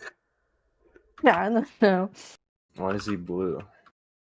I don't know. The owner of the voice walks outside the house and stops Owner of the slack-jawed at the side of your car and the side of, you're guessing, his house. You must have hit your head earlier because you could swear you're seeing double. Sweet Moses, Ford, you've done it this time. What? This had nothing to do with me. I was testing my magnet gun, and Oh, your magnet gun. It must have pulled this victim of circumstance into the house. What? I suppose it is entirely my fault. I'm incredibly sorry. Cry. I'm gonna cry. Cry. A tear streaks down your cheek, and before you know it, you're crying. Both men look uncomfortable, but Ford reaches out to give you a hesitant pat on your shoulder. I hope they kiss at some point. They're brothers, actually. And So, anyways. Hey, look, it's fine, alright? Sure, there's a dent in the hood from the Saks signage, and a crack in the windshield that looks like an ominous triangle, but I'm sure she'll still run. You try to start up the car, it sputters, but ultimately nothing happens. You feel like crying again. Oh. Well, let's call a tow truck for this unfortunate soul here and forget I'll take care of it. You're right, it is cheaper to tow it yourself. Sixer, get that magnet gun out again. No, Stanley, I'm going to fix this. What? Huh? You fixed this mess? I figured out a few alien vehicles in my time. Nah, you kidding me? did you report me on Instagram or something? No. I opened Instagram and it says, we're reaching out to offer help. Someone thinks you might need some extra support right now and asked us to help. What did you post? I don't know.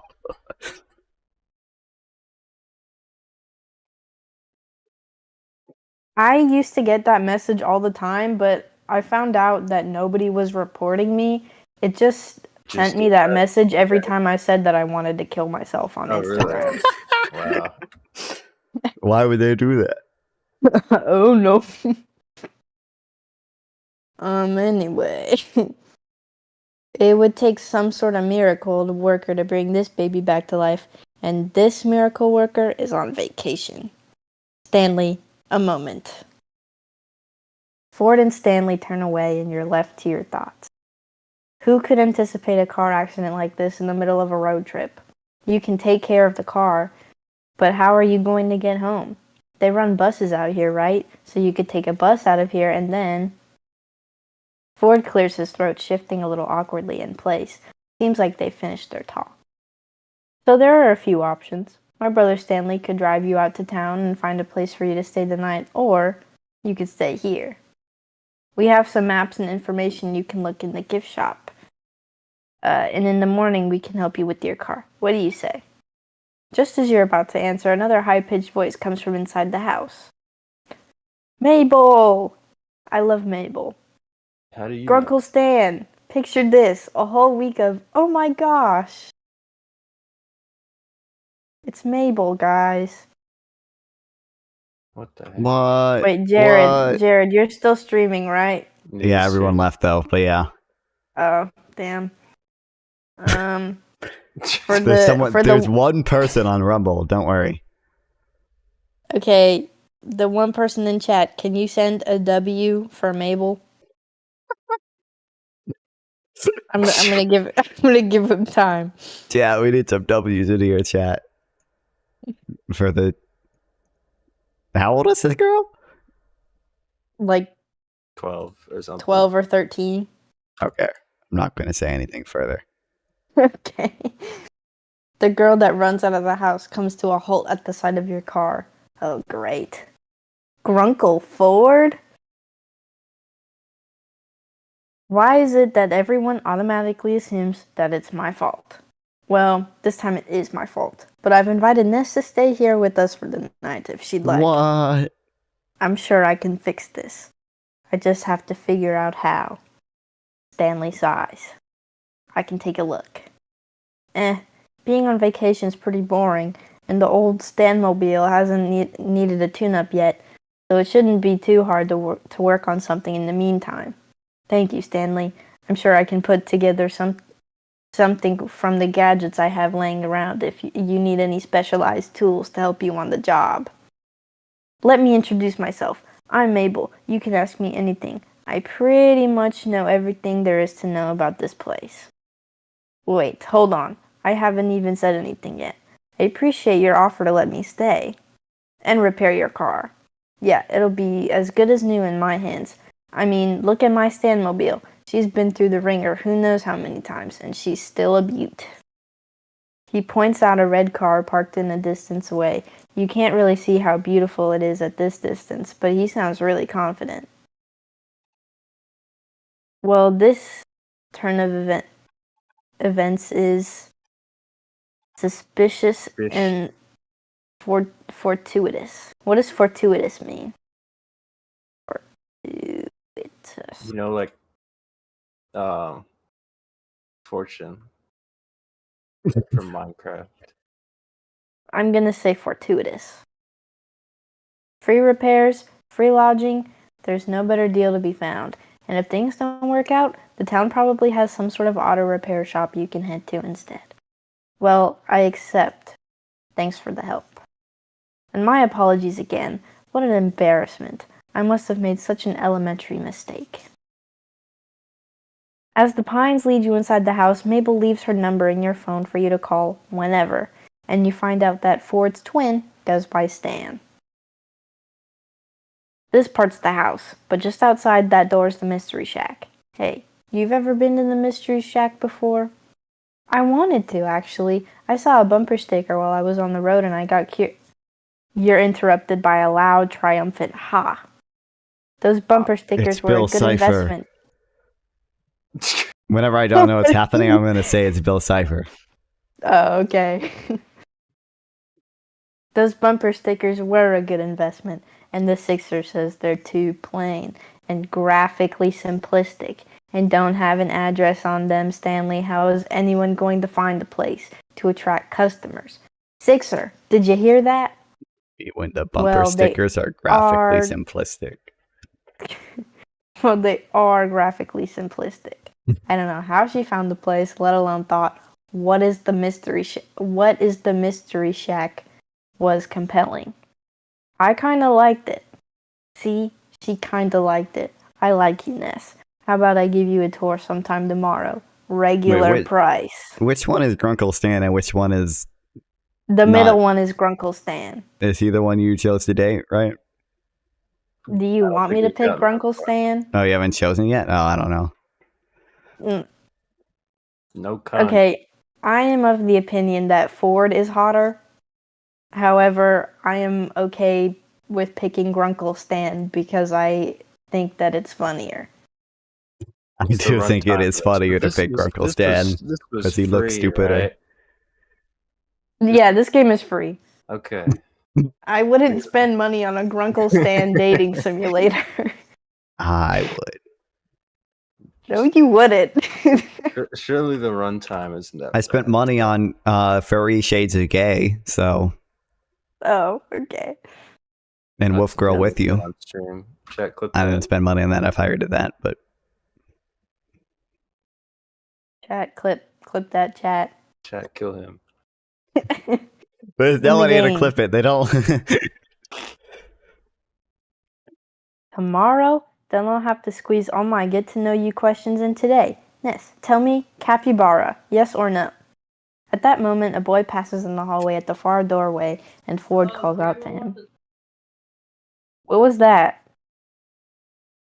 God, my grandparents want to talk to me. I'll be back. Okay. Entertain chat. I trust you guys. Kind of. Okay.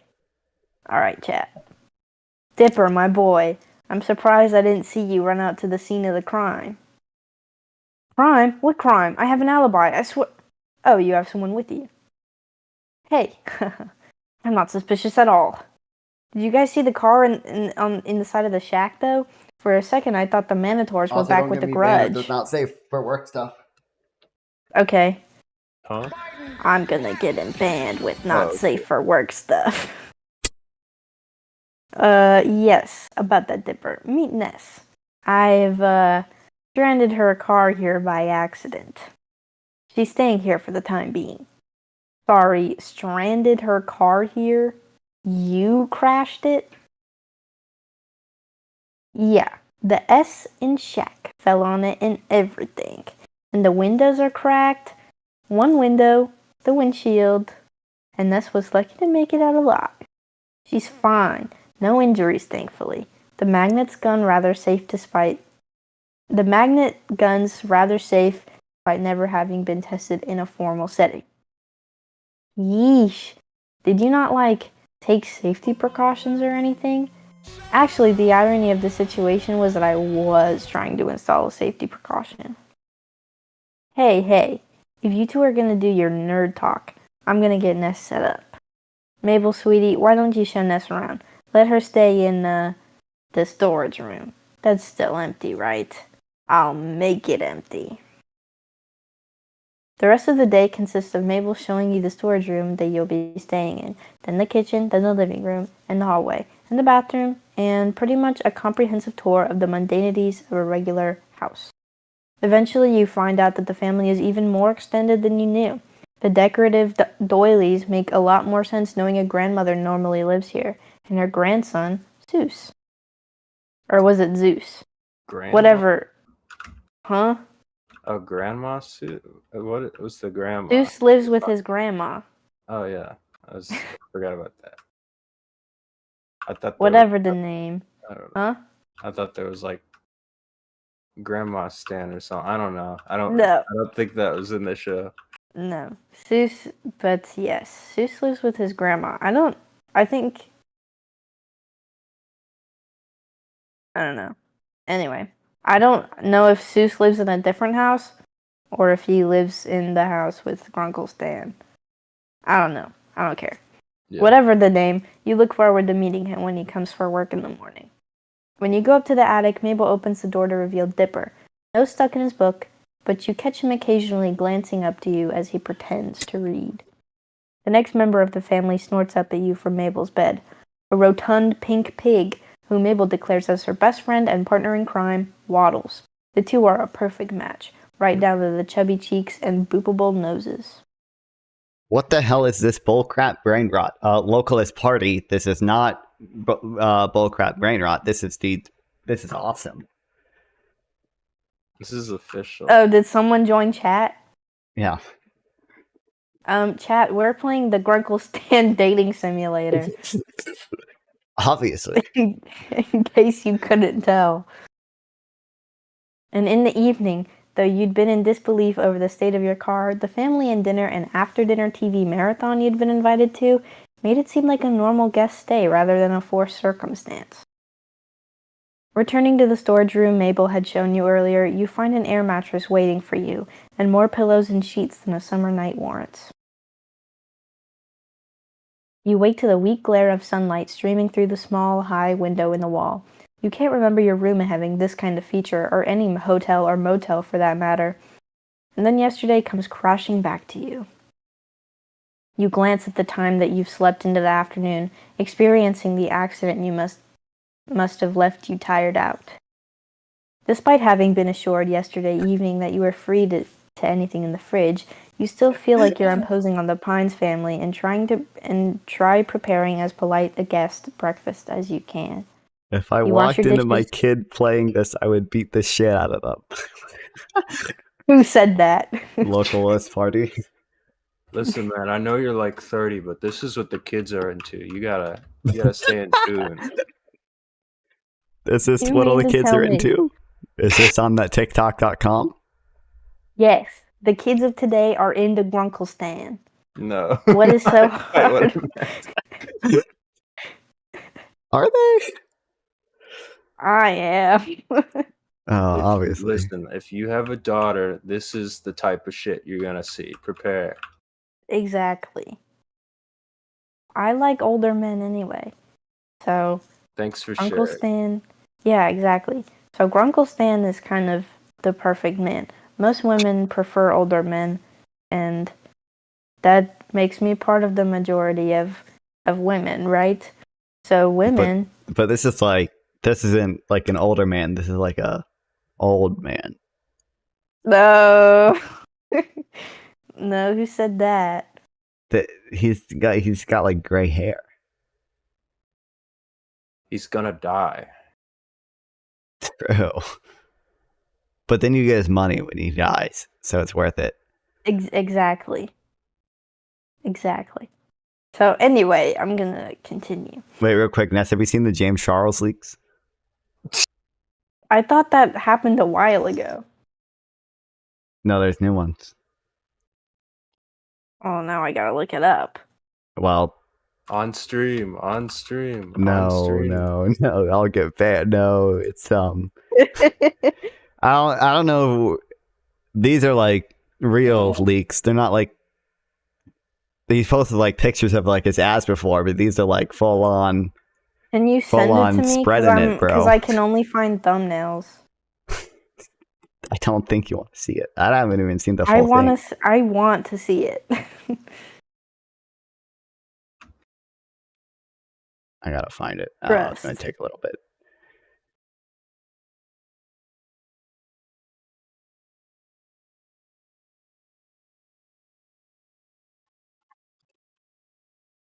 Jared, where's What? the firework farm? Listen, brother, if you want to go get 20 stacks of wood so I can make it, you do that. You made a bamboo farm. I think. Oh, the wood I don't- farm, that's I the don't know. bamboo thing? And the sugarcane is. The stopped sugarcane's working. broken because I Did fucking you move it? fucked Why it. does this have an ad? Flooded it. Yeah, I have to fix it. Dude, the way if like one block of water touches the waterlogged slabs, then all the waterlogged slabs immediately leak. So it's a, Oh. Oh.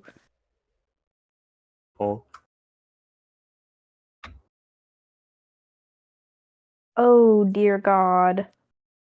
Are you watching the video? Is that what you're? Is that his penis? It only shows me the first 5 seconds of it. Yeah, hold on. I'm trying to download the video.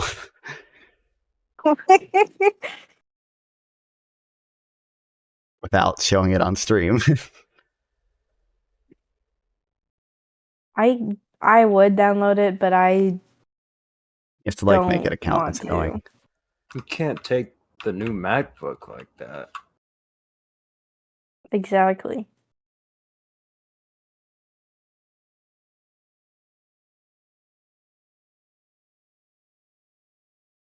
So, like, describe it. All right, I DM'd it to you. Okay. Chat, you're about to see my unfiltered reaction to this. Okay, are we? You make this like a shorts upload. I don't like that. Chat. Oh, chat. Chat, ew, chat, gross, chat, ew. Chat, I can't respect this.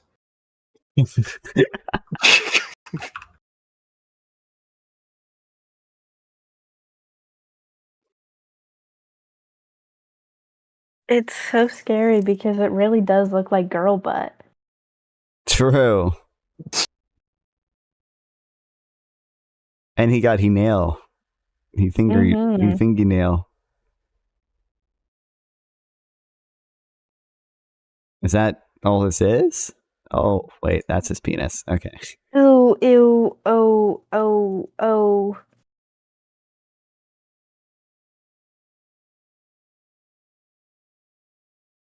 Wait, is he not circumcised? I don't think he is. Yeah, man. Are you? Wait, hold on. He isn't. It looks like he is. No, I don't think he is. Because Because what? he got a lot of force. Use your words. Yeah, use your words. I don't want to. Use a lot of words. Use as many words as possible. I mean, like, if you're not uncircumcised, when you're erect, you can still, like, you roll your foreskin back. Like, it doesn't cover the glands anymore. Well, yeah. But, like, you can see when he'd be stroking it, it does go over his glands. So that makes you think it's uncircumcised. Because usually if you're circumcised, when you be stroking it, it doesn't cover all of your glands. Well, it doesn't cover any of it. It's just gone. There's no- Okay. Oh yeah. Well, I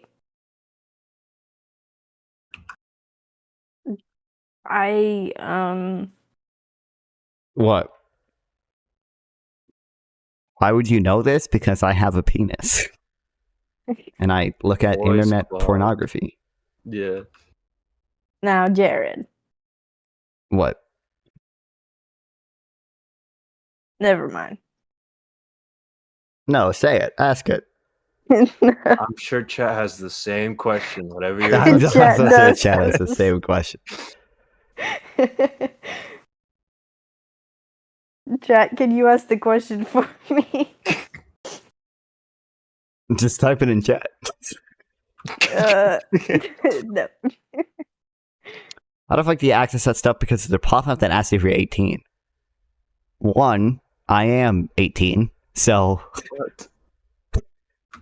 And two, you hit. But it's illegal. It's illegal in our state. You can't watch that. Okay, To so. watch porn? It's illegal to watch porn? Yeah, definitely. They North Carolina passed like a law last year that made you actually verify with an ID to make sure you're 18 to watch it. Oh, There's is that some- why Pornhub got banned? Well, Yeah, yeah, it's it's not only banned. drugs. It's just that they don't. They instead of like making like an ID thing, they just Instead of disable access actually to it making completely. A verifiable fucking system, they just turned it off for an entire state or two. I don't remember how many got affected. Lame. Man, sucks to be a gooner, doesn't it? True. Anyways. Yeah. Can we get back to the Grunkle Stan dating simulator now? I want to know what your question was. No. I just want to play this dating simulator. Fine. Okay. You wash your dishes in the sink before you leave. And just as you're about to exit the kitchen, you bump into Ford. Yes, from yesterday, of course. For a good solid moment, Ford regards you in awkward silence. Ford clears his throat. I believe Stanley's taking a look at your car outside if you want to be there for it. You give a nod and make a leave for real this time when Ford speaks up again. And Ness, I'm sorry again for the accident. I don't know the If answer. I'd been I'm smarter assuming that about- you could probably let's make an just say argument it's from Commerce entirely my Clause, but I You genuinely shouldn't don't worry know. about I don't this at have an all. opinion because I don't know. When it comes down to it, Stanley does have a knack for cars. I predict you'll be back on the road in a matter of weeks. Since when? I don't remember this being like a character trait or nothing. I don't know. Well, he's an old fat man who's probably an alcoholic, so you can assume that men like that would be into cars. Not a mechanic. Okay. You see my mouse? I'm just checking. Just checking the writers on this. Okay. What am I going to do with weeks? Ford, who'd gone kind of uncomfortable and closed off when your face fell, recovers at the prospect of a question he can answer. Well, I understand that you probably think this is unconstitutional And the too, mystery but like shack. we But already if you ask me, all that regulate pales in tobacco. Like we comparison to- already Hold on, did you hear ban that? Ford we turns already to the banned kitchen like doorway to investigate. certain Sounds flavors like e-cigarettes. The sound so comes again, and this time you hear I would it as assume well. if The Congress squeal of wanted a to, it pig probably followed by could a ban pair of tobacco. quick I footsteps assume running that down would the stairs. probably fall into Waddles the Commerce tumbles past Clause. the open kitchen doorway, Um, and Mabel comes into view soon after. A few sheets of I paper understand you clutched probably in don't think hand. it does, but like that, I think based on past Supreme Court, Ford yeah, the flavor steps ban's quickly out of the unconstitutional. kitchen, Yeah, and you I do follow guess into that. the doorway, getting there just in time to but, see like, the I would apparent tug of assume, war between Mabel and her based on pig current over a legal precedent, that they saliva-covered sheet of paper. probably The could. paper rips, But, nearly like, I don't- toppling I don't- backward I don't, from her like- efforts. I don't- Mabel recovers, snatching the scrap of ripped paper from Waddle's jaw and lifting both pieces up victoriously. Haha, Mabel wins again. Now I just gotta find Grunkle Ford. Ford, who'd run forward and held a hand out to steady this energetic child when she'd been in danger of toppling over, now finds a number of crumpled sheets of paper shoved into his hands. Mabel tugs urgently at his coat. Uncle Ford, you have got to help me.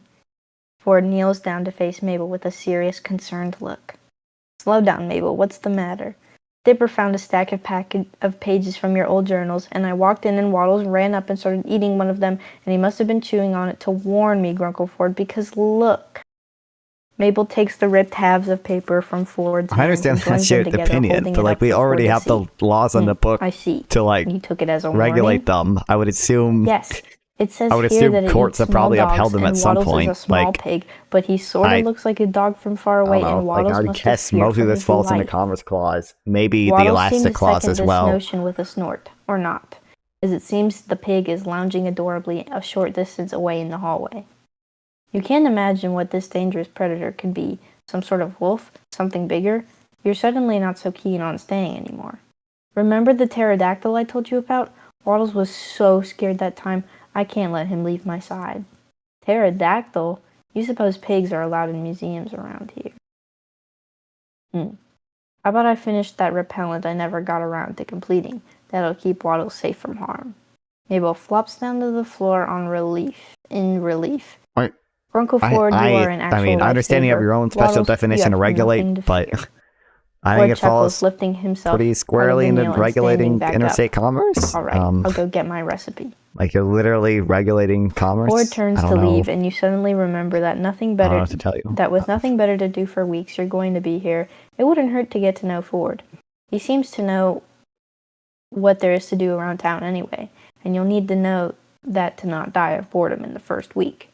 Or, more pressingly, you could go check on your car and see what Stan's made of it so far. You're not exactly eager to face seeing your car in the side of the house again, though.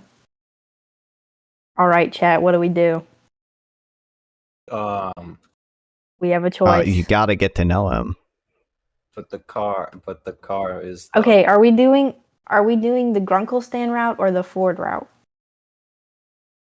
Oh, I guess. Well, I guess the car if you want to go for Uncle, I guess. We gotta. Is there a both option? I don't think so. Let All me three see. together option.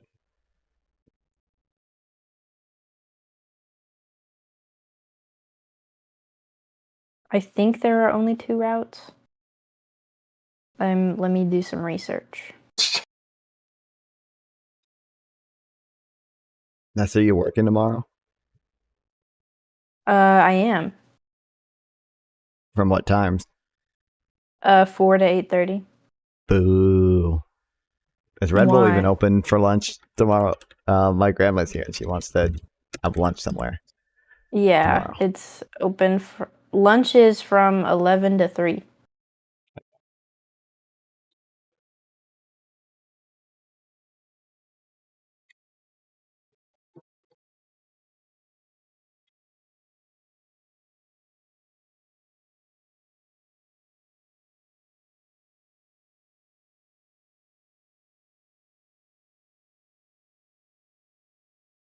We had stubs for that one, chat.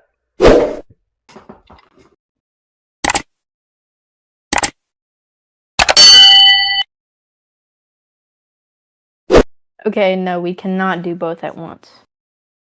Okay. Boo. Eeny, meeny, miny, mo. The top one. Get to know Ford. Yeah. Okay. Ford, wait.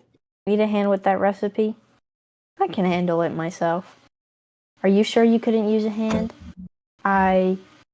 Ford looks away, and then you follow his averted line of sight to Mabel, who's just mouthed something that you couldn't catch. When she catches you looking her way, Mabel gives you a 100-watt smile, the picture of innocence. Ford rubs the back of his neck. Yes, I suppose I can accept some help. And with that, assured that Ford is on the task, you spot Mabel rolling away with Waddles into the living room. Before we get started, I suppose I could give you an introduction. Miss, tell me, do you believe in the supernatural?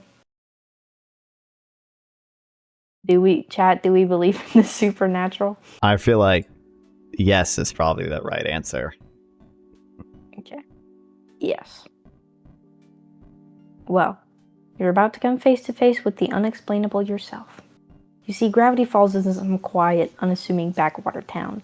Much more lurks below the surface. Ford pockets the crumpled journaled papers and gestures for you to join him as he walks. You do, and follow him through the living room and into the gift shop.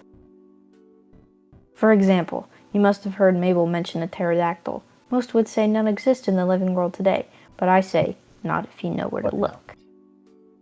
Ford reaches under the cashier counter and retrieves a pocket of vintage-looking gum, inspecting it for a moment before slipping it in his pocket. He looks around in thought. Hold on to my explanation for a moment. I need to retrieve some more supplies.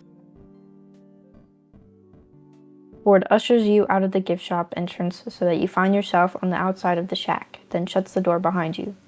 Okay.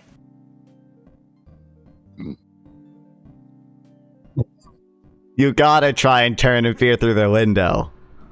Okay. The glass is dirty enough that the sunlight hitting it obscures your vision of the room within. You catch a gray and tan blurry figure that must be Ford at the far wall. You lean in too close and you have to step back before you have a conspicuous handprint on the window pane. When you look back in, Ford is gone. You turn back around, you're just going to stand out here until Ford returns. Not too long later, the door opens behind you and Ford joins you outside looking. No different than before. He must have stored whatever supplies you went to retrieve in his coat, but the trench coat falls too naturally on his figure for him to be hiding much. Where were we? Ah, yes. Ford pulls a pen and pad of paper from his coat as he writes. Just as you're about to head out, he stops and smacks his hand into his face.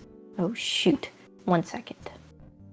Ford hurries back to the house, realizing he forgot one important component to this adventure, a butterfly net.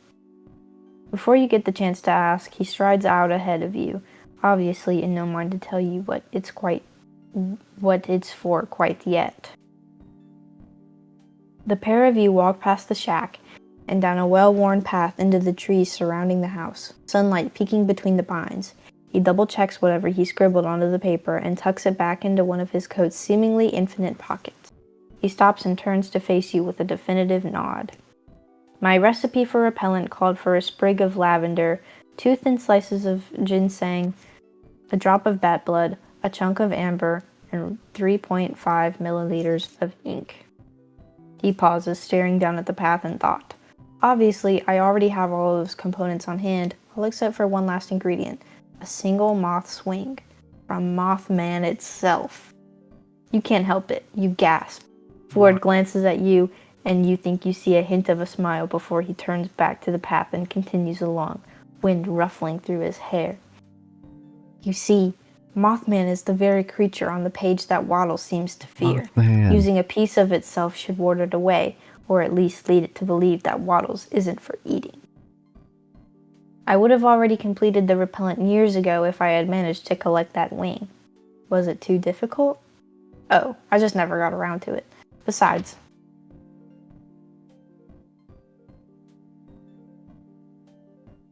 I thought my door opened. Oh, okay. That would have been funny. Mothman used to come bat at this lamp I lit out in the backyard. It seemed like such an innocent hobby that I never had the heart to chase it off.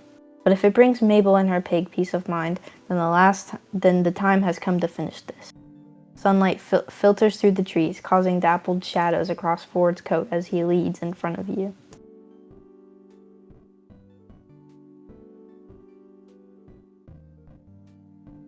I'm gonna wait for him to speak. Ford glances back at you.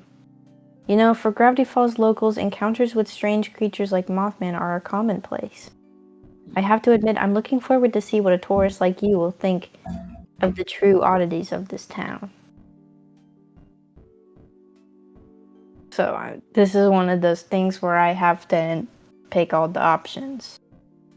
Oh, okay. I study anomalies, anything unusual, strange, and just plain weird. I began my research in this town because it was and remains a hotbed of paranormal activity. I made this exact trip years ago though at the time, I had no idea where I was going. It was just dumb luck that I managed to tail Mothman back to its cave from my backyard. Navigating the forest by moonlight is poetic, but not advisable. Hold on 1 second. Okay. I made plenty of other discoveries as well, from fairies to gnomes to amalgams to creatures who were never meant to cross. Amalgams. Oh. Amalgams. Oh. It's like, what the hell is an amalgam? You're asking me. I don't know what that is. You not played Undertale? Wait. I You have haven't played played Undertale. Yeah, they invented those. Oh. Did they? That's an Undertale reference. I don't think they invented Anyway. amalgams. I wouldn't lie to you. I don't think Undertale invented that. I'm not gonna lie. I looked it up. It says it's a dental thing. Yeah, Undertale definitely didn't invent that, but doesn't it just mean like a combinations? Yeah. Any English majors in the chat? I didn't think so. Here you ain't an English major either. I don't want to hear. I I'm an would have Undertale been, major. but I messed up pronouncing. I said amalgam, so. Why not? I love Undertale. Ord reaches into his pocket and pulls out the slightly crumbled pages Mabel had pushed into his hand earlier, smoothing them out and shuffling through them. Take a look at these. They're more definitive proof than just my word. You accept the pages from him and find that they're scanned pages from some sort of journal. Just as you'd heard Mabel say, fluid cursive tells of the Mothman, beard cubs, campfires, and more. Ford gestures to them and explains.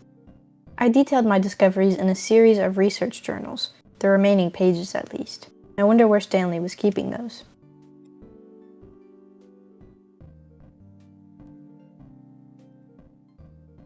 God, You drew you're these? fluffing the playtime, dude. It's just so you can't refund it. God. Where's the sex already? Wait, also, is there not safe for working this game? Do I need to be prepared to minimize Discord? I don't think there is. I am 99% sure that there is not. But Boo.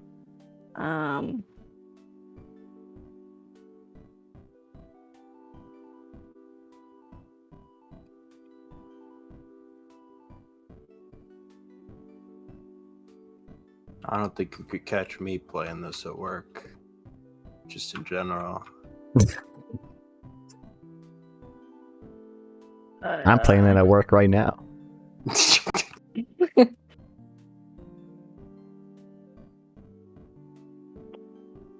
You think you have a job. That's funny.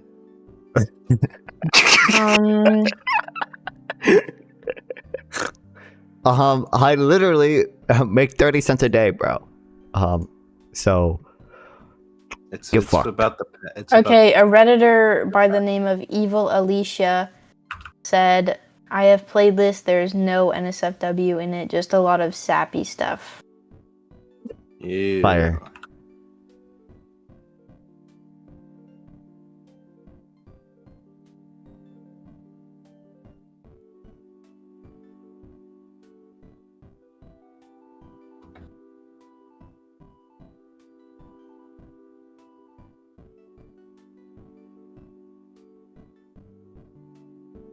I'm just gonna...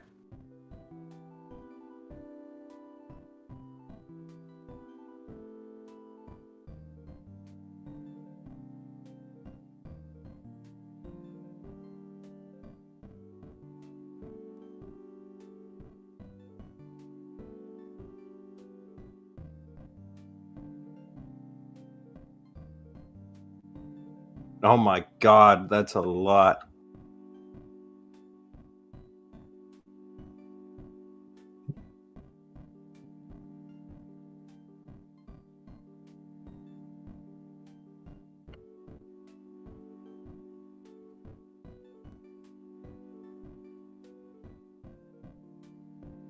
Bro, it's nighttime. That's how long this game is.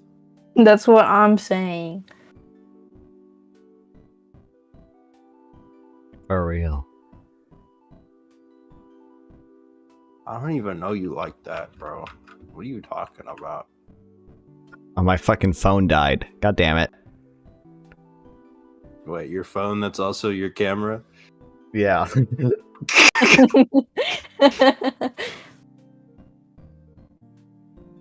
What's so funny about that? Oh, thanks for the You follow, don't got- you 733. don't got no Hey, I'm loving the camera. vibe of your stream. Your content is awesome, but I noticed a small tweak could enhance your channel even more. Let's connect on Discord. I got some ideas on building a stronger community and boosting viewer engagement. Here's my Discord. Fuck you, Southern 33. Is it real? No. Give me his Discord. It's You in can kick add chatter. me, It's bro. my mic. Good I'm thing my his, camera's I'm not his- on. I'm That his was really embarrassing. representative. I'm his secretary. You can add me at hold on. They're a bot. They can't hear you. They don't have At ears. How Hungry 8605 on Discord.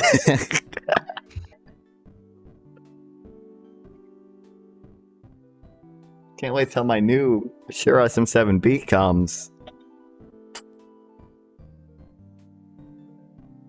Is it really gonna be that important? Is this what it's gonna be? They A weren't game supposed to changer accept it. for viewer retention. Okay. I didn't want it. I don't need it. If you do, you need to min-max this 3 months of your life. It doesn't. It comes with a really shitty audio interface that every review says sucks, and it doesn't come with a cloud lifter, so I'm not even gonna be able to use it. And I don't have the money to buy a real audio interface. I think it actually should be fine, but plus I can get the money to get a real one. Is it like a quarter jack thing? Like it's not USB, it's not It's like a XLR. normal headphone jack? I have no clue what that is. XLR. X Games. Yeah, like X Games. It's an XLR, so you need to use an audio interface, but it's like really low output, so you need a preamp, and the preamp is like $100, and an audio interface is like $50. So I need like at least, yeah. That's used too, but there's no point in buying a new one. It doesn't make any difference. So Get a karaoke microphone. I have the Rock Band 2 Karaoke. microphone. Yeah. It just doesn't. I probably need to buy a different audio interface, but I can just sell the one it comes with. And it comes with a stand that I don't need. I can just sell that too. And I can sell these headphones I never use, and then I'll have money to actually... What is this? What is this? I think I understand the nature of the authors of this game a little better now.